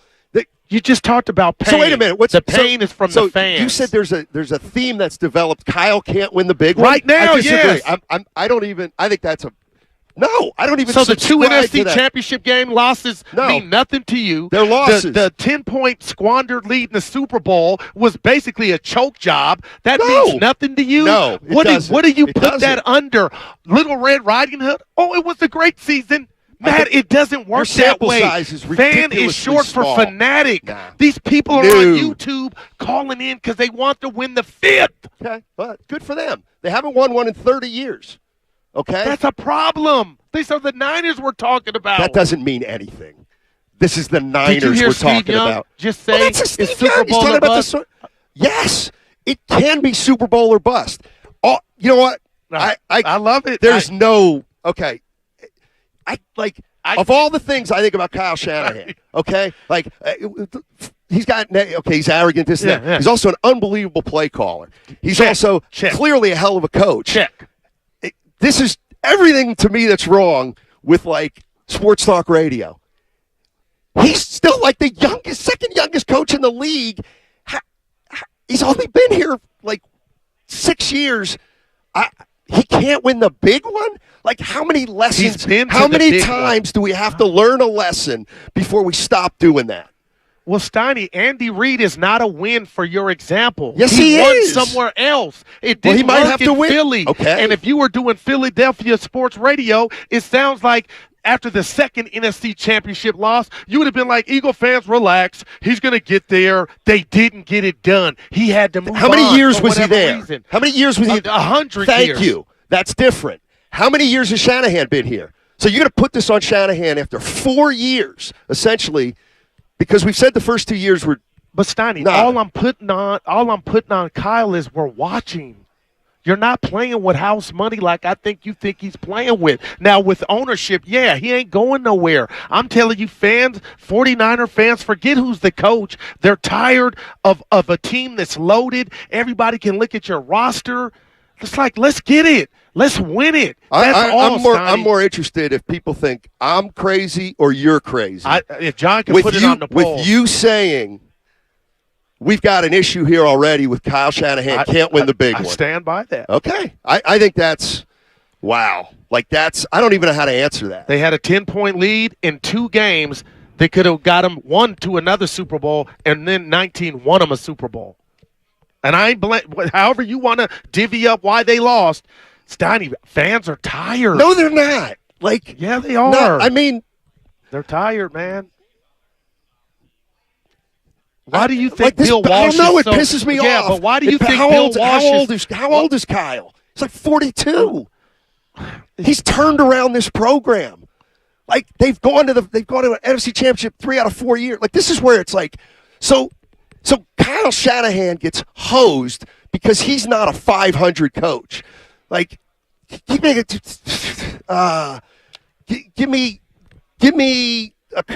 Dan Campbell. In like nobody's saying, well, he can't win the big one. He hasn't even played in a big game. Like Kyle's won big games. Right. But he ain't won, and he's been in the biggest. And he's had the lead in the biggest. And I just think it's fair to say, okay, this is not Detroit. This is not Jacksonville, Steiny. A lot of this team knows what it's like to watch their team go to Super Bowls and win. That's why we look and revere Bill Walsh. That's why Kyle he's the guy, Shanahan can't win the big I one. didn't say that. You're saying so far he hasn't won it. You and said a theme is developed. Yeah, there is a theme. I don't think so. So 0-2 in the NFC Championship these last 2 years mean nothing to you? No, that's not a theme. On top of the Super Bowl? No, that's not a theme. What are we doing here? When's enough? 8? Gosh, they have come up 3 times. When are you going to, like, I want to shake you. Like this metric that you have, like, there's nothing happening here. Oh, my gosh. How long did it take Michael Jordan to win a title? But he did it, right? Right, in like his 8th year. This guy's been here 4 years. Hold on. And then 2 before that when nothing this Jordan happened. one, Steiny, this Jordan one I want to say, because people are going to say, oh, John Elway. When he got there, he won it. He was undefeated when he got to the finals. I know there was a whole lot of losses before he got there. But, Steiny, this is why we love Belichick. This is why we love Walsh. You cannot look at me and tell me Kyle has not squandered an opportunity to win or already have a ring or rings. Well, that may have happened. He may have lost a big game in a Super Bowl. That doesn't mean he can't win a big game. And he lost a 10-point lead to the Rams in the NFC Championship game to go back to the Super Bowl. But you're just giving passes left and right, like, oh, he's young. Oh, go give it. It's not. Sometimes you don't know what tomorrow brings, Steiny. And I know. You got to be careful because he's one injury away, or they're one injury away from this thing being ran by Sam Darnold, and then we're 2 more years down the road. And we're talking about he didn't have his franchise quarterback. That's all. Strike while the iron is hot, and Steve Young just said it. Super Bowl or bust. I'm not. What I'm saying is the idea that, a theme's developed and Kyle Shanahan can't win the big one? Can we wait till he's been a coach for 12 years first? So seriously, if the Niners get back to the NFC Championship game again this year, which they definitely see again, can, then he gets penalized. But he's but that's my point. That's my point. If he goes to the Super Bowl and gets beat by a Kansas City Chiefs team that's just better, what if they're just better? Like, if they're better, Steiny is sports. I really believe you think I'm not giving Kyle credit for getting there. I talked about his brilliance. I gave him the check on being a good head coach. But at some point, when you talk about great and good and the boy wonder, the standards are raised. And the standards are raised. I understand all that, but okay. it doesn't change that. Right. Expectations don't – they don't change the fact that Kyle Shanahan – will probably be coaching in this league for 25 more years. And to start saying after year four, I don't know if he can win the big one. I mean, like, that's the kind of stuff we said about John Elway. Well, it's like, just give it time first. Give it time. Right. That's all. Let's go to Marvin in Livermore. What's going on, Marvin? How you doing, man? Hey, good. How you guys doing? Doing well, man. Hey, I am a Denver Bronco fan, so you brought up Elway, but you have to remember, Elway didn't win until we got Terrell Davis, and Terrell Davis helped take us over the line. And Elway played a part, but he wasn't a major part. The thing with Kyle Shanahan, he reminds me of his father. Great first-half coach. Denver used to be up 30-0, and then come out second half, and we didn't have adjustments. And Kyle is similar the same way. Because, Steiner, you cannot discount a 28-3 lead in the Super Bowl like he wasn't a big part of it, or the losses in the NFC Championship. So at some point, it has to come back to Kyle, boy wonder, boy offensive genius. Why can't you be the genius in the fourth quarter? I get all that. Let me. I'm winning the poll. I'm 51-49. 43. He's 43 years old. He's 43 years old. He's 6-3 in the playoffs. He's He's 43. He's 6-3 in the playoffs, but he can't win. What's his record in the Super Bowl, Stoney? 0-1. Okay, what's his record in the NFC Championship games? 1-2. Okay, and what's happened the last 2 years in a row? How'd the season end? Okay, so now I just asked you a question to answer it. How'd the season end? Okay, so forget. I know you're looking bigger picture. Of course, I'm looking bigger picture. You picture. have an agenda, though, Steiny. No, you're I don't. The books. How am I cooking the books? Because it's not ludicrous to expect a team or a great coach and who has a reputation that he's earned, like Kyle Shanahan, when he's in a big game, to win the damn game. And you throw in participation trophies. Only got there, he's 26 or he's 46. I get all that. But, Stoney, the Niner fans want number 5, damn it. And they've been close. You know what? That's irrelevant to me. Every fan base wants a Super Bowl. But I've been noticing the 49ers fans are no different. But when did you start making Kansas City into like Muhammad Ali? Okay, if they go to the Super Bowl and lose to Kansas City, it's almost like you're saying it's okay. It's another Super Bowl lost. You better win it, Kyle. And Steve Or what? People like me will come down your road and say you're a choker, and you can't get it done until you get it done. Yeah, and I'm winning on the poll, 51-49%. I'm sure they didn't phrase it right either. No, they said who's more crazy. That's what John put. Eric's in Hayward. What's going on, Eric? How you doing, man? How you doing? Dynamite. Hey.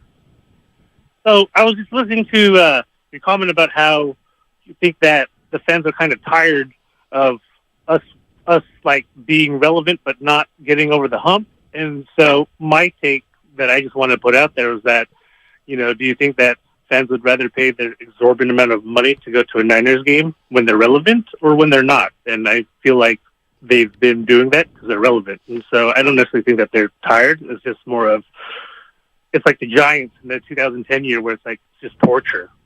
So that was all. Appreciate the call. No, they're absolutely competitive. Mo's in San Jose. What's going on, Mo? Hey, how's it going? Hey. Steiny, you love to make the comparison between the Niners and the Warriors.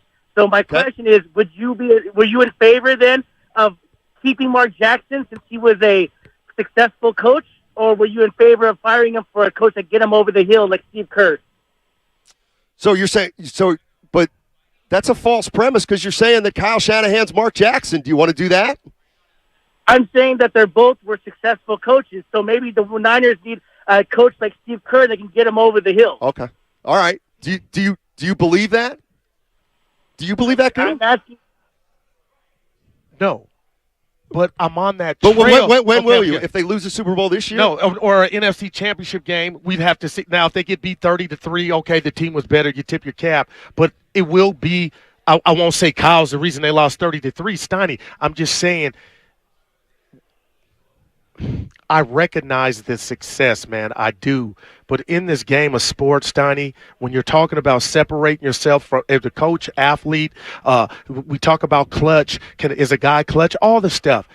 At some point, you got to get it done. So I am watching Kyle because he's had opportunities. This is halfway through the first quarter of Kyle Shanahan's career. So that's the way I feel. Crazy to expect. I don't care how old he is or where he's at in his career, that a guy that has a 10-point lead with 6 minutes left, a coach in a Super Bowl, even if his first try, I can't. I got to ignore that because of how old he is. You don't have to ignore it, but don't jump to the conclusion that a guy can't win a big game because he lost a 10-point lead. Got you. And then it's we go one time. Okay, right. And then I didn't even bring up the 20 twice. Okay, because twice. I think that's unfair because he was a coordinator. But you're going to bring it up. No, the caller brought it up. So 2 times. So he lost 2 big games. The Rams, you were up 10 in the fourth quarter to go back to the Super Bowl. Okay. And your team squandered the lead. See, and that's all I'm trying to just Yeah. Let me see if I'm still craziest. Well, poll means nothing because we're talking to fans. Now I'm up 55. Now they're cooking the books. What does it say? How's the poll? Who's the most crazy, Guru or Steiny? I'm winning 55-49. But they don't know why. They don't know why. Well, so there's nothing. The issue is you saying, Kyle Shanahan can't win a big game. Yeah, but that's really the issue, and I'm saying it is. I'm saying that's every day. That's yeah. This is their job. Like I wonder where all my Kyle Shanahan fans are at that actually are like, no, Goo's right, he can't. Oh, I know 2 of them. Who? Bonte. Not. I can't. Well, let me ask you a question. Okay. If you really think he can't win the big game, why wouldn't you just fire him now? See, seriously, you're going vodka. You're going to absolute again. Well, you went absolute. You're the one who said he can't win a big game. I said that a theme has developed. I said that's absolute. Oh, there's no doubt a theme. You cannot argue a theme. Oh my God! I bring out the facts, and you go to birth certificate. No, I go to the 2. Yeah, I go to the last 2 years. You lost the game, NFC Championship game. 2 years. Okay, but you're telling me how old he is. Okay, right. All right, but that ain't helping other diehards. And then the Super Bowl, which they should have won. They had no business losing that game. Okay, right. So 2 games. There are 3 games. Which was the third? The Super Bowl in 19 last year to the Eagles, and then when you had your backup tight end who ain't even on the team anymore trying to block. And here's the thing. Here's the players. Thing. You get to say this, and then when he wins it, you just say, well, "I was wrong." I'm saying right now, like it's like. Dude, he's going to be a coach like for 15 years. Like we may not even remember this part of him. And to say this early that he can't win the big game, is to me is like. But you're saying it's so unfair. He's so young. Like what if? I believe you're being so hypocritical. But what if he says? What if they win it this year? And he goes, you know what? The reason we won it this year was because I realized I took the choke in a couple earlier games, and those were on me. But now I figured out how to get over the hump, and he goes on to win 3 Super Bowls in the next 10 years. All right. You know what? I heard you. But what's so funny, Steiny, is how you cook the books. And let me tell you how I deem it cook the books. So he's so young in his tenure because of his age when we talk about him winning the big one. But yet we've done a million shows to where we're in year 7 and he hasn't identified his quarterback. No, you're right. Help me. That's true. But that's a separate issue. But okay. Identifying a quarterback is different than a guy who can't win the big game. You told me they may be the reason that they haven't won the Super Bowl. The quarterback position, yes, but that's still different. But it's still they may have not won the Super Bowl because they haven't been good enough at the quarterback position. That again is infinitely different than Kyle can't win a big game. I'll take my. Relative. You want to bet right now that Kyle Shanahan wins the Super Bowl in his career? What? Because I'm being emotional. I think he can win a Super Bowl. I think they got a good chance this year. That's how real I'm being. So, and I don't want them not to win it. So I'm not going to make that bet. And I'm telling you, they're loaded. That's why I'm saying Steve Young, a Hall of Famer, is telling you what it is, Steiny. And I don't think he's saying just make it. I'm saying we need another parade. That's what Steve's saying. You know what? And I guess that bothers me too. The cavalier. Oh, we won another Super Bowl. It's like it's been forever. You Jags. Yeah, but it's been forever. 94, Matt. What does that have to do with anything? No, there's plenty of teams that haven't won Super Bowls in 10 years, 20 years, 30. There's teams in the NFL that never won a Super Bowl. Like, you don't get to win one every year. You don't even get to win one every 2 or 3 years. I got a great analogy for you when we get back. All right, Steiny Guru from the Hotel Circa, downtown Vegas. Yeah. Be right back. Hey, you ready to go to IKEA? I have some bad news.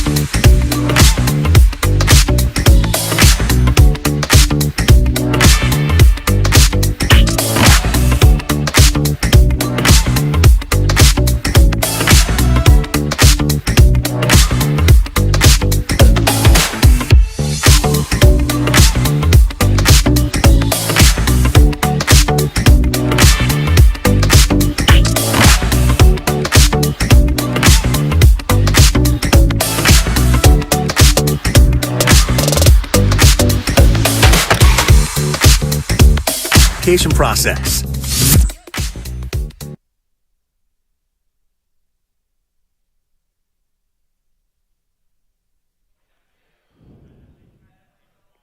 Now, back to Steiny and Guru on 95.7 The Game. All righty, Matt Steinmetz, the Guru Johnson, with you from the Circa Hotel and Casino in downtown Vegas. And we're talking San Francisco 49ers. Let's just jump into some calls because this is a shorter segment. Yep. We'll go to Will in Pleasanton wants to come down my road. Okay, what's up, Will? What do you got for me, buddy? Hit me. Willie. What's up, Steiny, and welcome back. Just wanted to, let's just say you're right. Shanahan could be good for 8 more years. Okay. He could be just like your guys in comparison to Andy Reid. Andy Reid is still very good, but when he was on the Eagles, he had a great roster, just like the Niners did, but he couldn't win the big game. By the time they got rid of him, they no longer had that roster. Right. So let's just say Shanahan's good for 8 more years, but he's not. It takes him 6 more years to win it. It won't be with the Niners because they won't have a good roster. So if you've got to get rid of Shanahan now to take advantage of the roster that you have, you've got to entertain that idea. Of firing Shanahan? If you think that's what it's going to take to win a Super Bowl with this roster, instead of going, well, Shanahan will be good in 6 years, maybe he'll win the big one in 6, but it won't be the Niners because they won't have. Well, but it has nothing to. Well, there's 2 things, and I think you're breaking up, Will. But I wanted to ask you about this. But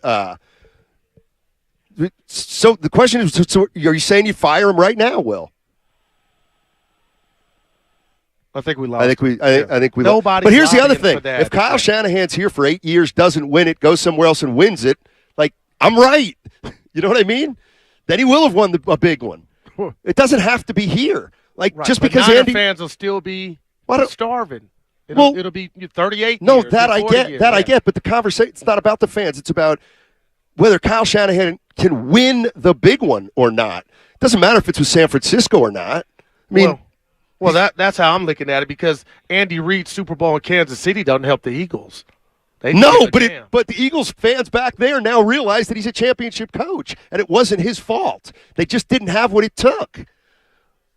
Like, is anybody now saying we didn't win it in Philly because of Andy Reid?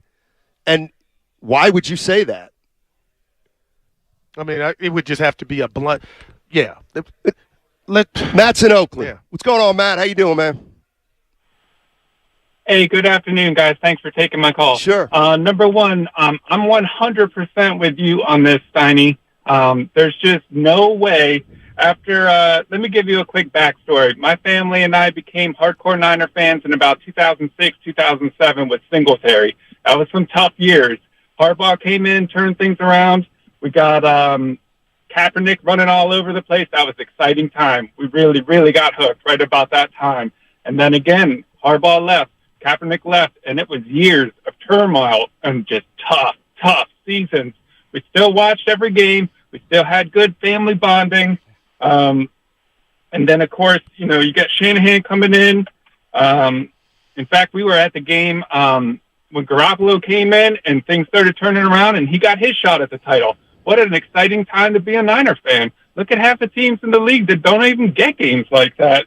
And plus, even if Shanahan doesn't win it, like I would compare a good coach to like a good poker player. They're not going to win every tournament. Sometimes they don't win any poker tournaments, but the odds are in their favor. But there's so many different factors that come into play that's completely out of everyone's control.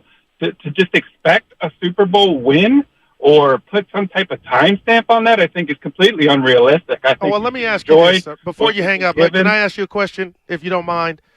This is not about if you don't win it or not. It's about me reacting, were the Niners good enough to beat the Chiefs in the Super Bowl? Your answer would be, because mine is yes. Your answer would be yes. Were the Niners good enough to beat the Rams when they were up 10 in the NFC Championship game on the road? Your answer would be yes. All I'm simply stating is they've had chances to cash in.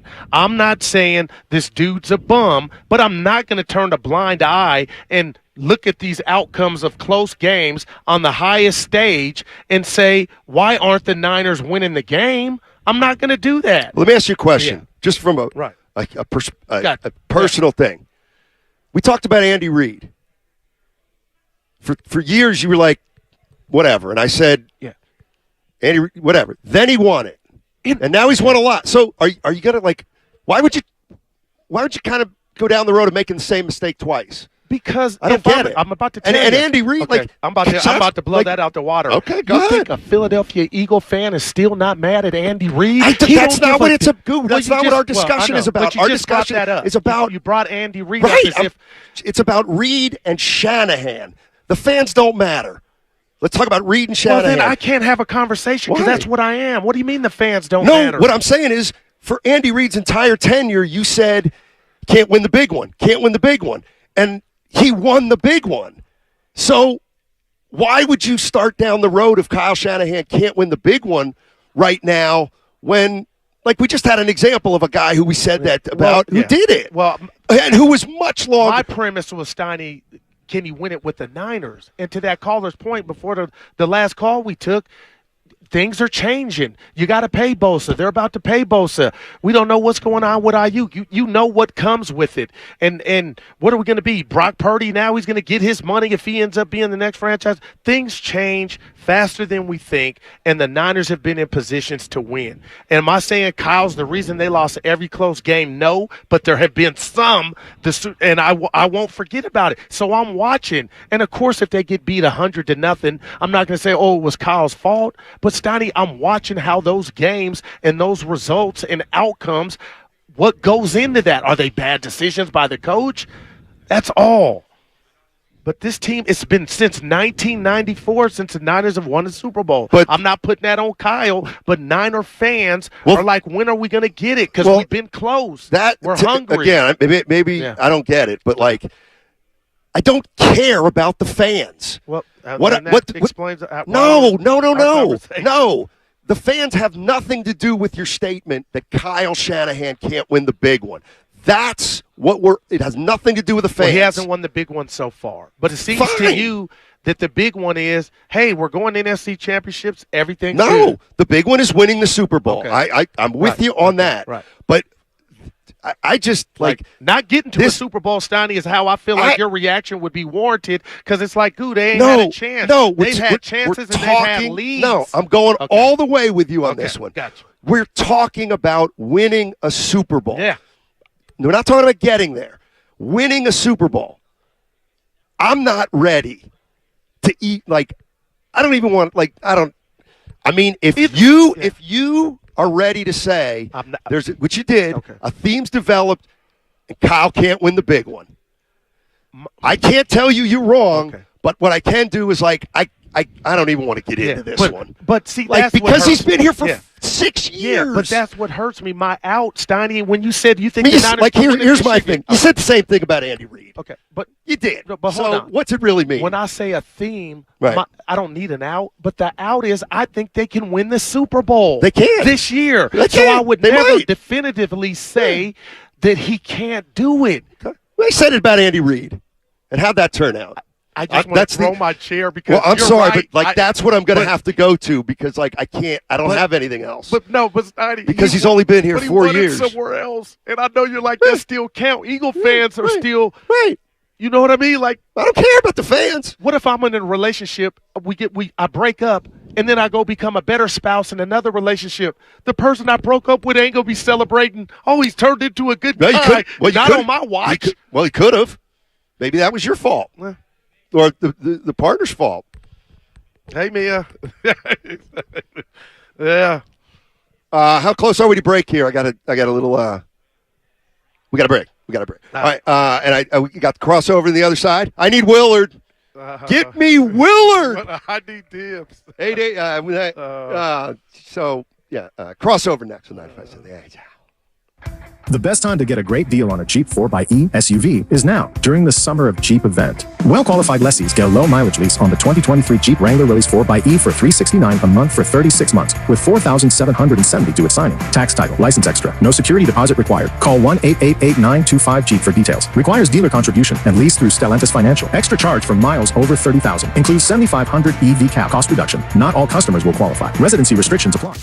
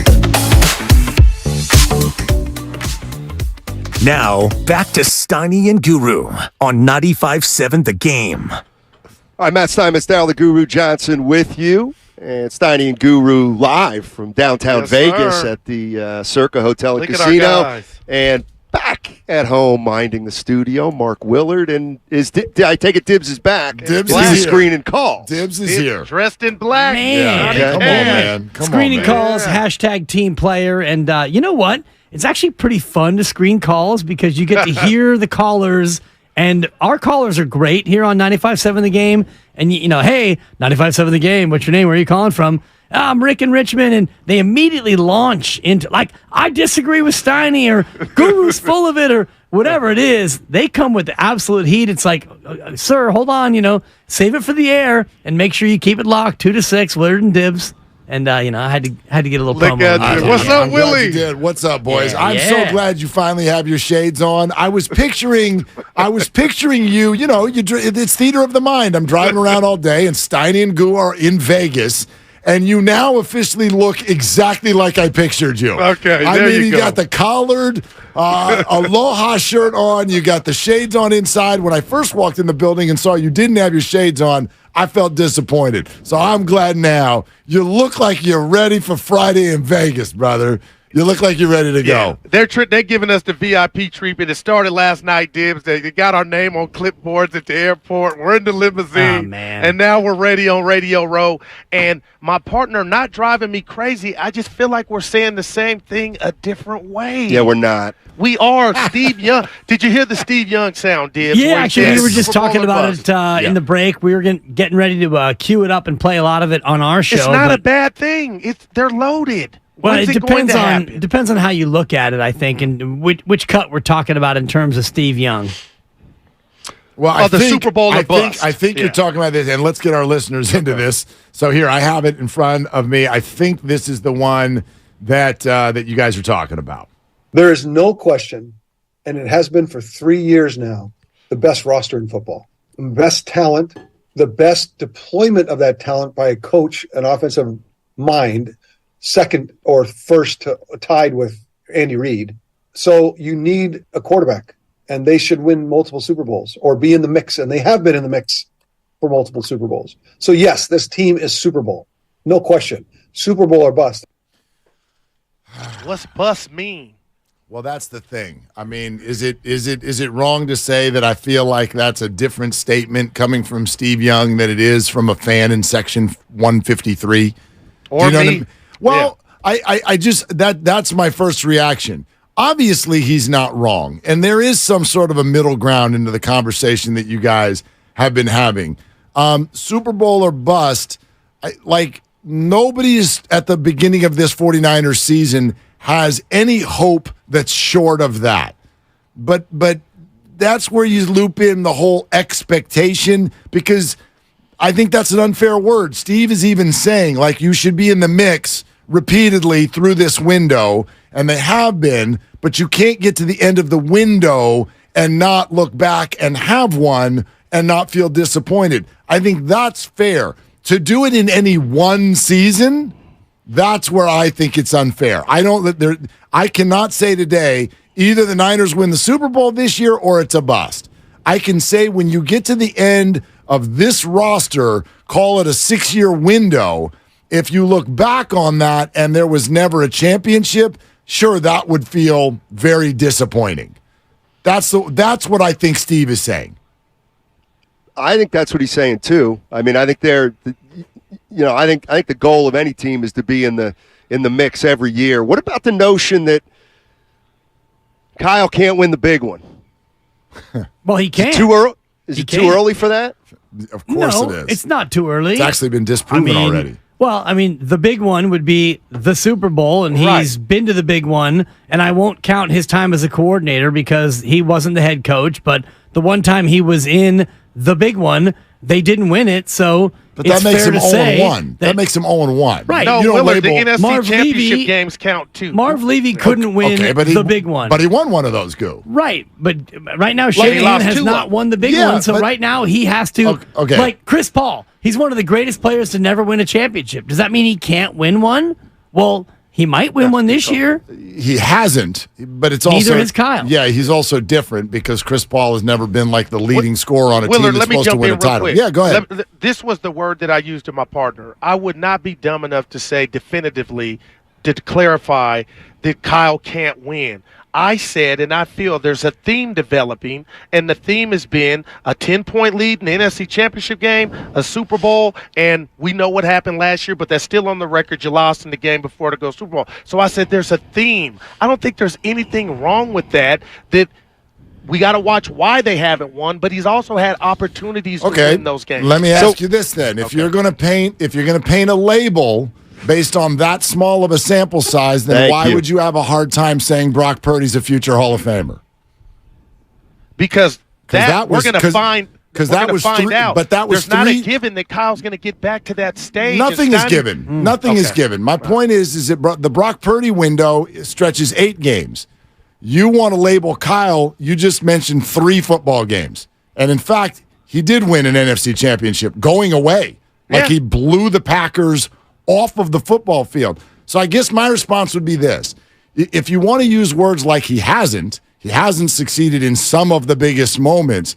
But when you use a label, that means you're saying it's a characteristic. And if he, quote, can't win the big one, then how do you describe the big ones that he has won?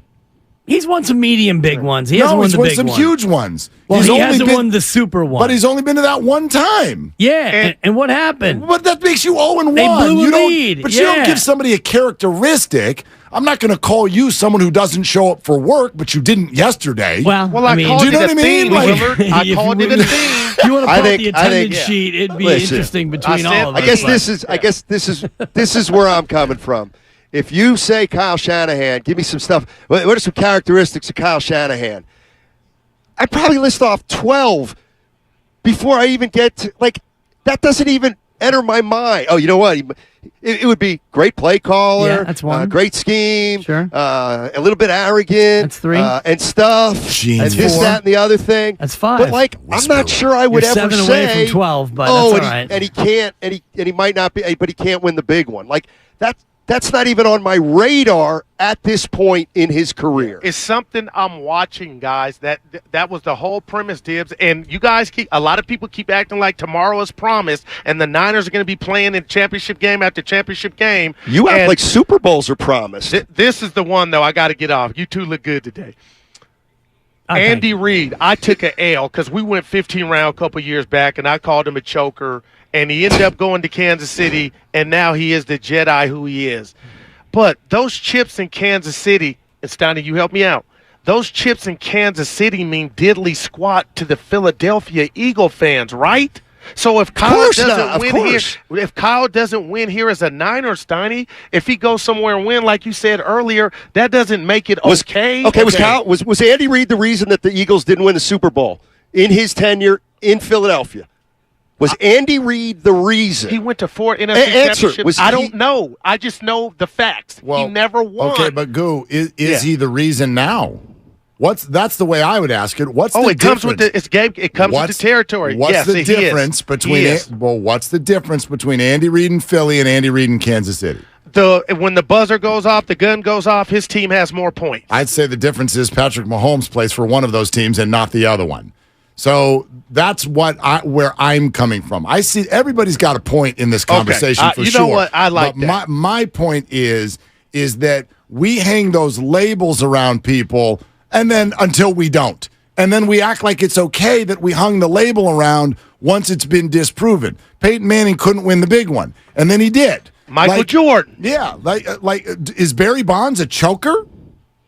I mean, I watched him in Anaheim. I went to all 7 games. He hits the ball all over the damn yard. But that was the first postseason where he actually did anything. Talk to him, Dibs. I was about to bring it up. Postseason, the knock on Barry Bonds was he was a postseason choker. Yes. And then in that postseason, he was otherworldly. But until that point, that label was there, and the label fit. Right, and and taking playoff stats to baseball players in small samples is usually unfair because a pitcher is not going to give that guy They're not going to let that guy Right. be the guy that beats And you you're in the not playoffs. feasting on mediocre pitchers. And the Angels didn't either. I sat in front of Troy Percival right after he gave up that home run to Barry Bonds and was laughing about it because he literally said, we're up by 2 runs, and he's up with no one on the base. Right, so I figured I'm going to throw this ball as hard as I can and see how far he can hit it. And then he can hit it really far. Wow, so man. it wasn't a key moment.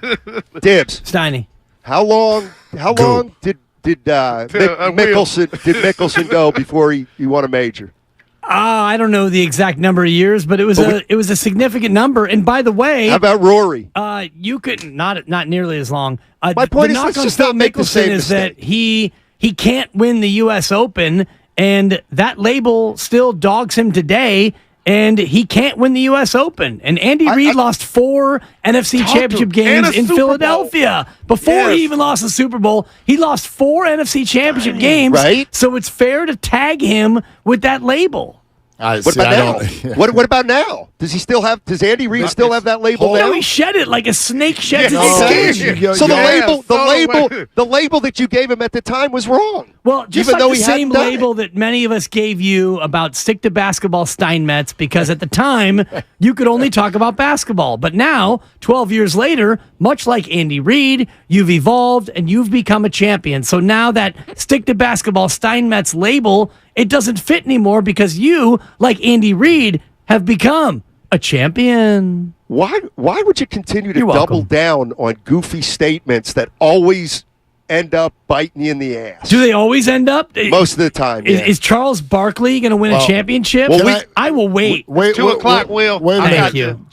Yeah, I got you. Don't worry. I got you guys covered. I don't know why I'm you covered. stuck on that. Yeah. Steiny's got dice to grab. Let's go, Steiner. Watch me. He had him for 30 minutes. He said he won $40, though. Come on. 42. Why? What are you putting your chips Playing on, Steiny? nickel craps. Willard, it was more than that. I don't want to count his chips and talk about his Are money. you backing I up watched it. Are you backing up your pass line, Steiny? It's the best odds in the whole house. Willard, that's are you all I backing it do, up? baby. I don't know what that Steiny, you means. look good. You got to back that thing up. Oh, that's Come a 3. on, man. That's a 3. Anyway, first of all, you're listening to 95.7 The Game, KGMZ, FM, and HD1 San Francisco. You really are. Always live on the free Odyssey app, Twitch and I have to YouTube. switch it up. Hold on. Okay. Powered by First NorCal Credit Union. Don't cover up the sponsor. No, listen. When you say Andy Reid lost those games, did Andy Reid lose those games? How often was he the favorite in those games? Almost every time. No, that's Against not Carolina in 03. Against New England, 15-1 juggernaut. Yeah, they were a favorite at times. They were not a favorite other times. But I still am going to go back to the statement I made. The difference between Andy Reid and Philly and Kansas City is nothing. You think it's the quarterback? Yes, he's got Patrick Mahomes. I agree. I mean, that He's got Patrick Mahomes. That's what Man. Patrick Mahomes in apologies, Philly would he McNabb. still not have won a Super Bowl. That's Willard, what I Steve got Young. something for that. If you heard what Steve Young play it again. Listen to what Steve Young said. There is no question, and it has been for 3 years now, the best roster in football, the best talent, the best deployment of that talent by a coach, an offensive mind, second or first tied with Andy Reid. So you need a quarterback, and they should win multiple Super Bowls or be in the mix, and they have been in the mix for multiple Super Bowls. So yes, this team is Super Bowl, no question. Super Bowl or bust. There's not a one of you who thinks if Mahomes was on the Niners for the last 5 years, they wouldn't have a ring. Okay, Willard, I got something for you, though. Okay. That same Mahomes that should have lost to the Niners in 2019 had the coach ran different plays when they were up 10 points. Hold on. That same Mahomes that lost to Tampa Bay in the Super Bowl, so he is not automatically, because you play against him, Willard, you can't beat him. The Niners squandered it. And who was most responsible? The play caller. That's Those are fine. facts. That's fine. But even if everyone bought everything you just said, that means to you you're going to label the man. No. I based said on, a trend, Willard. Okay, a theme. but it's theme not, doesn't mean I'm giving you a tattoo. See, but I don't think it is. I don't think it is a theme. I think it happened in that game. I think it was a very different set of circumstances that led to what happened in the Rams. And then Niner fans start bringing in things with the Falcons and Washington they know nothing about, and he wasn't even the head coach. And I don't think getting ready for a big playoff game is different no matter what round it's in. And Kyle has won a ton of those. So, if we're going to If he can say he can't win the NFC title game, but he did, except for when he did. Yeah. But He that, did, and I want to piggyback on that. Like, you can't say, well, he lost in an NFC championship game and classify that as not being as a big game that he can't win when he's won a previous NFC championship game. Like, he's won one of them. Yeah. So he's already, like, if you're going to just say the big game is the Super Bowl and only the Super Bowl, okay, well, then you're making a judgment on him being 0-1. But if you're going to say, well, he lost the Super Bowl and there was that NFC championship game he lost, well, then you got to give him the NFC championship game he won, right? That's a big game. I'm not mad. Yeah, I take your point. I'm like this because I wanted to talk about Ohtani and how things change in life, just in general. But we know 24 hours, okay? So I want Niner fans to be careful, Willard and Dibbs, because we're assuming, and rightfully so, like Steve, that you're going to be there, you're going to be there, you're going to be there. They're one injury to one player, I don't even know his name. We see it happen. It could happen to where Kyle could have had his best chance as a Niner coach to already cash in that chip for a Super Bowl. That may not be the case, Dibbs, but you got to be careful thinking you got forever in a day.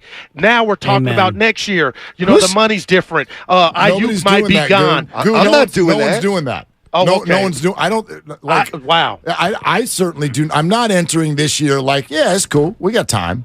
No, okay, no, wow. nobody, that's how I felt. Nobody's saying that. And I was getting that from you. No, but it's to me, and I don't know. I didn't hear obviously your entire, but that it's a leap to go from there to that means we march if they don't win the whole thing.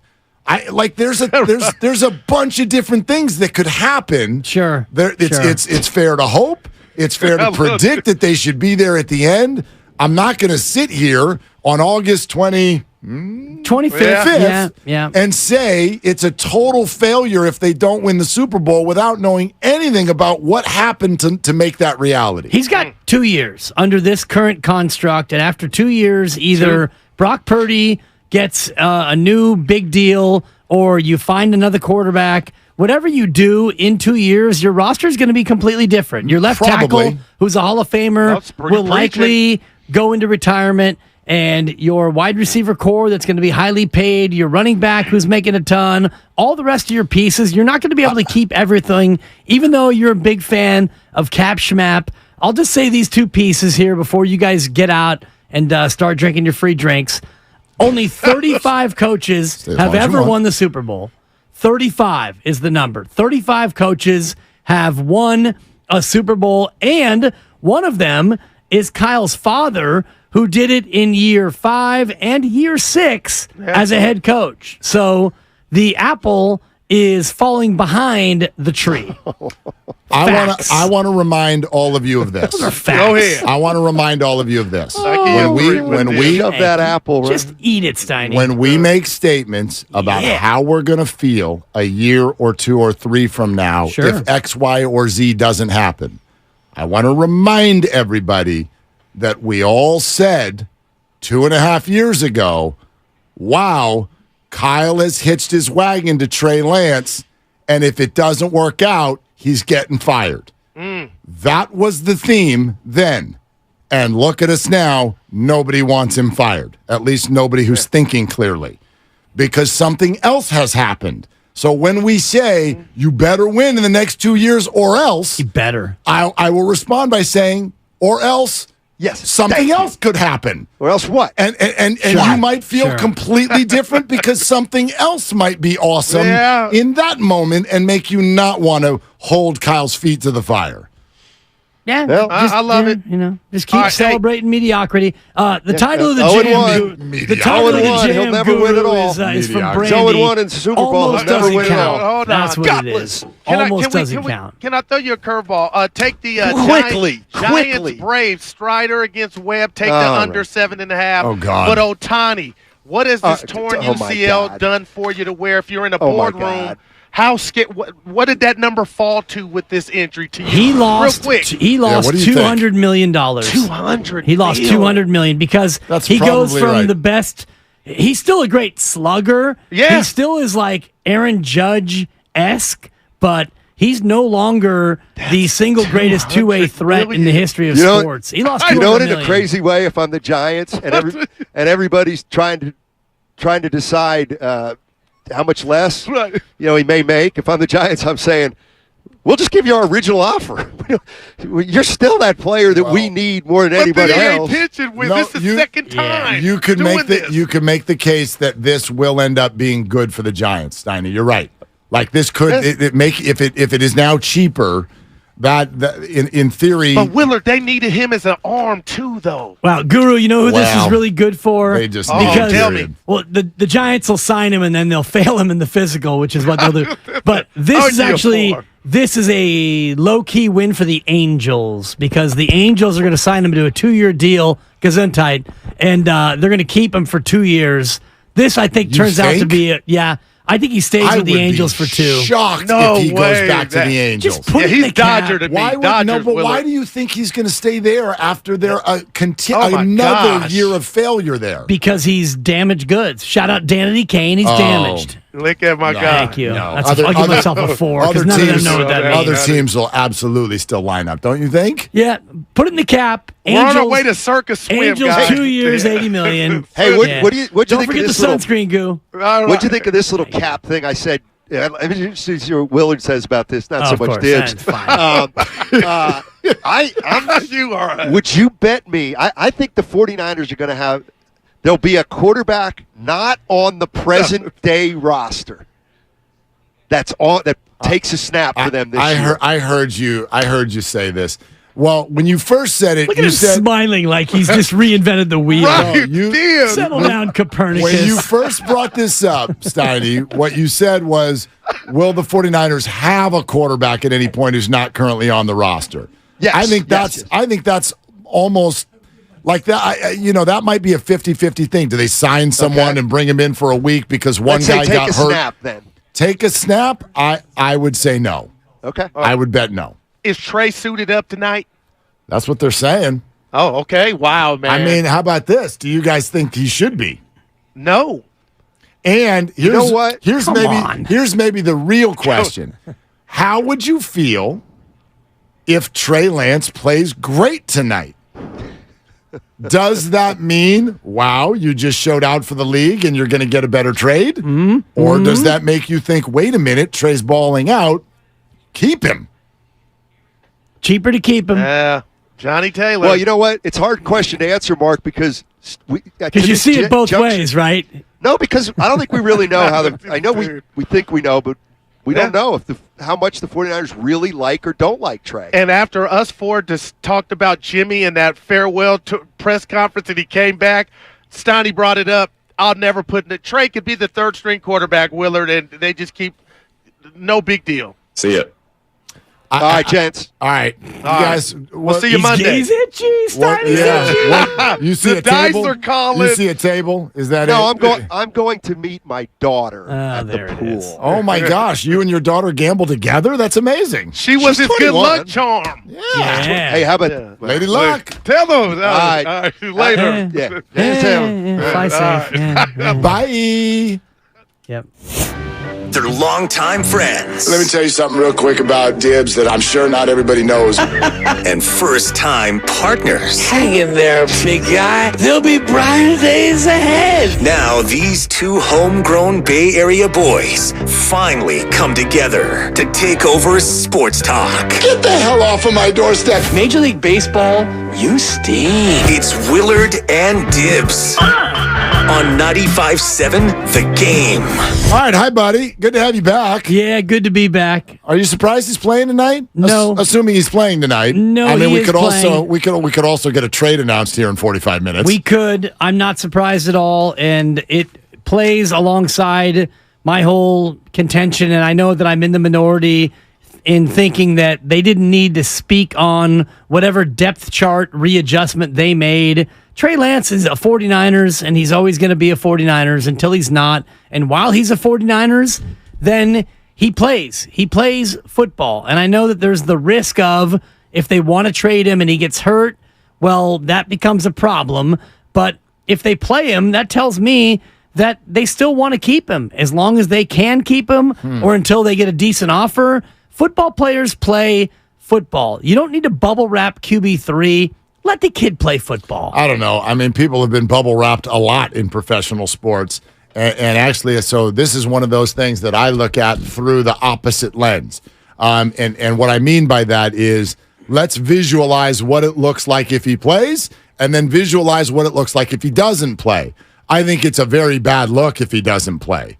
Maybe even for some of the reasons you just said, but I don't think you play him because football players play football. He didn't play football on Wednesday. And he and the 49ers had their reasons, whatever they were, for not having him out on the football field at practice that day. But tonight, if you hold him out, wouldn't you say it looks like you're trying to hide him? You're trying to prevent injury? Or what is maybe a better way to say it, it leads to, and this was my point about Kyle probably helping himself by talking the other day, which he didn't do to the assembled media, but it leads to rampant speculation. If Trey what would that be? It's a speculation sensation. Thank you. I'll take that. A rampant speculation sensation. Back to back. Make it $2. Double up. Call me Chuck and make it $2. Thank you. That guy not on the field tonight makes people go, Arsenio Hall. Sure. Why is he not playing? Are they scared of an injury? Is there a trade that's already been agreed to? Now, if they pull him off the field in the middle of a series, then we've got like a minor leaguer. He's Totally. been pulled out of the game. Totally. Now, or is Trey pouting? Which people would say. And he's not pouting. I don't know anything right now. The report that came out of practice was he took it hard, and they all kind of mutually agreed that he would get the day. He got the day off. I got yesterday off. You weren't pouting? No, I had a hard day for a number of different reasons that All will good. remain private. But I took a day, and I talked to my Kyle Shanahan, and he said, "Why don't you take the day?" And I said, "Yeah, I'll take the day, and I'm back today, and I'm going to play today." And here I am looking to get snaps, and it feels like Trey Lance will be of the same mindset where you get 24 hours, and you realize I'm a football player. I'm under contract to be a Niner. And if my coach says, we want you to play, and he went through walkthrough yesterday, go out there and play football. Yeah, I think all of that is probably true. Like, that's sort of the simple side of it. I don't think Trey Lance... Call me simple. Okay, simpleton. Totally. I don't think Kyle Shanahan and Trey Lance hate each other. Like, if I was going to put two things next to each other, and one of them was the relationship between Kyle and Trey, and the other one's the relationship between Kyle and Jimmy Garoppolo, I know which one is below the other one. Sure. That I know.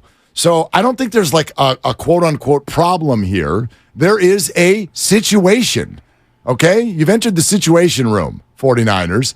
And so it's not somebody's pouting or somebody's angry. It's how do we best handle this situation? And that is absolutely where you can weigh in. 888-957-9570. Thank you for being with us, Willard and Dibbs. We're so glad you're with us. We got the Xfinity Mobile text line, Twitch and YouTube, powered by First NorCal Credit Union, available for your interaction and engagement, and we love it. So how should the 49ers handle tonight?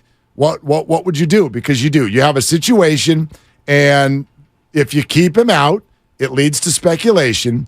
If you put him in, you're opening yourself up to all kinds of possibilities. One of them is, sure, this is unlikely, quite frankly, but he could get hurt. Now, that brings in a whole new dynamic to the conversation. He could play horrible.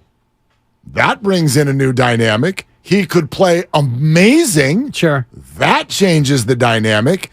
The only thing that doesn't change the dynamic is if Trey goes out and looks kind of exactly like he did last week, which I find to be sort of unlikely, because that's not what young, inexperienced people do. They don't look the same every time. He didn't look the same against the Broncos as he looked against the Raiders. So what you're signing up for, assuming you play Trey Lance tonight, is a dynamic change.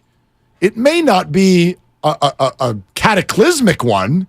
It may not be earth-shattering, but the dynamic in the discussion will change. Whether that matters to other teams and GMs around the league, whether it matters to just the fan base, whether it matters even inside the building, TBD. We'll find out. But you are signing up for some of the unknown, but I think it's still the right move simply because if you don't do it, that's what you're going to get. You're going to get, here comes Johnny Hot Take, with speculation about how Trey Lance was either in the fetal position at his house or Kyle Shanahan and John Lynch they hate him. Are jerks or a trade is afoot. Right. That's all, and none of it might be true. And I think that the upside in playing him far outweighs the downside of not playing him, because you get no benefit by not playing him other than we're going to trade him and we don't want him to get hurt. That would be the only reason why you don't play him. If you like Trey Lance as QB3, and I believe that they might like him as QB3, until they don't name him as QB3, until they do something else, I'm going to believe that they want him to still be there. Lynch and Shanahan have both talked about how much they, want him to still be a part of the team and all the rest of it. So I take them at their word until they move off of Trey Lance. So if you want him to be QB3, then you want him to get better. And the best way to get better is by doing the one thing that he hasn't done enough of in his career, and that's play football. And even though it's preseason football, it still is tackle football, where you get a play, you call a play, you run a play, people trying to tackle you and all the rest of it.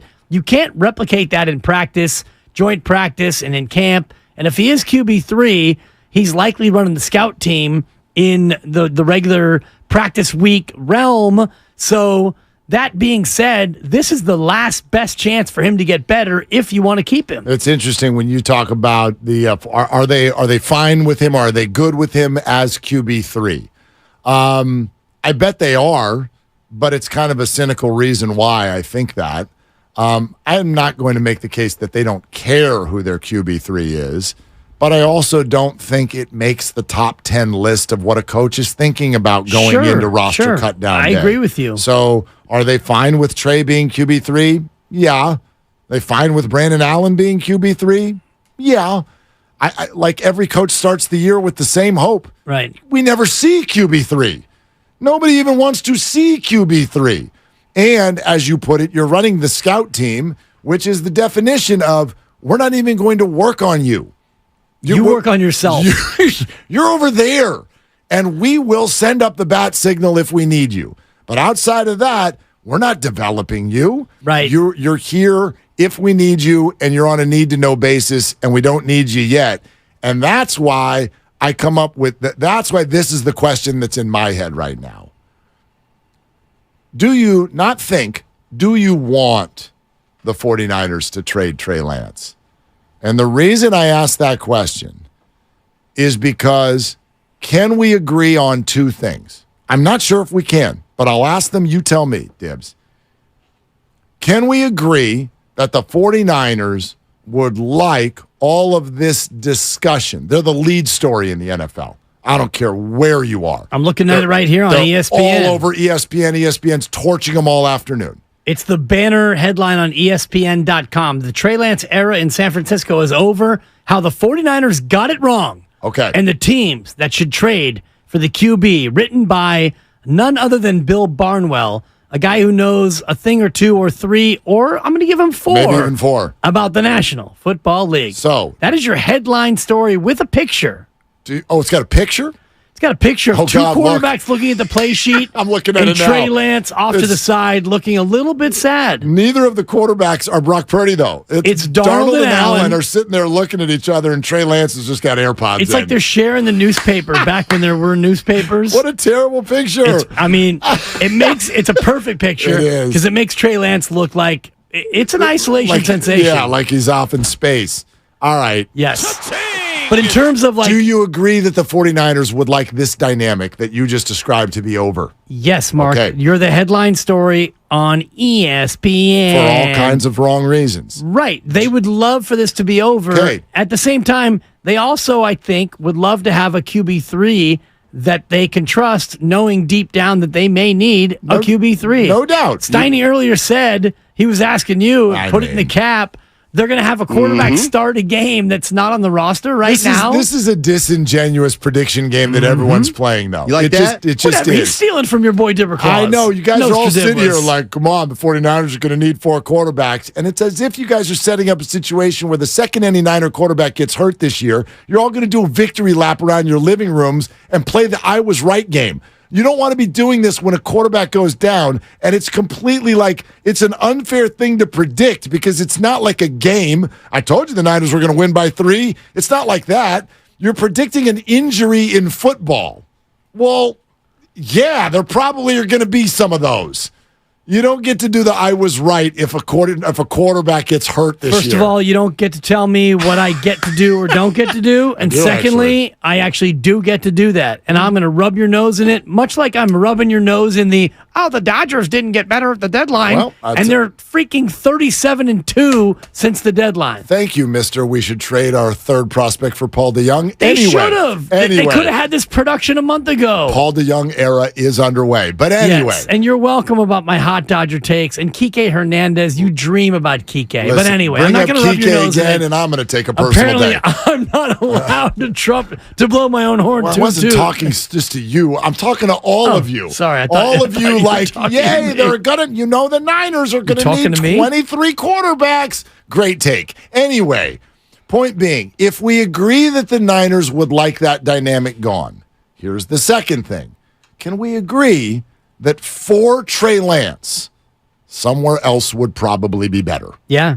And you know where would be better? Where? It's a team that they happen to be getting a very up close and personal look at tonight in Santa Clara. Your San Diego Los Angeles Chargers. Do you know who their backup quarterback is? He's a fellow North Dakotan. Easton Stick. Correct. Yeah! Are you telling me they wouldn't rather have Trey Lance than Easton Stick? Yeah, they might. Yeah, I probably am. Well, Easton Stick's been in their system for 3-4 years now. Easton Stick, he cannot stick. He's a backup quarterback. But so is Trey Lance. Well, you're going to get a look. But if he's you're the Chargers, project backup quarterback. What's Easton Stick? Is he like plug and play? No, but he's somebody who's been like with that system for multiple years. That's value as a backup. But I think that Trey Lance has more pro experience than Easton Stick. And I'd have to... he might have more starts. Close. I don't know if he has more throws, more snaps. No, he probably does. But again, a coach is going to value, like, this guy's been here with me for a few years. Sure. They don't want a backup who just showed up 5 days before week 1. They got to teach him a bunch of things, especially if he's 23 years old and inexperienced. Yeah, Easton Stick has played in one career game and attempted one career pass. Oh, good. Was it complete? It was complete for 4 yards. He's never thrown an incompletion in an NFL game in his life? Damn, I take it back. Hall of Fame. That's incredible. What's his QBR? What's he got? What's his QBR? 83.3. Look at that. That's pretty strong. It's okay. It's okay for a backup. Can I just spend 20 seconds on quarterback rating? You can do whatever you want. I thought we just established that. The reason why I hate it is the Trey Lance quarterback rating in the first preseason game where he throws it to the other team. I know. And it's a tip. And if that pass is intercepted versus... It's 33. Right. So it's an 80-point difference based on one human being's inability to pick off a pass. Correct. I hate it. Yep. Anyway. Yeah. That was 20 seconds. That's what you get. Yeah. Good job. You're welcome. All right. Anyway, if we Easton Stick, if we can agree on those two things, the Niners would like the dynamic gone, and for Trey Lance's sake, somewhere else would be better. I'm not saying you have to agree on those two things, but if you do, shouldn't you be rooting for Trey Lance to be traded this weekend? No? Yes. Okay, so should the Niners, should they want to trade Trey? No matter what the hell they get in return, quite frankly. Oh, it's got to be a 3. It's got to be a 4. Whatever. If the whole motivation is get Trey somewhere better, get this dynamic off our team, shouldn't they trade him for whatever the hell they can get back? Do you want them to trade him? And how do you want to handle tonight? Because there's a game in 3 hours. 888-957-9570. It's Willard and Dibs. Hey, you ready to go to IKEA? I have some bad news. The car broke down. So we can't go. Well, haven't you heard? There's a new IKEA right downtown. Really? That's amazing. Yeah, it's a new kind of IKEA store built for city life. We can take the trolley or walk even. Oh, that's great. By broke down, I meant I locked the keys in the trunk again. I know. Hey neighbor, come visit a new kind of IKEA store right downtown at 945 Market Street or find out more at ikea-usa.com/San Francisco.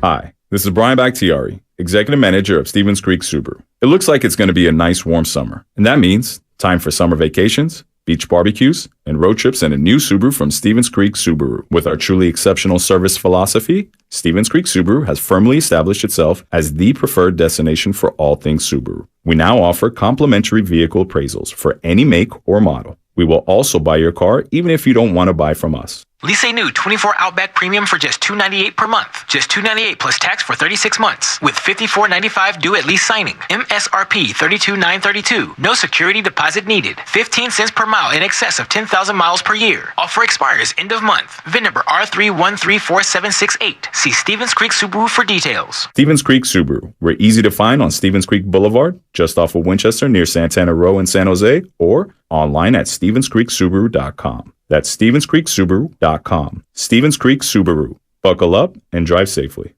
It's easy to think all money managers are pretty much the same. But at Fisher Investments, we're clearly different. Different? How? You sell high commission investment products, right? No. Fisher Investments doesn't sell any commission-based investment products. Well, you must earn commissions on trades. Nope, never at Fisher. We're a fiduciary, obligated to act in our client's best interest. It's the highest standard of care for a financial advisor. How do you know what's in their best interest? We get to know our clients and then tailor a portfolio based on their goals and needs. But you probably sneak in some hidden and layered fees. No, we have one transparent management fee, structured so we do better when our clients do better. Wow, you really do look out for your clients. That's because our top priority is helping them achieve a comfortable retirement. It might be why most of our clients come from other money managers. Visit FisherInvestments.com to find out why investors like you switch to us. Fisher Investments. Clearly different money management. Investments and securities involve the risk of loss. When you wake up well-rested on a great mattress, everything becomes clear. I do have a favorite child. Things you missed when you were tired finally reveal themselves. I should have just said the baby was cute. It's the actually really seriously best sale of the year for real at Mattress Firm. Get a king bed for a queen price. Save up to $700 on Sealy and get a free adjustable base, plus fast free delivery. The right mattress matters. We'll find yours. Restrictions apply. See store or mattressfirm.com for details. At the UPS store, you can ship it all. We're your bulky sports equipment shipping store. Your heavy luggage shipping store. Your fancy art shipping store. We're even your I can't believe it's already time for back to school shipping store. So visit your neighborhood We Ship It All store for dependable UPS shipping with easy to use tracking and competitive rates. The UPS store.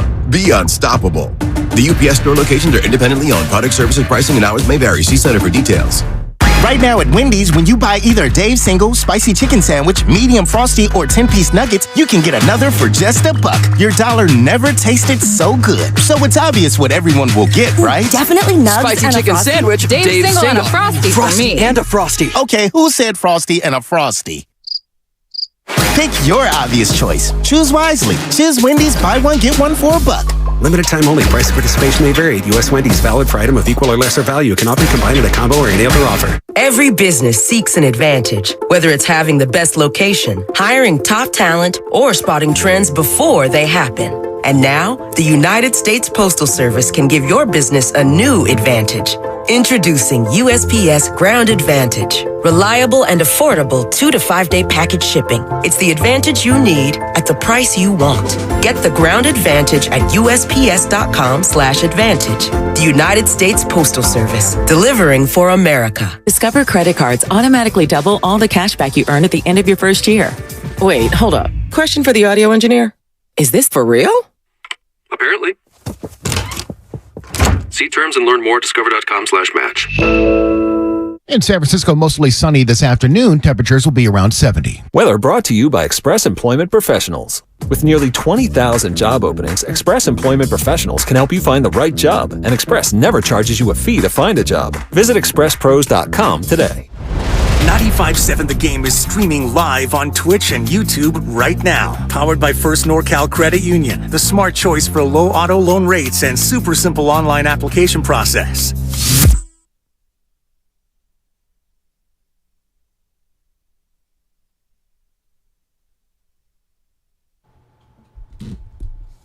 You like that? You like that? Now, back to Willard and Dibs on 95.7 The Game.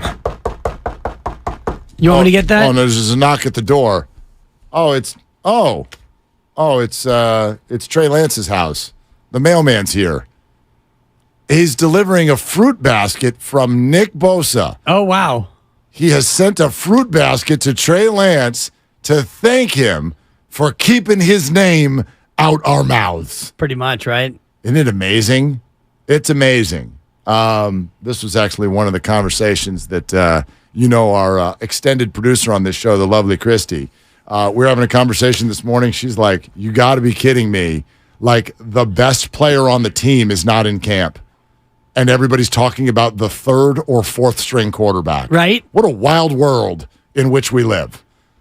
Which one is more important to this season? Nick Bosa or Trey Lance? It's not even close. Thank you.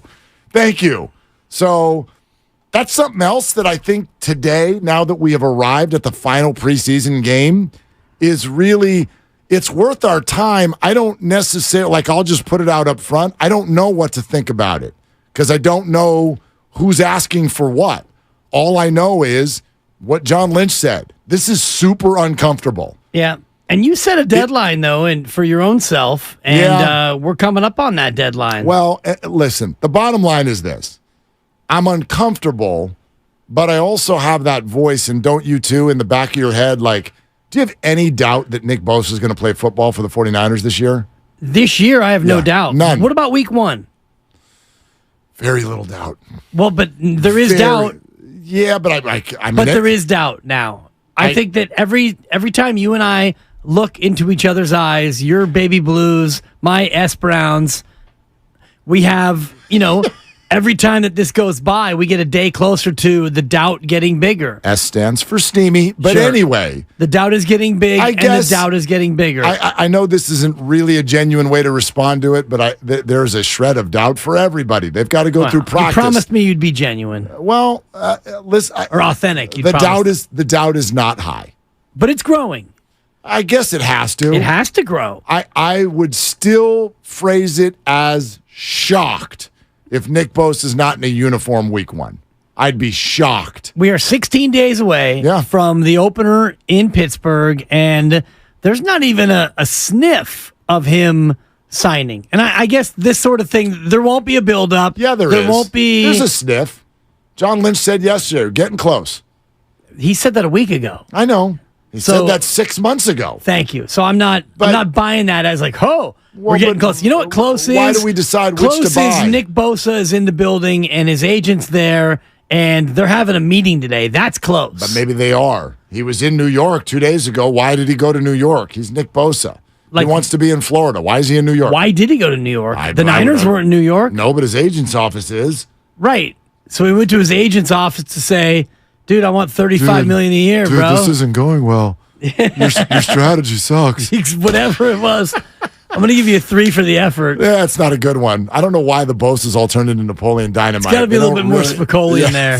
A little bit more of that surfer, You know bro. what the problem is we used to do Joey Bosa impersonations, and he's more surfer dude than Nick is. He is even more, right. yeah. So it's like now you've got to do Joey, but tap it down a little. It just doesn't work. We have great energy. I'm getting out of the Nick Bosa impersonation business. I'm out. I'm ecstatic about that. Only one time will I impersonate Nick Bosa, and it's do the Niners play the Bucs this year? They do, don't they? They play the Buccaneers this year?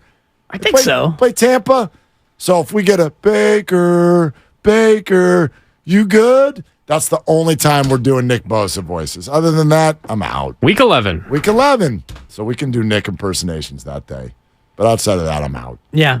Well, but I don't know. The doubt grows. But why do we choose what to believe? Why would we believe John Lynch? We all believe him when they say they want to keep Trey Lance. I don't think they do. Well, I don't have to believe anybody. All I know is we're sitting here on August 25th, and the third preseason game is in 4.5 hours, and Nick Bosa not only will not be in uniform, I doubt he'll be in attendance, and he will not be there with a new contract unless something happens in the next 4 hours and 23 minutes. So that has me worried because after tonight's game, you go through one last look back at a preseason game.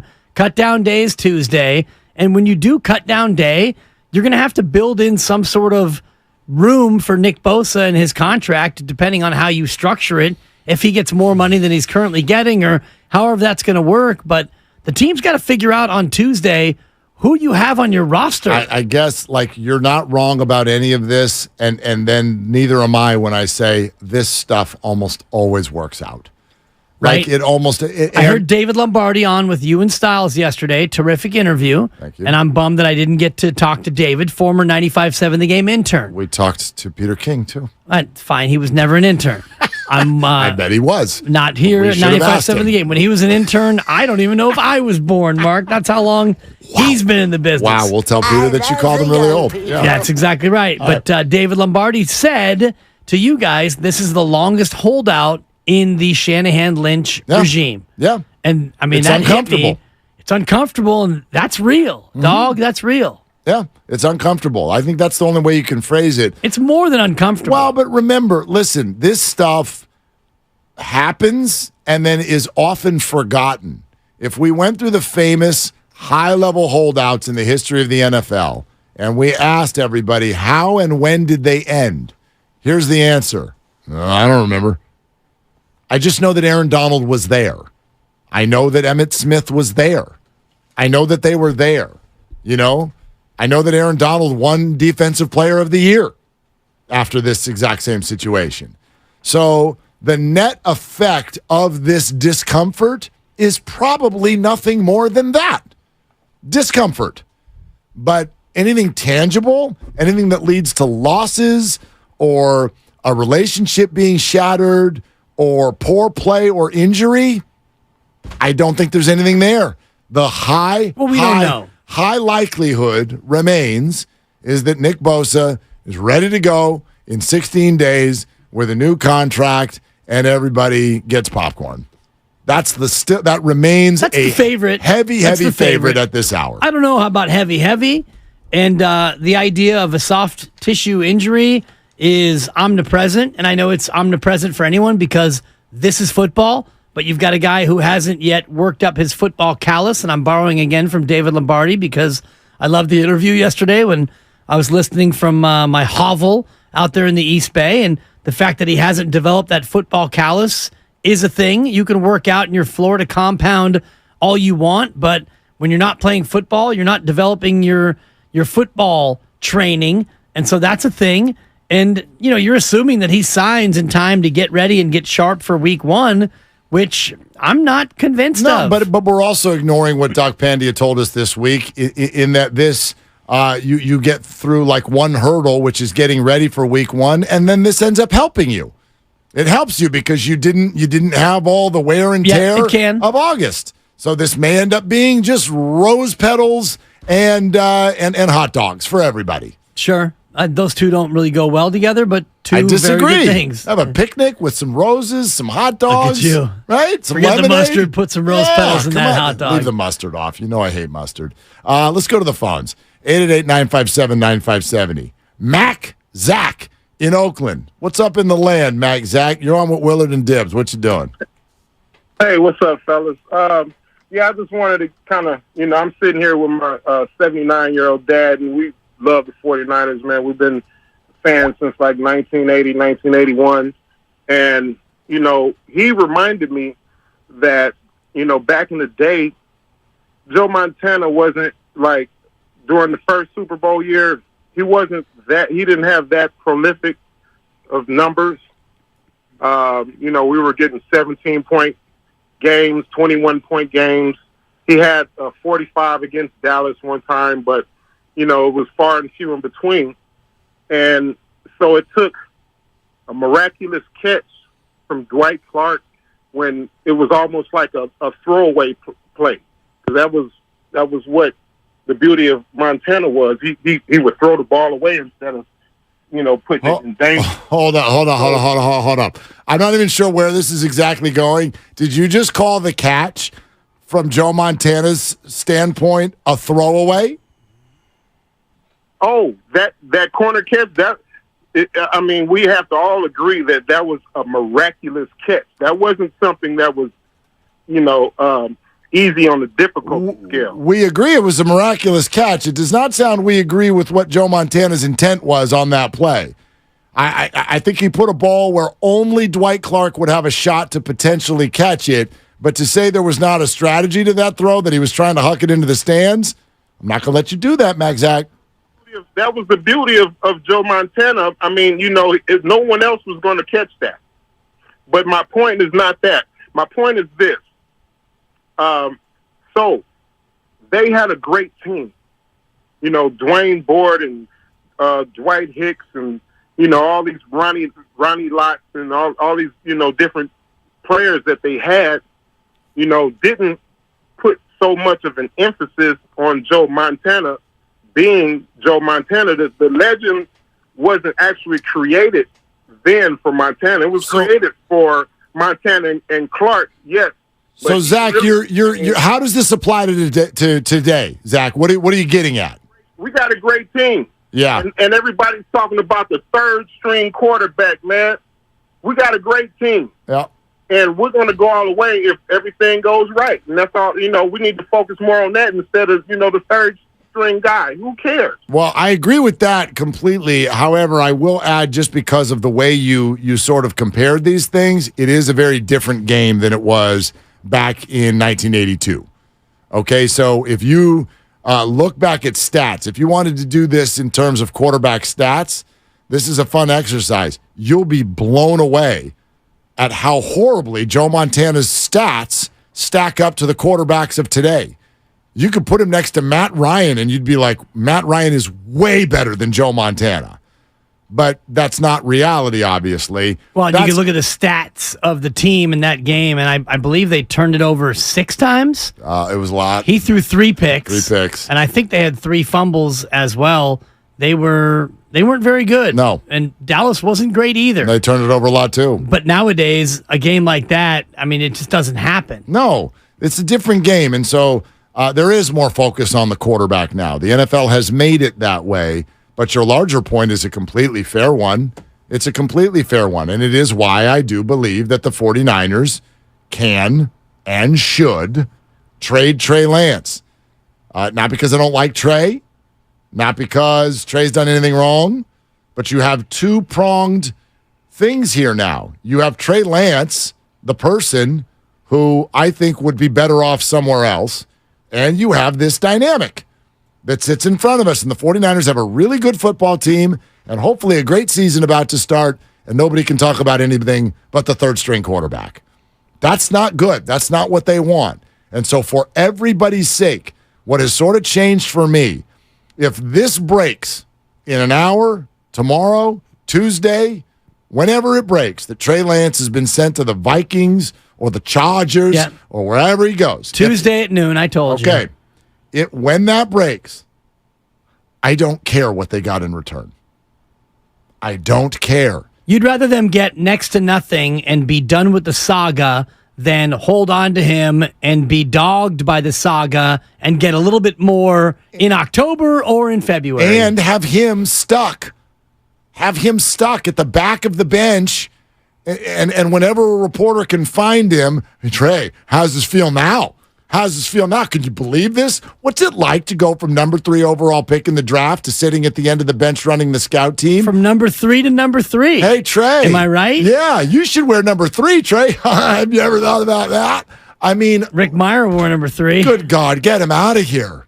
For his own sake. Well, we found that we tend to need a lot of quarterbacks and stuff here in San Francisco. And, great. Brandon Allen's right over there. Well, we actually quietly hope that we're going to keep Brandon Allen too and stuff because we might need 4 quarterbacks. And last year we got to our 4th quarterback, and turns out we needed a 5th and stuff, and we didn't have a 5th. And so I put in McCaffrey and stuff, and it didn't really work out and stuff. Thank you for the last one. I appreciate it. Yeah, you got to always punctuate with an and stuff. Yeah, I mean, honestly, for his own sake, for the 49ers' sake, because I'm a 49er fan, and I would like them to do well this year. Sure. And I do not want, right, if Brock Purdy, look, this is all going to happen anyway. If Brock Purdy misses a game, we all know where this conversation is going. Sam or Trey? Holy crap. And by the way, it's going to happen whether Trey is on the roster or not. Because if Sam goes out and does not perform well, oh my gosh, here comes the tidal wave. It's coming no matter what. We're going to have BA to BA, Brandon Allen to Brandon Ayuk. Can't wait. The two Brandons. Forget Belt and Crawford. We got to cut. There are two new Brandons in town. The city does have an obsession with people named Brandon. I can see your promo coming already. Yeah. Just when you thought two Brandons were gone, the two Brandons are back. Yep. Why do you think the Warriors did what they did in the first round? Why do you think they did that? Is there a Brandon involved? What's his name? What's the guy's Brandon name? Pajemski. Because you scared me there for a minute. I'm like, is his name Bob? It's Brandon, isn't it? Billy Joe Pajemski. Billy Joe Pajemski? His name's Brandon. To your point, though, about like things, and we'll go to your phones and your calls in just a moment. Whose phones? I need to be in there screening calls. I miss it. I was really enjoying that. You can take over if you want. Well, Grandy comes in. He's like, "What are you doing in You're here?" like I'm like, Gwen Stefani. Go screen them phone calls. I was like, Grandy, can you please get in here? Because all I can do is screen calls, and there's like literally 12 other things you have to do now. Yes, there like are. there's some YouTube switching, and to your point though, there are so many other things that we should worry about, including. Hello, your kicker, Jake Moody. Gosh, good Lord. Jake Moody's got a quad strain, and you know what? He's out tonight. But this feels to me like this might, and again, this is me. This is terrifying. This is wild speculation, and maybe it's conspiracy theory, but this might be like, hey, we're going to say you've got a quad strain because we want to put you on the injured list because you know what? You stink. I hear you. My mind went there too, and I quickly decided that's our media brain that went there. I can't get away from it. But it's awful. It's awful because if Jake Moody's your kicker, you're heading to Pittsburgh, and all of us are knee knocking every time he comes on the field. Yeah. By the way, Pittsburgh, notoriously one of the most difficult places to kick in the whole bad NFL. Field. It is a tough field. It's bad pitch. The wind is weird. It's a tough spot. Pitch. You're going to put Jake Moody out there without any more in-game work? Right. After what he's put on tape in the first two games? This is terrifying. Terrifying. I repeated it after you. Terrifying. Pittsburgh 26, Niners 24, 2 seconds on the clock. Here comes Moody from 42 yards out. Limping. Oh, God. Oh, God. I sound like Brad Pitt in Seven. Oh, God. And Jake Moody also What's has on the field? a strained quad. He is not playing tonight. I know. That's what, Thanks for listening to the show, Grandy. I got you. There's a lot going on at First time Disney's I've now. ever come down your road. It's so great. Mike in Michigan with Willard and Dibbs. Hi, Mike. What are you doing? Hey, gentlemen. Happy Friday. What's up? Willard, I'll tell you what's in the box. It's going to be Jake Moody's quadricep. Oh, man. Oh, my God. I don't like it, Mike. I don't like it one bit. I don't either. I don't either. So I just got a quick take on this Nicky Bosa holdout. You were mentioning other holdouts where that you said they just ended up being there. But I tell you, T.O., when he held out against the Eagles, he wasn't there. He was in his driveway doing push-ups and sit-ups, and the aforementioned Bosa, his brother held out. He wasn't there. Came out, tweaked a hamstring, missed some games. So my prediction is that Nick Bosa is going to hold out the first 2 weeks. And then they're going to go 0-2, and just like Emmitt Smith did in the early '90s, he held out the first 2 games against their teams. They went 0-2, and Jerry Jones, good old Jera, he said, "I got to pay Emmitt whatever he wants." Came back hat in hand. Emmitt was there game 3, and they go on and win the Super Bowl. I remember All it. right, guys. Yeah, I remember it. Mike, thanks. Mike. I'll say this: if he misses games, I can't tell you yet who I would criticize. But my God, somebody deserves to be absolutely smacked upside the head. I don't know if it's the Niners or Nick or both. But if this goes there, this team, this year, this situation, I can't tell you who I'm mad at. But if he misses games, that is flat out unacceptable. It's management to me. It's management. But you have no idea what's being asked. You don't know what's being asked. So I don't even know how. As I said to you earlier in the week, I don't know how you can pick a side. Pay him. They pay are. that man his money. Well, you say they are, but they haven't. Okay, and until they do. The only thing I know is that Nick Bosa has been offered a contract that makes him the highest paid defensive player in the history of the game. By the way, the reason I know that is because if that's not true, I'm not reporting it. But if it's not true, then the 49ers are a joke. I mean, that was the ticket to get in the door.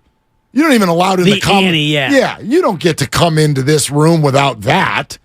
And they've said that they know that. They knew that. So if they're getting quote unquote close, and nobody's yelled from the mountaintops yet. No, they haven't. 16 days into the opener. You know what I mean? Like I think that's already there. So the fact that these two sides cannot get on the same page, to quite frankly, where I would target it now without knowing any of the inside facts is both of you. Both of you. Get on the same page. What are you doing? It's very Steiny of you. Well, but what are you doing? Both sides. I don't see both sides. I don't see either side. Yeah, like that's what fair. are we doing? You know what I mean? But right now, we're chilling because I have no doubt that he'll be there for week 1. You have a little bit of concern, and it's growing. Discomfort. Tomorrow was the deadline that you had set. You set an earlier deadline, I think, of Wednesday, and then you moved it to Saturday after you had heard somebody from upper management speak or management, and now here we sit on Friday with the game coming up in 3.5 hours. I'm like Jake Moody. The goalposts are moving. Yeah, although he's got range when he's healthy, but that to me, if you want to rank the concerns, and you mentioned this before about Trey Lance, and he might, like, quarterback 2 or quarterback 3 should be your 10th biggest concern, and if that should be your 80th concern. Right, but it's a bigger concern because of where he was drafted and the situation with quarterback injuries and the history of this team. But for me, the Jake Moody quad concern is way higher on the list. There are week 1 49er football concerns. Quarterback is not one of them. Right. Nobody on the quarterback depth chart is one of them. Brock Purdy's going to start. I expect him to play some pretty good ball. And that's like literally. And if something happens to him, Sam Darnold's going to be his backup. Yeah. But who's going to be the emergency third? Right now, I would actually put my chip on Brandon Allen. Boy, that's a great question. Wow, thank you, Tim. Because the 49ers need to get out of this dynamic, and so does Trey. So I'm failing to see who's motivated to keep him on the team. I know what they said, but who cares about that? Someone explain to me, where's the motivation? For who? For what? For Trey Lance to be on the 49ers this year. We're presented by Fremont Bank, full service banking, no compromises. Your call's next, Willard and Dibs. The best time to get a great deal.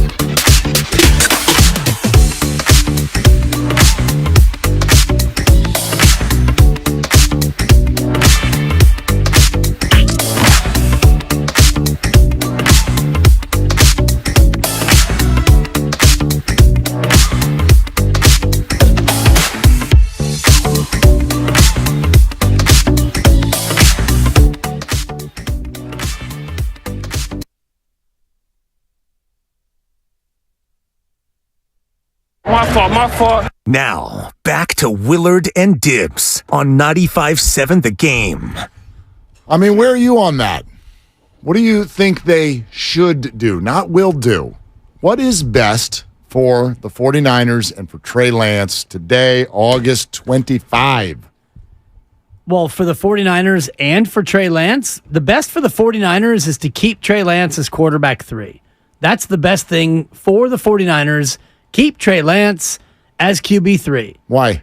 Because you're going to need him. And I know you and I have had this discussion, and I don't want to get into with the voodoo doll on Brock Purdy and Sam Darnold seeing ghosts. I think you're going to need quarterbacks. The 17-game season is a long and winding road, and I think that the Niners might need Trey Lance to play quarterback this year. If I don't argue with the idea of them needing a third quarterback, why are you so intent on that quarterback being Trey? Because do you believe he gives you that much more markedly chance of winning games than Brandon Allen right now? I don't know if it's that much of a bigger edge. We all agree he needs seasoning and developing. Right. So I'm just talking about right now. Yes. I believe Brandon Allen at least gives you the same chance to win a football game today that Trey Lance does. He needs more time. He does. He needs more time, and I think that if the Niners kept him as QB3, he could get more time under their tutelage, and maybe he could develop to a spot where you could get something out of him. And at the very least, he is an insurance policy going forward, because you mentioned it. You don't know what the future holds, and we've learned that throughout the course of everything. I mean, you never know what's going to happen in terms of just about anything. So for me, having a bird in the hand is worth 2 in the bush. And Brandon Allen, even if Brandon Allen is slightly better than Trey Lance right now, at the end of this year, Sam Darnold and Brandon Allen are both most likely going to be gone.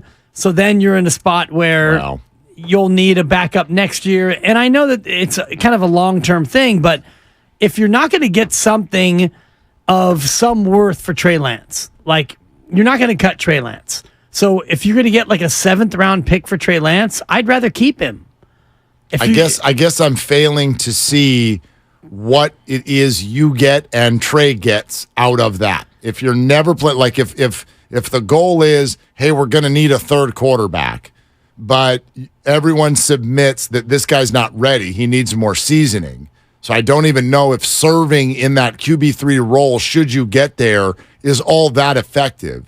And you don't have plans for him to someday be your starter or someone that you're putting resources into, because even as you said, you keep him in your system under your tutelage. Well, your tutelage is not going to your QB3. He's not getting reps. He's not getting any time with the ones. He's going to be over there with the scout team. You got a game this week that you're getting ready for, and we are not spending time working on you, Trey.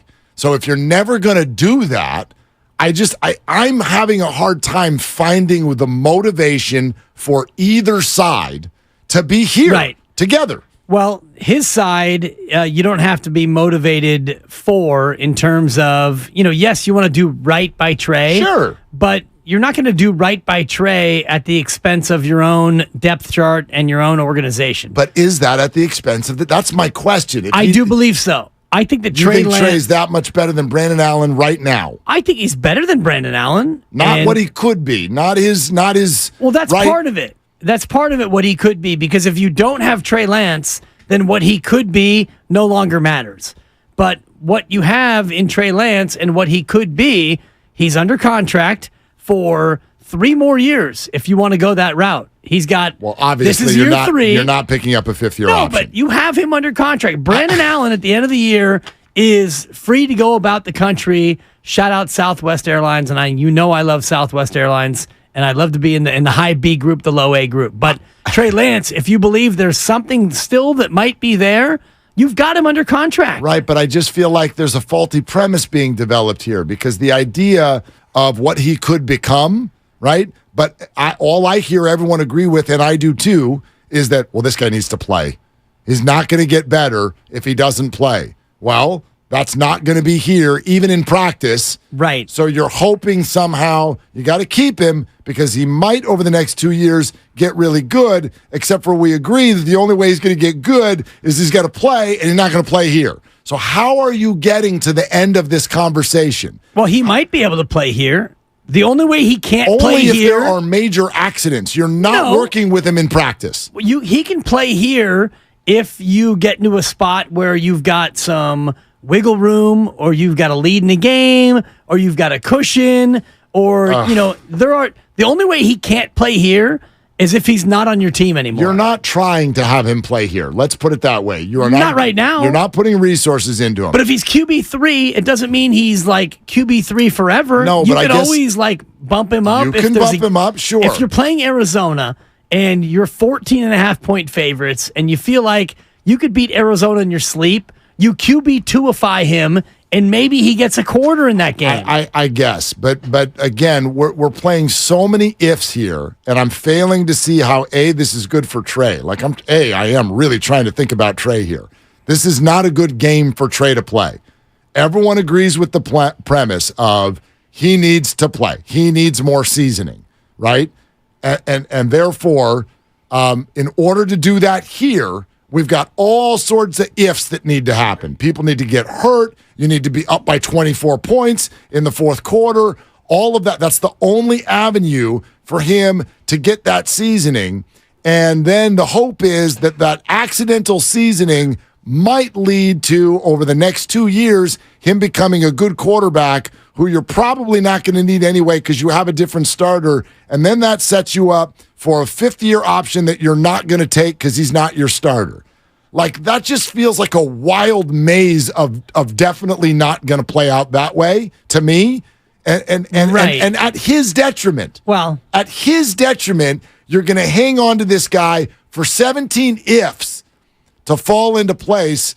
And then maybe the hope that he might end up being good. But what do you owe him? And what do you owe him? A paycheck. Thank you.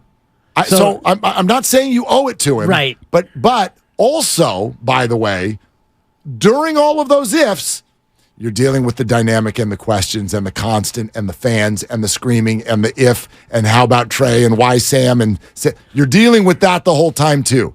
I'm having a hard time. Most of that goes away. I'm having a hard time with why it's not better for both sides to move on at any price. It's not better for two reasons. One, you still think that he can be a good player in your system, and I believe that they think that. I don't think that they're ready to throw the baby out with the bathwater, and maybe on Tuesday they cut him.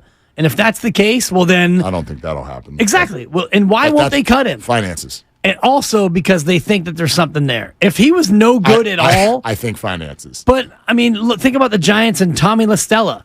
They cut him because, even though they owed him money... They cut him because he was no longer any good. But it was less of a penalty, and that's not a hard cap league. Right. So but it's you're different. With me in terms of, there are motivations for a lot of different things. D Ford's a great example. Yeah, I don't think... They owed D Ford money, but they cut him because D Ford could no longer play. I don't think they think he stinks. I think they think he's not ready, and I think that there are negative answers for both sides if he's on the team this year. The Niners have to keep a dynamic they don't want, and Trey Lance is stuck in a spot where he's not going to get the seasoning he needs. But where will he get the seasoning? I don't know if there's a spot, and this is where I'll answer your first question. Somewhere else might give him reps in practice, like QB2 reps, maybe. Sure, maybe, but the seasoning he needs, he's not going to get. Teams that aren't trying to win a Super Bowl this year? Right, but you're a team that tends to need multiple quarterbacks in a season. So you can have multiple quarterbacks. One of them doesn't have to be Trey. Yes, but if something happens to Brock Purdy, God forbid, thoughts and prayers and all the rest of it, well, then Trey Lance now is QB2, and now he's just one Sam Darnold ghost sighting away from being in the game. Or Brandon Allen's QB3. I don't think that you just get rid of Trey Lance because the noise of the media and the fans and the clamor, I don't think that is such a driving force that you settle for a 7th-round pick just to get rid of him. Yeah, I do. I think that's a losing way to approach it. And I think you're leaving out Trey. I wonder if people understand where I'm coming from with this idea. It's actually for Trey also. They like him. as a person. They Right. understand that this did not go the way they expected it to go. And Peter King answered that question. I go, what do you think Trey wants? And he said, anywhere but San Francisco. He said this yesterday. This is not the right place for Trey's career to continue. We are asking. Just give him away then for a 7. Yeah. If that's what's being offered. I'm not saying they will, but they should. Yeah, I'm saying they shouldn't. I mean, this is not why. This is a horrible place for him to be right now. If I were Trey, I would feel like this is jail. Get me out of here. Like if you're not going to make me QB2, and by the way, you all know I support that.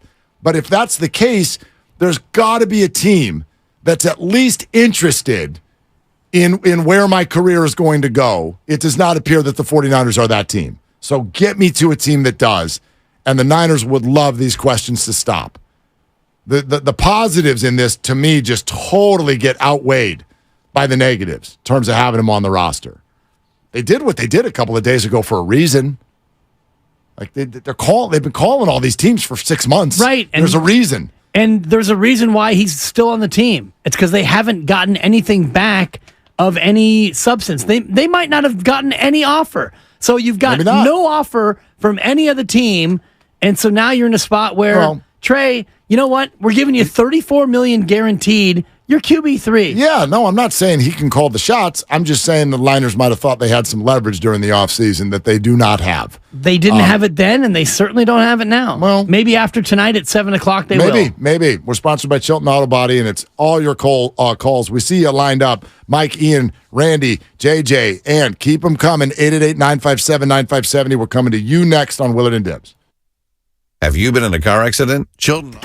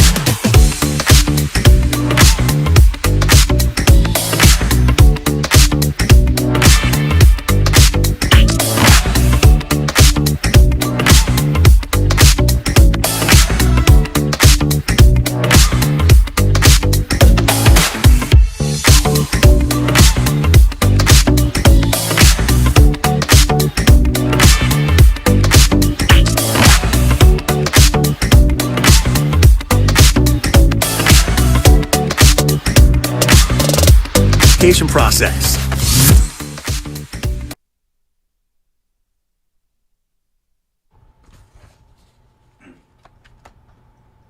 I'm just saying, if you're Kyle Shanahan, if Trey Lance plays lights out this weekend, I'm just telling you, do not trade this guy. I just think it'd be a big mistake. Now, back to Willard and Dibbs on 95.7 The Game. I don't think that Peter King was talking out of two sides of his mouth, but there were two sides to the story.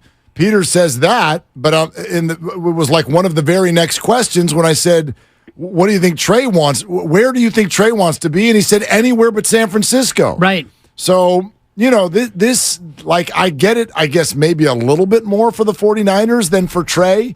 Terms of like, you made this investment, you'd hate to move on from him and have him flourish and all of that. But there is this dynamic that the Niners don't like. It is a distraction, make no mistake. We've all said, we've got a full board of calls right now. And for those of you who don't know what a call board looks like in radio, it's got the name, it's got your city, and then what you want to talk about. And it is Trey Lance, theory on Trey, and Trey Lance. So football teams don't want that. They do not want that kind of buzz around QB 3/4. So that's bad. Yes, they don't want to move on too early, but to me, that's a silly game to play when the player himself is going to be, let's call it what it is, held back if you keep him. So I've moved on from, this is, because by the way, if they got a third rounder in return, are you going to be like, oh, great job. You turned 8 draft picks into a third. You'll take a third. But you will, but it's not. You would love to get a third. But it's not a good return either. But either way, it's a loss. The only way this is not a loss is if Trey somehow becomes the starter and plays well enough to get a second contract. That's the only way that this does not go down as a loss. And the chances of that are almost non-existent. Brock Purdy would have to come up missing. Sam Darnold would have to see ghosts. And then Trey Lance would have to quarterback this team to the NFC Championship game and then do it again next year and then get a second contract. At that point, we all would be like, you know what, Kyle? I want to apologize and stuff for criticizing you for moving up and stuff. Okay. To take Trey Lance. Right. You're talking about like a one. It's more than a 1 in a million. It's one like in 100 million. Powerball. Exactly. So I got my ticket right here. I'm in. Do you? Yeah. Good luck to you, bud. I did my three-way today. 1 power, 1 mega. A 3-way today? No. Sorry. Go ahead. You kind of stepped on it. It was kind of cool. $5, you get a mega, a power, and a super lotto. Oh, okay. That's two fine. and $1. Only one of them is up over 300 million. Doesn't matter. Right I want to win the $10 million. I know. I one. love when people scoff. They're like, "Oh, it's only 50 million. I'm gonna wait until it's $1 billion." Okay, great. Like, right. Thank you. Anyway, so I win 10 million, which means I get 5, and then I really get 2.5. I'll take it. I'll take it, dog. So that's a yes for me, dog. So that dynamic you just laid out, I'm going to bet against that happening. I am too. Okay, so I'm failing to see the reason for Trey Lance to still be on the Niners. Yes, there is a way where it really blows up in your face. It's so incredibly unlikely. And it's not that unlikely. It really is. What, for Brock Purdy to blow up in your face? No, the concept we're talking about is you all agree that Trey Lance needs seasoning. And it can't get it here. Yet you're holding on to the idea that somehow he's going to pop out of bed one morning with no reps in practice at some point over the next 2 years. Brock will be hurt or turned out to not be good. And Trey, without any seasoning, is just going to pop out of bed and be amazeballs. I'm going to bet against that happening. That's the only scenario that makes it like pointful to keep him. No matter what, 3rd rounder, 6th rounder, whatever. It didn't work. Not for them, not for Trey. Right. And so there's very little motivation, I feel, to keep him on the roster. Well, there's actually 2 motivations. One of them is you haven't gotten anything in return. And, we heard Minnesota, whisper, Minnesota wants to they tried to trade for him in the spring. Well, that got refuted. Minnesota has refuted that as fact. Of course they have. Right. Who do you believe there? Well, I believe that they didn't trade for him. Only one side is motivated to lie. If 18 NFL reporters said they were having talks and the Vikings said, no, we weren't, I'll take the reporter's side on that one. That's fine, but the bottom line is they didn't offer anything that the Niners wanted to accept. So what would the Niners take right now, between now and Tuesday, if you think that they would take a 7th-round pick? And I don't think that they would, but let's just say for the sake of this conversation that they would take a 7th-round pick.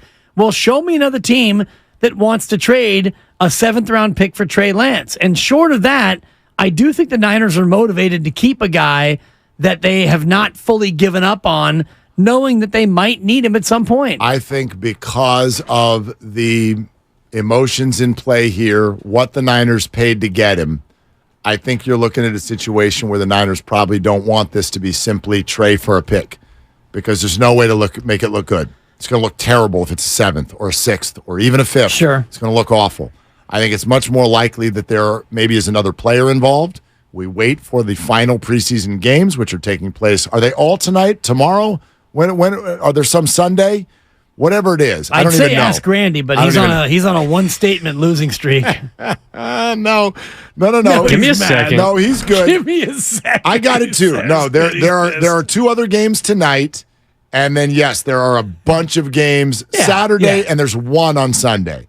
But that's the Texans and the Saints, and neither one of them are trading for Trey Lance. So this basically comes down to Saturday. Saturday is when all of the players are done. It's a Saturday. You get to the end of Saturday, some of these teams now know we're not keeping this defensive lineman. And the Niners are like, we actually would like that defensive lineman because our cool defensive lineman hasn't shown up yet.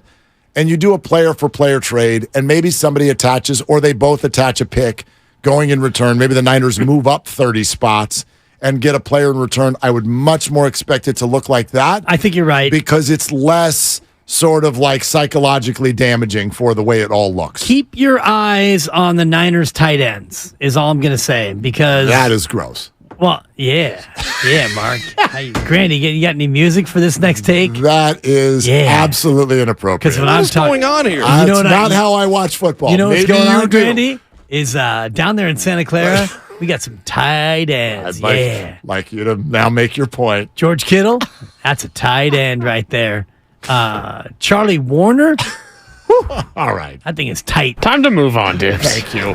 It's a bit, Grandy. I was just getting loose. I think it run its course.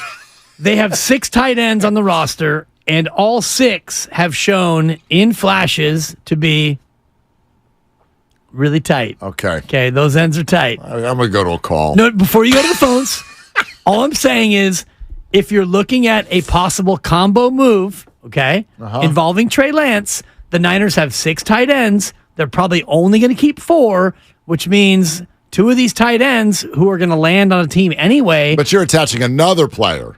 Oh, absolutely. Maybe. It's Trey Lance and I won't say it, Grandy, but one of these players who happens to play outside of the tackle on the offensive line. Oh. It's 2 players for a better pick. A pick that a team actually would... Maybe. So maybe it's Lance and one of these individuals for a 3rd. I think there could be a player coming back to the 49ers is what I'm saying. I'm not saying attach a player and they all go to the other team. I'm saying attach a player because your roster is your roster is already chock full of guys that you want to keep. I think it all feels better to people if this is not just Trey for a pick, because then it's just this equal thing, and we can see the number right next to Trey, and it's like, geez, they got a 6th. Yeah, it's embarrassing. What if it's Trey and Fumagalli for a pick? Because you know what he is. He's a tight end. Yeah, I can't. All right, let's go. We're going to Mike and Arinda. Don't say that again. Hey, Mike, you're on with Willard and Dibs. What you doing? Hey, guys. I'm doing well. Thanks for taking my call. I'm a little frazzled after that tight end bit. Yeah, sorry about that, Mike. Me too, Mike. Yeah, it's hot in here. So I haven't heard this yet, and maybe I'm an idiot, but I wonder if Trey Lance and Bosa are somehow connected here, and that you could get, Dibs, I'm sorry, but what's the point of keeping a $9 million contract as your 3rd QB? That's just too much money sitting on the sidelines. Could they get $9 million for him out in the market, and would that help them seal the deal and cover the gap with Bosa? I just wonder if those two things are connected, and maybe we'll see it all play out here shortly. Wait, Mike, I want to make sure I'm clear on your question. When you say could they get $9 million for him out on the market, what do you mean by that? Well, that's his contract, right? He's right. $9 million right now. Yeah, but you don't you understand you can't just there's dead cap money, so it's not like the Niners could just cut him and then they're like, cool, now we got $9 million to spend. They actually would lose. They would actually lose space if they were to cut Trey Lance. They would gain a little bit of space in a trade, but probably not until next year. Although that is also when Bosa's contract is going to get started. So could they be connected? Yes, in theory, but only at a small number and down the road. Does that make sense? Yeah. I was thinking on not the cut, but the trade. So, all right. Thanks for clearing that up, guys. All right, Mike, thanks. Mike. The trade would create a little space, as I understand it, on the 2024 cap. And just a little bit. And just a little bit. It's $940,000 is his base. Right. So, I think what you'd gain on the 2024 cap is something a little bit north of $5 million is what you would gain on next year's cap. But with next year's cap, I think you gain the full $5 million, but this year you only gain less than $1 million. If you trade him. Correct. Yeah. But so, and a number that we're talking like with Bosa, I have a hard time believing that would be some sort of a sticking point. No, but it is room that you would want to have, knowing that that comes up the next year. And that's the other part of this trade, and this is why I think that you're going to, if you do trade Trey Lance, you're going to probably have to package another player with him because you're asking a team to pay him next year $10.8 million. That's his cap hit next year. So you're saying, take our quarterback who's QB3, who we don't really want, and he's going to be your backup for sure, and he's a project that you're going to have to deal with. And by the way, sorry about that. He comes with him $10.851,673 million. Yeah, absolutely. But then again, there are certain teams where it makes sense because I think what we're leaving out is that these teams all had a first-round grade on this guy 2.5 years ago. 2.5 years ago. And the reason Minnesota's coming up so much is not just because it's his hometown. That's not the way the NFL operates. He's from here, then sure, we'll take him. That's not how it works. The reason it makes sense for Minnesota is they may be quarterbackless next year. If they move on from Cousins, they have no prospects as far as who their next quarterback would be. So in theory, you've got whatever Kirk is making guaranteed, which I think is north of 40, right? Yeah, that's coming off of the books if he leaves. And yes, you may be in the market for a new QB, but you could have Trey Lance in your system for a year and see if that is an option. Yeah. Is that worth signing up for that $10 million to you? Maybe. I think it becomes more attractive if I get something else with it, something that I could maybe use right now. Maybe. That's where I look at the Niners roster, and I'm not going to go all super cut down day. Larry Krueger joining us at 4:48, I believe, 4:45. So Larry can get into the machinations of who might be a cut down day casualty and how many of these players actually are going to be picked up elsewhere. Because I look at the roster and I see a lot of guys on the bubble who are NFL players. So if you're an NFL team looking at this roster and you're looking at Niners player 54, 55, 56, and you're thinking, boy, I'd love to get them, maybe you got to take Trey Lance with them in exchange for a fourth and a conditional seventh. Yeah, I think that's what that's where my chip is. I think that's what we're looking at. Is you get through tonight's games, tomorrow's games, and teams are going to... Sunday's game, but actually, no, I X that out because those two teams are not Trey Lance destinations. True. It's Houston and New Orleans. So these teams get on the phone with one another, and it's like, okay, who are you cutting? Who are we cutting? Or who do they make sense for you? Right? This guy makes sense for you, and maybe there is something that can be worked out at that time. That'd be my best guess, and also suggest why we still sit here at 3:33 on Friday without a resolution and a plan to put him out on the field tonight. So play him. Play him. Play that man his football. Money. Exactly. JJ Castro Valley. Hey, JJ, you're on with Willie and Dibby. What's up? Hey, fellas. I'm calling to help you see why they want to keep Trey Lance. Okay. Because you keep saying you're failing to see why. Yeah. Please. I got 2 words for you. Robbie Benson. Okay. From the great movie One on One. Yeah, I'm not convinced yet, but my ears are open. No, it's a great movie. They had to go to the end of the lineup. Robbie Benson was a highly regarded player who didn't get his chance, and once everybody got injured, they called him up.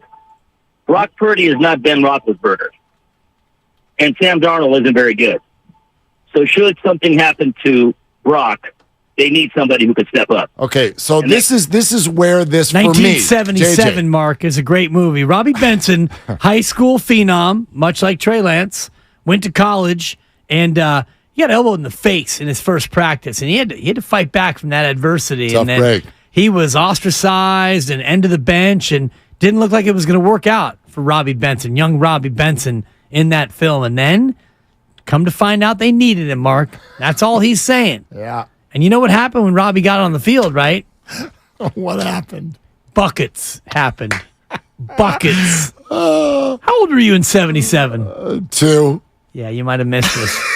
My sister was a big Robbie Benson fan. I saw Star Wars 2 years later. Whatever. Yeah. This was not Star Wars. Here's where that argument falls flat for me, and I understand why people keep doing this, but do you all see the flaw in your logic? If the 49ers thought, I love it, they're going to need him to do what? Quarterback. If they thought he was good at that, he wouldn't be QB3.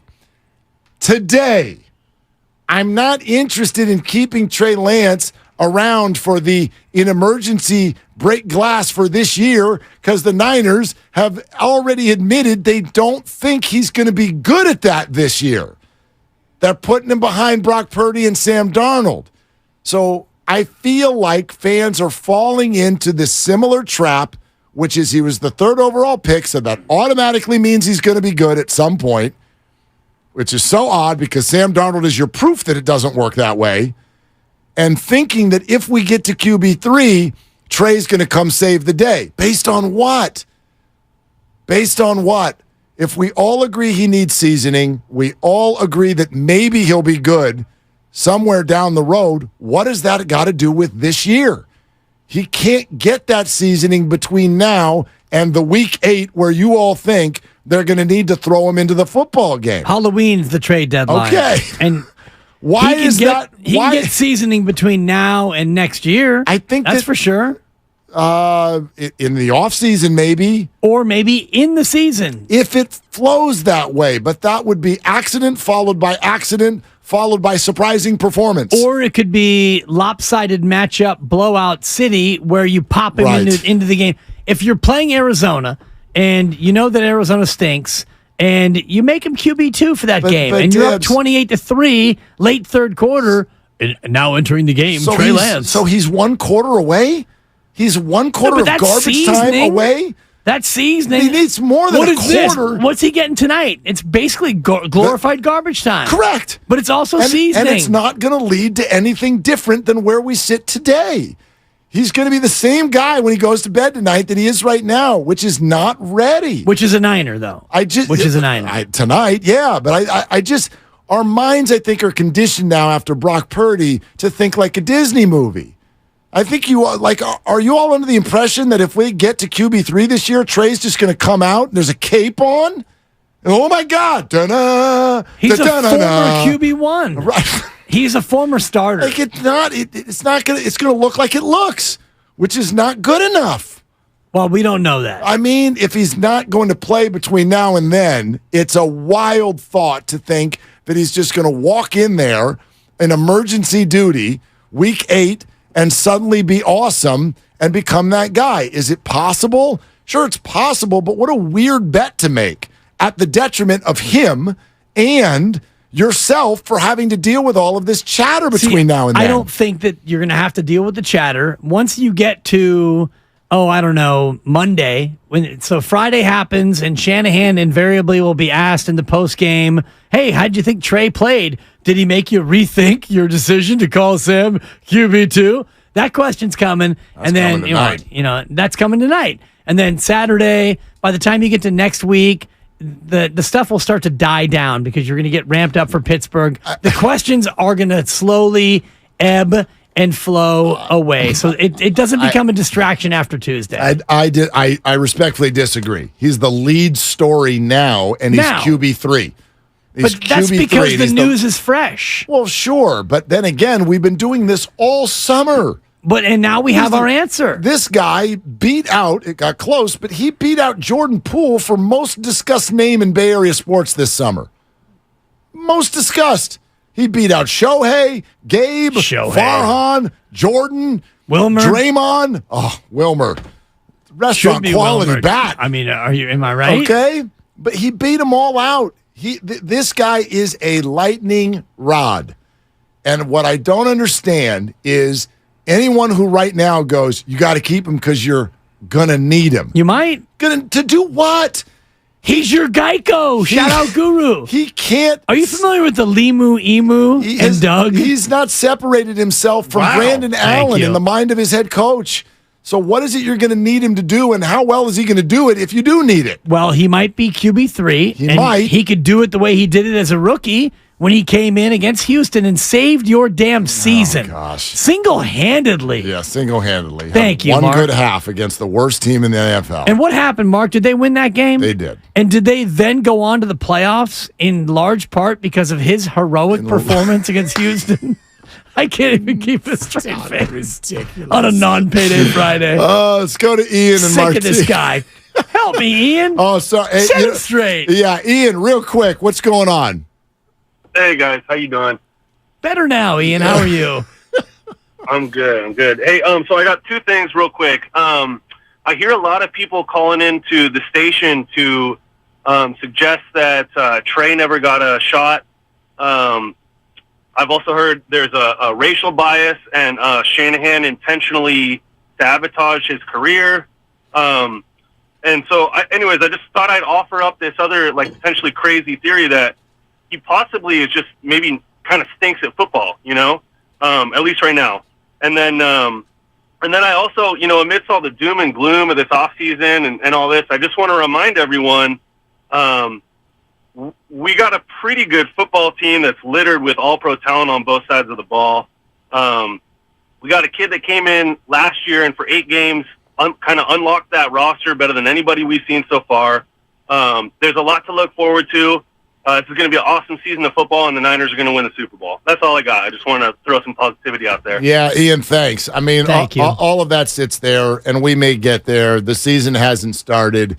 But if that's part of my point. If the 49ers want the focus where Ian's focus is, then they got a better shot at it if Trey Lance plays for another team. And I certainly think another team would be a better situation for Trey Lance. We'll keep taking your calls on this. Larry Krueger's going to join us in an hour. We're presented by Fremont Bank. Full-service banking, no compromises. It's Willard and Dibs. The best time to get it.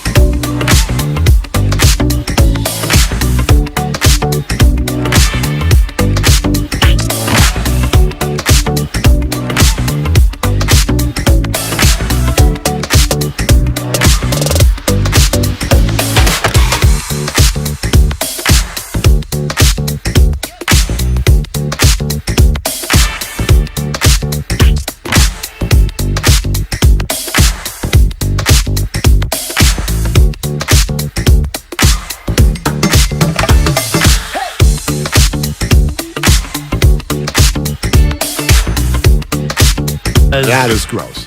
Well, yeah, Mark. Grandy, you got any music for this next take? That is absolutely inappropriate. Because when I'm talking on here? That's not how I watch football. You know what's Maybe going on, you do. Grandy? Is down there in Santa Clara, we got some tight ends. I'd like you to now make your point. George Kittle, that's a tight end right there. Charlie Warner. All right. I think it's tight. Time to move on, Dibs. Thank you. It's okay, Grandy. I was just getting loose. I think it had run its course. Yeah.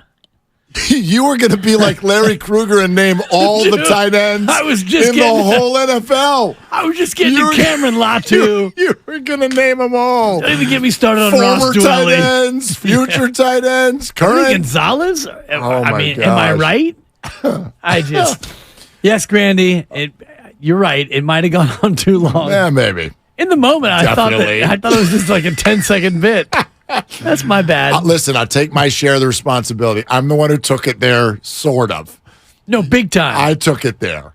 That's gross. And then you stayed there. Oh, I was happy there. I brought you to the room, and then you pitched a tent. I got comfortable. Yeah, you're Literally. yeah. Well, all right. Shut up, pup All tents. right. Red. Again, you led me to it. What's wrong No, with you? that time not on purpose. You know who you're working that with. was on you. Randy, help us. Yes, Randy and Clean San it up. Lorenzo. What are you doing?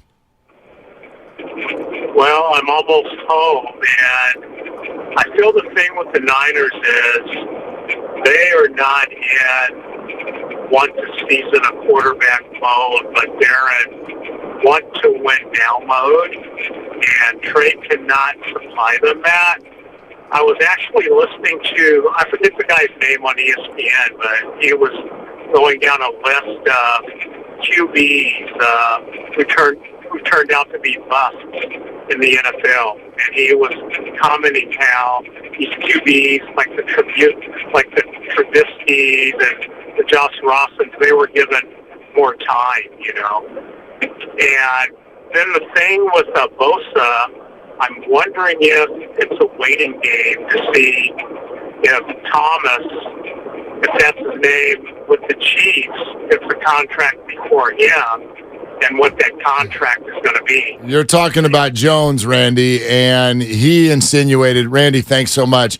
He insinuated, and again, this is just bluster if you ask me, but he insinuated that he might hold out until week 8, which is sort of the deadline if you want to get paid at all for the year. One of the reasons I'm chilling on Nick Bosa is exactly that. Chris Jones, just like Josh Jacobs, Jonathan Taylor, and anybody else who's had a problem this offseason, you notice it goes public. That means that negotiations behind the scenes have lost their way. The respect in the room is no longer there, and people are now negotiating in the public, trying to push buttons and get people on their side because that creates leverage. One of the reasons, it doesn't cover everything, but one of the reasons I'm still cautiously optimistic is that has not gone there with the 49ers and Nick Bosa, which makes me hope that at least there is still a respectful sort of team attitude in the room when the two sides are trying to get this done. And there should be, because the team came out right away when the contract reached its initial impasse, and they said, we're not going to fine him for any missed days. We don't have to fine him. We can, but we're not going to. So Nick Bosa has not incurred any of these traditional fines that you would face for not showing up. And I wonder if that tune doesn't change if this thing drags into 2 weeks from now. And, you get into even 10 days from now, because a week from Monday is Labor Day, but that's game week. So a week from Sunday, 9 days from now, is when you start the countdown to the actual first regular season game. So if you want to start to put a line in the sand on when Nick will show up, that's what the team can honestly say. If he's not here by X date, then we're going to have to start fining you for not being here. I don't know. I don't know what they would do. I mean, obviously you lose a game check. It's not so much a fine. It's just like you're not paying you for the game. You didn't play in the game. You weren't here. But sure, the conversation will change each week. It's already at a spot most of us never thought it would get to. If it gets out of this game and to cut down day on Tuesday and it's not done by then, that's another conversation. And you're right, if it gets to Labor Day, which is the first practice day to prepare directly and game plan for the Pittsburgh Steelers, that conversation is going to get even hotter. And by then, I would imagine would be the lead. Actually, no, we'll still be talking about Trey Lance. You think? Let's go to Dan in Fremont. Hey, Dan, what's going on? What are you doing? Dan, you there? Oh, Dan. He's there. Dan? Tamara, hello. Okay, there you are. What's up? Yeah. Hey, yeah, so I just wanted to call in and say, look, I come here to just tell all 49ers fans to chillax, to chill out. I'm reading fans saying cancel the season, fire Shanahan, guys falling.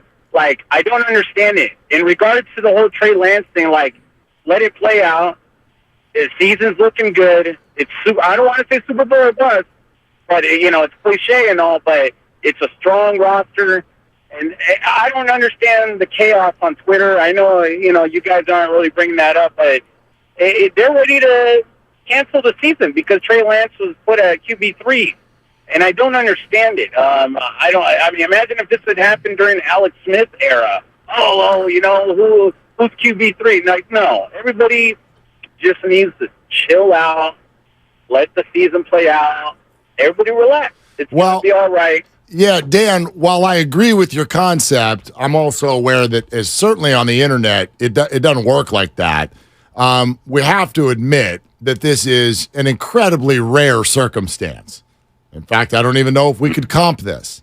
The idea of making an aggressive move like that, it's not just the number 3 overall pick. It's 3 years of first-round draft capital and more to pick this player and then end up a couple years later in a spot where, forget the fact that he can't be your QB2, he started only 4 games.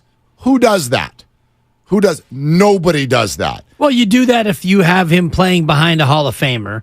That might happen. I guess, but you wouldn't probably make a move like that if you had a Hall of Famer still playing at a high level. Unless he was near the absolute end of his career. Yeah, like the Packers drafted Aaron Rodgers, but they didn't move up to number 3 overall Correct. In order to do so. He was at the end of the first round. 24, 25, whatever it was. So, I don't know. We got to acknowledge, no matter where you sit on this topic, you got to acknowledge that this is crazy. This is crazy what happened. This is crazy. Crazy, right? So, for that reason, I understand all of the talk. The criticism is, while fair, you can criticize the pick. Where I stop understanding it is this phrase. Why are we letting Kyle Shanahan off the hook? You let him off the hook. I don't even know what that means. Where is the hook? In what way is he being let off it? Or in what way would you want him to still be on it? The hook, in theory, when you're a head coach, simply lives in the words of people who assess this stuff. Well, the hook is, do you keep your job? Well, right. That's the hook. Which therefore, that is not being discussed.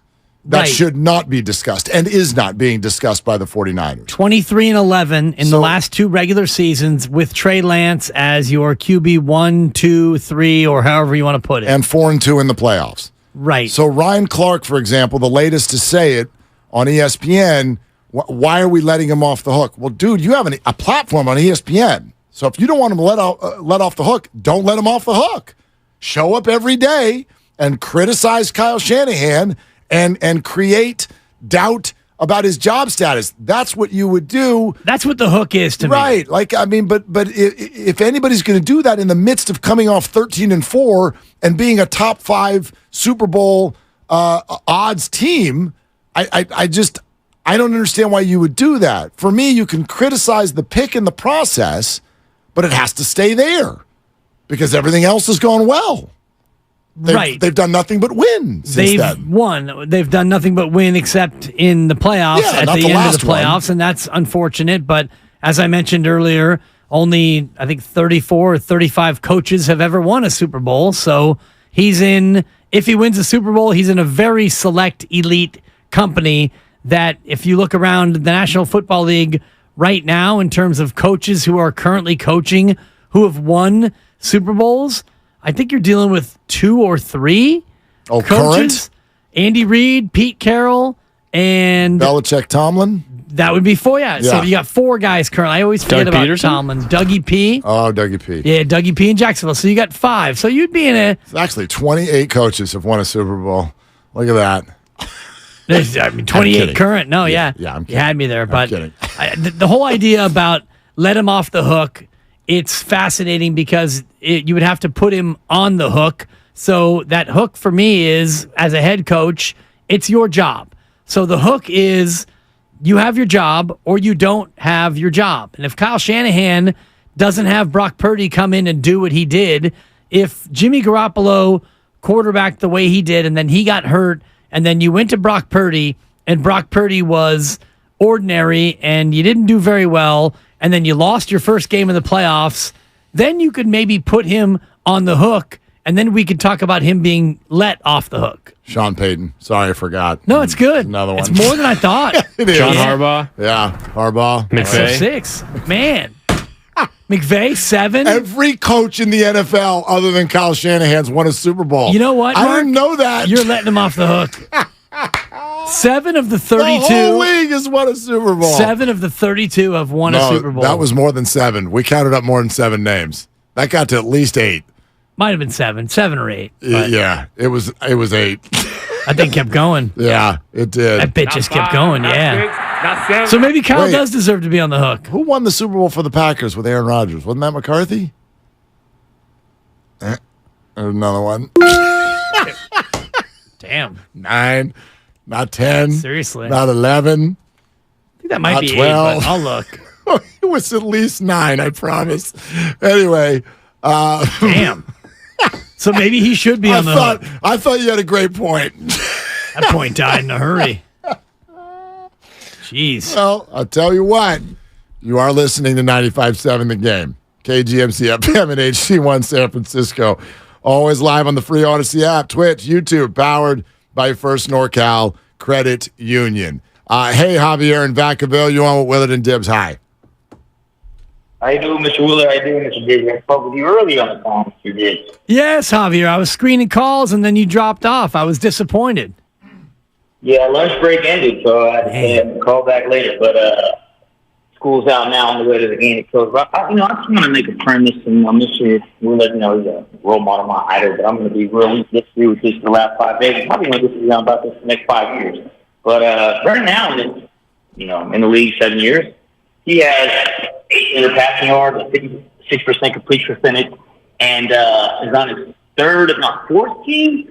And somehow, again, we think he's more ready to play quarterback for the 49ers because Trey Lance has played 3 games and a quarter, and you somehow divulge that he's not ready when Kyle Shanahan made him the unquestioned starter in 2022, and then all of a sudden, not a whole calendar year later, he's the 3rd-string quarterback based on what? He didn't do any OTAs. He didn't have any practice during the regular season, and we're just ready to just let him go? You're saying it didn't work, Mr. Willard. How hasn't it worked?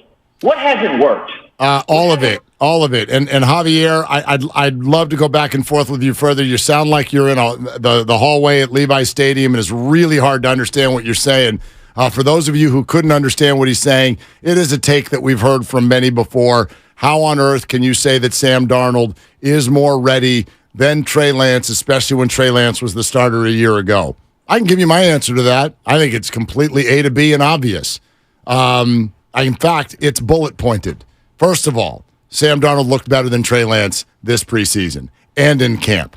And if you're listening to people on the internet who tell you otherwise, they are looking at this through Trey Lance glasses. Kyle Shanahan, for one, disagrees and stated so quite clearly. So instead of worrying about draft status or certain aspects of their game, always got a strong arm, or what you're rooting for or thinking will be true someday, today, Sam Darnold is better than Trey Lance. I find that to be wholly evident. Secondly, when people use that argument, but he was just the starter a year ago, so how can you say he's not ready? I will continue to hit this drum. He was the starter last year because they had no other choice. They spent all offseason saying that Jimmy Garoppolo was already gone. He was getting surgery. They were trying to trade him, and he wanted to be gone. He did not come back to the team until 12 days before the first game of the season, and did so, in my opinion, because the 49ers felt like Trey Lance was not looking good. Also documented as fact that the other players on the team and the coach felt like Brock Purdy was their best quarterback in camp last year, but did not have the cachet to name him the starter for obvious reasons. He had never played a football game before. Trey Lance was the starter last year because they had no other choice, and now they do. So that's my answer. And it's fascinating to think about the what if Trey Lance didn't get hurt, how long that would have lasted. Would he have kept the job all year or not? I think they brought back Jimmy Garoppolo as more than just a convenience. They brought him back as a hedge in case Trey wasn't good enough. And when Trey got hurt, it made it much easier to just go to Jimmy Garoppolo anyway. So to think about this year and Kyle Shanahan in camp watching Sam Darnold, and they signed Sam right away at the start of free agency in March, about March 15th or 16th.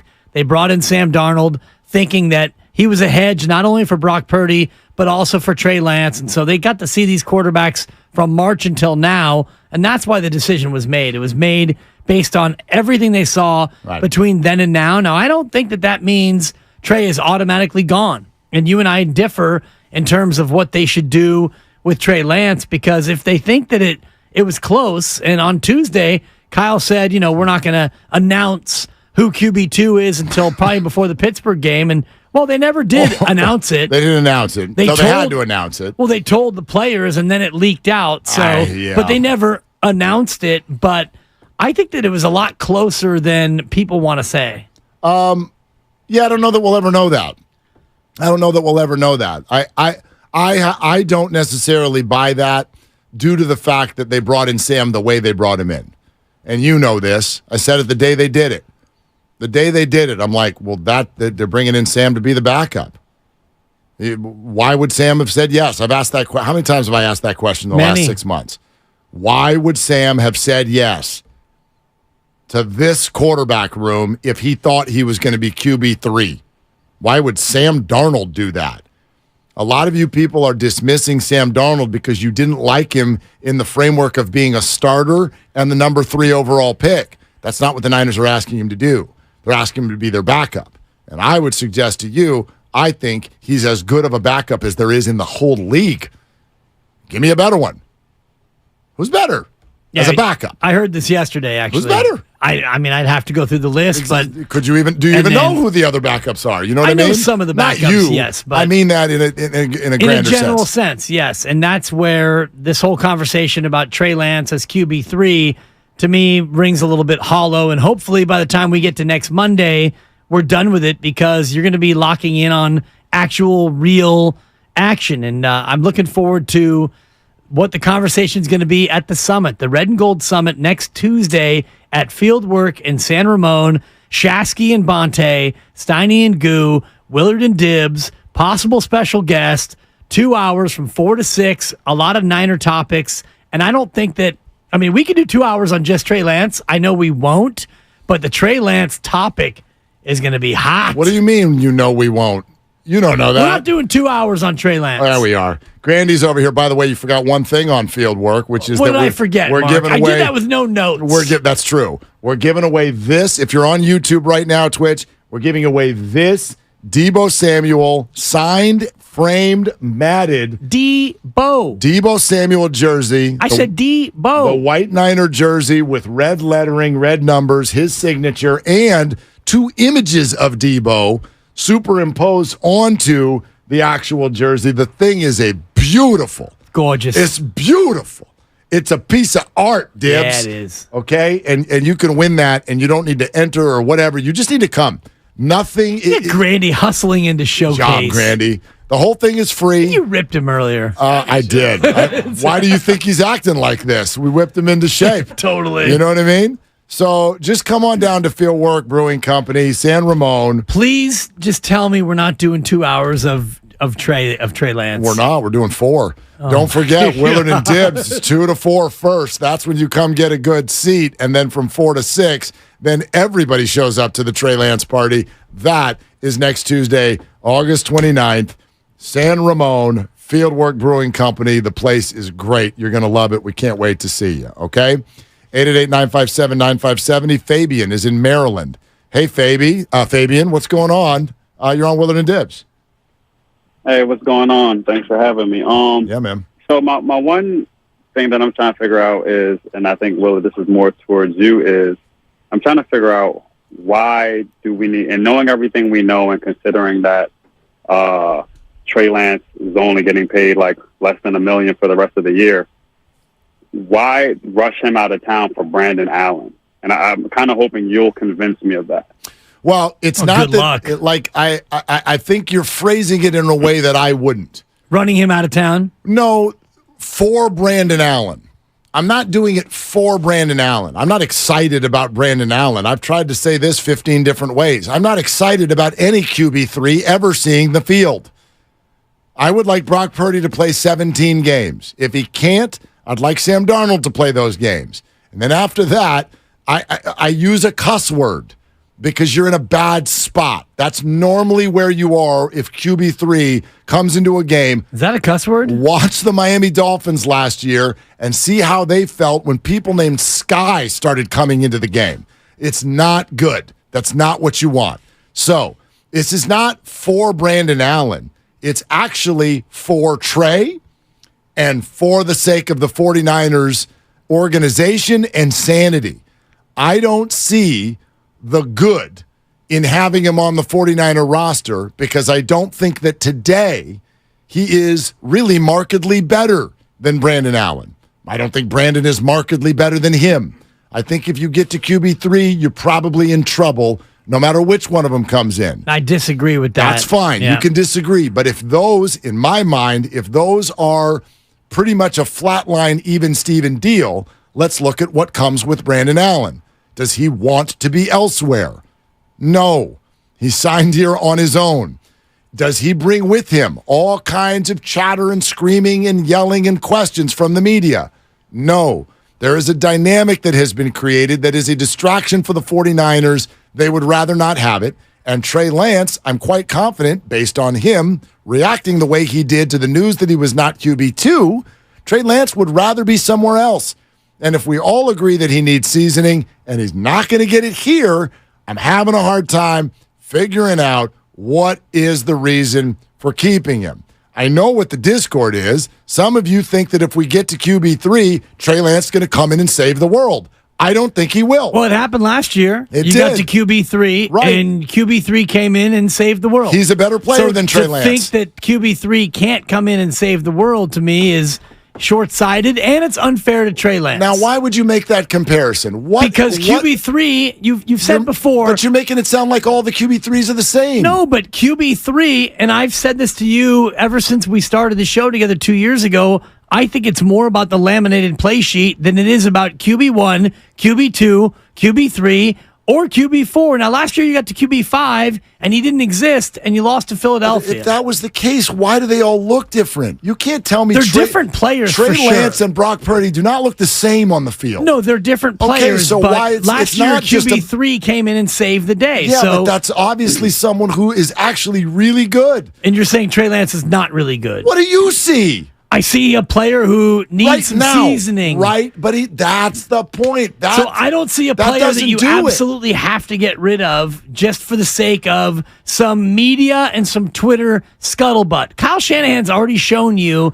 that he doesn't give a crap about the fans, the chatter, the Twitter. If he cared, he would have come out and spoken to the media yesterday. Oh, he or cares. he would have spoken today. Oh, he cares. And he would have addressed it. I don't think he cares to the level that you and all the rest of the fans want him to care. No, I don't care how much he cares. He wants the best quarterbacks in the room. Right. And if he thinks that Trey Lance is even 1% better than Brandon Allen, you think he he's does? keeping Trey Lance. You think he does? I do. And we're going to find out between now and Tuesday because I don't think there's a trade market for Trey Lance.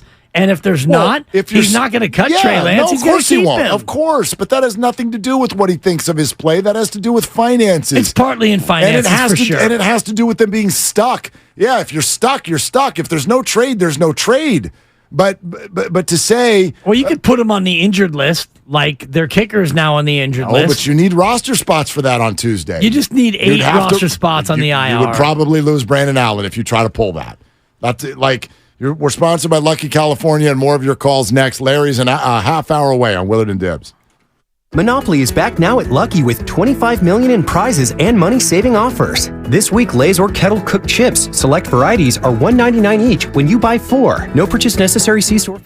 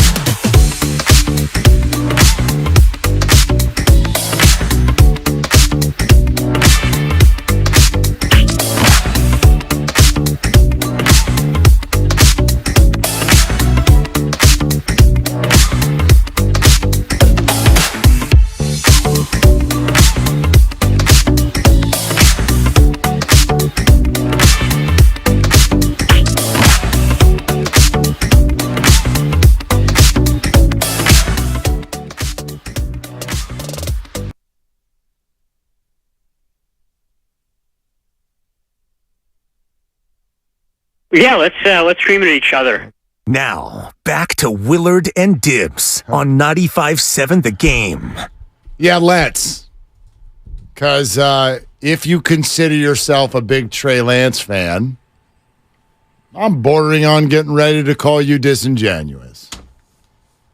All you Trey Lance fans, they've got to hold on to him. I thought you were a Trey Lance fan.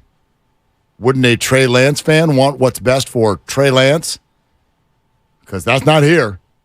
And I don't even know how the hell you could argue otherwise. Well, I'm a Niner fan, and Great. I'm concerned about only the 49ers and what makes their team the best he can be. And secondarily, I'm a Trey Lance fan. And I think that if you have Trey Lance as a 49er, that's better than if you don't have Trey Lance as a 49er. And that's a completely fair take. And you know darn well who I'm directing at this at, which is the handful, the percentage of this fan base that is making it solely about Trey Lance. They don't want to hear that Brock Purdy's any good. They don't want to hear that Sam Darnold is a high-level backup. They don't want to hear that Kyle Shanahan has actually done some good things here in San Francisco. They simply want to scream, Trey Lance, Trey Lance, Trey Lance. And that's fine. You're a fan. You get to love whatever the hell you want. But if that's your thing, and this is really for you about Trey Lance, you're going to have one hell of a time arguing that it'd be better for him to stay. So if you are truly all about Trey Lance, my gosh, you should be in Santa Clara right now offering to drive him to the airport on the phones, because that's what he wants, and that's what's best for him. Unarguably, is to be somewhere else. Unarguably, to be someone else's QB2 instead of being Kyle Shanahan's QB3. Somewhere where there's a future, right? And some reps. Like that's not. That's he's not, got reps. That's and not they're up for coming tonight. That's not up for debate, is it? That Trey Lance would be better off being somewhere where there was someone who envisioned a future and will put some time into it. It depends on what that destination is, honestly. I guess. I mean, if you go somewhere where it's a new coach or it's a coaching staff that doesn't really have their S together, and now he's just another guy on another team, then I don't know if that serves him any better than being here and being QB3. And he's already made strides here. He's developed here to an extent. And the fact that Sam Darnold has beat him out for now doesn't necessarily mean that that's the way it's going to go forever. 95.7 The Game breaking news. Well, ladies and gentlemen, there it is. Trey Lance has been traded to the Dallas Cowboys. In exchange, the 49ers will receive a mid-round pick. This is per Adam Schefter. The Trey Lance time with the San Francisco 49ers is over. Details still coming in, but there it is. Trey Lance will not play for the 49ers tonight because Trey Lance is now a member of the rival Dallas Cowboys. There it is. I'm seeing it, from Adam Schefter. Their number 3 former overall pick to the Cowboys for a mid-round selection. A mid-round, which tells me 7 rounds, that would be the fourth round is the mid-round. 4 or 5. I'm thinking a 5. It's a 4 or a 5. Yeah, I mean that, and no other player named in this trade as of now. Not yet. So the early report is out. Niners have traded Trey Lance to Dallas for a mid-round pick. So there you have it, Mark. We talked about deadlines, and I think you and I agreed that Saturday would be about right. I said it would happen by Saturday. And then it happens today when he's set to take the field in 2 hours and 38 minutes. And we actually joked earlier in the show about him getting pulled off the field like in the second quarter in his second series. Well, that's now not going to happen. Trey Lance will not be in Santa Clara tonight. Trey Lance will be a Dallas Cowboy. There's so much reaction to be had, and we're going to have it all. But the first thing I want to say to all of you is we are here for you right now. Let's go. Let's talk it out. 888-957-9570. Your reaction to the 49ers sending Trey Lance to the Dallas Cowboys for a mid-round pick. I have no doubt that as we are still here for another hour and a half plus, more information and details will come in, exactly what the pick is. And whatnot. So we'll have all that for you. But there it is. And I'm not surprised one bit. This is what we've been talking about all day. The 49ers can sit there. And my whole message all year, stop listening to their words and watch their actions. You got to stop listening to their, well, they say they want to keep him, and they say he's playing tonight, and they say they're in love with him still, and they say that they do. Watch what they do. They sign Jimmy, and they sign Sam, and they elevate Brock while he's having surgery. This shows you where this is. And by the way, I do think that a piece of this is for Trey. I do think the 49ers operate that way. It's not just them saying we're done with you and we want you gone. It's them saying we don't have what you need.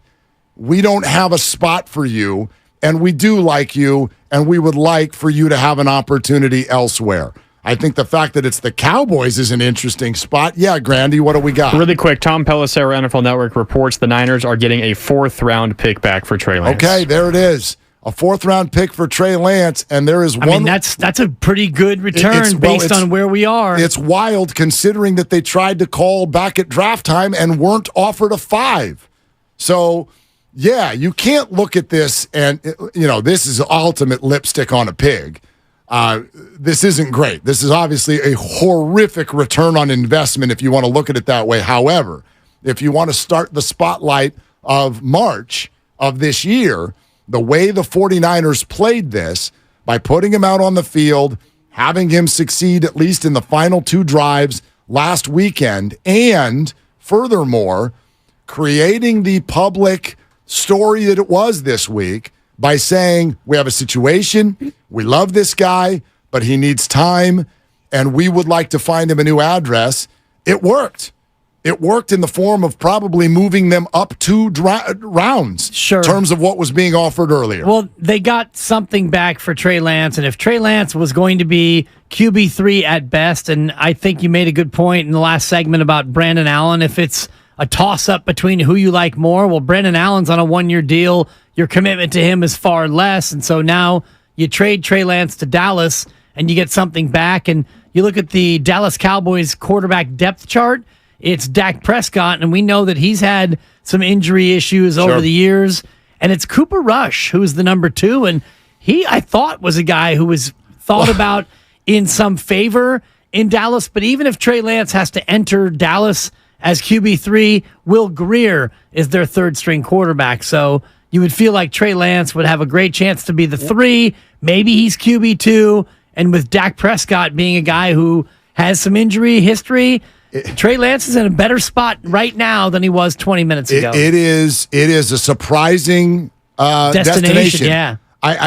We don't want to spend a whole lot of time on the Dallas Cowboy perspective. It's just funny. Crossover yesterday with Goo, he brought up Cooper Rush as who he thought was the best backup in football. So I don't agree with him, but the fact that Trey Lance is going there where there is already a pecking order and a depth chart, it makes you wonder what their plan is for him. But that is obviously for another day. Cowboys, by the way, tomorrow hosting the Raiders. Oh, perfect. So maybe Jerry's give him another shot. You know what? I liked what he did against the Raiders. Trey's like, I know that defense. Totally. Come on, give me the ball. Listen. I can't imagine he gets any snaps tomorrow for Dallas in a quick turnaround, but you never know, right? Probably not, but I don't know. I mean, if you're just joining us, the trade has happened. The Trey Lance era with the 49ers is over. The 49ers have sent Trey Lance to the Dallas Cowboys, and in exchange, they will receive a 4th-round pick. Let's hear from you. 888-957-9570 is the number. Bobby in Los Altos, first up here on Willard and Dibs. Hey, Bobby, thanks for calling. Hey, thanks for taking my call. I was on hold. Honestly, I kind of wish my call was taken before that breaking news. Some of my points might be a little bit moot, but I just want to say a couple of things. I've been listening the last 2 weeks, haven't called in. All this talk about Trey, and I just want to talk about him as an individual. So I really don't understand why people want to make him QB1. It's like they act like he got some bum deal, like he didn't get a chance to show his potential. I really just want to say this about Trey Lance as an individual. I don't know how much of that $33 million he's collected thus far, but I think it's over $20 million. So if the guy never plays another down in his life, he can still make a great impact in this world with the financial resources he has amassed. So honestly, I don't feel bad for Trey Lance at all. But this point now is probably a little bit moot, but this whole let Trey cook crowd, I think you guys know that I'm not a troll. I don't try to incite, but I wonder how much of this anger about Trey Lance not being QB1 is based upon the fact that he's a black quarterback, a physical specimen with unlimited potential, and he was beaten out by this cherubic, unathletic white quarterback. To me, the NFL seems to be a meritocracy, case in point, like a Josh Gordon. You get chances if you can perform on the field. But I just feel like people have this sort of quick reaction to this idea of this white quarterback beating out this black quarterback who has all his potential. And I just don't really think that's a valid point. Bobby, real quick, it's 27.85. The Niners paid him, and Dallas gets him for $6.25, fully guaranteed for the next 2 years. Yeah, and first off, I know that a lot of people, when someone makes a lot of money, they immediately, and I don't think Bobby was necessarily saying this, but I don't feel sorry for him, he's made a lot of money. Well, that doesn't do it for me, okay? Just because somebody has a whole lot of money, I mean, how many examples just within the last handful of years in this nation have we seen people who are rich, famous, look like they have the best lives in the world, and they've taken their own lives. So that does not make somebody's life perfect just because he has money. I do have sympathy for the journey that has been Trey Lance. As far as the race part of it, here's what I'll say. No, nothing is actually a true full meritocracy, and let's not act like racism doesn't exist. I don't think that was the case here from the 49ers standpoint, but you and I, Dibs, are also not the ones to necessarily speak too long on this. Yeah. I'll just say I understand if people were excited about the idea of the 49ers having a black quarterback. There's nothing wrong with that. I understand if people were excited about that idea, especially in this city. This is San Francisco, California. That was potentially imagine you talk about impact. Imagine the impact you can have. The last black quarterback who was here, I would argue, had a massive impact on the world. On the world, yeah. He didn't end up doing it as the quarterback, but if that was exciting to you, I get it. I get it. Now Brock Purdy, his race, and how he got here, to me, is completely irrelevant in this conversation. And I don't think that race played any part in Trey Lance's ouster. I think that Trey Lance was here. He had a chance. He didn't have a chance. He got hurt. He got healthy. He got beat out. He came in this year, and you got to a point where the team thought that he was their third best quarterback, and the quarterback who was maybe tied with him at third is much cheaper, and Trey Lance had more of a market, and so Trey Lance got traded to the Cowboys today, and this just broke 15 minutes ago, and the reaction is pouring in, and my first reaction is twofold. One, good job, Niners, for getting a fourth-round pick, because it didn't feel like there was even that much of a market out there. And the second piece is what you've been talking about all show about what Trey wants. Trey wants to be elsewhere. Trey wants a chance to go be a quarterback somewhere, and he lands in a spot where Dak Prescott will be a good mentor, and he's in a situation where the Dallas Cowboys, they're a winning team. So it's not like he goes to a team that's going to be struggling. He gets a chance to go be with Cooper Rush as QB2 or QB3, depending on how that shakes out, but he goes to a winning organization. Looking at Dak Prescott's current contract, it is the guarantees are up after next year. Okay. This year and... So 2 more years, okay. Yeah, 2023, 2024. And that's when Trey Lance's guarantees are up as well. Could pick up a 5th-year option on it if you like what you see in the year that you have him. Yeah, look, my other reaction is this. It's what I've been preaching all afternoon long. Trey Lance needed to be somewhere else. That's better for him. And for the 49ers, please stop dismissing the idea of them wanting this narrative gone. It's their fault. It's no one else's fault. They're the ones who built this and did this. But this idea that the 49ers are just cool with all of us screaming and yelling about Trey Lance for the next 2 years while Brock Purdy grows and tries to win a Super Bowl himself, no, they weren't. No, they weren't. And that's how we got here today. So let's hear from you. Diego and Marin is next up on Willard and Dibs. Hey, Diego, what's going on? Hey, I was just calling and ask you guys if you think the fans would be more mad if they traded Bosa, hypothetically, if they had gotten Micah Parsons at the same draft pick that they were at when he got drafted, instead of picking Lance, and they still got Purdy in this scenario. Would the fans be more mad? Sorry about the dogs. Yeah, Diego. Hey, who let the dogs out? Nothing Diego? wrong with having a dog. No, he has multiple dogs. Would the fans be more mad if they had just stayed put, gotten Micah Parsons, and then had him and Bosa and Brock Purdy? I thought he mentioned something about trading Bosa in there. Would they be more mad if they traded Bosa? I thought he was talking and about had Trey Micah Lance. Distracted by the not only distracted, but it's just not a realistic scenario because remember, Jimmy Garoppolo was headed into the final year of his deal. They drafted Trey to be his replacement. Right. If they had never drafted a quarterback, Jimmy would have gone into the last year of his deal, and if they didn't keep him, they would have done something much more aggressive at quarterback than just draft waiting for Mr. Brock Purdy, Irrelevant totally. in the 7th round. It's big time revisionist history, but it's hard to not look back now at what you gave up and what you got back in return. You gave up 3 firsts to move up to get Trey Lance. He played 4 games. You missed out on Micah Parsons, and now you get a 4th round pick back for a guy that you gave up on after 2 years. You can't help but be a little bit bitter as a Niner fan over the way that all worked out in terms of you spent $100,000 on a Lamborghini and then you crashed it a couple times, and then you traded it, and you sold it for about $87. The cap space information is this. We had it pretty spot on when we talked about it earlier. The 49ers have opened up $940,000 in cap space this year and $5.3 million in cap space in 2024. The Dallas Cowboys will inherit the remainder of Trey Lance's fully guaranteed rookie contract, which runs through the remainder of this year and next year before they'll have an option on a 5th year. Maestro in Santa Rosa is next up on Willard and Dibs. Hey, Maestro, what's cooking? Willard and Dibs, hello to you. Hello. What up, Meist? I am calling today. I was thinking about this whole Trey Lance situation, and the breaking news came on while I was on hold.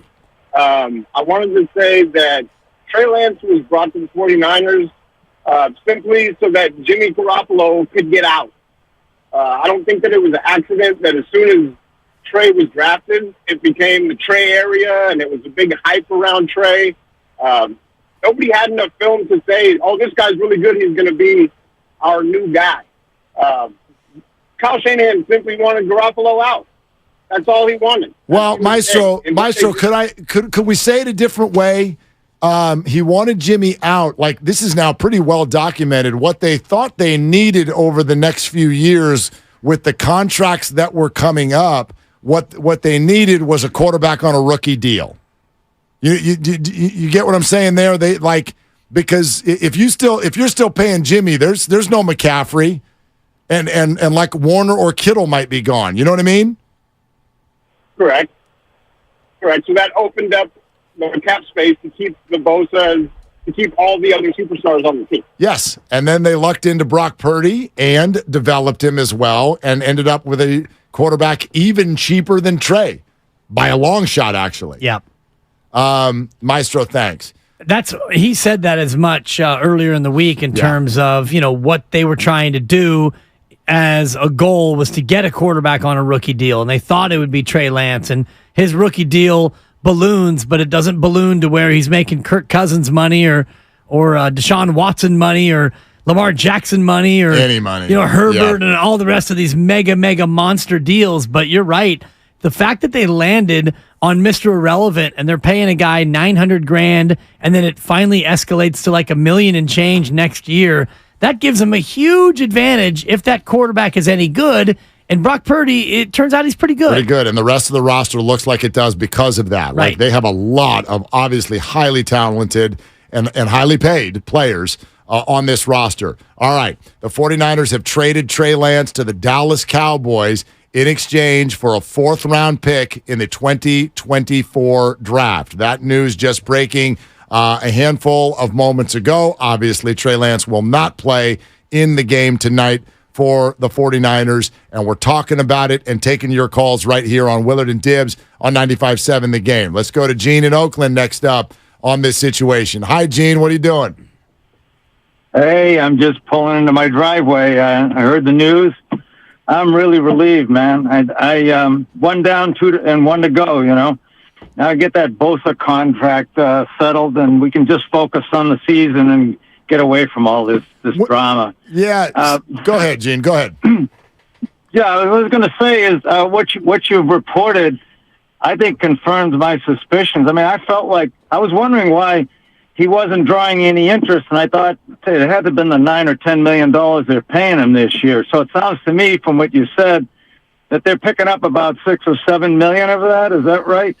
Dallas picks up everything that needs to be paid going forward. But remember, when you talk about what someone is paid in terms of their contract, it's not paid just like simply out. Like some of it is tied up in you get a bonus at this point in the calendar, and then there's a bonus paid in that point and whatnot. So Dallas picks up everything that is remaining for the rest of this year and then next year as well.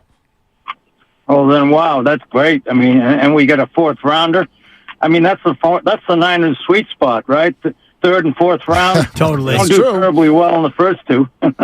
So, no, I'm very happy. I feel a little like Steve Young, when he lifted that mythical monkey from his back after he won the Super Bowl. Why do you feel this way, Gene? You feel so relieved. Why are you relieved?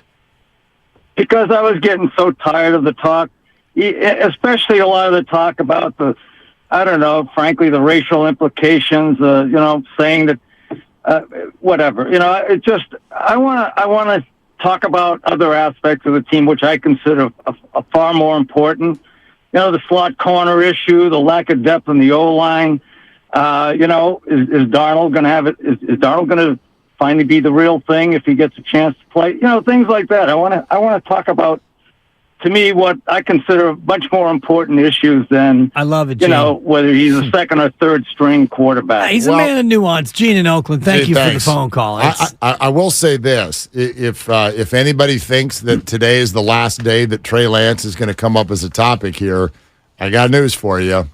No, but it definitely diminishes. And, James Wiseman talk this NBA season won't be as hot, and Jordan Poole, it'll slowly diminish. Of course it will, but okay. Trey Lance is going to be their QB3. So how much are we going to talk about Trey Lance in a week and a half? Because your contention and many others is that the 49ers will absolutely unequivocally need multiple quarterbacks this year. Brandon Allen. The second that Sam Darnold hits the field, if it's not good, here comes the Trey Lance talk. Of course. But it's not going to be like it's been, which is... No, it's not going to be every... It's led the show for crying out loud for weeks. No, absolutely. So, yeah, if you care about this, the number with regard to what the Dallas Cowboys are going to pay the rest of the way is a little bit north of $6 million. It's a little bit north of $6 million with regard to what still needs to be paid on Trey's contract. We're presented by Fremont Bank, full-service banking, no compromises. We're going live to Levi Stadium next with a guy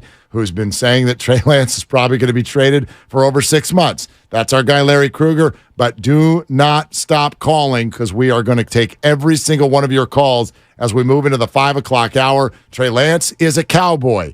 888-957-9570. This is Willard and Dibbs. Looking for an unforgettable Labor Day?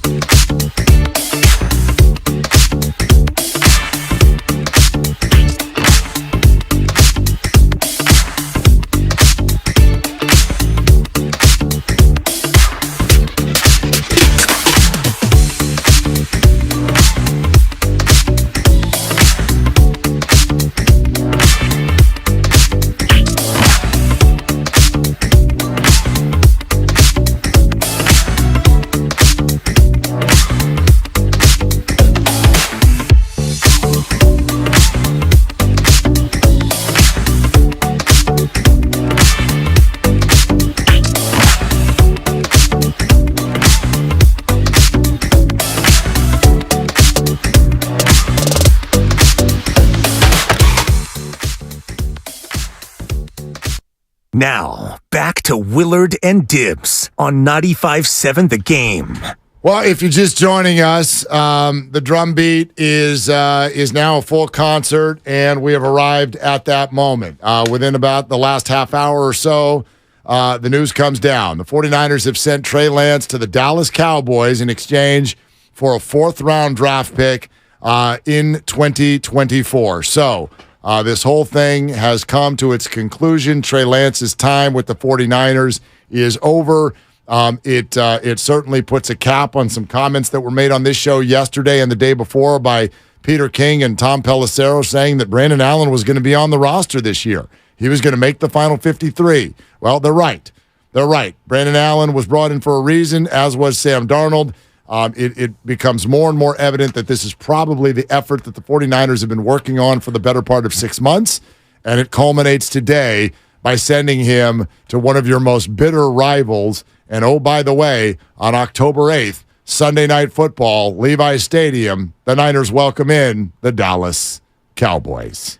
Looking forward to that. The Trey Lance revenge game. We already have the Jordan Poole revenge game, the James Wiseman revenge game. We got a whole lot to look forward to this fall. Payback. Yeah, absolutely.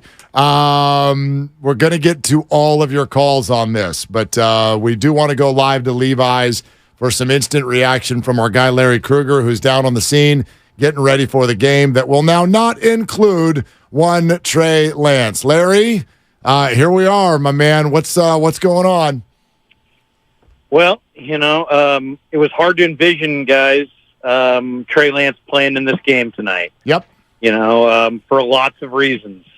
If he played well, if he played poorly, if he got hurt. I mean, I just didn't really see any way he was going to play in this game. And the 49ers, to me, did today what John Lynch basically indicated they were going to do when he spoke to the media at the Combine, that they were committed. They did a deep dive at the end of last year.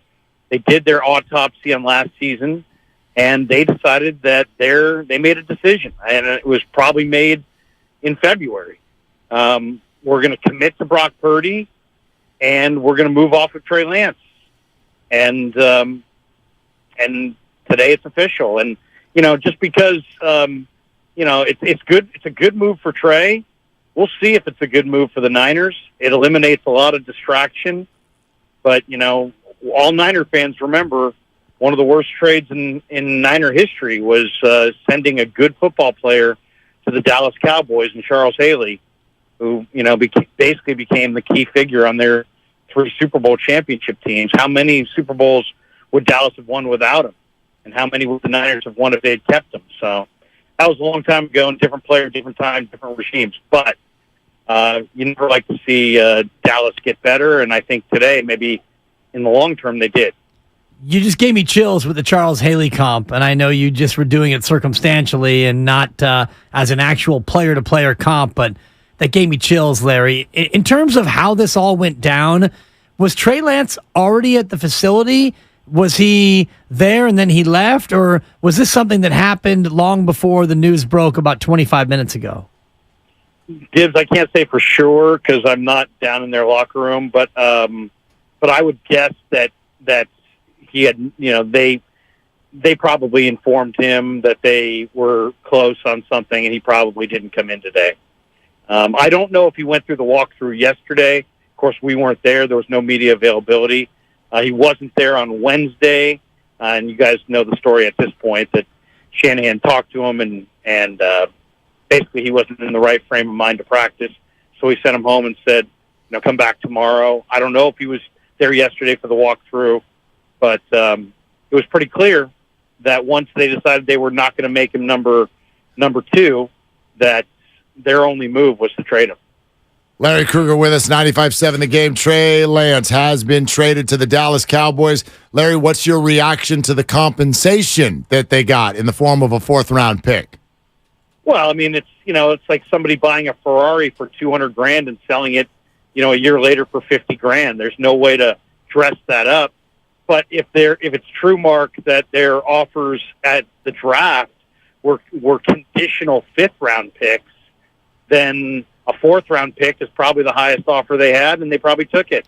My guess is the Vikings probably were in that bidding, but maybe weren't offering as much, and Dallas probably gave the Niners a little bit more, and they opted to take more and do the best for their own franchise. What does it say about the trade that they actually chose Dallas? Is it that they had the best compensation, or are they just not concerned of maybe Trey Lance coming back to haunt them against a conference rival? That's a great point, Gibbs. I mean, there's a lot of people would say send him anywhere but Dallas, but at the same time, maybe, if the talk from Mike Silver was that his sources were saying that, hey, they better move him soon because what they're going to get is going down.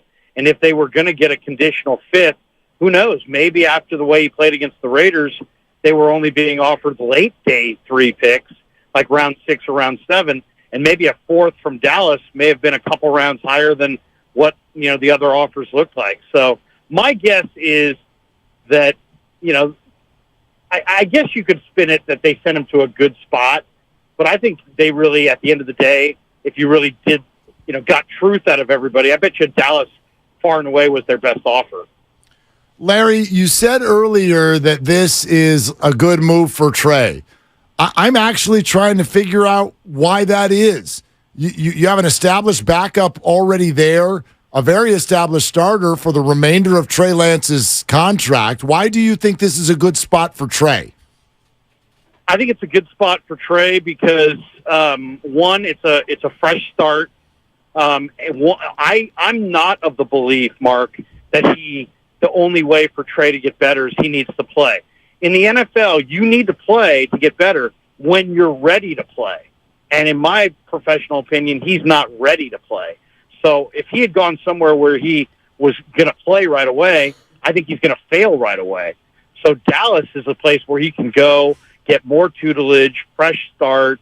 That contract extension, that his next one is coming up, but it's not a for sure thing. And if Trey has the kind of potential that many people see in him, that Cooper Rush is a non-factor altogether. He'll blow right by Cooper Rush. So I think it's a good start. Plus, you just got to go somewhere where they believe in you and somewhere where you can learn and not be asked to play right away. That's my belief. I know the common wisdom is the opposite. He needs to play. He needs to play. Yeah, eventually he needs to play. But he's not ready to play. And that Raider game showed it. And to me, now he'll get a chance to continue his development and potentially get to play either later this year, maybe a year from now. And I think at that point, he'll be more ready to play. And now the attention shifts to the new QB3, Brandon Allen. Is he good enough to come in and win games for the Niners? And also, Larry, what do they do in terms of adding another QB for the practice squad? Yeah, that's a good question, Dibs. They're going to wait until Friday, I'm sure, to see the cut down. There's a number of quarterbacks that will be cut. Heck, the Vikings have the kid from BYU they're saying is most likely going to be cut and put on the practice squad. They'll have a chance if they want to pursue other, young quarterbacks for their practice squad. I'm sure there's somebody else that they had a high grade on. As far as Brandon Allen, Brandon Allen is, the one thing about Brandon Allen is he's not by any means anything special. He's what, 2-7 and 9 career starts.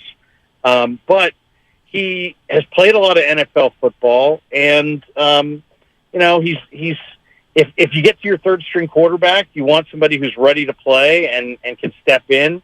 He's a pro. I mean, he's going to be calm. He's going to know the offense. He operates the short game and the bootleg game and a lot of the stuff that Brock Purdy can do. Brandon Allen can operate that game. I just am relatively unimpressed because everything beyond like 18, 20 yards down the field, his downfield accuracy is really, really spotty at best. Larry, just in terms of the time to have attention to throw at things, is there anything that makes you say now that this is done, a Bosa deal can get done?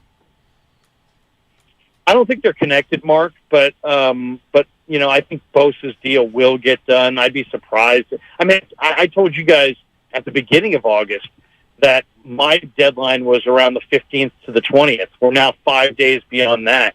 I think we're absolutely in the sweet spot.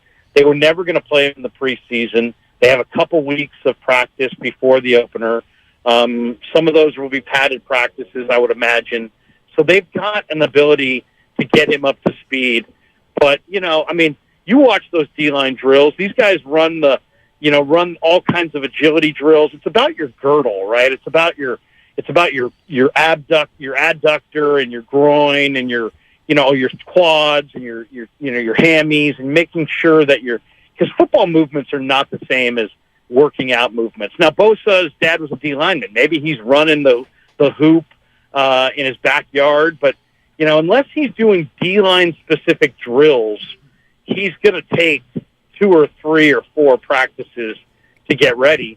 And I hope they get him signed soon, because they're getting right down to it. Week 1 is essential. They got to get the win in Pittsburgh, and that means they need him to play a full complement of snaps. But you don't want to risk him, and he's not going to go 90%. He only knows one speed. So, you know what? I mean, the last thing you want to do is sign him to a monster deal and have him get hurt. So, I'd rather see him play a full complement of plays, but that means ramping him up quickly in practice. That means getting him signed in the next 72 hours.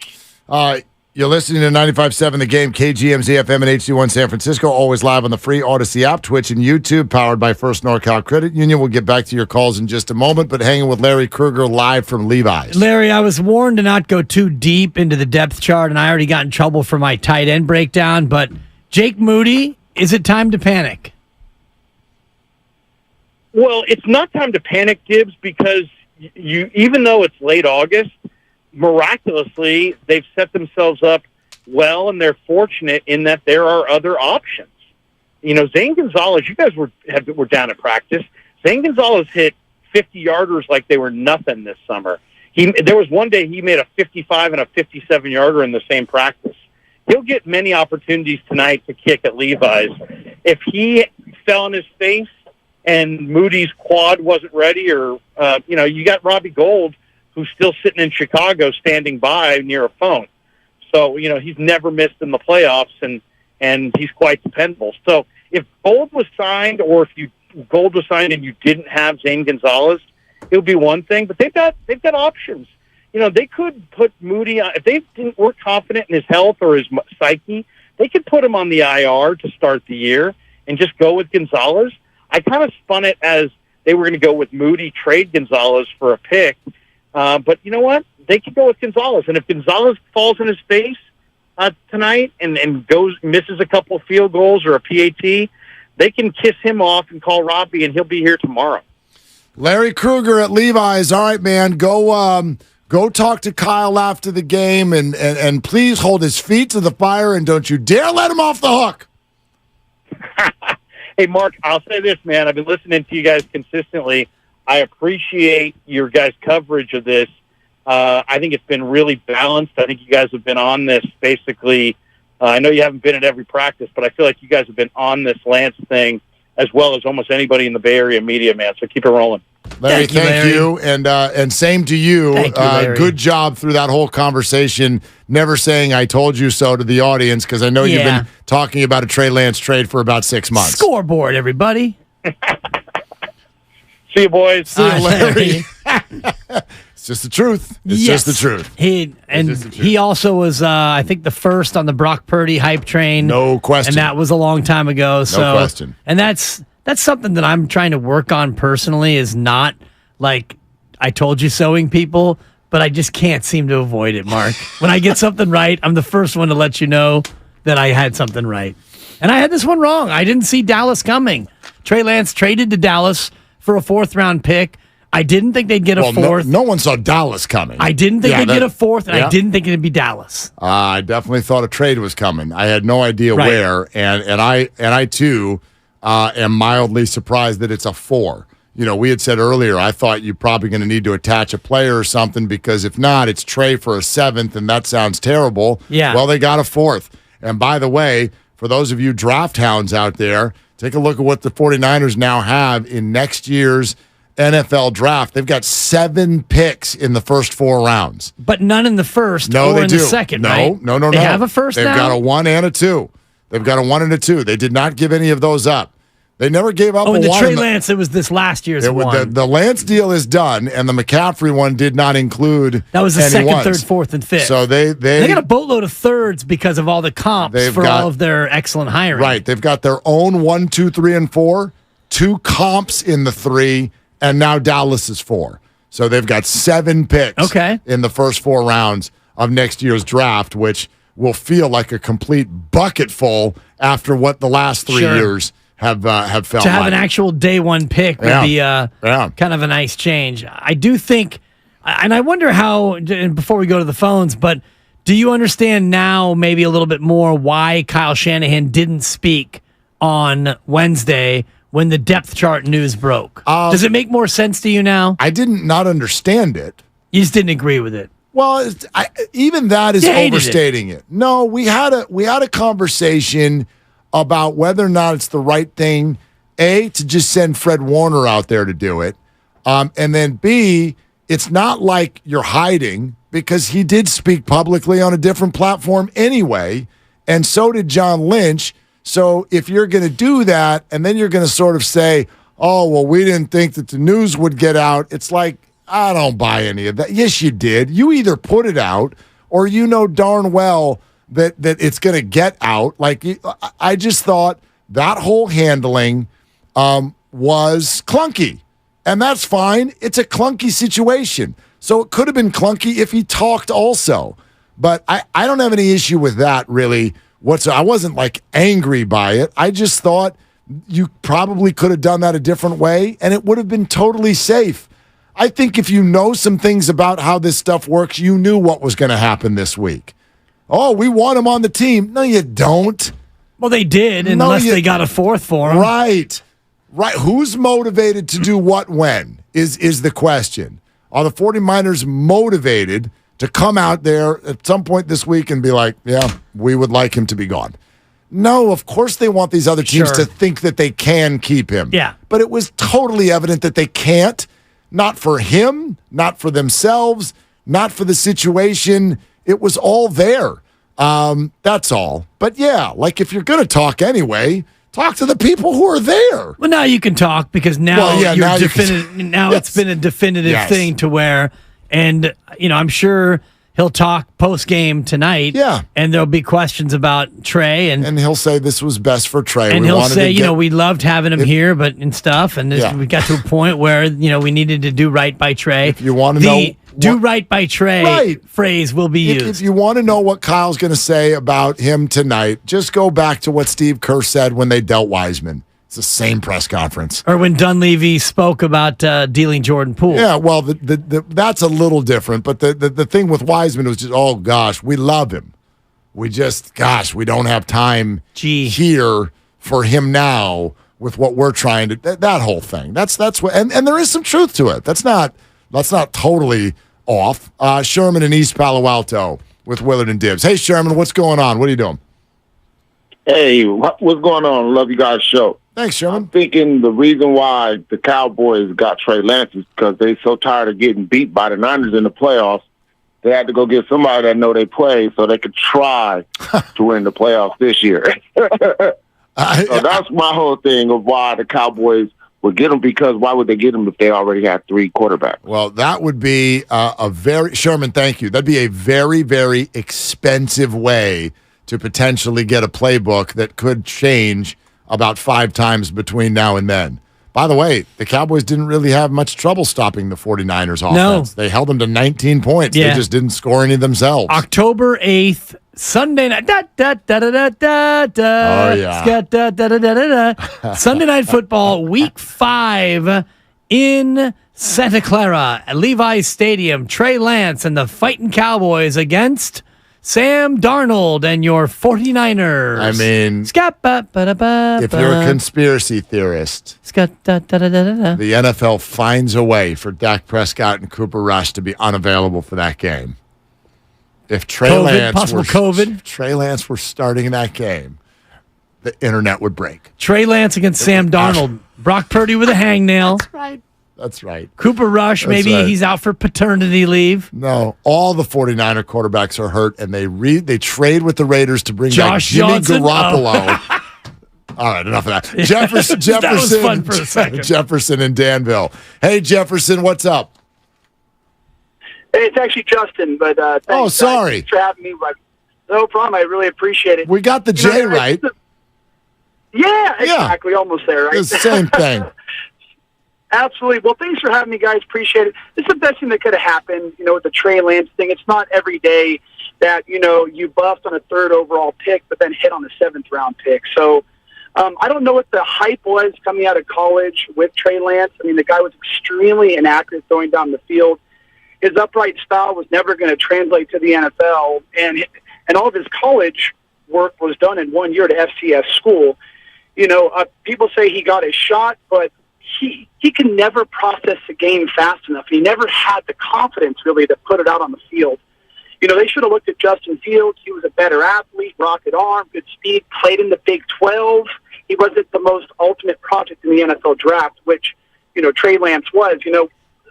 So Brock Purdy, we have a 7th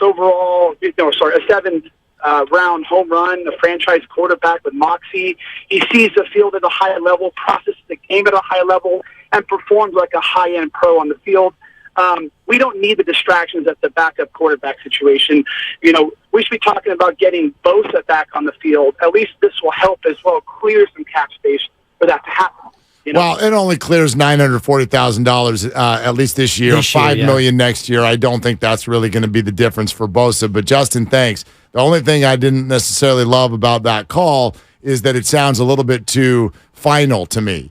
The idea, Trey Lance was never going to translate. In other words, you're ending Trey Lance's career as if it can never be good. I don't think that. I don't feel that way. I've never felt that way.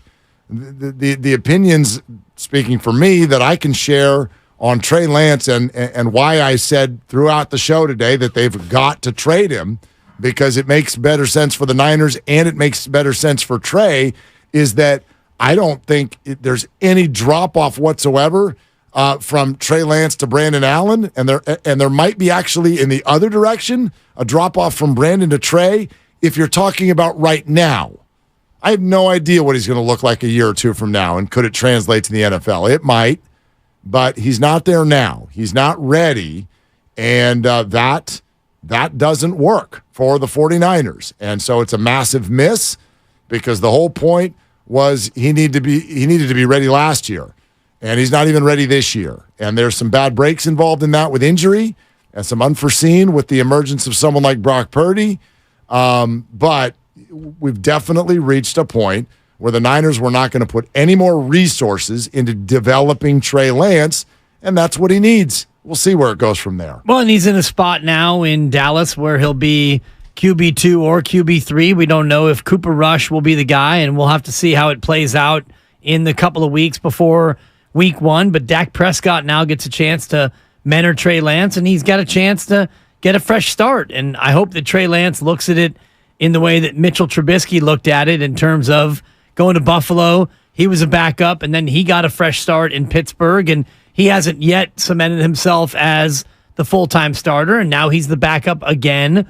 But if you're a career backup in the league, there are worse things to be. Chase Daniel made about $45 million as a career backup, and Trey Lance hopefully will get to a spot where he gets a chance to compete to be a starter, and it may happen in Dallas after Dak Prescott's contract is up, or it may happen due to injury in a spot. Who knows? Yeah, the problem for Trey and the comparisons we make to others like Trubisky, like Sam Darnold for that matter, the problem for Trey is that he's put nothing on tape.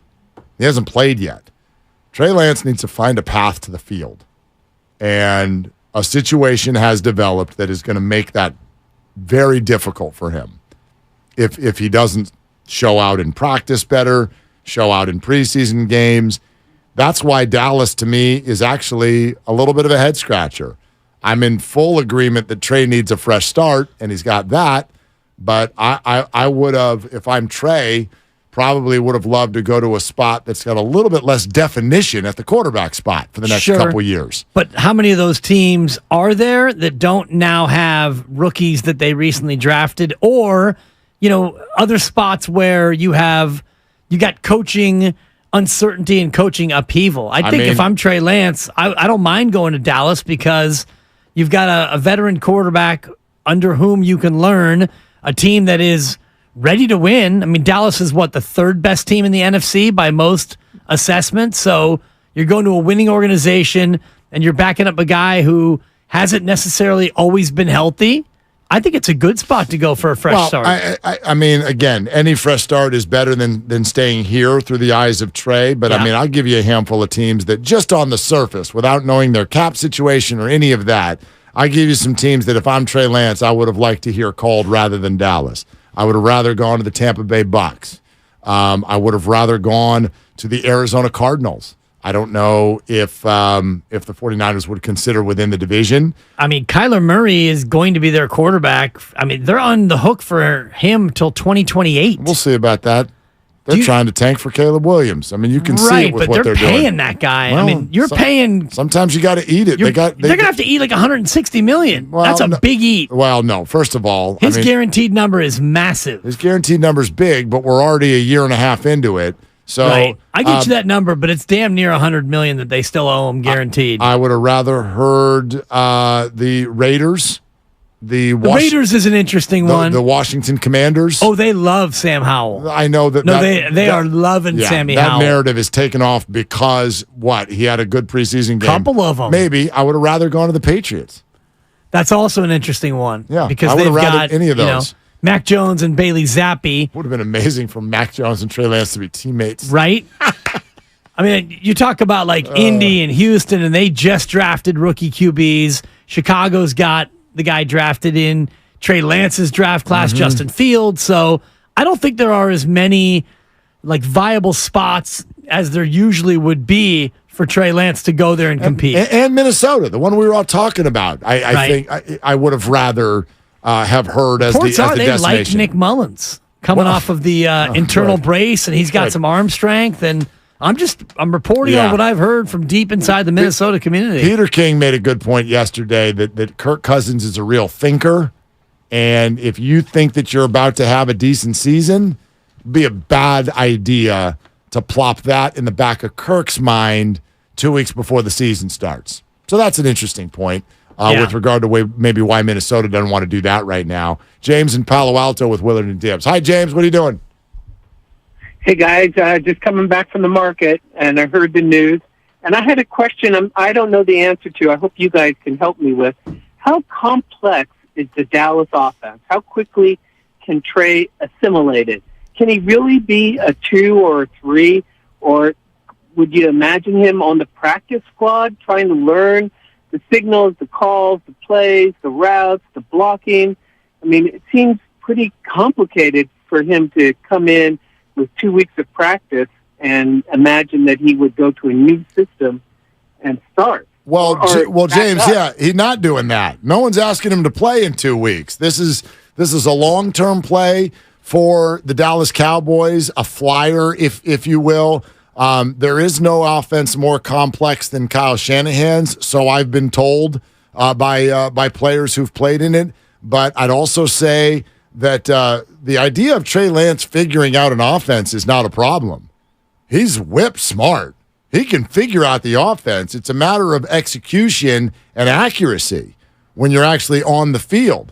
I don't think if you put Trey in the classroom with the offense, there's any problem at all. In fact, I've long thought that's why he wowed Kyle Shanahan. I think he's amazing in the room with understanding the concepts, but execution and accuracy were a problem for Trey Lance. But he doesn't need to go crash course and be ready in 2 weeks. Dak Prescott's starting for the Dallas Cowboys. Right, and they have a new offensive system anyway with Kellen Moore having departed, and it's much more of a run-heavy scheme than it has been in the past, so that actually might favor Trey Lance in terms of not having to go out there and throw it. And a lot of people in Dallas are excited over the notion that Dak Prescott won't have to throw it 35 times a game, ideally, because Dak Prescott is prone to the turnover. So you button it up a little bit more, you rely on the run game a little bit more, and take your shots with Dak in the passing game when you can. Daniel in San Francisco next up on Willard and Dibbs. Hi, Daniel. What's up? Hey, guys. I'm loving your show. Thanks, man. I came up here in the 80s, Montana, Rice, Joe Walsh coaching. I actually... Bill, close enough, yeah. Yeah, so I cut to, like, years later, I worked in film and TV in L.A. and eventually commercial casting, and Dwight Clark came in, and I shut down the whole casting session to just talk to him. Okay, now, I've been listening to what you've been saying about Trey Lance, and I was thinking about Steve Young, because Steve Young was in the background of Montana the whole time, practicing, getting better, getting better, and then when Montana stepped up, he was just firing bullets. So I think Trey's going to do great. Well, I don't know if I fully, Daniel, thank you for the comments and the call. I don't know if I understand the comp completely to Steve Young. Steve Young had accomplished some things, at least at the professional level already, when he came to the San Francisco 49ers, and that QB controversy, obviously, first of all, was longer, it was louder, it was higher level, it was all kinds of things that this one never was. But if your overall point is that Trey Lance still has time to work on his craft and become effective, I agree with that.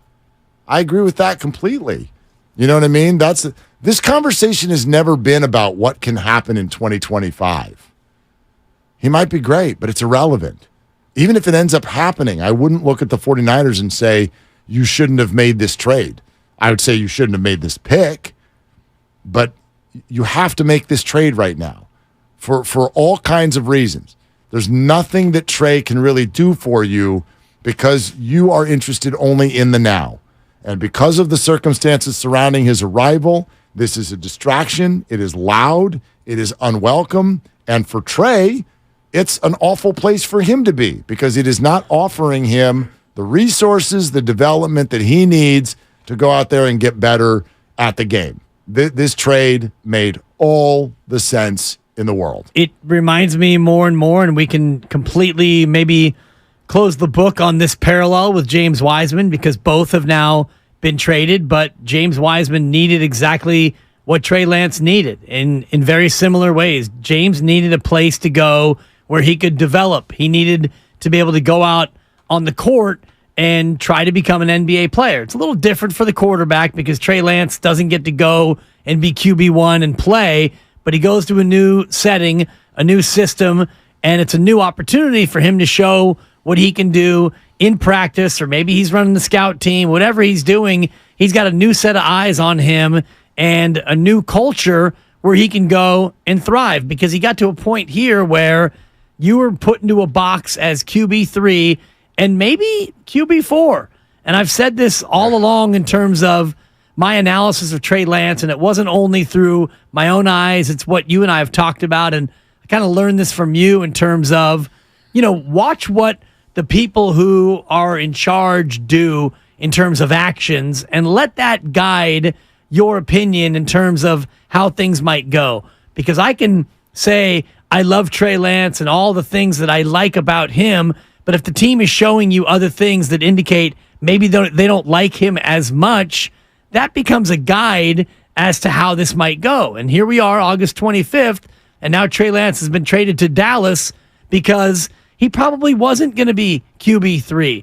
And, and I wonder what would have happened by Tuesday if they wouldn't have had the opportunity to trade Trey Lance because, my sense just in watching all the things they've done, they've been showing us and telling us they weren't sold on Trey Lance's ability right now. It's just funny, like even earlier this afternoon, I'm not going to mention who it was who was listening to our show and was texting in and said, come on, Mark, if there's no trade, there's no trade, and that's that. You got to move on, and he'll make the team on Tuesday. And I wrote back, oh, there's a trade. There's always a trade. This is Trey Lance. You got to understand that this is still Trey Lance. This is someone that every NFL team 2.5 years ago put a first-round grade on and has started 4 games. Like, human beings don't move on that quick. Think about all of you.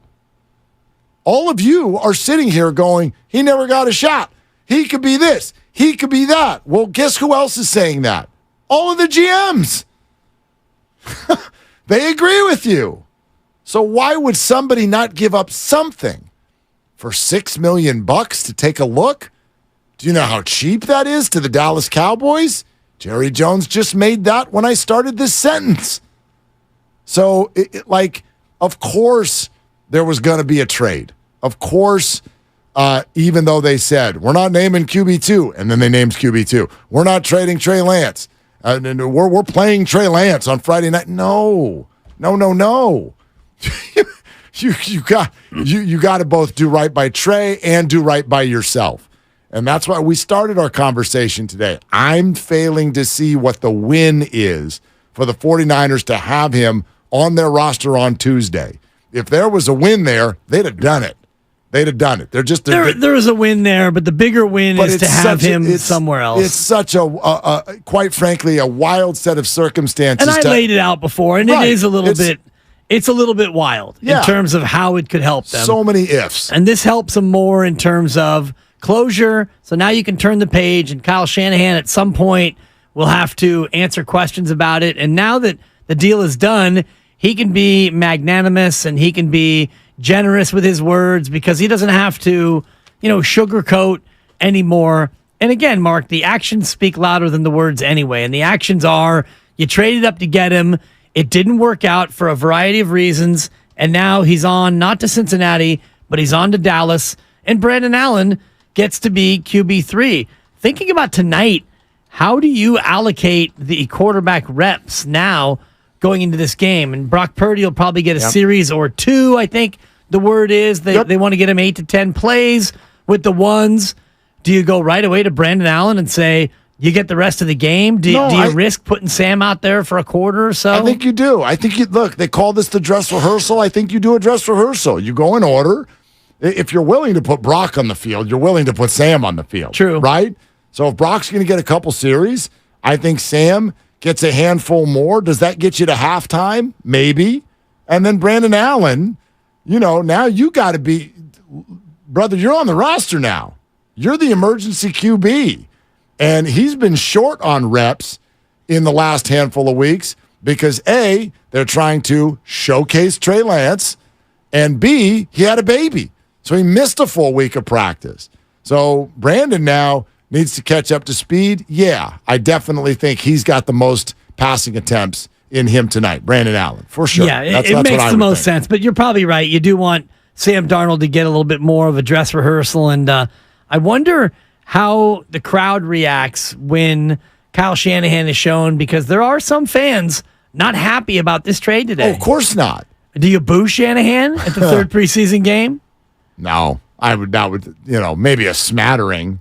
Yeah, I'm not saying that's the cacophony of boos. Don't you think the majority? Look, I know where we live, this echo chamber, but the majority of the fans are excited about a 13-4 team that's back and loaded up and ready to roll. Don't you think? I think they're getting there, but we've all been consumed by this QB question of QB2. Is Brock going to be ready? Yes, he is. Who's the backup? Now it's Sam. What happens to Trey? Well, now we know. So it was interesting. Now that we've gotten through all of that, and now here we are at the end, the finish line, and come Tuesday, when the roster is finalized, I would imagine it's Purdy, Darnold, and Allen that the three QBs get kept. Totally. I agree completely. And then we can move on. And I want to, by the way, can I defend for a moment every single buddy, including us, who spent all this time, quote unquote, talking about QB3.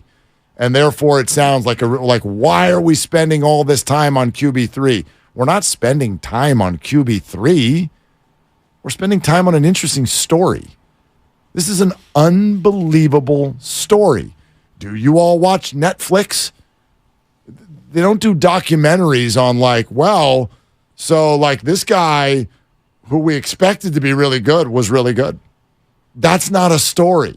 This is an absolutely banana land occurrence in human life that the 49ers moved their entire organization upside down to draft a player who essentially never played and got beat out by someone with the nickname Mr. Irrelevant.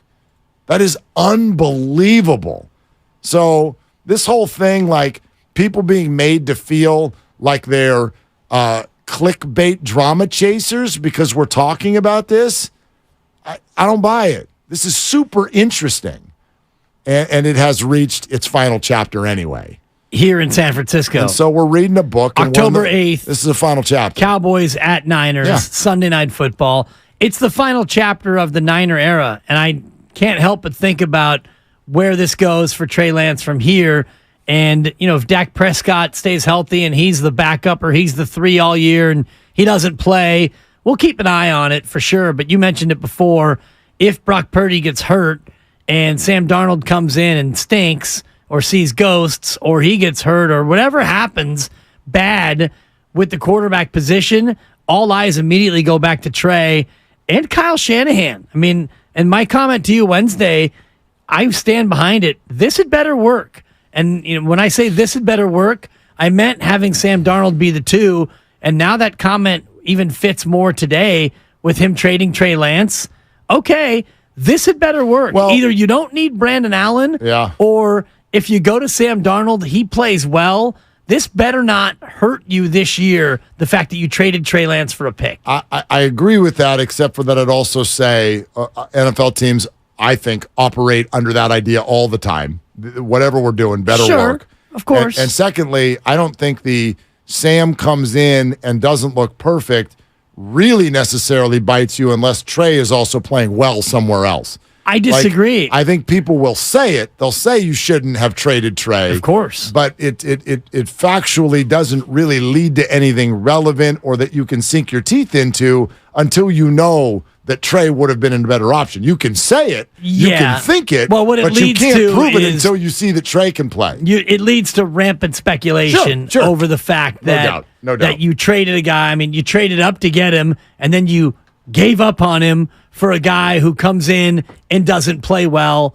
That definitely opens you up to that same sort of speculation. We're already there, by the way. It already looks terrible. It already but they looks went terrible. 13-4, so it looks better So than it's it okay. would. That's what the way I look at it. Yeah. It's okay. I mean, it's not ideal. No, but you went 13-4. Not a great process as far as drafting. Exactly. But yeah, you're winning. Aaron and Martinez next up on Willard and Dibbs. Hey, Aaron, thank you for calling. What's up? Gentlemen, Willard and Dibbs, great show as always. Love to get on with you. Thanks. Hey, I'm a 30-year Dallas Cowboys fan. Thanks for the call, Aaron. No, I'm kidding. Go ahead. Look, it's tough to do that in the Bay Area. Okay? But here's the deal. I think the Dallas Cowboys did this for 2 reasons, and I really like what Dibbs said. I think, one, they took a flyer because who knows? Maybe he works out. I watch every Niners game just because it's my market, so I watch them all, and I totally agree he has trouble processing. Okay, but maybe he does develop. I also think they're trying to light a fire under Dak, and the Cowboys are sending Dak a message, and the message is, hey, man, time to get it done, right? It is time to get in gear and get us to an NFC championship after a 28-year drought of no NFC championships. And if you don't, we got a potential backup plan, especially with his extension looming in the not-too-distant future.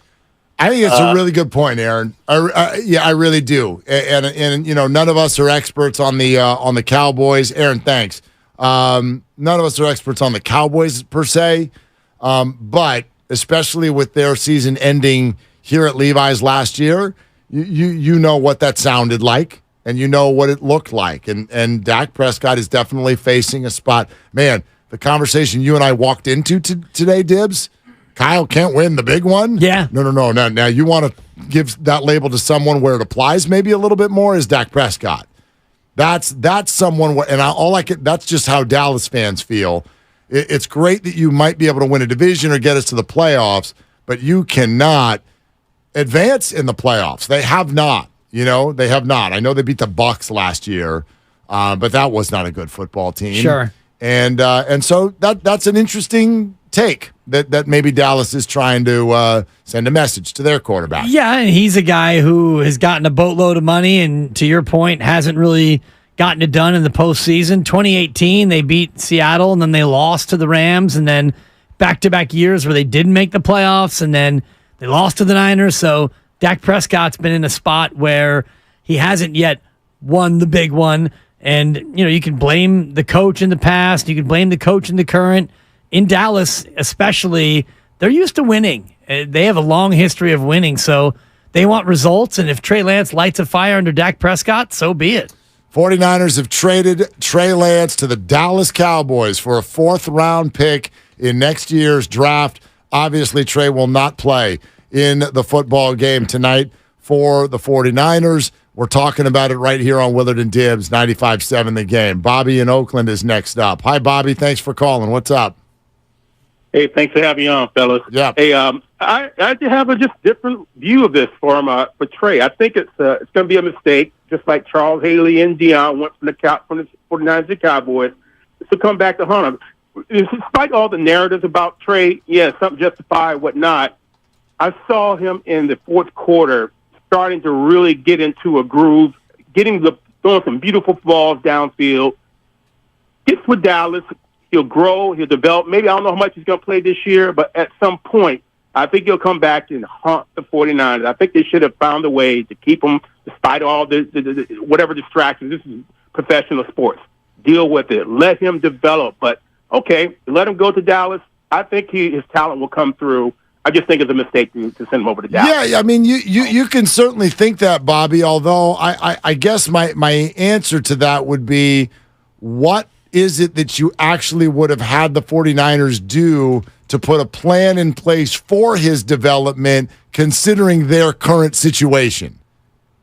Keep him at the third string. Keep him at the third string and just let him continue to get better. I saw a remarkable improvement from the Raiders game. Granted, it's preseason, from the Raiders game to the last season, which tells me this guy is going to continue to get better if given a real opportunity. Again, I don't know how much he's going to play this year with Dallas, but at some point he will develop and that talent will come through. Bobby, you might be right. The bottom line is, though, when you say keep him as the 3 and let him keep developing, once a season starts, that's just really hard to do. Yeah, there's no snaps for a 3. There's no more preseason games.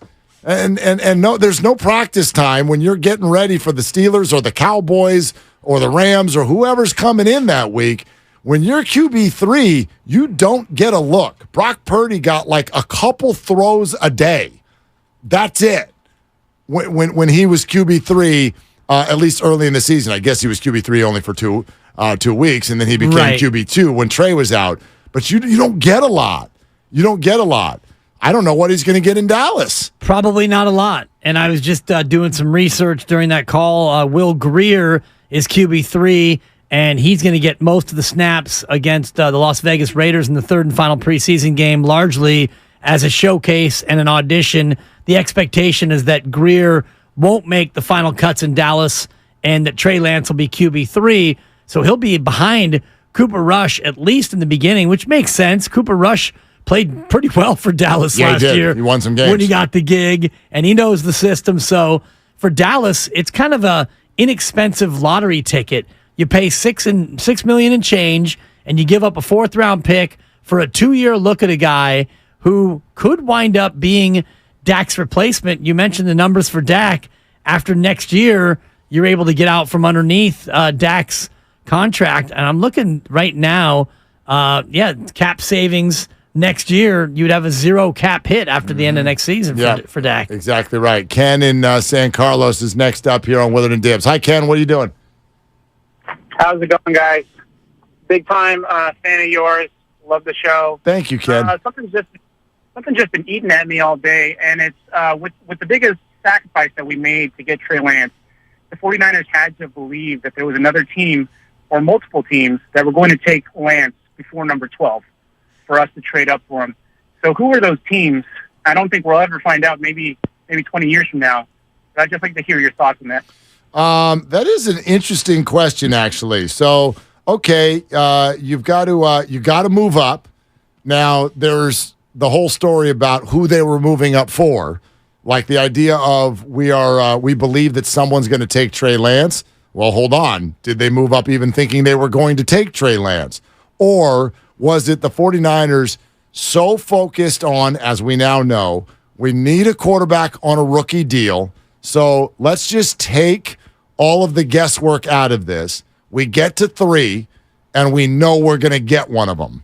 We don't even necessarily know who yet. You're not getting Trevor Lawrence. You knew that. Yeah, and you're not getting Zach Wilson. You knew that. Pretty certain about that right? one. But you get to 3 knowing that let's just take all of the noise out of play and not worry about them getting taken in front of us. Who falls to 12. And then we can go do an open evaluation of Lance, Fields, and Jones and make our decision and pick whichever one we want.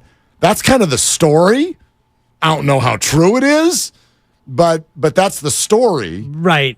And so who are the teams that you were trying to jump?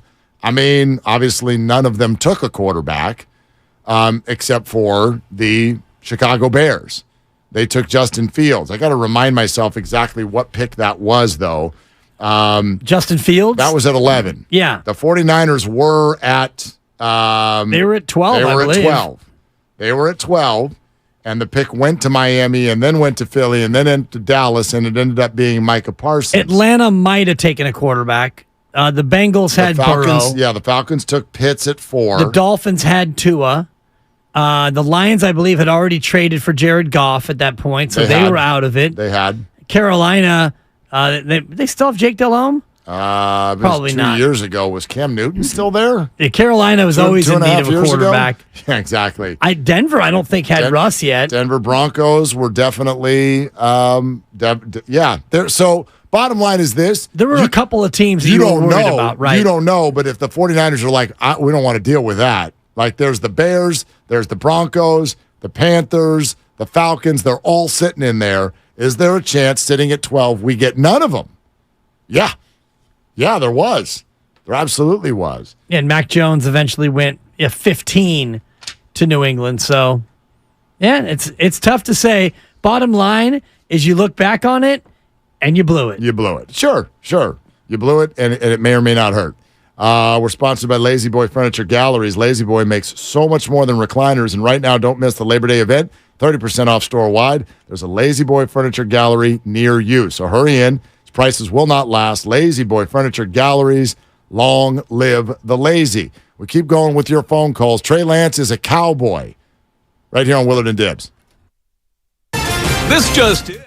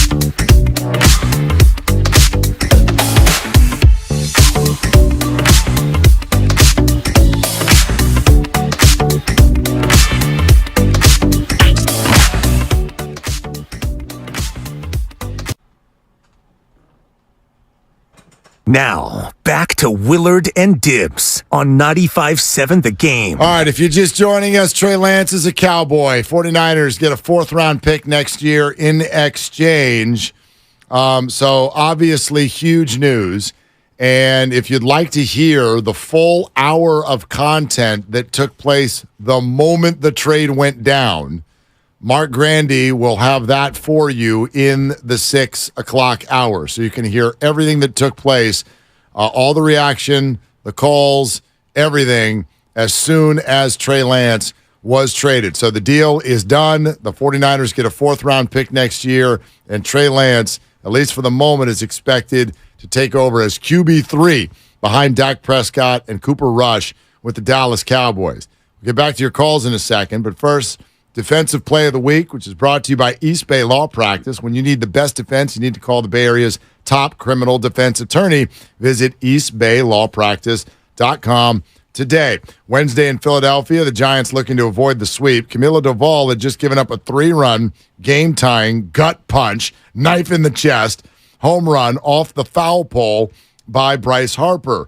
Now, the winning run's on first base and only one out, and Slates saves the day. Now Bohm out to right center and deep. Slater at the wall, leaping, and he catches it and slams into the wall. That was Dave Fleming on NBC Sports Bay Area, and that would have been, of all the gut punch games that the Giants have lost this year, night. That would have been number one. Save the season is probably too dramatic, but not that much too dramatic because you needed a win, and of all the outfielders to take all the routes to the ball, and I still can't believe that he made that catch because he was kind of rumbling, bumbling, stumbling. Oh, he was. But he got there. Can you imagine? It wasn't pretty. Can you imagine the flight home if they had finished a 1-5 roadie with 2 late inning home run losses and like 2 or 3 Camilo Doval blown saves? Brutal. But anyway, that's the Defensive Play of the Week. Brought to you by East Bay Law Practice. East Bay Law Practice knows how to go the distance for you by providing the defense you need to help reduce or eliminate your penalties. Visit eastbaylawpractice.com today. All right. With our time left, we'll get to as many of you as possible. George in the jungle. Or is it Jorge? Is it George or Jorge? It's George. Hey, George. What's going on? Thanks for calling. Hey, first off, Mr. Dibley, I'm standing in front of Jack Hunt on 4th Street looking at a couple Ferraris, a couple Jaguars, a few Porsches, a few Corvettes. Nice. You know. Nice. Pick me up one while you're there. I look at that and I see them as 1st-round draft picks. And they may have bad engines, they may have bad transmissions, but you can work on them. You can make them, you can fix them up. My question for you is, why do we give up 3 first-round draft picks for somebody we could have had with one of them? And then turn around. I mean, was Kevin Costner involved? Did he go from Miami over to Dallas? Is he available? Well, yeah, George. That's a good phone call. But we actually, was that during the break or was that on the air? We had this conversation about just how needy the Niners were for a quarterback and how thirsty, to use the kids' phrase, and how they kind of acted out of desperation to make sure they got a quarterback. That was on the air. That was on the air. Yeah, Granny will replay it. And again, I'll refresh myself. When you look at it through the lens of the Niners thinking, which is now documented, that they had to have a quarterback on a rookie deal. That was part of the plan based on their roster. I think that speaks volumes in terms of why they made a trade like that. You know, you say, oh, they could have had a quarterback at the pick they owned. Well, not necessarily. I mean, only one of them lasted that long, and it was Mac Jones. Sure. And I don't think that was the answer. But the bottom line was, if your plan was we have to have a quarterback on a rookie deal, well, let's take all of the unknown out of play, go get the 3rd pick. Yes. And we will get said quarterback on a rookie deal. If you would have drafted Justin Fields, you'd be feeling a different way about how much it cost you to go up and get him. Now, Justin Fields is not a finished product. We don't know by yet. any stretch, but he certainly has had a better pro career than Trey Lance. So you took a big swing. You rolled some big dice.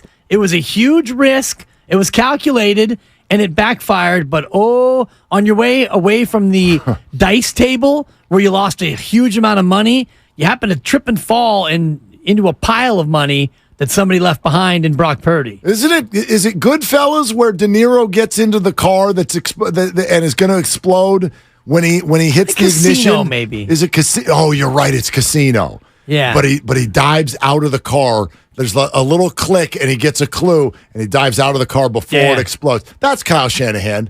Yeah. Totally. He got in the car. It's going to blow up, but somehow he got out of the car before the explosion happened. Well, I was in the car, and I heard a click and stuff, and I thought that it might be explosives, and so I didn't have my seatbelt on yet and stuff, and so I just dove out of the car and stuff, and I landed on the concrete and stuff, but it was better than getting blown up. And just ask as many questions as possible. I'm here to educate. Thank you. There it is. Be Dynamite in Hayward. Oh, right on time. Actually, the more the better, so I can help educate. Thank you, Kyle. Be Dynamite. What are you doing? Hey, Willard and Div, how you guys doing? Dynamite. So good. Yeah. Hey, first-time caller, long-time listener. You guys do a wonderful job. Hey, just real quickly, Shanahan, it's obvious he cannot judge QB talent. You know, he passed over Mahomes, he passed over Watson, and old Brady won a Super Bowl. Mortgage the future for Trey and see what happens. And also, he ruins quarterback. Remember what him and his dad did to RG3, man. Shanahan should give up his GM job and just be a good play caller. I'm pissed. And now you trade him to the Cowboys. Can anybody say Charles Haley? Well, we'll see about thanks, that. B. First of all, B, you say give up the GM job. He does not currently have the GM job. I know that he does have plenty of say, especially with regard to offensive personnel. I think some of those comments about the people he passed on and can't judge talent, I think some of those things are fair. I think some of them are not, right? Like I Hard do to blanket statement. Well, right. Like we love to pick and choose. So you can come up with your list of all the mess ups, and everybody who does that never brings up all of the hits. I go with a text chain with a bunch of buddies are all on their way into town today. It's fantasy draft weekend. Oh, that's right. Good luck for Team Willard and all the San Mateo Bearcats. Everybody's going to be up in Napa. We're going to go get some drinks. We're going to do the whole thing this weekend. It's going to be amazing. I'm excited. But they're coming in, and everyone's listening in the news, and we're all texting. And yeah, one of my buddies is like, boy, they stink in the first round. Solomon Thomas and Reuben Foster and Kinlaw and bam. And I go, now that's fine, but you're not allowed to do that and leave the Bosa and Ayuk names off your text. Was Bosa a first rounder? And then another buddy goes, well, Dante Pettis is online too. Hello. And I said, if you want to yell about second rounders, that's fine, but you must use the word Debo. You can't do it. You have to bring all of it in. You're not wrong, but you're leaving a part of the conversation out. Yes, there have been plenty of misses. But Reuben Foster. But if they're horrible at assessing talent, then how do you explain the hits? This roster is drunk with drafted stars. And the thing about, like, especially in the quarterback position, you can't say what you say about all the misses. Oh, Mullins and Beathard and Driscoll, and then not include Brock Purdy because they did draft Brock Purdy. They drafted him. And I guess they developed him. I mean, he seems to be better than he was at Iowa State. I mean, Kittle and Warner and Hufanga and Greenlaw. Joe Williams. And Bosa. Jalen Hurd. And Debo. And Armstead. And we could do this bunch for of a other while. Busts. Yes. I'd have to Google a lot of the guys. I can't remember them all. Just do. But can we do one more, Grandy? Can we do one more? Ocean's 11. I think we'll get one more. Jason in Palo Alto. Hey, Jason. What are you doing? Yo, what's up, man? Hey, man. All right. We picked the wrong one. I can't even hear Jason. G-Rock in San Jose. How about... Oh, sorry. I already hit David in the city. All right, David. Hey, David. What are you doing? Hey, you don't listen to me, Mark. All right. Bye-bye, David. And Did I let's go to mention G-Rock in San Jose. Give it a try. G-Rock, you I got 30 got rid seconds. of David. See, I got powers. Well, nice job, G-Rock. What's up, man? Hey, I'm just going to say this. You cannot call, it's a rush of judgment to call Trey Lance a bust. It hasn't been determined. Has he proved that he's great yet? No. Has he proved that he's not great? No. He's going to another team. Give him a chance. But I tell you what, if the Niners don't win the Super Bowl, Shanahan's a bust.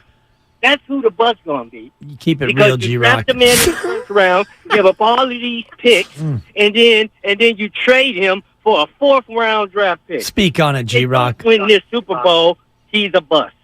Thank you, G-Rock. Were you on with Steiny and Goo today? Is that what happened? Did that just get dropped in the end of the show? He kept it real. Yeah, he sure did. Lance is not a bust. No, Lance the is pick not, is a bust. Lance is not a bust. The pick is a bust. And Kyle Shanahan, ladies and gentlemen, we don't know yet, is one of the best damn coaches in the league. Well, you better win tonight, Shanahan.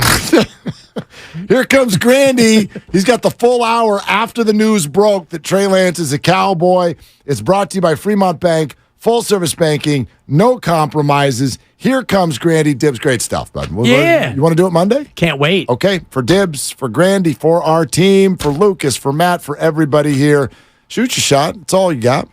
Ladies and gentlemen, the weekend.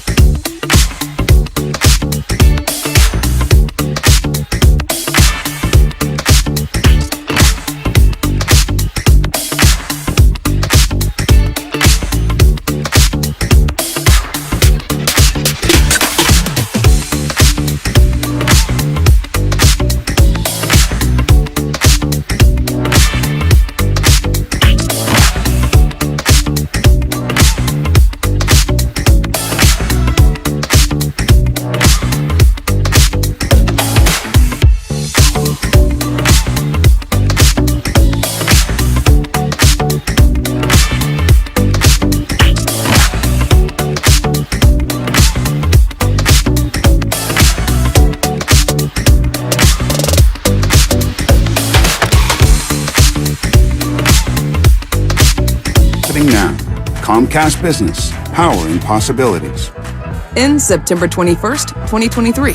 Restrictions apply. Mobile offer requires 100 megabits per second internet package and new unlimited intro mobile service. Other restrictions apply. Complete your dream outdoor kitchen with a grill from Heston. And now receive a free Aspire under-counter refrigerator valued at over $1,500 with qualifying purchase at Friedman's Appliance in Pleasant Hill or at friedmansappliance.com.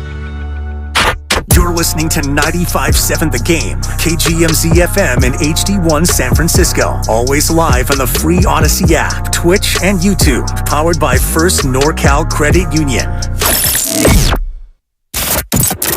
Welcome to the best of the game.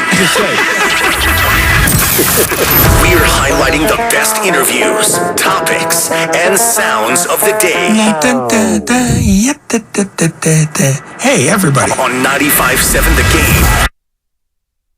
Happy Friday. Time for Best of the Game here on 95.7 The Game. Mark Randy with you until 7 o'clock. And well, this best of hour is relatively simple. Around 4:20 this afternoon, almost 2 hours ago, it was announced, it was reported that the 49ers have traded Trey Lance to the Dallas Cowboys. This hour of Best of the Game is the hour here on 95.7 The Game that followed that breaking news. An hour of Willard and Dibbs content, again, from right after the news that Trey Lance has been traded to the Dallas Cowboys broke, and we begin with Willard and Dibbs and the breaking news sounder. 95.7 The Game, breaking news. Well, ladies and gentlemen, there it is. Trey Lance has been traded to the Dallas Cowboys. In exchange, the 49ers will receive a mid-round pick. This is per Adam Schefter. The Trey Lance time with the San Francisco 49ers is over.